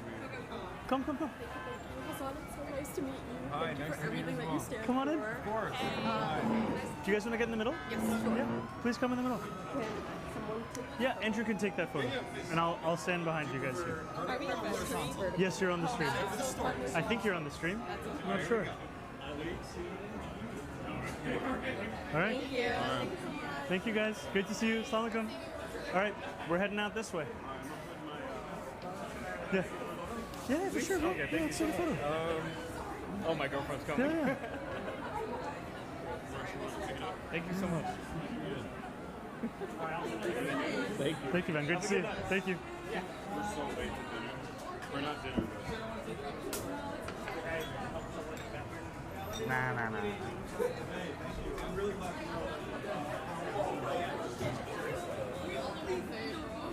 Thank you so much, Habibi. Thank you. It was great. Thank you. Bye, guys. See you. We shall go. Bye.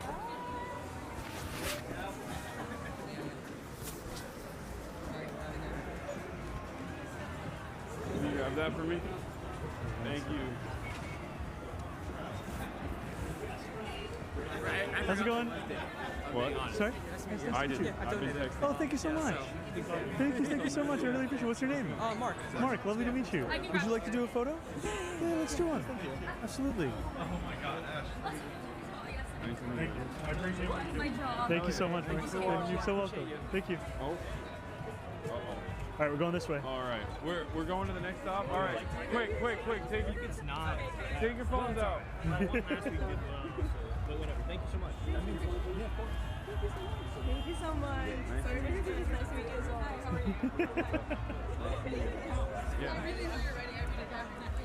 We're from Republic of Georgia, so really. All right, so we are here. Yeah. Well, now I can tell you guys where we are, because we're about to not be here. Mocha & Co., one of the best joints here on Steinway. Make sure to check them out. They have a number of different locations. We just had some before Wood. We're about to hit another Yemeni coffee shop. You want to take a photo? So we're gonna finalize this day. It's maybe too soon. I feel like we're probably gonna leave in like 5 minutes.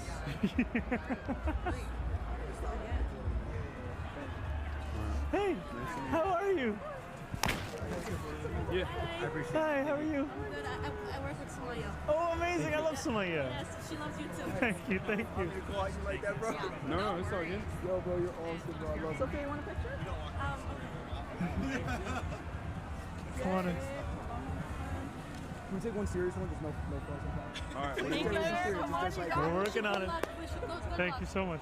Nice to meet you, man. Nice Thank to you meet so you. much. You're so welcome. What's your name? My name's Evan. My name's Evan. Evan Lambert, actually. I don't know if you know this, but my dad's Michael Lambert. I don't know if you know the name. He worked under Scott Stringer. Yes. Yeah, I know. So me and him have been going back and forth on like who should be mayor. Okay. And he's Your going parking for dispute? trying to get him on your side, but Look, there's room for everybody. I appreciate you. Thank you so much. No problem, man. Can I get a picture? Absolutely, get a photo. Yes. So maybe it's not our parking dispute. Either way. Hell yeah. Yep. There you go. Hell Thank you yeah. so much, man. Rank this guy number 1. Let's go. All right, we got to keep walking. Rank Zoran number 1. Thanks. No Cuomo. No. What? Yeah. Quick. So you guys want to take photos too? Okay. All right, last one. We gotta get the. All right, quick. Well, should somebody go get him? Should I get him? All right. Have a good one, man. Nice to meet you guys. Here we go. All right. I think there's somebody up front who wants you to sign their shirt. What? Oh no, I did already. How's it going? Is it another person? Oh, then I No, think no, you're set. I You're set. That's my old merch. All right, final stop coming up. All right, this is where we get the pastries, you said? That's where we get the pastries. All right. And the coffee. And the chai. Sorry, we already had the coffee. How are you? Assalamu alaikum, habibi. How are you? Good to see you. كل شيء تمام. شوفك بعدين.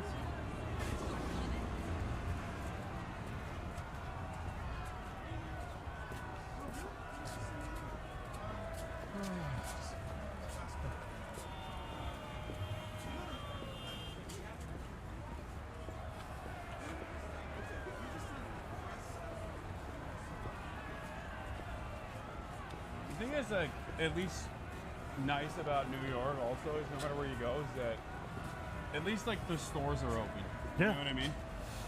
And not even because of not even like even at 9 p.m. but in general, I feel like there's so many parts of even LA. Yeah. Where back in the day there used to be a lot of storefronts and now they're just all closed down. Yeah, I think Especially still working. And I think it's partially because there's foot traffic. Yeah. I mean, you should come back to Steinway during Ramadan. Oh yeah. It So is- This is like a very Muslim. Yeah, this is one of the hearts, I would say, of Muslim New York City. Okay. Especially starting from here, 28th Avenue, going north to 25th on Steinway. One of the names for where we are is Little Egypt. Oh. And it's just a beautiful beating heart of the community.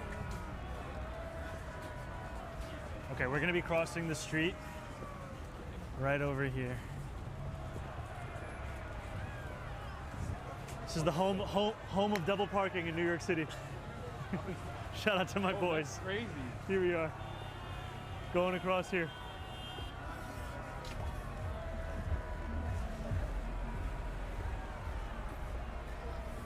What do you mean they straight up double park? Yeah, there's a lot of people. Oh.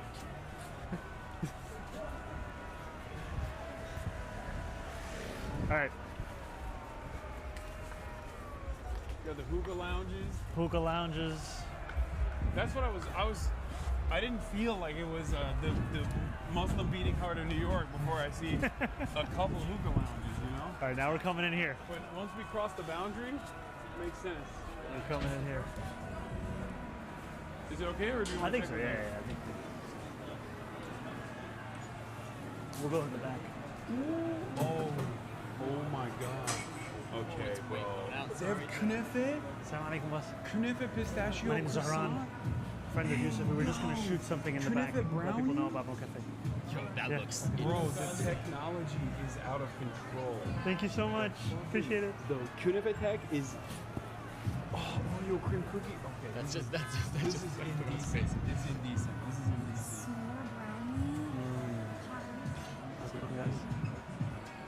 What is Zohran there? Just shooting a quick video interview. All right, thank you so much. What? What's up? In the back. What's up? Just in the back on the left. I got a table. I already know what I want though. Okay, what do you want? I wanna the Knife I want the pistachio croissant and the kunefe. I think it's a kunefe brownie or something. Alright, I got you. I got you. Do it? You want to Do just it. go to? I can go get the food. Okay, can you get, what should we put it on? Yeah. You'll just take my phone. Just do it here. We're gonna leave in 10, 20 minutes. Let's do that. Kunefe brownie, pistachio croissant. Neat guy. Big pot? Small pot. I don't think everybody wants that much. Yeah. And then get one. Oh my God! Thank God. Kunefe brownie, pistachio croissant. Yeah, and then. Oh, I'm gonna contact you. Put. So this one. I don't know who that is. Yep. This. No, this one. Alright, got it. Yep. This one. And I thought. Yelled at who? Do those. And then small on any chart. Yeah. That's Thank him. you. Yeah, he's dope. Yeah. You saw that. Yeah. This guy saw you yelling at Tom Homan. He didn't know who you were, but he was like, "Oh, that's the guy that yelled at Tom Homan." Thank you, my man. Yeah, he did. Come on in. Yeah. That's why I asked if you live, because you look brolic in that.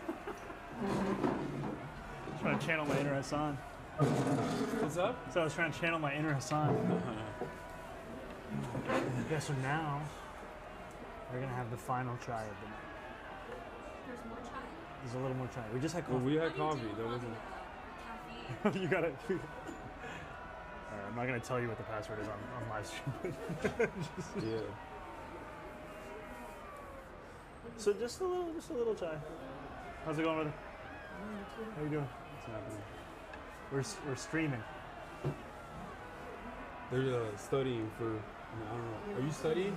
Oh, you're also. Oh, sorry. Okay, so we're gonna be out of your hair in we'll be out of 10, here very 20 soon. minutes. Is that okay? Oh no, we can go to a different table. somewhere else. Yeah. We'll We can go somewhere else. yeah. Let's figure out. All good. Well, he wants to study. Could we? Maybe we could sit. We could sit here. We could maybe sit here. No, it's just me. It's I'm on Twitch. And maybe we could. One of the guys is in there. He wants some private time to study. Maybe we could sit here. Yeah, sure. Could this work? Yeah, you'll handle it. Everybody's Okay, perfect. studying, huh? Would that be possible? Thanks. I'm interviewing Zohran. Oh, okay. Oh no, we're good. We're over there. Thank you. Yeah. We're good. Yeah, we're just hanging out. Yeah. My man was studying for his boards. You know? I respect that. He's a great guy. You sure? Named Yusuf. And this is his cafe. Yeah. They have a lot of great locations.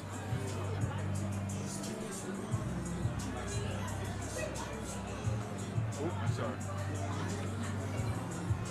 All right. Board exams come first. No, for sure. Boards before streaming. We asked the other two dudes, they were chill with it, but then the third guy, he was not chill with it. Third guy not chill with it. He hit the passive aggressive. I got no choice, but we told him, brother, you always got a choice. Yeah. All right. Final. This is Adani chai. So it's got milk in it. Yeah. What else? Cardamom. Cardamom again. When in doubt, milk and cardamom. You guys have some chai? No. Okay, thank you good? Donald, chai? Chai, yeah. Yeah. Thank you. You're welcome.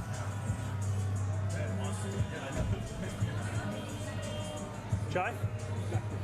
Yeah, let's go. The TikTok did a number with the who's this? Oh my gosh. This is Andrew, I think this is just like an independent film. He is. I talked to him. Yeah. He says he's interviewed you before. Oh yes. Yeah. Okay. I told him he couldn't come. It looks very suspicious. very military. Yeah, we'll figure it out. Okay. I did not know what you were talking about. What was I gonna say? Oh, TikTok got the kunefe tech down. Like they started doing this Dubai chocolate thing. So what is Dubai chocolate? It's just chocolate with kunafa in it. But it's not like normal kunafa, it's just like the inside.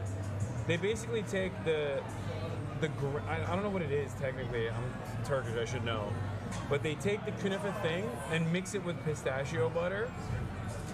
And then they put it inside of chocolate. And it gets like crunchy. It's like a different texture than what Americans are used to. And it's sick. I mean, I love it too. I've had it before. But now they're putting it in everything, and I don't hate it. I mean, it's great. Well, we're about to have it. Yeah.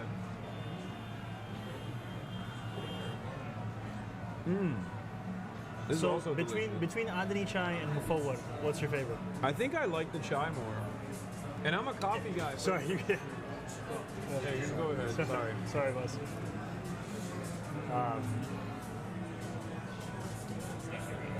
All right, here we go. Thank you, sir.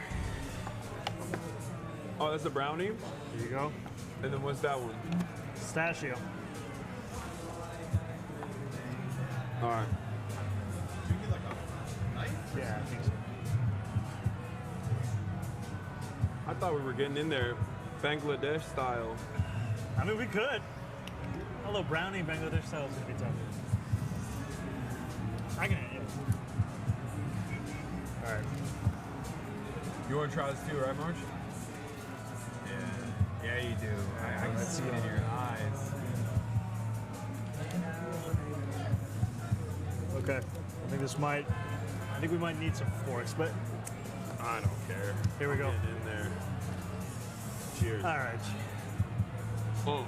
Left alone for the cheers. I did good. Symbolic. Oh. That's pretty good. Thank you, Yusuf. Oh, yeah.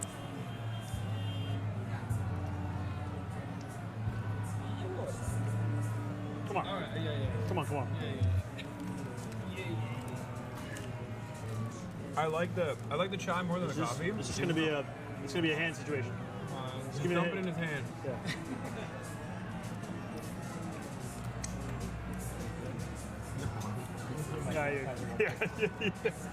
You're doing your hand sanitizer. And this is the pistachio. Pistachio croissant. All right, I'll go in for it. Thank you, Tom. Very welcome.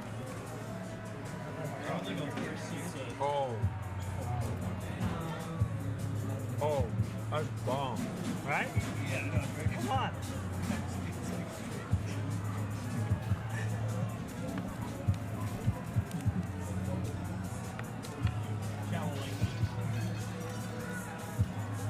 That one's really good. Oh my god. This is why you can't leave time with. This is why diversity and cultural appreciation is great. You got croissant with pistachio in it.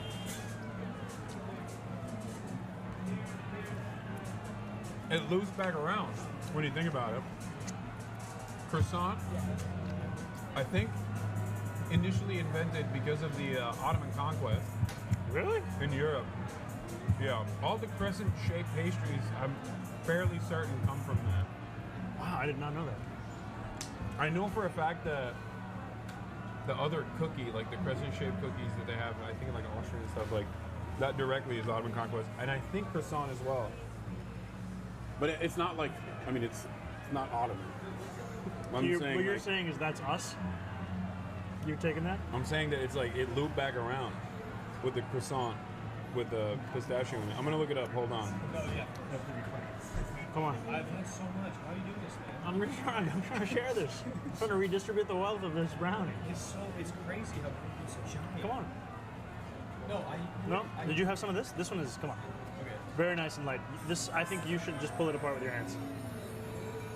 Yeah, it's Oh my god, I love this song. The claim is, yeah, it was initially baked in Vienna to celebrate the victory over the Turks because the Turks were stopped at the gates of Vienna. Okay, all right. but they say that the story itself was invented later. It's like, so it might be made up. Sorry. Yes, they're filming. Have a nice day. Thank you so much. Same to you. Thank you.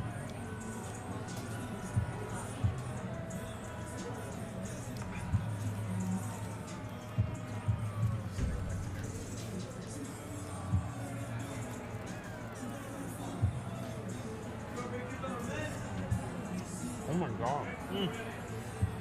No, I am. I'm okay right now. You're like an endless bit. Yeah. Not everybody has. Yeah, you kind of are, but I respect that. You know? What? Call me an endless spit. Oh yeah, you're an eater. You're a feeder and an eater. You're a real ass eater. Maybe you could have arranged those words a little differently. Yeah, I didn't mean it like that. That's just it's the Cuomo campaign's closing argument.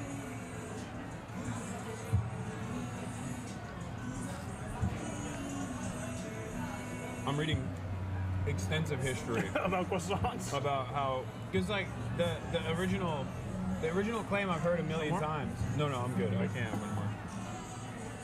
You good, Donald? You're set? How about that guy over there? You want what's up? Yeah. You want to grab a? Yeah.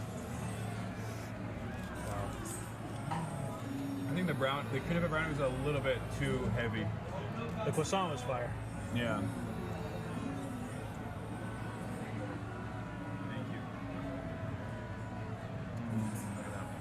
Oh, wait a second. I guess you will have just a bit.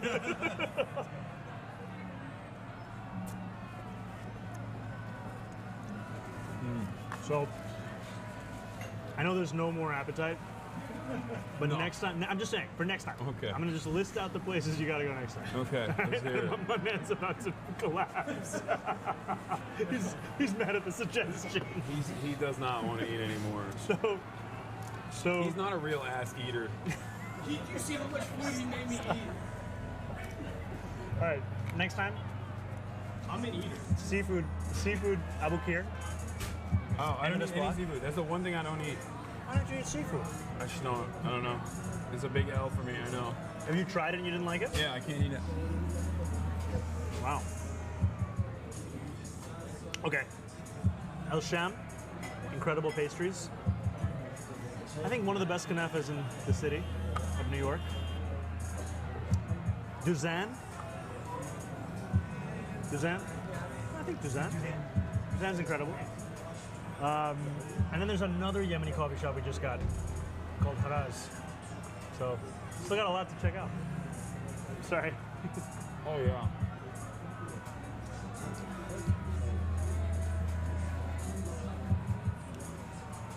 You're not hungry? Kara's a vegan, so we haven't been able to feed her all night. Is there anything that you? No? He's a feeder. Yeah. I wasn't wrong. I clocked him immediately. Clocked it. Yeah. Feeder and a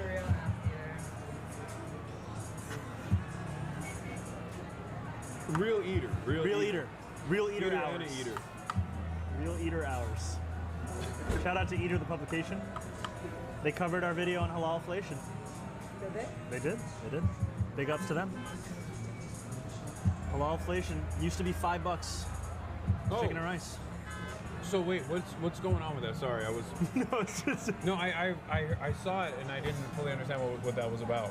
So basically, there are street vendors, thousands of whom are on the waiting list for a permit from the city. And because they can't get a permit because the city won't issue them, they pay a middleman who owns a permit already up to $20K on an annual basis just for the right to sell chicken and rice on the streets.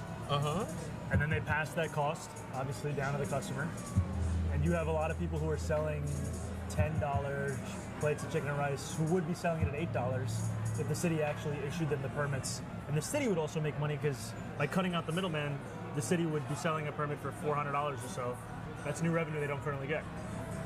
So, why is the city limiting the permits? think it's a mixture of incompetence and lack of interest. There's not a clear reason why you would turn away revenue, safety, cheaper food. Yeah. And the street the vendor permitting structure also creates, you know, you have to go and like make sure that the food is safe, right? Like this, yeah, and it's the safety aspect. And you still have some of these inspections because people are using other people's permits, but ultimately you're creating a fertile ground for middlemen who are not selling any of these things. They're just making bank every single year. And the Street Vendor Project has been doing great work on this.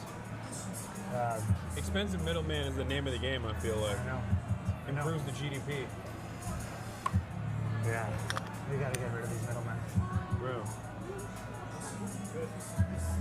All right. Thus concludes.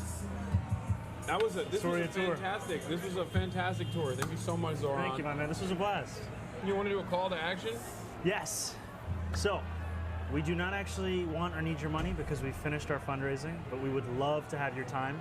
So if this is of interest to you, if you want to fight for a city that New Yorkers can actually afford, head to zohranfornyc.com/volunteer. We would love to have your help in knocking.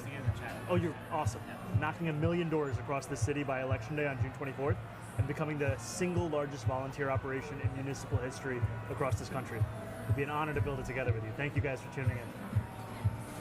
Thank you, Zohran, once again. Thank you, my man. And thank you to all of you guys. You were fantastic. Whole You were crew. fantastic guests. You're fantastic hosts. Young Biryani. Yeah. Alex, you were all right. March, once again, thank you. And to everybody watching at home, thank you for watching. That concludes the DC New York wing. I'm gonna cut it. Yeah, I'm gonna cut it after this. Yeah. No, we're gonna keep streaming. Could I give one quick shout out? Yeah, of course. To Andrew, who's over there, comms director for the campaign. Donald, who's been shooting so many of the incredible videos. Kara, who's been taking photographs of me for years that have been the basis of so much of the imagery we've used in this campaign. Because ultimately, if there's anything that you appreciate about what we're doing, remember it's a collective effort. These are some of the members of the collective, and we have one more shout out. Shouts out to giving it to you to Alex and Ashley as well for tagging along. 57 month subscriber Ashley. Her contributions alongside yours to my stream is what keeps this engine running. All right, everybody. Love you all. I'll be back in LA tomorrow, live to cover the stock market collapse. The global market's already opening and it's not looking too hot right now. But I'll see you.